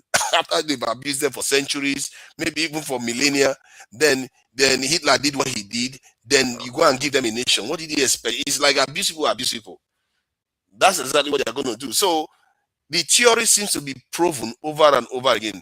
But if you lose, though, catastrophe. If you fight that kind of war and you go and lose, and your oppressor decides to oppress you and stay there with you, you are going to have a problem. In the case of Germany, they oppressed Germany for a while, but Americans stupidly left them. And the Germans were so angry. They created Hitler, and the rest is history. The population psychology is a very, very interesting thing. I really wish we study more about that, population psychology, because it will explain to you what is happening in Africa right now. And for me, it makes perfect sense what is happening in Africa. And if that is true, why are we blaming our leaders? No, It's just our faith. our leaders have a lot to do with our malaise. But we do have a malaise that is hard to conscientize. Speaking about Israel is another oxymoron that I don't always understand their behavior or what they're doing, how they're positioned, even who they are. I don't understand it. Who are these people? Really? I understand. Because you know, when it comes to the discussion about the what do you call it? The 6 million who was supposedly put to death. The Holocaust. The Holocaust. Thank you. When I don't actually believe it. I don't believe it, and I don't believe it like yesterday. I don't believe it based on time thinking and understanding and looking at documentation that tells me that this thing didn't happen. It didn't happen. I think more Christians, more Russians died than anyone else in that war. I don't believe that 6 million Jews died. What I believe is that some Jews died, and I believe that, you see, this Israel argument. But they have the facilities. Wait. Understand. This Israel argument and creating Israel was before the Second World War. It may have been before the First World War that they started the designs.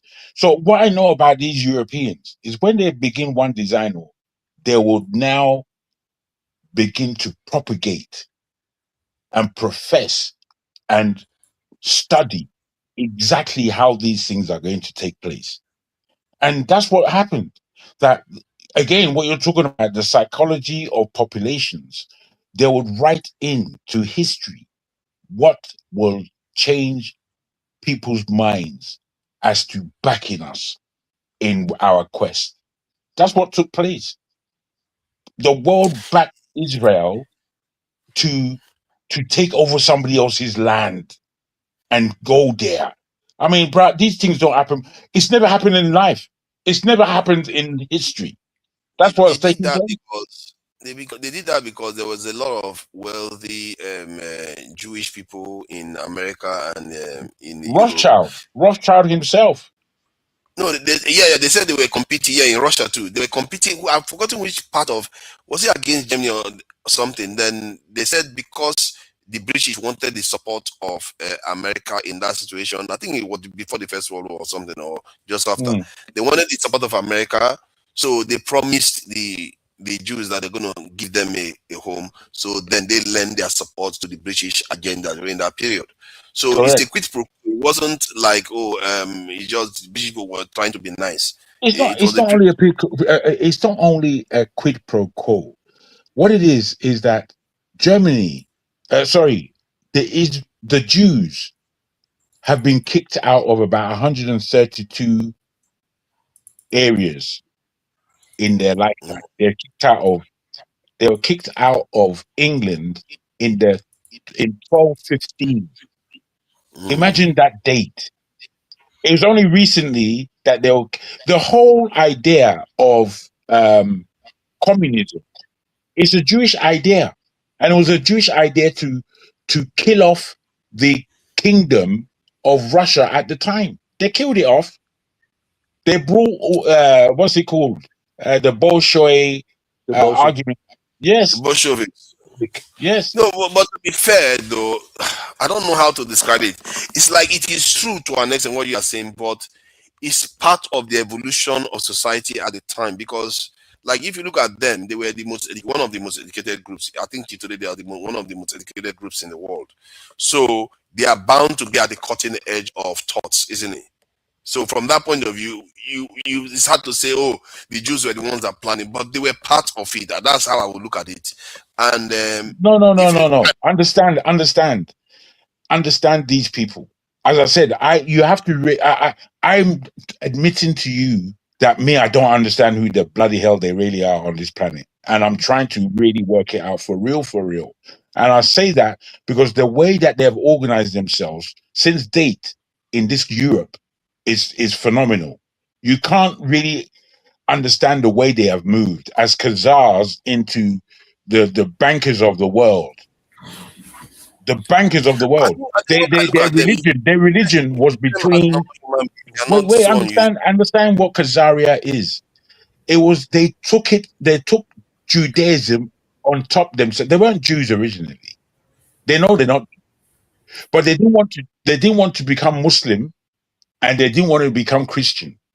So what they did in Khazar, and check where Khazaria is historically on the map. What they did now was to choose Judaism. So they traveled the big I won't call them priests because they weren't priests at the time, but the figureheads at the time traveled to Iran, what they now call Iran, Persia then, to get the old books of the Talmud and of the to learn how to be Israel, or learn how to be Jews, or learn how to be Zionists. This, you're talking about 9th century. You're not talking about yesterday. So when you look at what they have done as a people, imagine the Rothschild, Ross. He had 5 sons. He trained them to be bankers, and then he put them in the 5 biggest industrialized states in Europe: England, France, Italy, Germany, I think Spain. Yes, that's where they put them. All of the sons were successful. The most successful was Nathan in London. Nathan in London now quickly organized how to get into the royal family and back them in whatever they want to do. Imagine this kind of positioning. Just imagine it.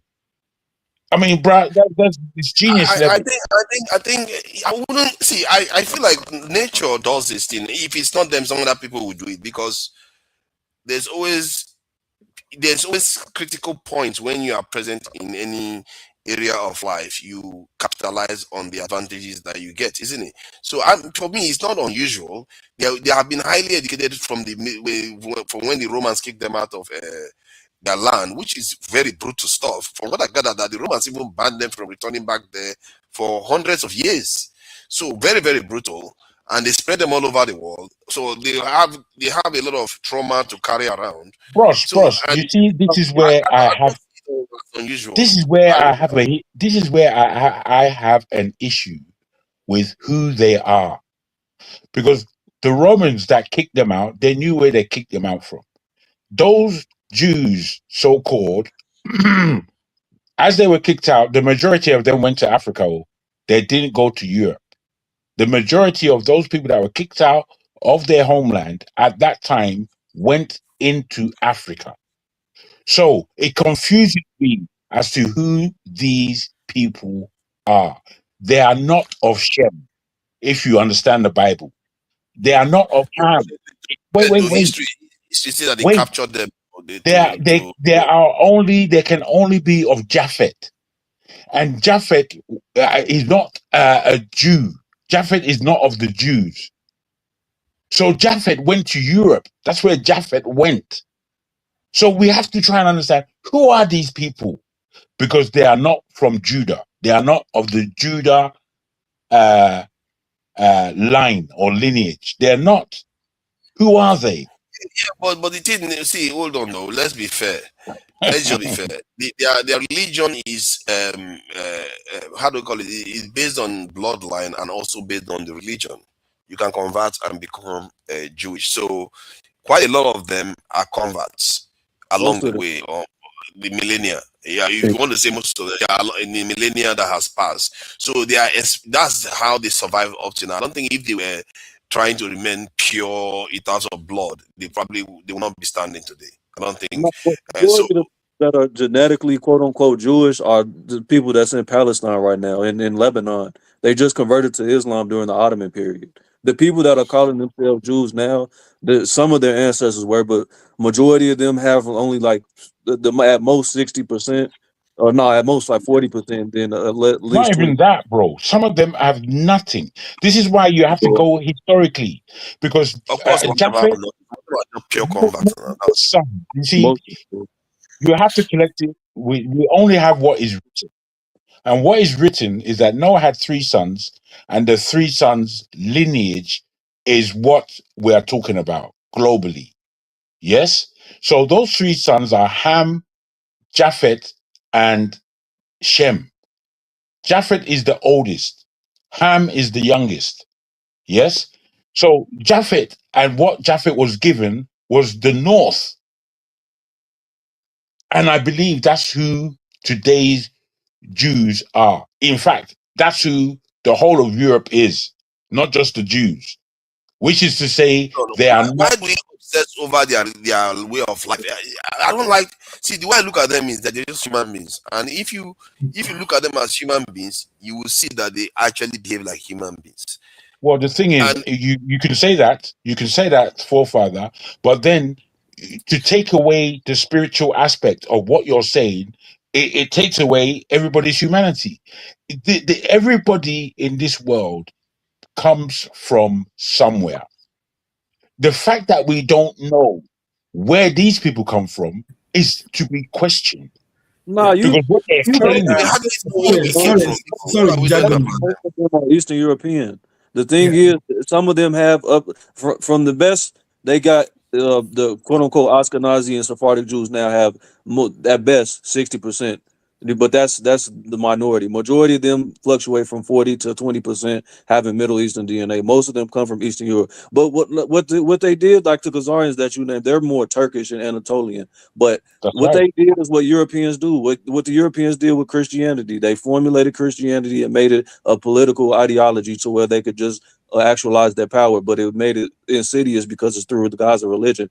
The Jews did the same. The Muslims did the same thing. They use your religion to weaponize it. It's not about the spirituality aspect of it. And they get people because people get caught up in the religion, but it's just a mask. Yeah, but I mean, I don't know why, Jagged, I don't know why. Do you believe that nonsense of Shem, Ham, and Japhet? I mean, like, You see, it's whether I believe it or not. That's what's written. That is what I'm looking at. What's written, my brother. Belief is secondary. What I believe doesn't matter. What is written and what people say of who they are, that is what I'm understanding. You see, where we are concerned as West Africans, I will tell you this for free. You being an Igbo man, me being a Yoruba, do you know that it is in West Africa, Nigeria particularly, where the people, the men, are circumcised the most? There is nobody more circumcised than West Africans in the planet. Now, that may be something to look at for you, or it may not be. It may be, oh, they just do this as an action. But I don't believe we just do it as an action. I think we do it spiritually. I think we do it within our culture. And I think we do it as something that we have. You see, when the Europeans, again, began coming to West Africa, what they knew, there's a place called Judah that they mispronounce and call it Wida. There are so many artifacts that we have as Yoruba people. Talk about in Benin. Yes. Those are Yoruba people in Benin. There, that's Wida their phone. No, but brother, Wida itself. If you go there, the Yoruba is their first language. Yoruba is their first language. The people in that area, they are what they call Ago and Ago. They call them Ago. Yes, those are the people. The other people are the Ewe. These people, they don't play with the Ewe. Don't play in terms of the level of Judaism that they have within the culture. There's nobody in the world. You try to say that let's not get it a little bit too far. Because Sorry, brother. I didn't hear what our brother had to say. What did you say? With who, me?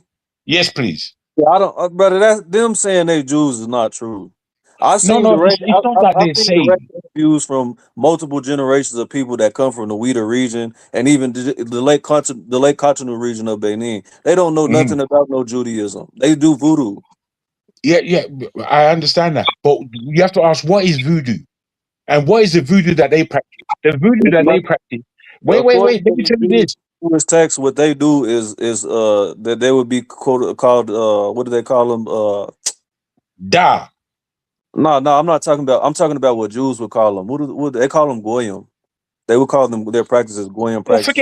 Forget those people who call themselves Jews. I'm saying about West Africa. Don't matter what they call these people. Hold on. Wait. Please. I beg you. Allow me to converse. What they're dealing with is their culture. And if you understand the Dahomey and the Da culture, the Da is a snake. If you go there, what they're doing is pure snake worship and snake magic. I'm telling you.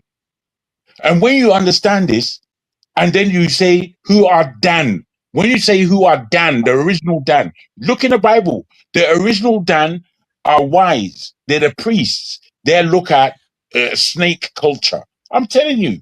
But brother, they don't know anything about no Talmud, no Bible, no Talmud is not Jewish. Talmud is not the thing. No, but they don't know anything about any of no Abrahamic text or culture. I've seen people try to make these. Can I just add something? I think what Jago is saying is a lot of conjecture, because there is no real evidence, archaeological, genetic, anthropological. There's no link. And even the written documents, including those of the Bible, where they refer to the land that they traveled to, none of them indicates that they were coming south into Africa. And we all know where Egypt is. Egypt at one point, you can use Egypt as a reference point, because Egypt has always been where it's been for thousands of years. So why would that location be in Africa? And some of the practices that you see them practicing, I'm not surprised if we are one of the earliest humans. We are the bulk of the population of humanity, and people are practicing what they've learned on the continent when they left the continent. That shouldn't surprise you.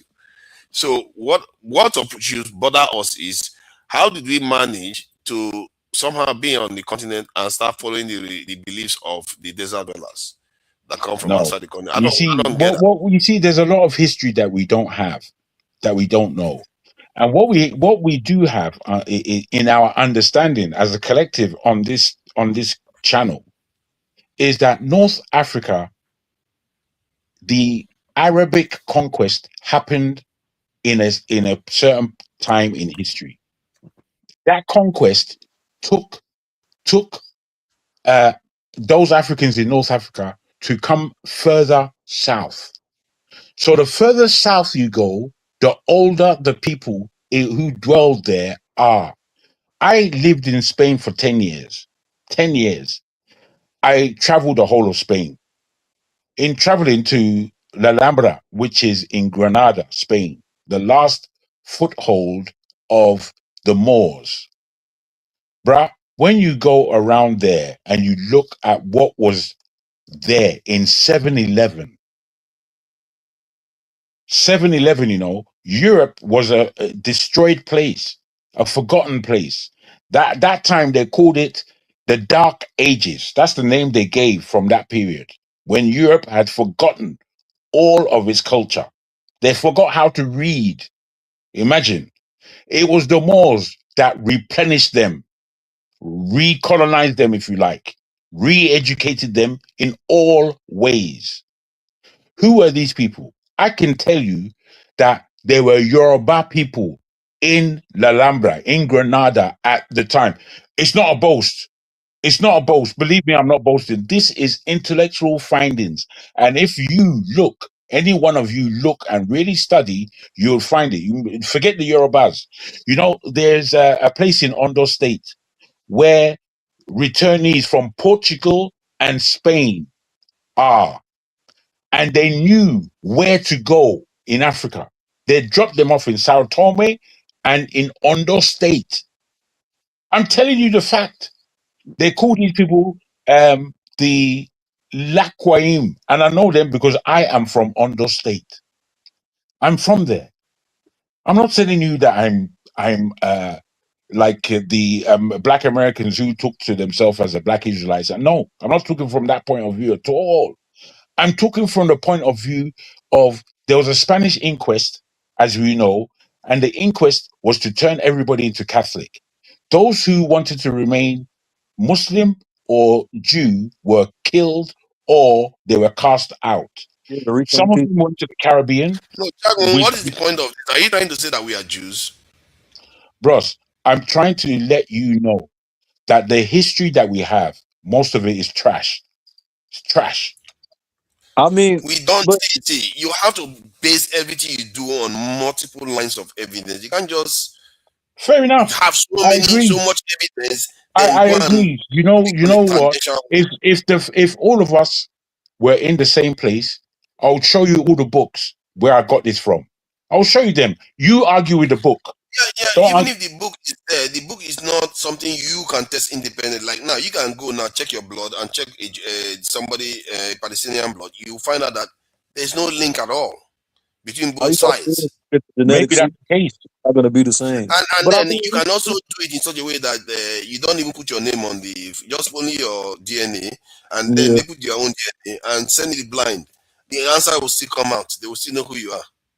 So that tells you that there's a kind of credibility there because it's blind. Okay. There's no selection. Do you know who the Lemba are? Yeah, I know. Do you know what forefather is asking that they did it with the Lemba? Yeah, no, that's true, and it came back that some of their maternal genetics. Not some. All of them were speaking the truth. Really, oh no, that's not true. Bros, what they said is that the Lemba, for what they were speaking orally, they have found out it's the truth that they were speaking. Because at first they were laughing at them. Who do you think you are? How can you be a Jew? They did the blood test. They did everything. And they found out that these people are real. They're talking the truth. No, they found out that their genetics tied to the Levant. They didn't prove categorically that they're Jewish, but I agree with you as far as it being tied to the Levant. But if you do, they've done that also with the groups that you're talking about, and it doesn't tie to nowhere in the Kushites are Levant. tied to the Levant too now. The Kushites are tied to the Levant too. Who? So So the Kushites, like the Maasai, yeah. the Somali, many of those people are tied to the Levant. So we know the Natufians came from the Levant into Africa. So that is not new. This information. But So do you know who the Natufians are? Who were the the Natufians Natufians? are some of the earliest this in Europeans now. Yeah, That But had the first Afro-Asiatics that back were they European? No, they were you can say Afro-Asiatic. that they are from the Levant. They are not what we consider European to be. Okay, what skin color were they? They were brownish, dark brownish. They were black. They were black. Yes, they were People. black. I don't use black in the term of dark, black. I'm using that term in that they were closer. Their They were your heritage. complexion. What they have said, my brother, is that their heritage is closer to West African than any other race in the world. That's what they've said. No.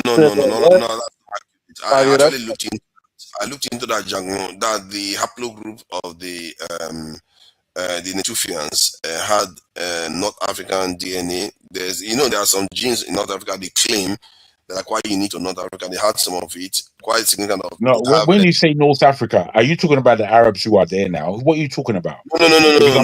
I've just explained to you. I've just explained to you that the Arab conquest took place, and the Arab conquest took place. The Arabs are not the original inhabitants of that North Africa. Most of those people in North Africa. The Natufians now. You just changed the topic again. No, I didn't change the subject. I'm looking for you to follow the argument. Wait. The North Africans initially were of black skin like me and you. And as the Arabs came in and took over that area, they came further south. Now, this further south that they came, and the Natufians, they are the same people. Because largely, you're talking about the Mediterranean region. You don't seem to understand that black people like me and you are the first on any piece of land on this planet. We are the first anywhere. But because we don't really understand that history, and we think history began when the white man came, not understanding that the white man wasn't even here. He wasn't even an aspect on planet Earth by the time Africans had conquered the whole world. We don't understand this. We have no understanding of it. We just talk. No, I agree, but people go overboard with it. And then they make, like, I'm cool with the drastic claims, but you have to have drastic evidence to support it. If we talk about academic, It's crazy. Brother Ogbo Mideo, brother, your name sounds so Nigerian, but it sounds both Igbo and Yoruba squashed together. Yeah. That's. I'm beginning to think that there's a middle race people in this world. Let me just quickly ask him. Stop interrupting me, man. I'm not interrupting that. I didn't finish what I was asking him. Wait. I will give you space. I just want to know. You can't keep interrupting people and having your own conversation as if you own the place. I beg your pardon. I just want to know, my brother, do you sometimes go onto this brother's show? What's his name? Forefathers is there at times. Prince Dynast. Oh, yeah. Search for who? Yeah, I used to go on all the time. I think I hear your voice. I hear your voice, but I've never seen your face. I only see your face here. Okay, sorry. That's what I wanted to ask. I ain't been on there like a month. Oh, I see. Yeah, I do go there. This Africa people that always talk about Fulani people all the time is getting a little bit exhausting. But that's I feel like there's a middle race in the world where black and white, when they mix, there's an ambiguous race. You see this guy here, he could be Arab, he could be Jewish, he could be Latino, It could be. But is Yoruba? He just told you. That's for India, So don't even. confuse him. I know. What I'm saying, I'm trying to make a point here that it's almost as if there's a middle race in the world. You have white, you have black, and you have people that are in the middle. Like he's Nigerian now, but he could sneak into India and get away with it. He could sneak into Pakistan and get away with it. But that's how crazy genetics are. Because if I were to die and some anthropologists or archaeologists do take my DNA, they're gonna look back and think that I look categorically different. They're gonna, because I'm 77% West African through the DNA wise. So that's what I'm like. When you look at the genetics, even when you're talking about how the Natufians look, when they do their DNA, it's gonna come back totally different. They're gonna think that they're like Somalian area type because it's genetics. Genetics is all about probability. So are we to agree now that the Greeks are just basically mixed between black and white? After all, it's funny, they are also stuck between both sides, isn't it? Funny, they look like. Pardon? Like the Minoans. The Minoans, yeah, I think they are just basically mixed populations, really. And then the mixed population started having children, just like the colors in South Africa, and they became their own people in that location. All the groups in the Horn are like that. The Natufians mixed with the people that was already over there, like the Nilotic people, like the Maasai. And they mixed with the Natufians and created the Somalians. That's what they say theoretically. You know, one other thing that I found out that I'm a little bit curious about, and I feel like maybe I'm making a mistake somewhere. I found out that the population of Nigerians that were taken into transatlantic slavery, I think they made up about 10-12% of the population that went to across the Atlantic. But today, they said about 80 to 90% of African Americans have a majority Nigerian DNA. And then when you go to like somewhere in like Brazil, 30-40% of them have majority Nigerian DNA in them. That's black people in those countries have this in a majority Nigerian DNA. I'm like, that doesn't even make sense. How is that even possible? It's because of samples. Wait, let him finish his question. The amount of samples to like the majority of the population that they sample those DNA companies, they're only doing it in mostly Nigeria. So that's why majority of the people's results are coming back. Like if you the best genetic test, if you're trying to look for like genetic line wise, would be the African ancestry, because they have like exponentially more samples. Of Africans as a whole, not just West Africans. For specific markers. They majority of African ancestry, the samples came directly like from Nigeria area. They didn't get anywhere in the Congo like that. They didn't get anywhere in Cameroon like that. They didn't get anywhere that really Senegambia. Like they got them, but it just wasn't as good enough to really make no distinct result. But so you think the lack of data that is creating that disparity, that because they didn't get more samples from like other African countries, they didn't. I thought it had something to do with specific markers. If you don't have it, you're not from that tribe. Is it because they just took Nigerians and then they were like, okay, since you didn't fit into anything, let's slap you among Nigerians? No, it's not as simple as that. It's just as my man was saying that whilst you see, when in my own personal study about slavery and Africa, they say that the majority of slaves came from the Angola, Congo region, the majority of them. However, when you speak about Nigeria, the majority of so-called slaves came from Igbo and Yoruba in West Africa. There were more Igbos and Yorubas taken away as slaves than any other. So when you look at this comparatively, and then you look at somewhere like Brazil, where they will say the majority that came from West Africa are Yorubas, and then the more came from the Angola Congo region, more. Then within the cultures there, you can see clearly that there are cultures that are traveled from the Congo basin. You can see in terms of their culture. Then the Yoruba, you can tell clearly because of the cultures that they have kept. They're there. There's no arguing about it. But is it that they didn't take people from Delta State, they didn't take people from Rivers State, they didn't take They people did. from Calabar? They did. And you know, for those people who, you know, this guy went, this guy from Ghana, Wadamaya, he went to Suriname. And when he went to Suriname, he went to one deep village. And then he found out that these people were speaking Yoruba. And he couldn't believe it. They were speaking Yoruba, and then they had Ghanaian dances. And then when he was speaking to them about the Ghanaian aspect, it all came out. He was shocked. The brother was shocked because he had no knowledge of it. But it's there. You know, like so it's very interesting. some of But these then the things, question is, why are we showing up in higher numbers now? Is it that Nigerians are hustlers, or? But his explanation, I find out a little bit contradicting the knowledge I have of genetics. Is it not supposed to be specific markers? It's not based on how much samples you have of a specific population. Does that They're going through the blood. They're going through blood. For example, I want him to. You were saying? If you, my bad, you. No, it's you, sir. It's you, sir.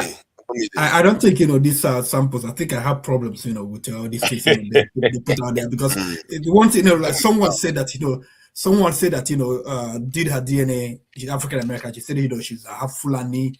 I said I mean Hausa Fulani. Yeah, someone said Fulani. Someone says it's impossible because those people were during slavery. They were not taken from it was transatlantic. They were not taken. Because these guys were in the northern part of Nigeria. They didn't come. People in the south were taken, like Yorubas, Igbos, Ijaws, and all those. Those were people taken. And there's no way telling me there's something wrong with this. No, they did. Oh no, they did capture people from the north too. They did capture people from the north. No, they didn't go into the interior. But you see, they traveled into the interior. They had a long trip, but they did capture the Fulani raised the Hausa, the Kanuri. All the area they were trading. They just took longer for them to get in.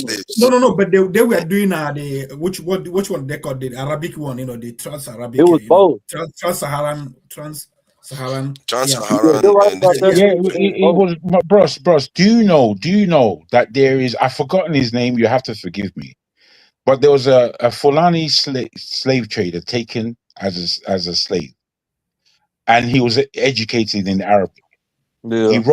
He wrote his whole story, and he even went back to his Fulani land. So the aspect of geography does not give you any answers that you can understand, because slavery. So, I mean, Hausa, Fulani, I can understand, because if you go to some other West African countries, I think there's a Fulani that, Guinea, they live close. Absolutely. They live closer to the ocean. To the coast, yes. Yeah, to the coast, because the country they're small. Yes. Yeah, but Hausa, I don't know. Utatoro.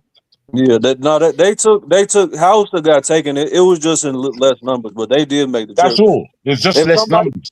If somebody says that, like, because even like with the House of Fulani, like they've mixed genetically, so that could mean that somebody that took the sample that identifies with Hausa, they could have the genetics that are similar to another group. No, but this thing, it's a transatlantic slavery, occurred before the Fulani came to, for Nigeria. The Fulani came to Nigeria. They came after. Still, those genetic markers, now that they've mixed, it would match with them, even if that happened before, because that group they interchange genetically. Yeah, but what I'm saying is the current population. Yeah, I don't know, but I think there's some issues. I don't know. Well, what are you saying that the findings? Observing the genome and they're matching the markers hit by hit. There's nothing complicated that they're doing. I don't think so either. I think when it comes to, come on, man, it's not fair though. It's not fair to say that when people are going like to DNA to ascertain whether somebody, like if they want to check paternity, it's a very, very serious thing to not get it right, and because it is legal and there is insurance, there is all kinds of stuff associated with it that could cost these companies billions. I would like to think that they take it quite seriously. You see what I mean? This is why people believe them, because they are a kind of in trouble, big trouble. That their company collapsed overnight if the science is not solid. Nah, I'm not saying the science is. What are you going to weigh it The against? methodology is difficult for people to understand, so therefore you can just go research it and see that what they're doing is ethical and it's right and exact as far as methodology is concerned. But it's not. It's just giving you the percentage based upon the genetic markers, and they match it to another group.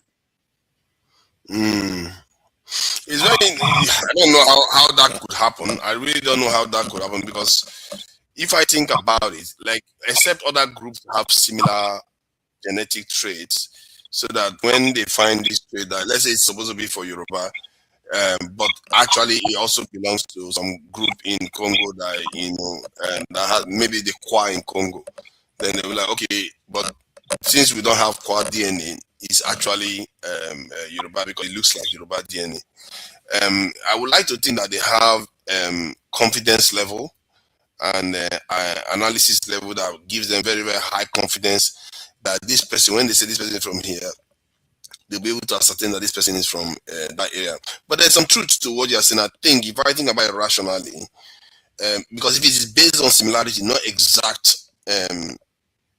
matching, then you can see how they could forge it because they don't have, maybe some other person has close enough genetic similarity. But I really don't think that's how these things work, because the scientists will be like, yeah, you want to invest billion in that, so that somebody shows up tomorrow and they give them a totally different result. What they will do then is one of the biggest one they got out of business. I think which one? I think Ancestry DNA or whatever. Yeah, they went out of business.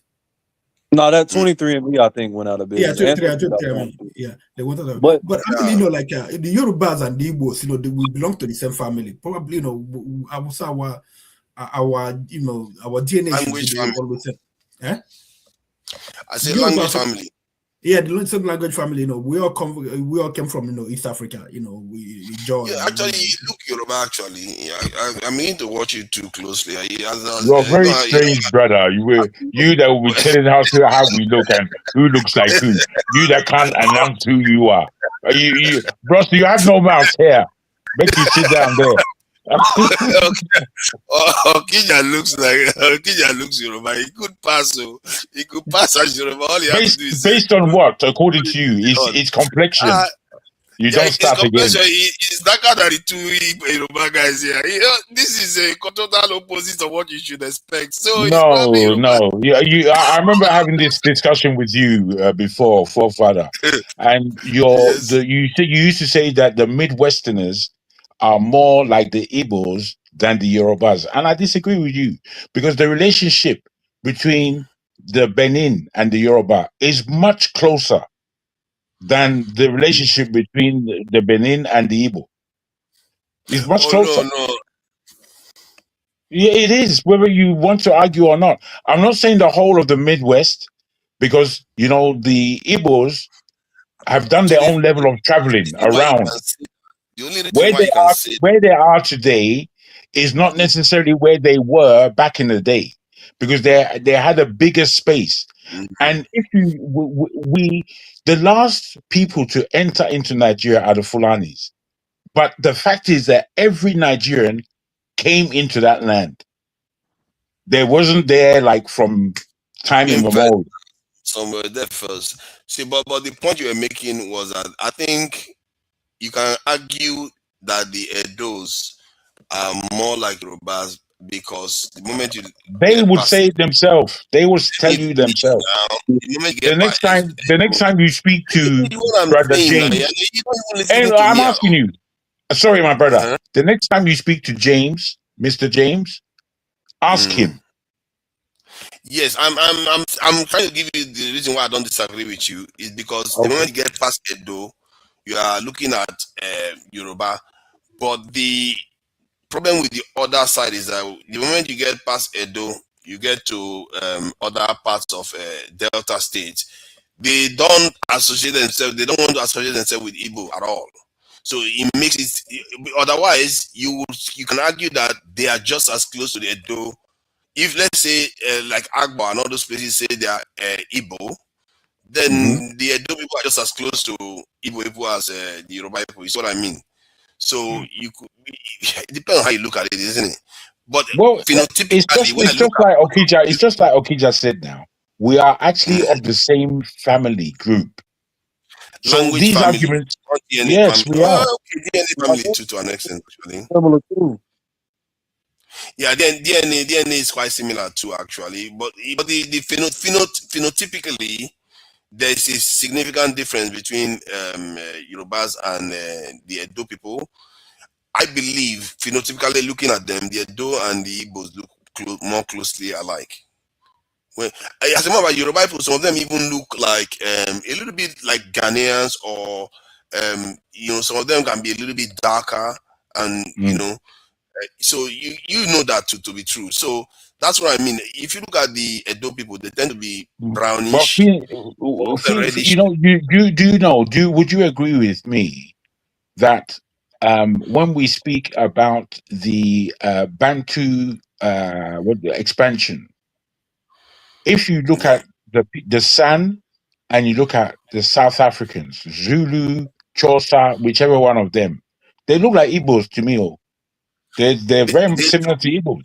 It's weird, isn't it? Igbo don't even recognize their brothers. It's sad. It's sad. when they go to South Africa, they start recognizing them. Like the Khoisan, because they had some of them having like the epileptic fold on their eyes. I'll be seeing. Like the Khoisan. Do you know when you look at Mandela and look at Chino Achebe, there's resemblance. Yep. When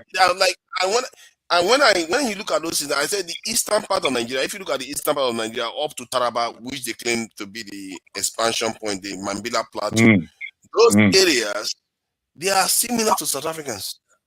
They are closer to the looks of South Africa, apart from the ones that are actually mixed with Khoisan. Even Mandela is a Bantu.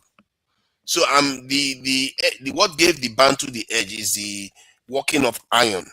And guess what? Ninonok culture was also there, right in the heart of Nigeria, very close to the Mambila Plateau, and that's where they got the technology and expanded all the way to this is South Africa. So you can see the effect this area we call Nigeria has on so many parts of Africa. When I was saying it, people thought I was making a statement that at some point in the last 3,000 to 4,000 years, all 70% of black people had some kind of tie to Nigeria. 70% of people alive today have a tie to Nigeria, if not more, because they said 10% of people in the Ivory Coast have genetic heritage from Nigeria. 10%. That is crazy. For us, what you are trying to make Nigeria the center of this center. It looks like no. Actually, no. If you look at all those, what do they call them? The people that do all this thing. What do they call them? And photographers. Anthropologists. Okay. Yeah, they most of the discovery they've gotten so far, they come from southern part of Africa and the eastern part of Africa. So I think they are thinking that man originated from southern part of Africa. Southern Africa. Yeah. Yes. But the thing is, I still that's only because that's where they found the oldest bones. Yeah. But what they have not discovered, because the land in West Africa is very different from the land in Southern Africa. The land, especially where we are from, in the south, the land is very wet. So things decay there to the point that you can't find.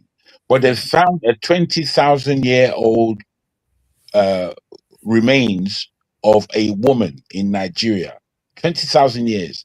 And in the DNA that she has, it really goes deep. It says that there are few people with this DNA. However, this DNA is in all West Africans and it's in all African Americans. So the thing is not completely written. It's not finished by any means. Can you see my Ondo state there? Can you see how beautiful it is? Look at the shape. It's bending like. We don't hear the end of it now. Although it's smaller than do, I didn't think it was okay. I'm just about the same size. But do you see the river? I think this is what makes Nigeria special. That white shape at the heart of Nigeria. It's beautiful, isn't it? Yeah, because it's almost like a nerve ending coming. It's like it's white for Yoruba. Omo. Now we all know. But we are not going to hear the end of it. We are not going to hear the end of this. All right. So see the water from Benue and all this river, both sides of the river. There's life on both sides of the river, and from what I gather, River Niger is actually more fertile than the Nile. So you can see why this area is quite special. And this area, the area around Kaduna, Plateau area, that's where the Nok culture came from. And look at Taraba, that's where the Mambila Plateau is. You can see the proximity of and that Mambila Plateau is where the Bantu expansion started with iron.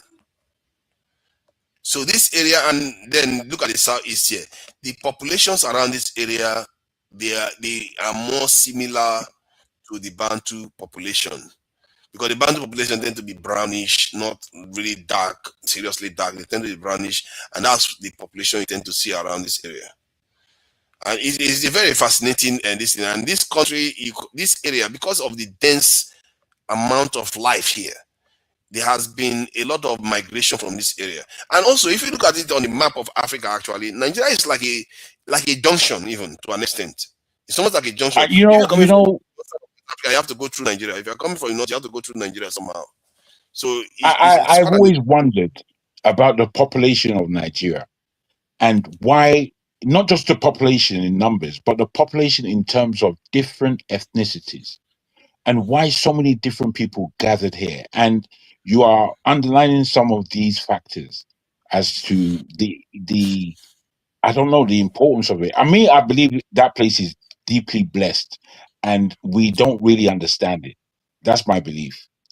That I don't understand what Nigeria is. Yes. You know when I feel like, oh my God, we are really spoiled, is when this analyst said that if Iran destroys Saudi Arabia's desalination plant, that within weeks Riyadh will be empty. I was like, what in the world is this? Like, these people are living from hand to mouth, literally. Do you know Saudi Arabia? They say they don't have any river. Not one. Rely on irrigation. Oh my God, man! Oh my God! No, it's not even irrigation; it's desalination. Oh yeah, they take salt water, and that's very expensive. You know, and we are basically living in the Garden of Eden, and simple, bro. This is how we have to understand. You see that term you used? I know you were just using it generically, but sometimes we have to think: is that actually the Garden of Eden? Or what is this place? Not start now. We are not Israelites. We are not Israelites. Okay. Don't start. Okay, I hope they don't stop you. You're already unruly enough. Imagine if you become Israelite. We don't need you to need Israelites on us, so Jago. Okay. We don't do that. Imagine that. Imagine if Jago becomes you're halfway there already with that long beard of yours. You look like Moses. Oh my God, man. Hebrew Israelites, those guys are stubborn. Hardcore, some of them. Man, they be back there. I'll give it to them.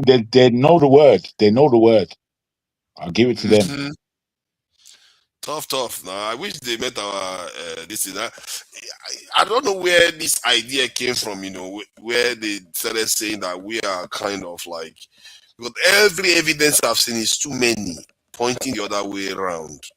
We've always known where Persia is. Persia, historically, we know where it's located. We know where Egypt is located, and we know where where Abraham came from, and we know it's in the Persian areas, and then that of Mesopotamian area. So if you do your geolocation, I don't see how. Because then we should be finding bones that have E1, B1, ADNA, isn't it? But we don't see it in the Levant area or the Sinai, all those areas. We don't see that. It's just other groups of people. personally, I believe that darker people were in the founding of Egypt, because I can see in the Nama Palette that it was there. We're there, but we didn't hang on, because I believe that the Sahara Desert were conspiring against Africans. That's why, in a way, I have a grudge against Sahara Desert, because it keeps expanding south and opening the north for people to come into Africa. So it kept pushing us further south over time. During the time of the founding of Egypt, the Sahara Desert was still relatively green. It wasn't totally as desert as it is now. Can you believe that? During the founding of Egypt. What about this one? Let me ask you this question, forefathers. Whether or not you believe in the Tower of Babel, the Tower of Babel put an aspect on language, and that God apparently confused all the people and gave them several languages so they could not understand themselves. Now, when you look at languages of the whole planet, there are more language groups in Africa than in the entire planet. What do you say about that? It does not tell you. It does not tell you something. It was the Tower of Babel is in the heart of that white shit. Conspiracy. No, I'm asking. I'm being serious. I'm being very serious. I want us to explain why Africa has the most languages if it doesn't belong to that story. See, the story, we don't necessarily know what it represents, to be fair. I worry that, for me, it makes me even question the logic of the creator, where he wants to confirm people to be enemies with each other. I don't get that. Do you know that is partly what drives this Illuminati too? This Illuminati movement, they believe that that's why they want to. I think they say they are looking for the body of Gilgamesh or something, or Nimrod, because they believe in his vision that they want to bring the world together and for humanity to prosper. So I don't understand people that worship Christianity, that believe in these religions. Why would a God confound these people so that they don't work together? I thought they went to a tree and gathered together, Yeah, let me answer the question, forefathers. I think the reason why, I mean, if just it's not that I believe that story, but I mean just my answer is that I think they were doing something stupid, something silly, something that could not be accomplished, because there's no way you can build and they didn't even have like rods, metal rods to build steels to they were just put packing sand and bricks. So it's impossible structurally. It's impossible for you to build it to get to heaven. I mean, where is heaven? They don't even know where heaven is. Like they were just doing something nonsense. So I think God was like let me just just put this in them so that they will stop this stupidity. Because if he had someone had told them stop it, they will still continue. Because in their mind they were like we can still do it. So why didn't you just give them the plan to build it so that they can? Well, I don't think you answered very well, brother. Because what about the pyramids? Nobody even knows how that they were erected. Pyramid. How many? What was the height? What was the maximum height? I think. It doesn't matter what the height was. That at one stage in this life, it was the highest buildings in the world. Yeah, but there's no way, these guys, if they were building pyramid, there was no way they could build it to heaven. But where is even heaven? Yeah, but you're not even understanding. You don't even understand the story. You see, that's why I wait, bro. But this is why I use the word story. I use the word story because I know that there will be people that don't believe the story necessarily. However, I related that story to the geography of today and the spread of people around the world. Why is it that Africa holds the most languages in the world? Why? It's the founder. Okay, for Africa, why do you? It's a multi-continent now and diverse. It has how many latitudes and longitudes within the continent. I think it's one of the largest. I think the reason is that because we lived more independently. Like Europeans, they had many languages, but they came together. Because they had so many wars. So people were, European, they have more wars than we did in Africa. So they were like No, conquering people. no, that's wrong. Because if you understand European languages, you know that they have something called Euro-Asia. So most European languages belong in the Asia region. But just like don't you think there are so many languages that have been lost in Europe, over the the Persian language, the oldest language in Europe is Basque, which is northeastern Spain. That's the oldest language. And it's not like any language in the whole of Europe. When you talk about the Persian and the way the Persian, Jargon also Latin. Yeah, Latin has been lost. Nobody speaks no, Latin. The Basque language is far older than Latin. Far older. They don't even know where it comes from. Yeah, I'm just saying also Latin. Fair. That may be so. But you know that the Greeks created Latin, but the Greek language is older than Latin. Now, the Basque language is much far older than Greek. Far older. And all I'm saying is that most of these languages came from Asia. So there's a relationship between European and Asian languages. Yeah, Indo-European. That's the language family, the Indo-European. Correct. Language. That's correct. Indo-European. They're way Whereas younger. Africa, when you're speaking about Africa, it has nothing to do with those languages, and it's far, far older. Most African languages are far older. Yeah, is it the Yamnaya language that the Euro-Asian this in language that the Indo-Aryan do you call it Indo-Aryan or Eurasian? Yeah, Indo-European, yeah. Indo-European, okay, that's the term. That's the So that's the language that they were probably speaking. Personally, I'm not so sure because when Indians are speaking, I don't know. They don't sound very English to me. But if they say it's similar language, you're not going to hear it on base. Like you would have to do the comparative analysis. I've seen linguists do it. They had like the word father. The word father in the majority of those Indo-European languages, and Farsi, I think it's like father in Indo-European. It's exactly the same too. So it's extremely similar. But it's been so diverse. It's not going to sound the same right now no more. Correct. Do you know, funny enough, just like the Europeans expanded from the Caucasus Mountain to all the way to Western Europe, the E1B1A and E1B1E gene, they came into Africa as a single DNA. I've forgotten whether it's some kind of C or D gene, whatever it is. They said it's either a returner from outside Africa or it was already in South Africa, then it split in half. When they split, they spread all over the continent, almost in similar manner. So you see this pattern in the natural world where something will just happen and then it almost like it triggers a fire. Everything just catches and that population just expands like crazy.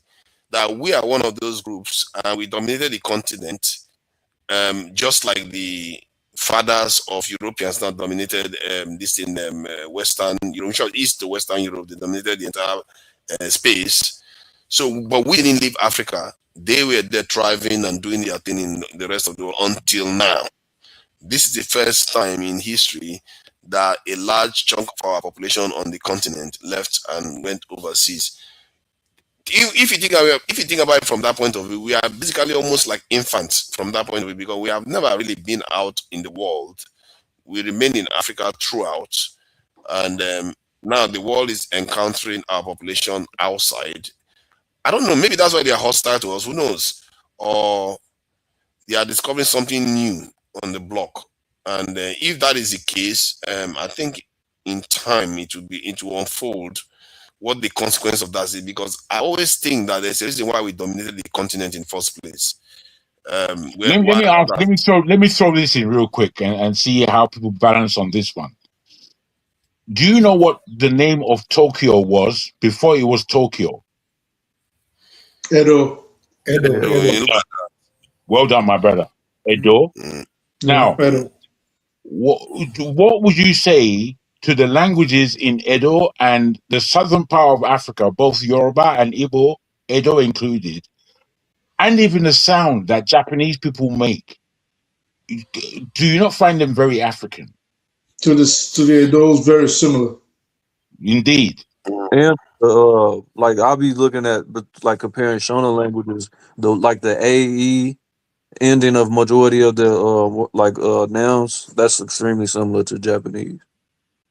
Not AE. Africans, they sound very Chinese. In many African languages, at least I know for sure in Nigeria, many African languages sound Chinese. It's like it's so Now, how do we constitute this? If a study actually came out that the ancient Chinese actually came from West Africa down to Central Africa. Mm-hmm. I won't be surprised if that is true. I won't be surprised because this is what I see. Not only have I seen it, the language, the amount of language similarity is amazing. You know, we have a name Aki in Yoruba. Aki. Do you know who else has that name? Turkish people. They have the name Akin, and it has the same meaning, which is what the warrior. The same meaning. And I found these fascinating. A lot of Turkish names actually sound very Yoruba. Very Yoruba. Look at that. You have to wonder, what is it? What's going on?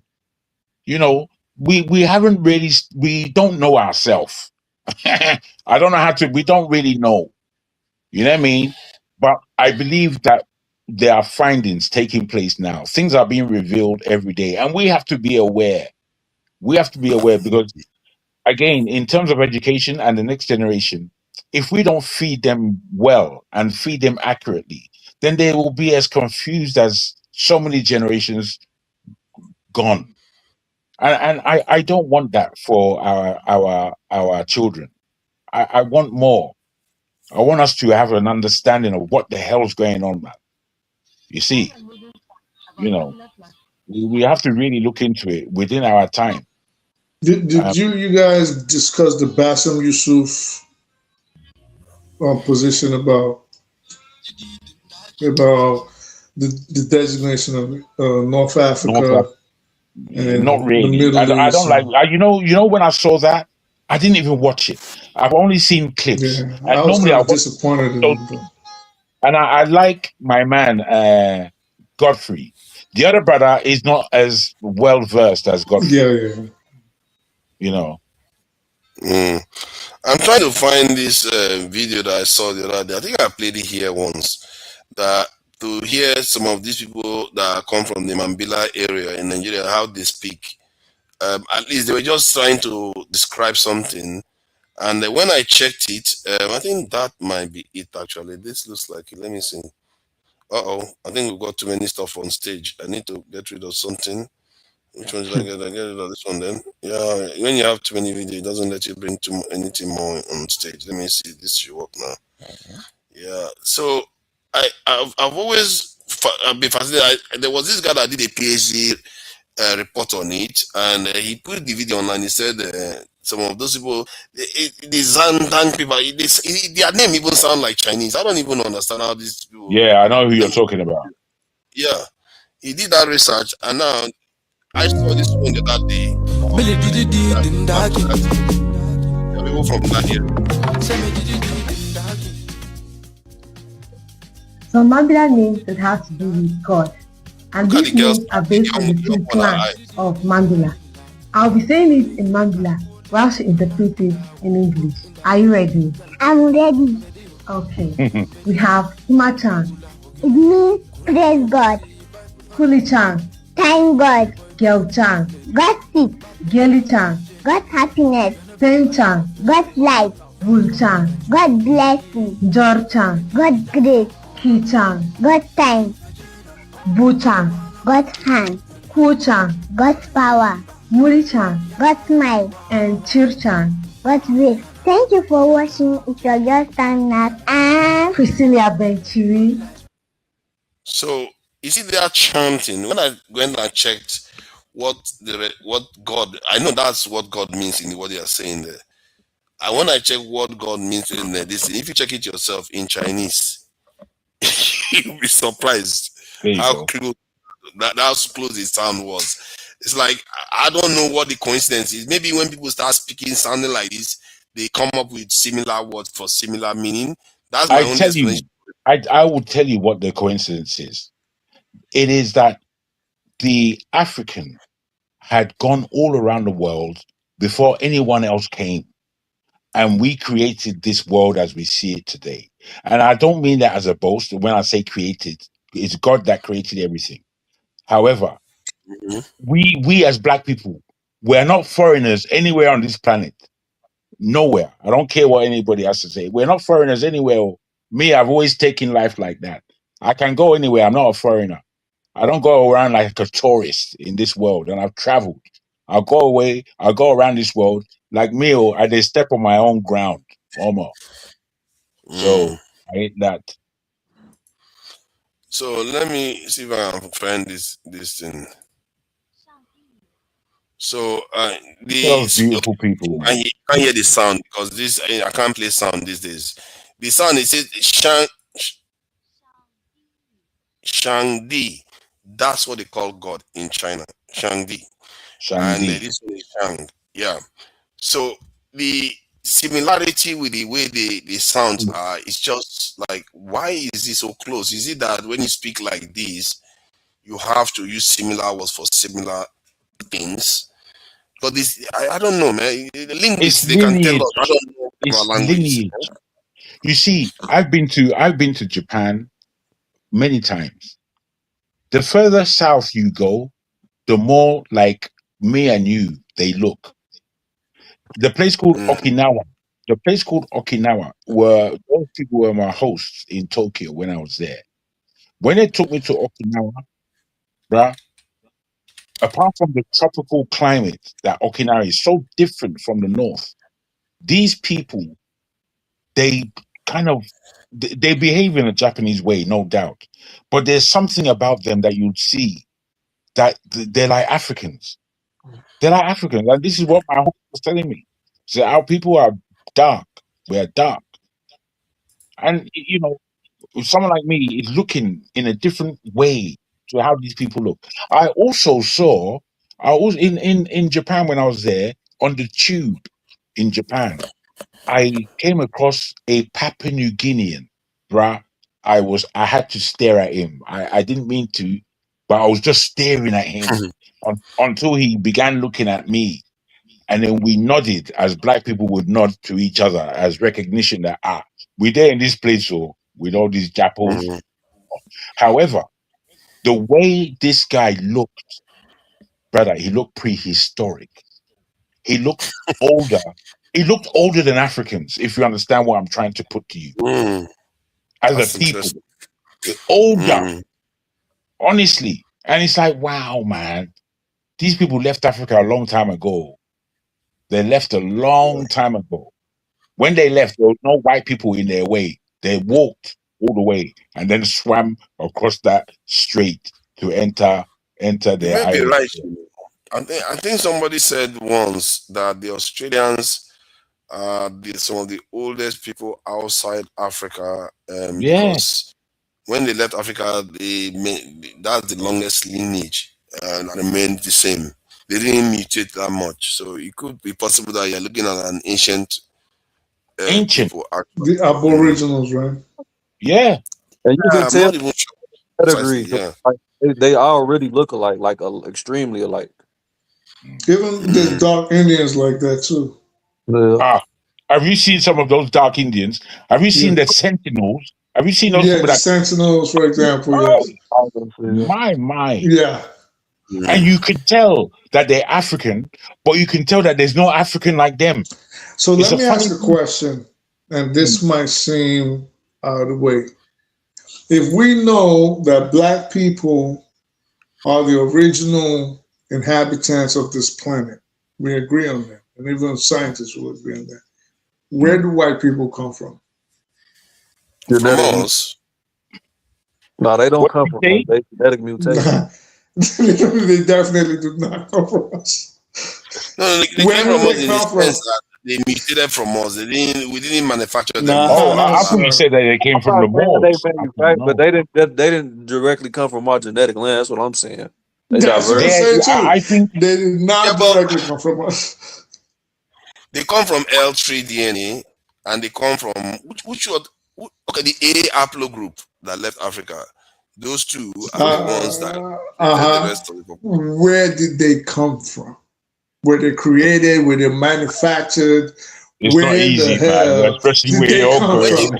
Hey, Okay, look at it now. Check this out. yeah, this our guy. He come with controversial. I'm saying, To where show you did that they what come I'm from? saying is true. On the island of To show you what I'm Felines. saying is true. You know what I'm saying? Were they created by South Yusuf? Africans. Whatever. Or what? No, I heard that story about Yusuf many years ago. I thought, Yakub. Yeah. Yakub, that's right. That's right. Okay. If you look at South Africans are lighter skin, and the reason why they are lighter skin is because of their climate there. Their climate there is a lot more benign.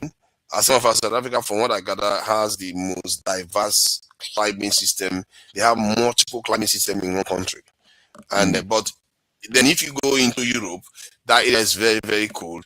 So you can see that over time it will start selecting for lighter skin to survive in that kind of environment. And if they are human beings, they will transform. They have to. Dude, no, I'm not buying that. Go ahead, bro. Because you got people like the Inuits that was general for all animals, anyways, not only us, eh? Man, I did the whole ice age, them mutated. I don't know about that. Yo, Okay. Let me before that. They are white. Okay, although this in the tigers in the let me ask you. Look at it like this. They have that Neanderthal.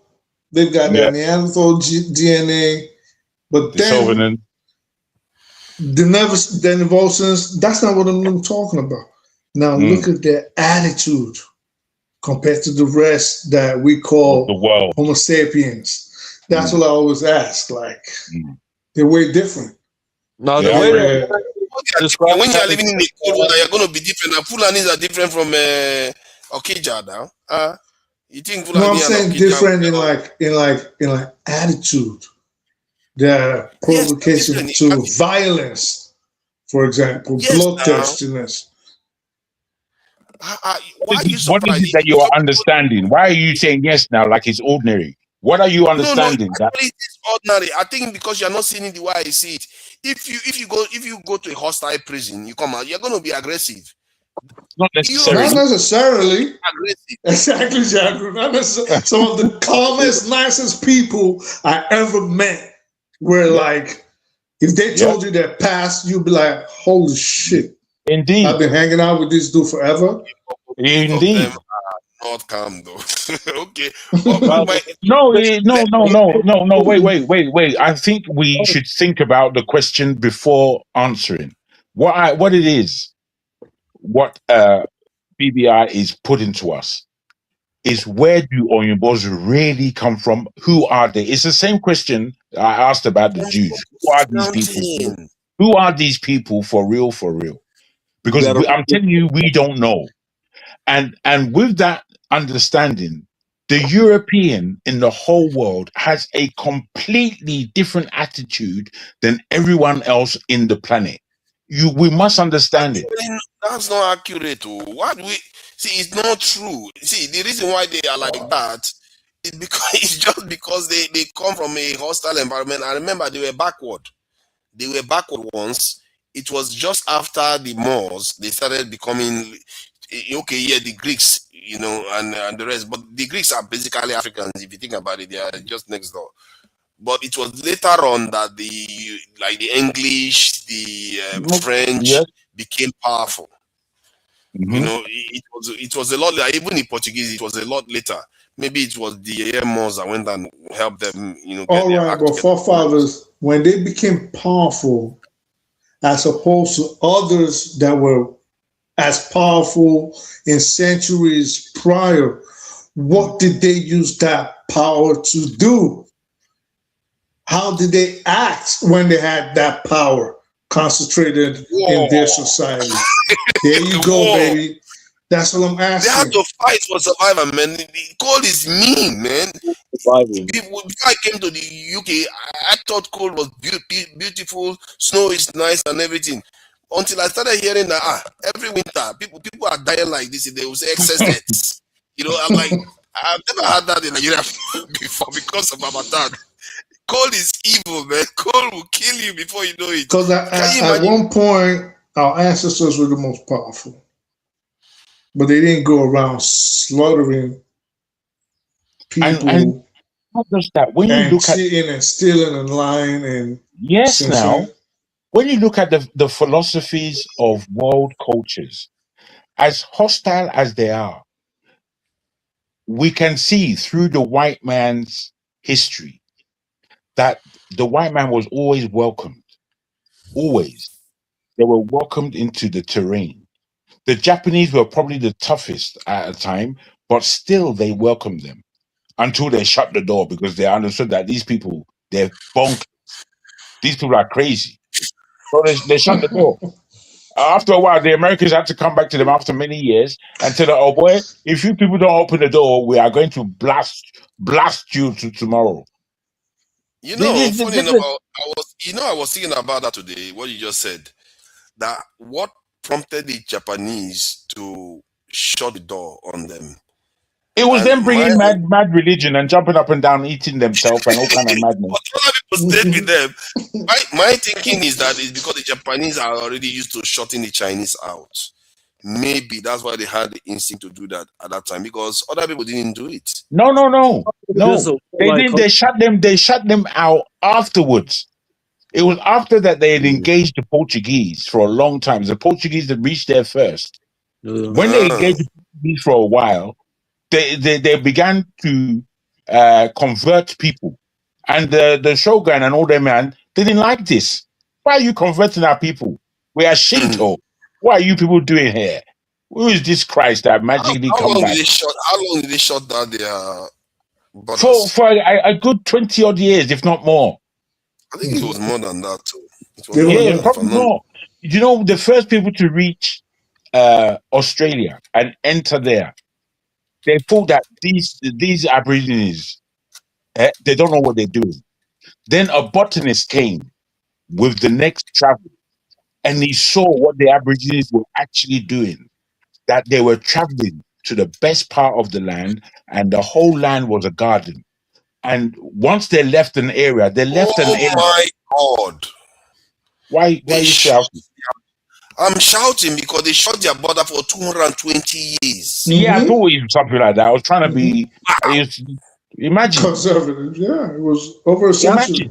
2 centuries. Man, that is people with their heads screwed on. Man, they didn't like what the Europeans brought at the end of the day. They didn't like it. Wow. They knew about shogunism and slicing people into half with one swish. That was what they was enjoying. I wish Nigeria could do this and get away with it, man. It's impossible. That is, man, you have to give them that vision. That's vision. Imagine. That gotta happen. What you said you broke up? No, I said it could happen. The mindset just has to change through socialization. Yeah, definitely. Yeah. Wow. You see that? Will that would take. That's iron will. But it's more than that. It's more than that. It's because those people were so cultured that they knew that these people are direct foreigners, mate. These people are from far away. We don't understand these mofos. This is it. We don't understand you now. You know, as I was saying, it was a botanist that came on the second voyage and saw what the Aborigines were actually doing. That they so knew the land, they were so engaged with their terrain that the whole of Australia was a garden. And the guy saw it. And he said that they move around to go to the best fertile land in season. So they were always fresh. And their knowledge of the land was second to none. Nobody could understand the land like they did. They began killing the Aborigines. There's about 2 of them left. And their sheepdog, for goodness sake. They did that. Let me share wait. So BBR asked a question that nobody is near answering. Who are these people? Who are they? Wow. No. These guys don't play, man. You know what other thing they did? they ban their people from leaving the country. That you basically you shut Go look at what Lee Kuan Yew said about how Singapore developed, and he used Nigeria as a case in study. Yeah, as a cautionary tale. Yes. They said the Japanese, they said if you travel abroad, if you dare to want to come back, you face execution. You better not. Wow. These are old school, Old Testament attitude. Like it's done up. Man, Africans, we were never like that. We didn't have this type of strong mindset.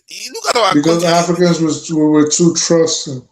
We're too soft, man. God gave us a We're too soft, and Africans are very naive. It's just like, for example, and Obama will attest to this. I don't know if he is of the same school of thought, but we were first on this land before they came with the Mayflower, dropped us off of it. That's what I we used to come to the United States. We used on to a come regular. On a regular. Are you going to tell me that we did not know about seafaring until the white man that wasn't even close to the Atlantic Ocean taught us how to do it? You want to tell us we were that stupid that we weren't crossing oceans? We were doing it. It's possible because even when we were trading with them, we didn't build any ship that we can Columbus is, no, we did. Yes, we did. Brush. How did Mansa, are you aware? Let me just finish 1 second, Jagun. How did Mansa Musa, because he's the second one, how did Mansa Musa become king of Mali? The first Mansa Musa went on a voyage. Correct. Thank you, brother. He did. And he got lost. So we assume he ended up in Brazil. No, the story he told was so accurate. He said that there was a river within the sea that took them away. The people that came back were lost. They said that there was a river in the sea. Today, they know that there is a current that goes directly from West Africa to the Caribbean. There you go. This was, it wasn't like it was their first time. That could have just been a journey gone by. They didn't teach us these things. The second oldest boat in the world is found in Nigeria. Yeah. I'm telling you that we have been thoroughly lied to. Thoroughly. By our history teachers at school. They'll start telling you. God help us, man. I just hope that we are able to figure out our way out of this mess we are in. And I think Trump might be our trump card. Maybe he should, what should he bomb even? Maybe he should bomb us. No. I didn't say that. Hold on. I never. That was just me speaking from being tired. I didn't say anything like that. But there is something he should do. He should do something stupid that will get him in trouble and unite the country. Trump is not going to do anything but just figure out how to sell Nigeria. Yeah, the thing is, the frustration about Africa and Africans is with all of us. But we have to be careful of our words and careful of nonsense. Because words are powerful. We have to think in such a way, I believe, that we know how difficult it is to get from where we are today to where it is we believe we should be. But I think we should think about the steps it takes to get where we think we should be. We can't wish it into existence. It's not going to happen. We can't dream it. We can't ask for a blast to happen and then, hey presto, here we are. That ain't going to happen. We have to think more practically. We have to think beyond our thoughts. And this is what discussions like this are actually for. We're to sharpen our wit. We're to sharpen our balance of how we think. We can't say all other societies have gotten their galvanized position and their strength from going through trauma. We've been through enough trauma as a people. Believe me. It'd be like saying we don't understand the trauma we're in. We've been through enough, to be frank. We have to start using our brain accurately and correctly and stop talking shit. I don't know how else to put it. You know what I mean? We've got to. There are things that we don't know in terms of what could happen. Well, I'm speaking to what trauma have we been through though? Like from external forces, what trauma have we been through that will galvanize? Where you want to start from? Oh my goodness! You want to start from when? Do you want to start from when the Rome destroyed Carthage, or do you want to start from when? I think he's talking from our own context. What trauma has Nigeria? The country. Carthage is our context. Slavery is our context. Colonization. Who all what we're facing from who were the IMF, Carthaginians? the World Bank. Who were the Carthaginian forefather? Were they European? Africans. They were Africans, but then they had mix of populations, I think. Stop with that mixed shit. They were Africans. They're African. I would agree that they had some Phoenicians among them. Well, they were Phoenicians. They were the Carthaginians. No, some Phoenicians. Yeah, they have Phoenicians amongst them. They are Phoenicians. Right. Carthage was just an area that they took over because they were seafaring. They were the best. Oh no, some of them were what we call sub-Saharan African, like Hannibal, for example. Was a Carthaginian. Was Carthaginian, but black. The Phoenicians, right? The Phoenicians had Egypt for a time. Mm-hmm. So their understanding, not just of seafaring, but of what's the word? Not oh dear, forgive me. What is it? It's not architecture. I want to say it's more geometry or artisanship, archaeology. What geometry? I'm pronouncing it wrongly. The working out angles. I forgot the term. Geometry or trigonometry? Geometry. They had it's because they built their boats. They knew angles. They were the one who figured that the world is round. They were the ones for the Egyptians. So these Phoenicians, as they traveled and settled somewhat, because they were in Spain, they were in Italy, they were in Crete, they were all over. Yeah, they were the first. They were the first to circumnavigate Africa. They were the first. So we can't just brush these people off as though Nigeria has gone through trauma. Like the pattern, the way the pattern works is that when you go through that trauma, you have to be either victorious or the power that conquered you. But so far, you don't think Nigerians have gone through trauma? The traumas we went through, it ended in a state that is even worse than actual major. It hasn't even the trauma is not over. Okay, let me ask you a question. For example, do you think right? Good. So so you agree? Because I was going to say, okay, if you think it's over, do you think slavery is over? That was going to be my next question. Right. It's not over. So Nigerians are still going through trauma, and that generational trauma. This is why sometimes I come on here and I tease everybody, and I'm like, oh, maybe you need therapy. And sometimes I'm being serious. I'm not just being facetious. Sometimes it is a serious matter. Right. Hold on. I think what you are saying there is very interesting, because even if I say we are still going through trauma, the kind of trauma we are talking about, maybe it's not the term trauma we should call it, because since it seems to encompass a lot of things, it's a shock, kind of movement. Something that happens that trauma.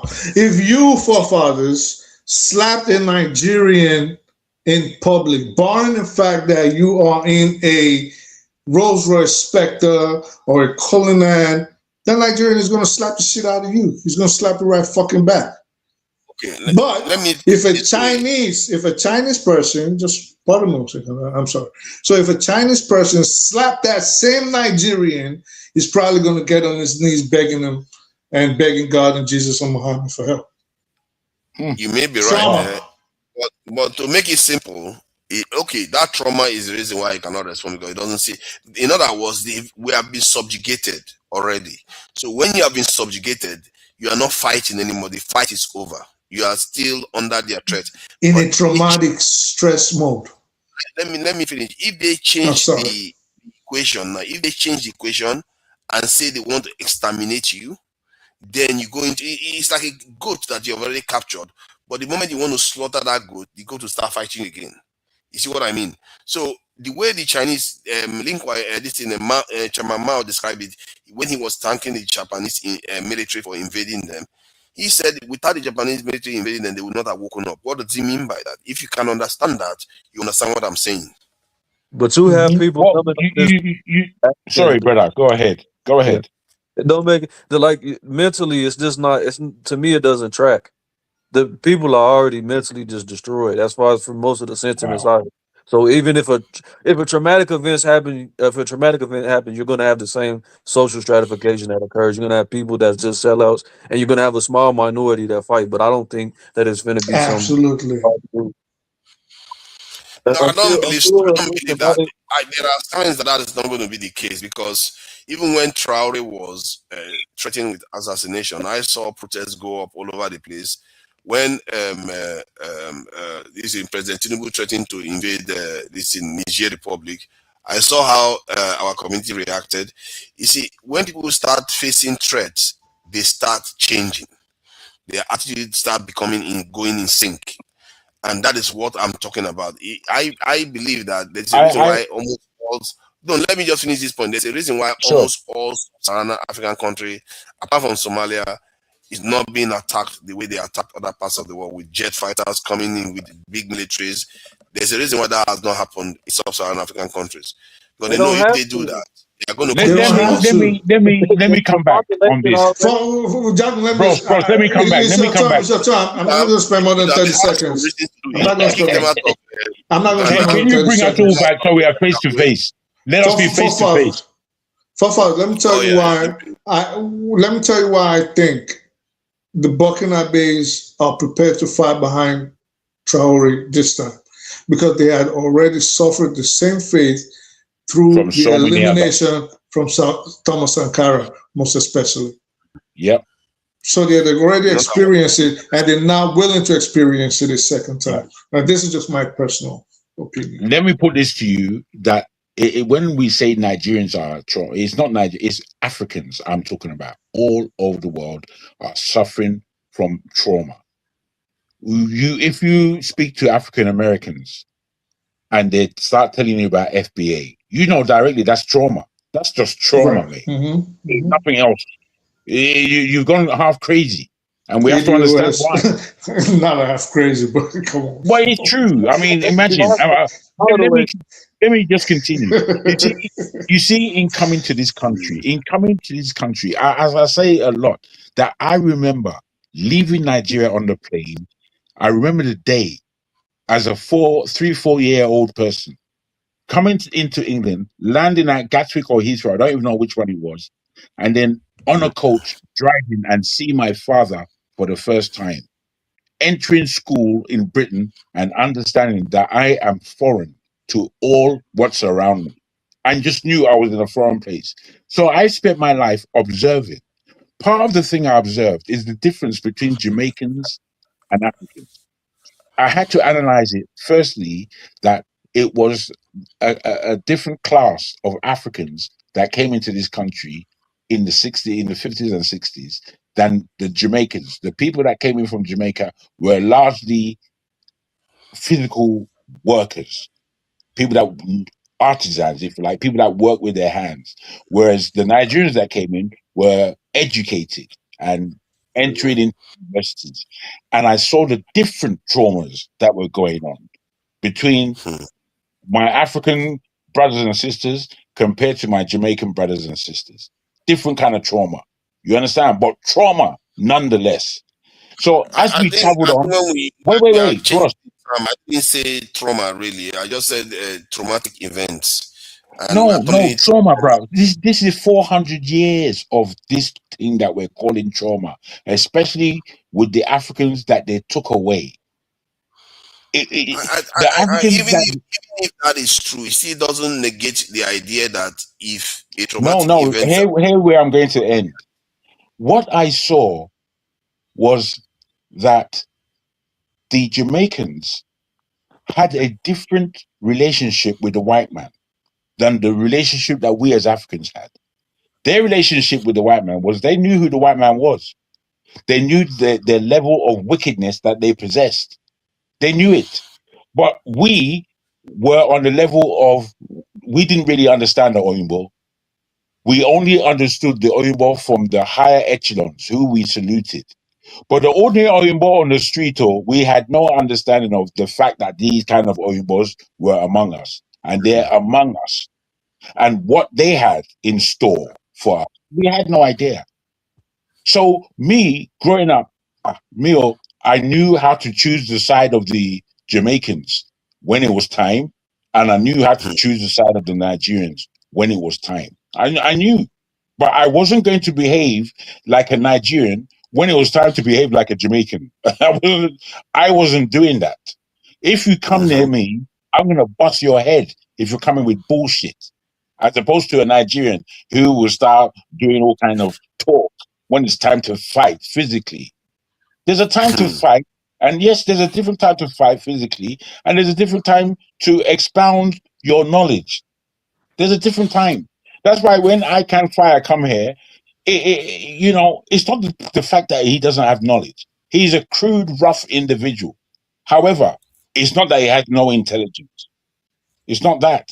We have to understand who we are. I think he has intelligence. It's just that sometimes I feel like he's a little bit too He's aggressive. rough. He's a ruffian, man. You can't play with him. Which I can understand. If I grew up around Jamaicans. And that's why I said Jagan will understand them better, and maybe our brother, maybe even everybody on here, right? Everybody by now should. The Jamaicans, someone like they go towards more the Rastafarian ideology, the more radical. Africa for Africa, black for black, screw everybody else. I chop them head off. That's how they go. You know what I'm saying? Yeah, like that's how they're going. So that's why he comes around. Sometimes it's like he's going off track. But if you've ever been around them, that's the roughneck ones. That's how they are. Man. There's always a polarity. You either gonna get one that's super revolutionary, or you're gonna get one that's a super coon. Thank you. Man. Yeah, man. Thank you. And you get the ones that are super educated as well. You get the ones that are super educated. Let me add something. I think you are all missing the point. And if you look at Jamaicans, and African Americans, they also behave more aggressive in terms of towards people they perceive as oppressors. And you see the same trait in South Africans. You see the same trait in Zimbabweans, and maybe a little bit in Angolans. The people that fought. Yes, the people that were with white people a long time. And fought against them. They fought them. This is my point. These are the kind of what I call, what they call it, catalytic events that has occurred to them. And if you survive it, generally, if you survive it and come out on the other side, you tend to be stronger. But one other one that really puzzled me, I can't even understand it fully till now, is that even in the Second World War, the countries that lost went on to do well too, which is weird. Like Germany went on to do well, and Japan went on to do well. Germany went on to do well, not just because of the war. It was because of the reparations. They were. Thank you. Why they have to do that? They've been conquered. Because they knew that. Because what they did, they knew that the First World War was not balanced in bringing a European nation up to a standard. They knew that to leave them in rigmarole would have them come back ready for another war. You feel that the Germans are easy. What does that tell you? Strength. But Jagan, you're absolutely right. And forefathers, you're absolutely right. But I think that also lends credence to the fact that there's a racial hierarchy. So it's a situation where we look at these people. I fought my brother, and I'm going to raise my brother back up. I've knocked him in the head. Hopefully, he learns his lesson. We're going to give him the Marshall Plan. We're going to rebuild your societies, but we're going to put things in place to make sure you never try this again. So, like Japan, no, that's what I'm saying. So that's what goes back to what Jagan said and what you're saying, that we already made a mistake in the First World War. If we try it again in the Second World War, if there's a Third World War, they're gonna wipe us out because they're gonna say these people don't say no mercy. It's not that my brother. This is my brother. My brother. My brother in the sense that there was air raid campaigns, for example, the likes that the world had never seen over Berlin, over Frankfurt. Remember the Luftwaffe destroyed London. Bros, that's why I'm telling forefather. If the Germans didn't go into Russia, they would have won the war. Well, forget about even winning the war. And let's forget about Russia, because Russia, I'll say in terms of the social hierarchy, we all recognize they're not Anglo-Saxon.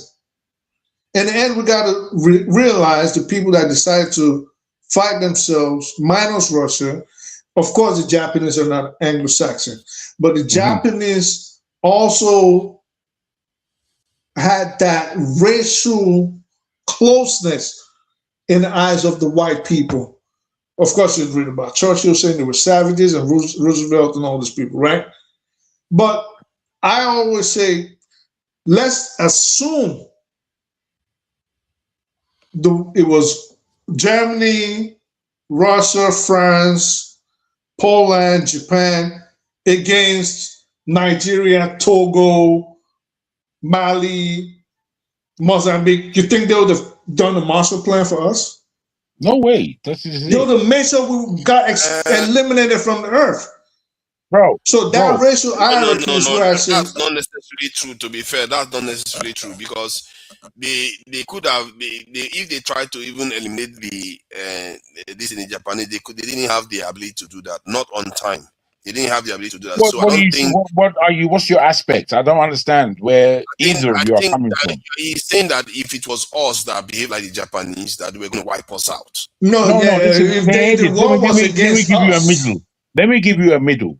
The middle is that the Senegalese in the French army did wonders in terms of action on ground. Dude, even Nigerians in Burma. Yes, the Nigerians in Burma and such, yes, they were part of it. But the way that they were treated after the war, they received death as payment. Instead of them they killed them. So there's no reparations for us. Don't even think about that. What I'm talking about is that if the Germans didn't understand the Russians and Russian terrain and Russian will and guts. That's what balanced the Germans' mind, and that was the beginning of their end. You understand? Because they would have won the war. If you really understand what the Germans were doing, not the rhetoric that we watch with all these war films that tell us all lies. Have you ever listened to any of Hitler's speeches in translated? Because when I used to look at Hitler, go on. I think you have to be a kind of fair to Jem. Okay, me be fair to Hitler, God forbid. See, the point is, I think. So the point is that they were worried. I think you can see that Hitler will be worried about Russia. Russia is too big a nation to turn your back on and go to Germany, UK, because UK is going to be a headache to defeat. But by the time they defeat UK, maybe his worry is that Russia is behind him, and he doesn't even. Hitler doesn't know whether Japan is going to betray them, and if that happens, then I'm in big trouble. Because this is not what I'm trying to. This is not. You're making me lose my thought. Please, it's not the chain. All on, brother. All on. It's not the chain I'm looking at.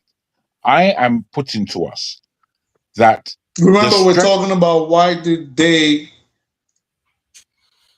raise back these societies after destroying them? Look here, I don't have much data. I don't have much data. All on better. You have all Jagan, on I have low data. Let me just say something, man. First, man, chill, man. Y'all gonna let me forget what me I say, you know, Starsky. Y'all be talking for 9 hours. Give me a chance. You're rough, you know, Starsky. You're rough, yeah. All right, listen. Yeah, I am rough. Yes, I am rough. And we as men, we should be rough. Our energies, our bad energies should be directed to our enemies. You feel me? But we should have bad energies. We should not have manners and respect to our enemies. We need to reserve, let me talk. We need to reserve manners, respect, privileges, and all of that stuff for only black people. We must understand that these people have disappeared the Native American from America. From now the planet. They are, let me talk, man, chill. Now they are have what you'd call shape shifted into Americans. So just like how this Macron dude, you see me, this dude, he referred to himself as the true Pan-African. That's shape-shifting. You see me? What he's telling you that he wants to take your place. He will take your place if you plan on smiling with him and laughing with these people and trying to be with our friends with these people. That's why I speak about our women, because our women are dangerous. If we do not what you'd call guard who our women are speaking to, they gonna lead us to hell. You see me? We need to defend our security, and who our women deal with is part of our security. You see me? So Fair enough. How do they deal with? Wait, we're not gonna. I'm not gonna change the subject. I'm not gonna change. No. It's like I'm not going. I have to say. Let me ask because I have something to say and I was interrupted. So I'm not going to change the subject. I'm not going backwards. No. Yeah, what we have to do, we have to acknowledge that any woman that is wearing wigs and weaves are not our woman, actually. She may be in our face, laughing with us, and she might be go to bed with us and maybe marry us, but only because she have to. She's really loyal to something else. Because if a woman is not satisfied, I can. You shouldn't. You know, we are now, as you put it, 9 hours away from the conversation. Now we can't go back to where you began 6 hours ago. No. Yeah. We are on a different page now. You can't come in. But boss man, I am saying that. I'm saying that. Flow. No, there's you a see, flow that's happening. what I'm. That's what I can. That's why me and I'm you not gonna allow fall out. Me and you gonna fall out all the time, Jagan, because you're not considerate that you've been speaking for 9 hours. I can. You've been speaking for 9 hours, and you can't even let me speak. That doesn't mean that you should come in and crash the place. You can't but leave me alone. Let me leave me alone. Respect my views. No, respect my views, bro. It's not that I don't respect your views, but it's already 6 hours late. It's 6 hours late. It's somebody else's time to talk, Jagan. No, man. You're supposed to respect the room. You not respect the room at all, brother. You not do that. All right, go ahead, sir. Go ahead, sir. All right. Yeah, because what we was talking about, we're deep on Europe now. You need to listen before you add. And I'm saying that the Germans entering into what I'm saying, have we ever listened to any of Hitler's speeches translated? Because if we do, we would have a different concept of who Hitler was. The way he was talking about Jews then, it's the way myself and somebody like BBR would speak about the Jews today. Mm-hmm. And I think this needs to be underlined. Why did they make Hitler such a horror figure? If by the time Hitler was speaking, as when I'm listening to him as a youth, I was scared of the brother. I thought, I hated him. What? He was beyond, as far as I was concerned. However, in today's day, if you translate any of his speeches, you would find yourself 90% in agreement with him. 90%. But Jagan, Hitler saved Africa. Only an idiot wouldn't know that. Enough people don't know it, bro. How did he save Africa? Good. Because he weakened the colonial powers of Africa and made Africa gave Africa an independent voice. But when Africans was assuming their independence, it was right 5 to 10 years after World War II, where England had to send for my family to come, which is the Windrush generation, to rebuild England. So England was in a devastated position. Yeah, but Hitler did not do that because he loved. Let me line, brother. I've not said anything. But why are you telling me that cartoon shit? Did I tell you that he did anything for us? Let him speak. No, let the other person ask a question. I'm telling you that because of his actions, we got free. And I didn't dispute you. Sorry. No, don't put words in my mouth. I didn't tell you that he loved Don't Africa. argue. Don't argue. It's not an argument. Hold on. Is Hakabai saying that because of Hitler we got free? He did. Wow.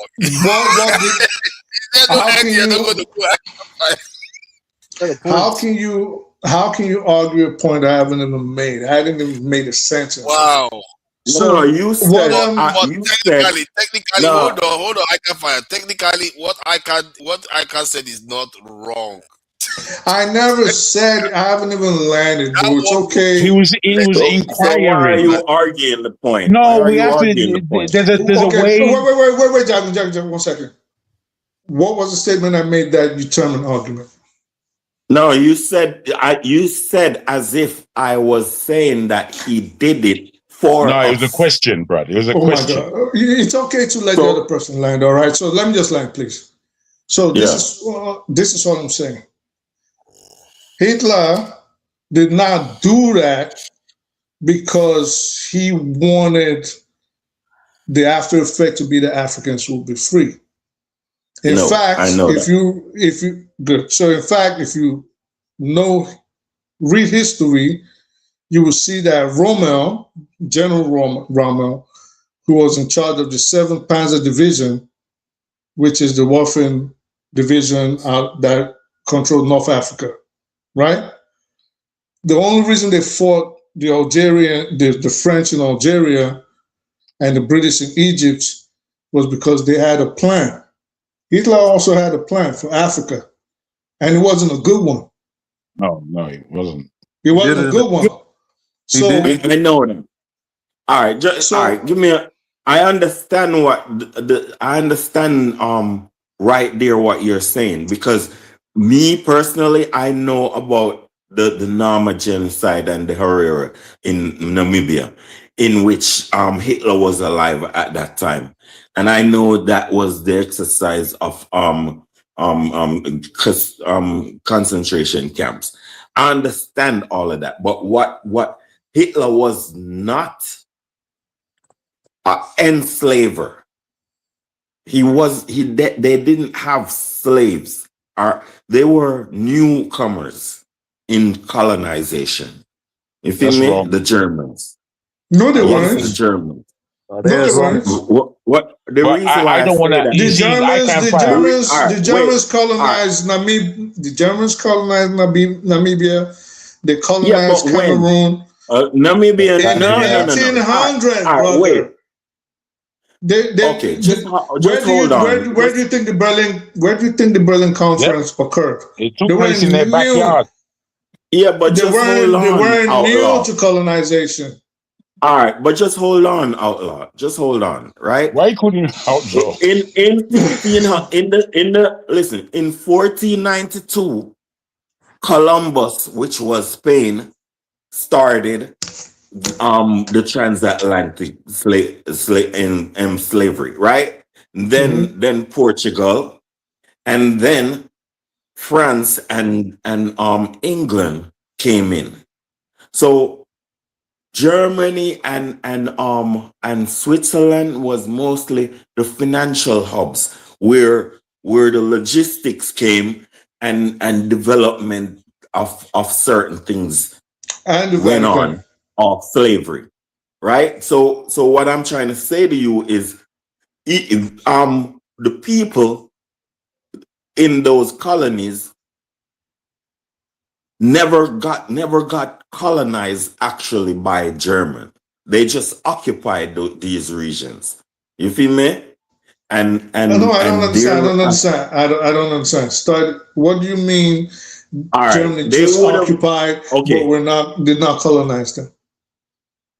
All right, they would have been German, just like we are English speaking and attitudes, and French speaking and French attitudes in the Francophone areas. So they would have been German. They would have spoken German, and they it would have did been speak hard. German up until they got up The until colonies were taken away from them. Thank you. Yeah. Those colonies were taken away either by trade, or they had to sell them, or they had to give them up. They had to give them up, man. towards Togo was German. Cameroon was German. Tanzania was German. Namibia was German. They took them away. Yeah, but when did they take them away? They took them away after World War II. That's no, they mostly took them away. Some of them prior to World War I. During the war, but that is the cost they had to pay. Yeah, but all right, just let me speak. Just hold on. Regardless, hold on one second. Yeah, but your timing. Calm down. No, your timing is. Regardless of when they took them away, whether prior to World War I or after World War II, the point is Germany did participate in colonization of Africa. That is the bottom line. Boss. Yes, boss man. But what I'm trying to tell you that the Germans was doing it in a more what you'd call ripping, occupy and rip off. They wasn't doing it on an educational level or major institution. Which was worse. I understand. If you may, listen, bro. I told you they committed a genocide. I understand. Stop acting like you know why you're arguing with me, and you need to chill. We're on the same side. Oh, dear me. You feel me? Yeah, give some respect, bro. Give local respect, brother. Jagan. He's kind of being hostile. As in, no, I'm just, if I hear something down. that calm down, bro. Brother, calm down. Trust me, I'm very calm. All I'm saying is, calm with you right now.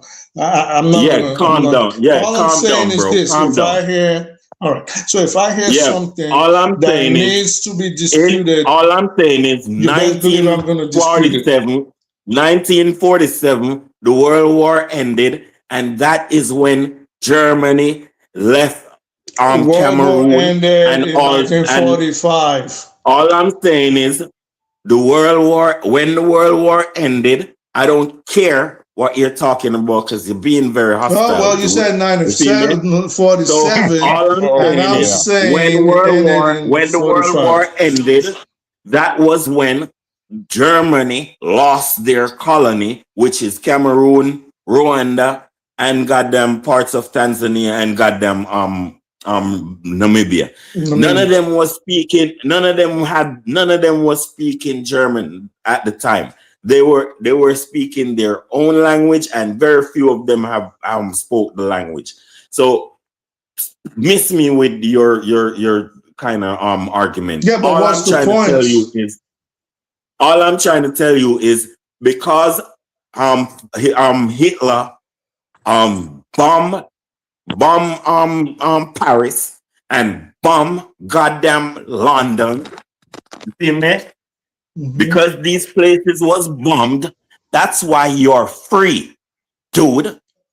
And I say you're absolutely, well, you can call me names all you want, but I'm saying you're absolutely wrong. We can have. I'm absolutely right, because if Hitler had won, you're wrong. He listens to you. All right, listen to him.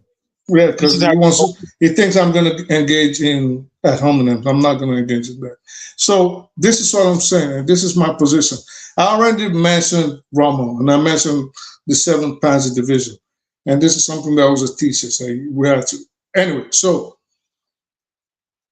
to say that Hitler's campaign led to us being free would be to ignore the atrocities which Germany itself, which you consider to committed against Africans. And one of the worst things they did, like you just said, they didn't teach the people the language. Not saying they didn't speak it. People did speak German in Namibia, for example.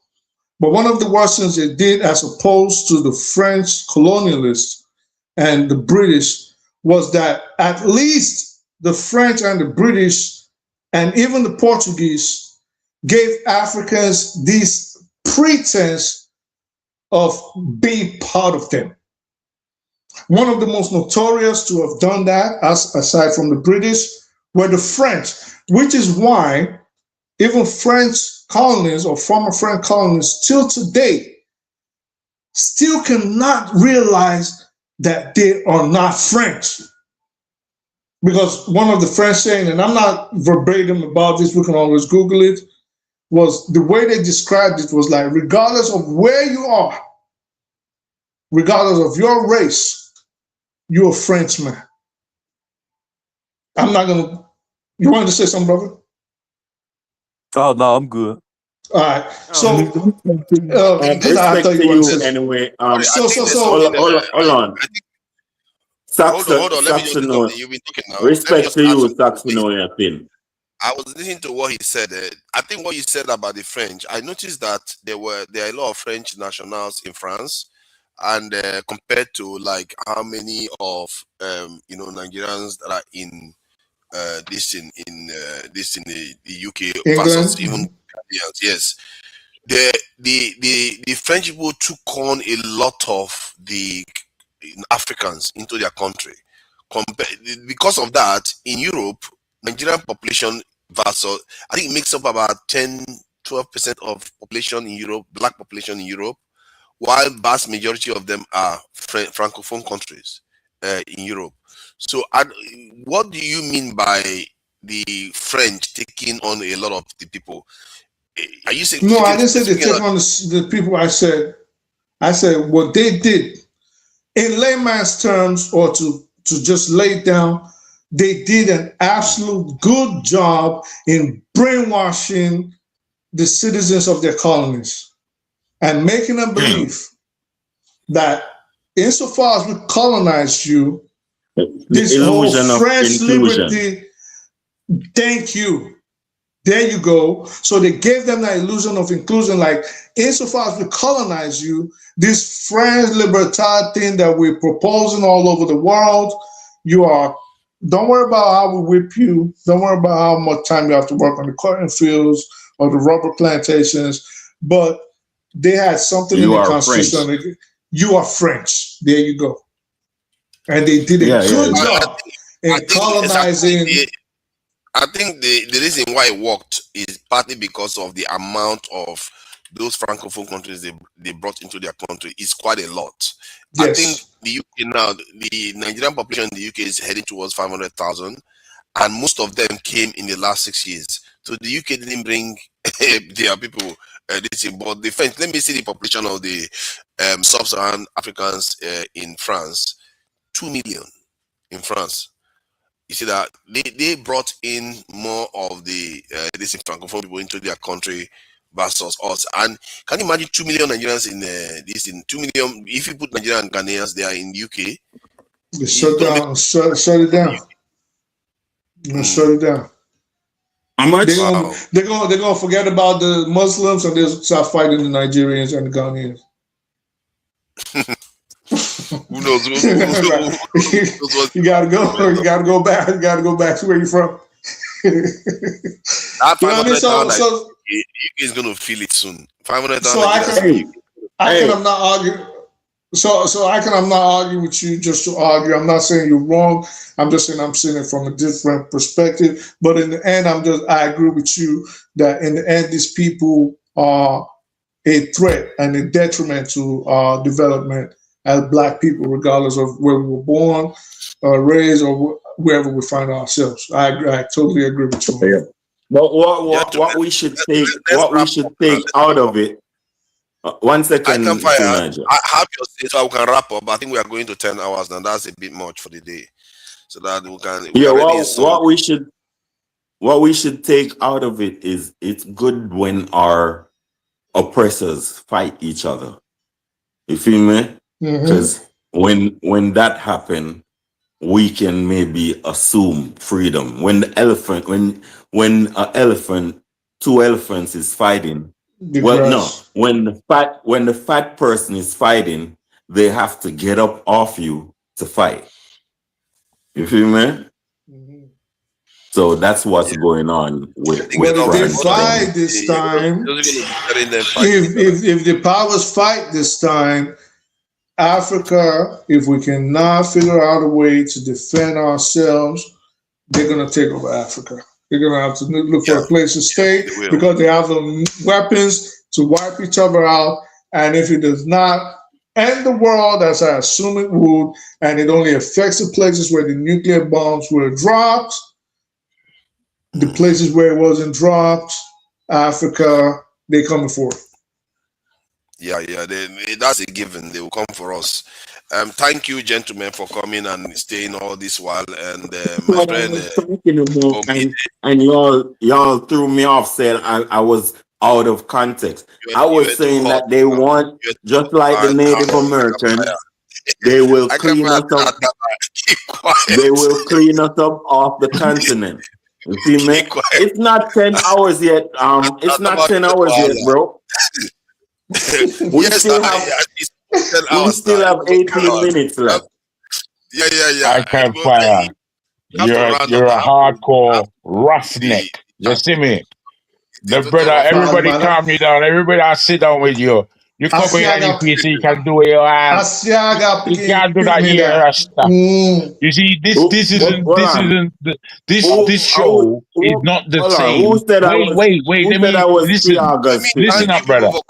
I mean, say that. Yeah, that's right. This show is not the same as Dynast. You're roughneck, man. This show is not the same as Dynast. It's not the same.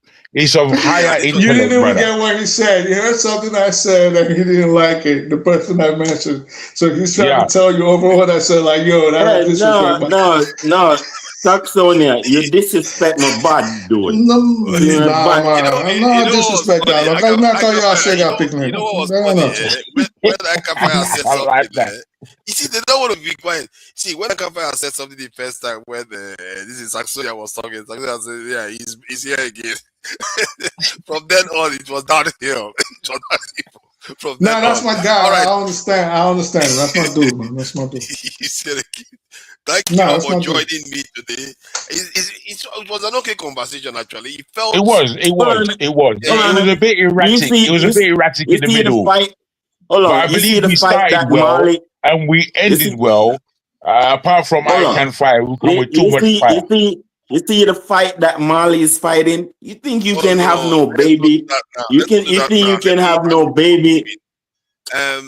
Kizzy, Too nice, you won't let people talk, man. I see. Yes, we are closing now. We're trying to close the show, bro. We've been here for overtime, bro. I'm going to 10 hours now. I have to thank the people for coming in. Let me thank the person that donated. Nobody's even awake with us. It's only us. It's only us and Oscar Blackbone.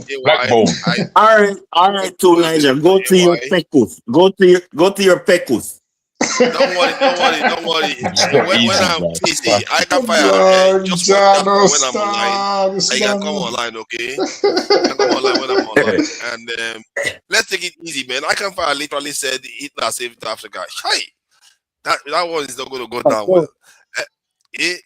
Kizzy, thank you for coming. Best clip I can fire on smoke. All right, sorry, I won't say that again.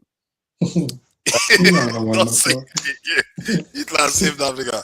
Past that, I've never had anybody put it like that. Technically, there is some truth there, but I've never had anybody. He definitely that's the way I took it. I took it and I just let it go. But my man challenged you, and as he challenged you, I thought, oh God, this is gonna go. But I think he did well to challenge you. That Isaiah, Pansat, even Pansat has been there for long, you know. Thank you for joining us, Pansat, OBO. I see you there. Fumi, Too Niger. Too Niger. Yes. Too Niger. Yes. Too Niger. Why does Nigeria produce so much ashaho? I don't know. There are not that many. It's a lie. Nigerians are just many. There are not that many. It's part of our manufacturing base. I see you there. Thank you for joining us. All our politics, Aladdin Kelly. I see you there. All right, good night. Good night, brother. Good night. Thank you for joining us. Good night, bro. Man, they are doing Nigeria harm, man. Greater Godage. Greater Godage. Long time I've heard that name actually. Greater Godage. Thank you for joining us, Greater Godage. I think I've said as much to Madam and everybody that joined us today. Till next time, we're going to catch you all again. Bye, everyone. I thank everybody on the stage.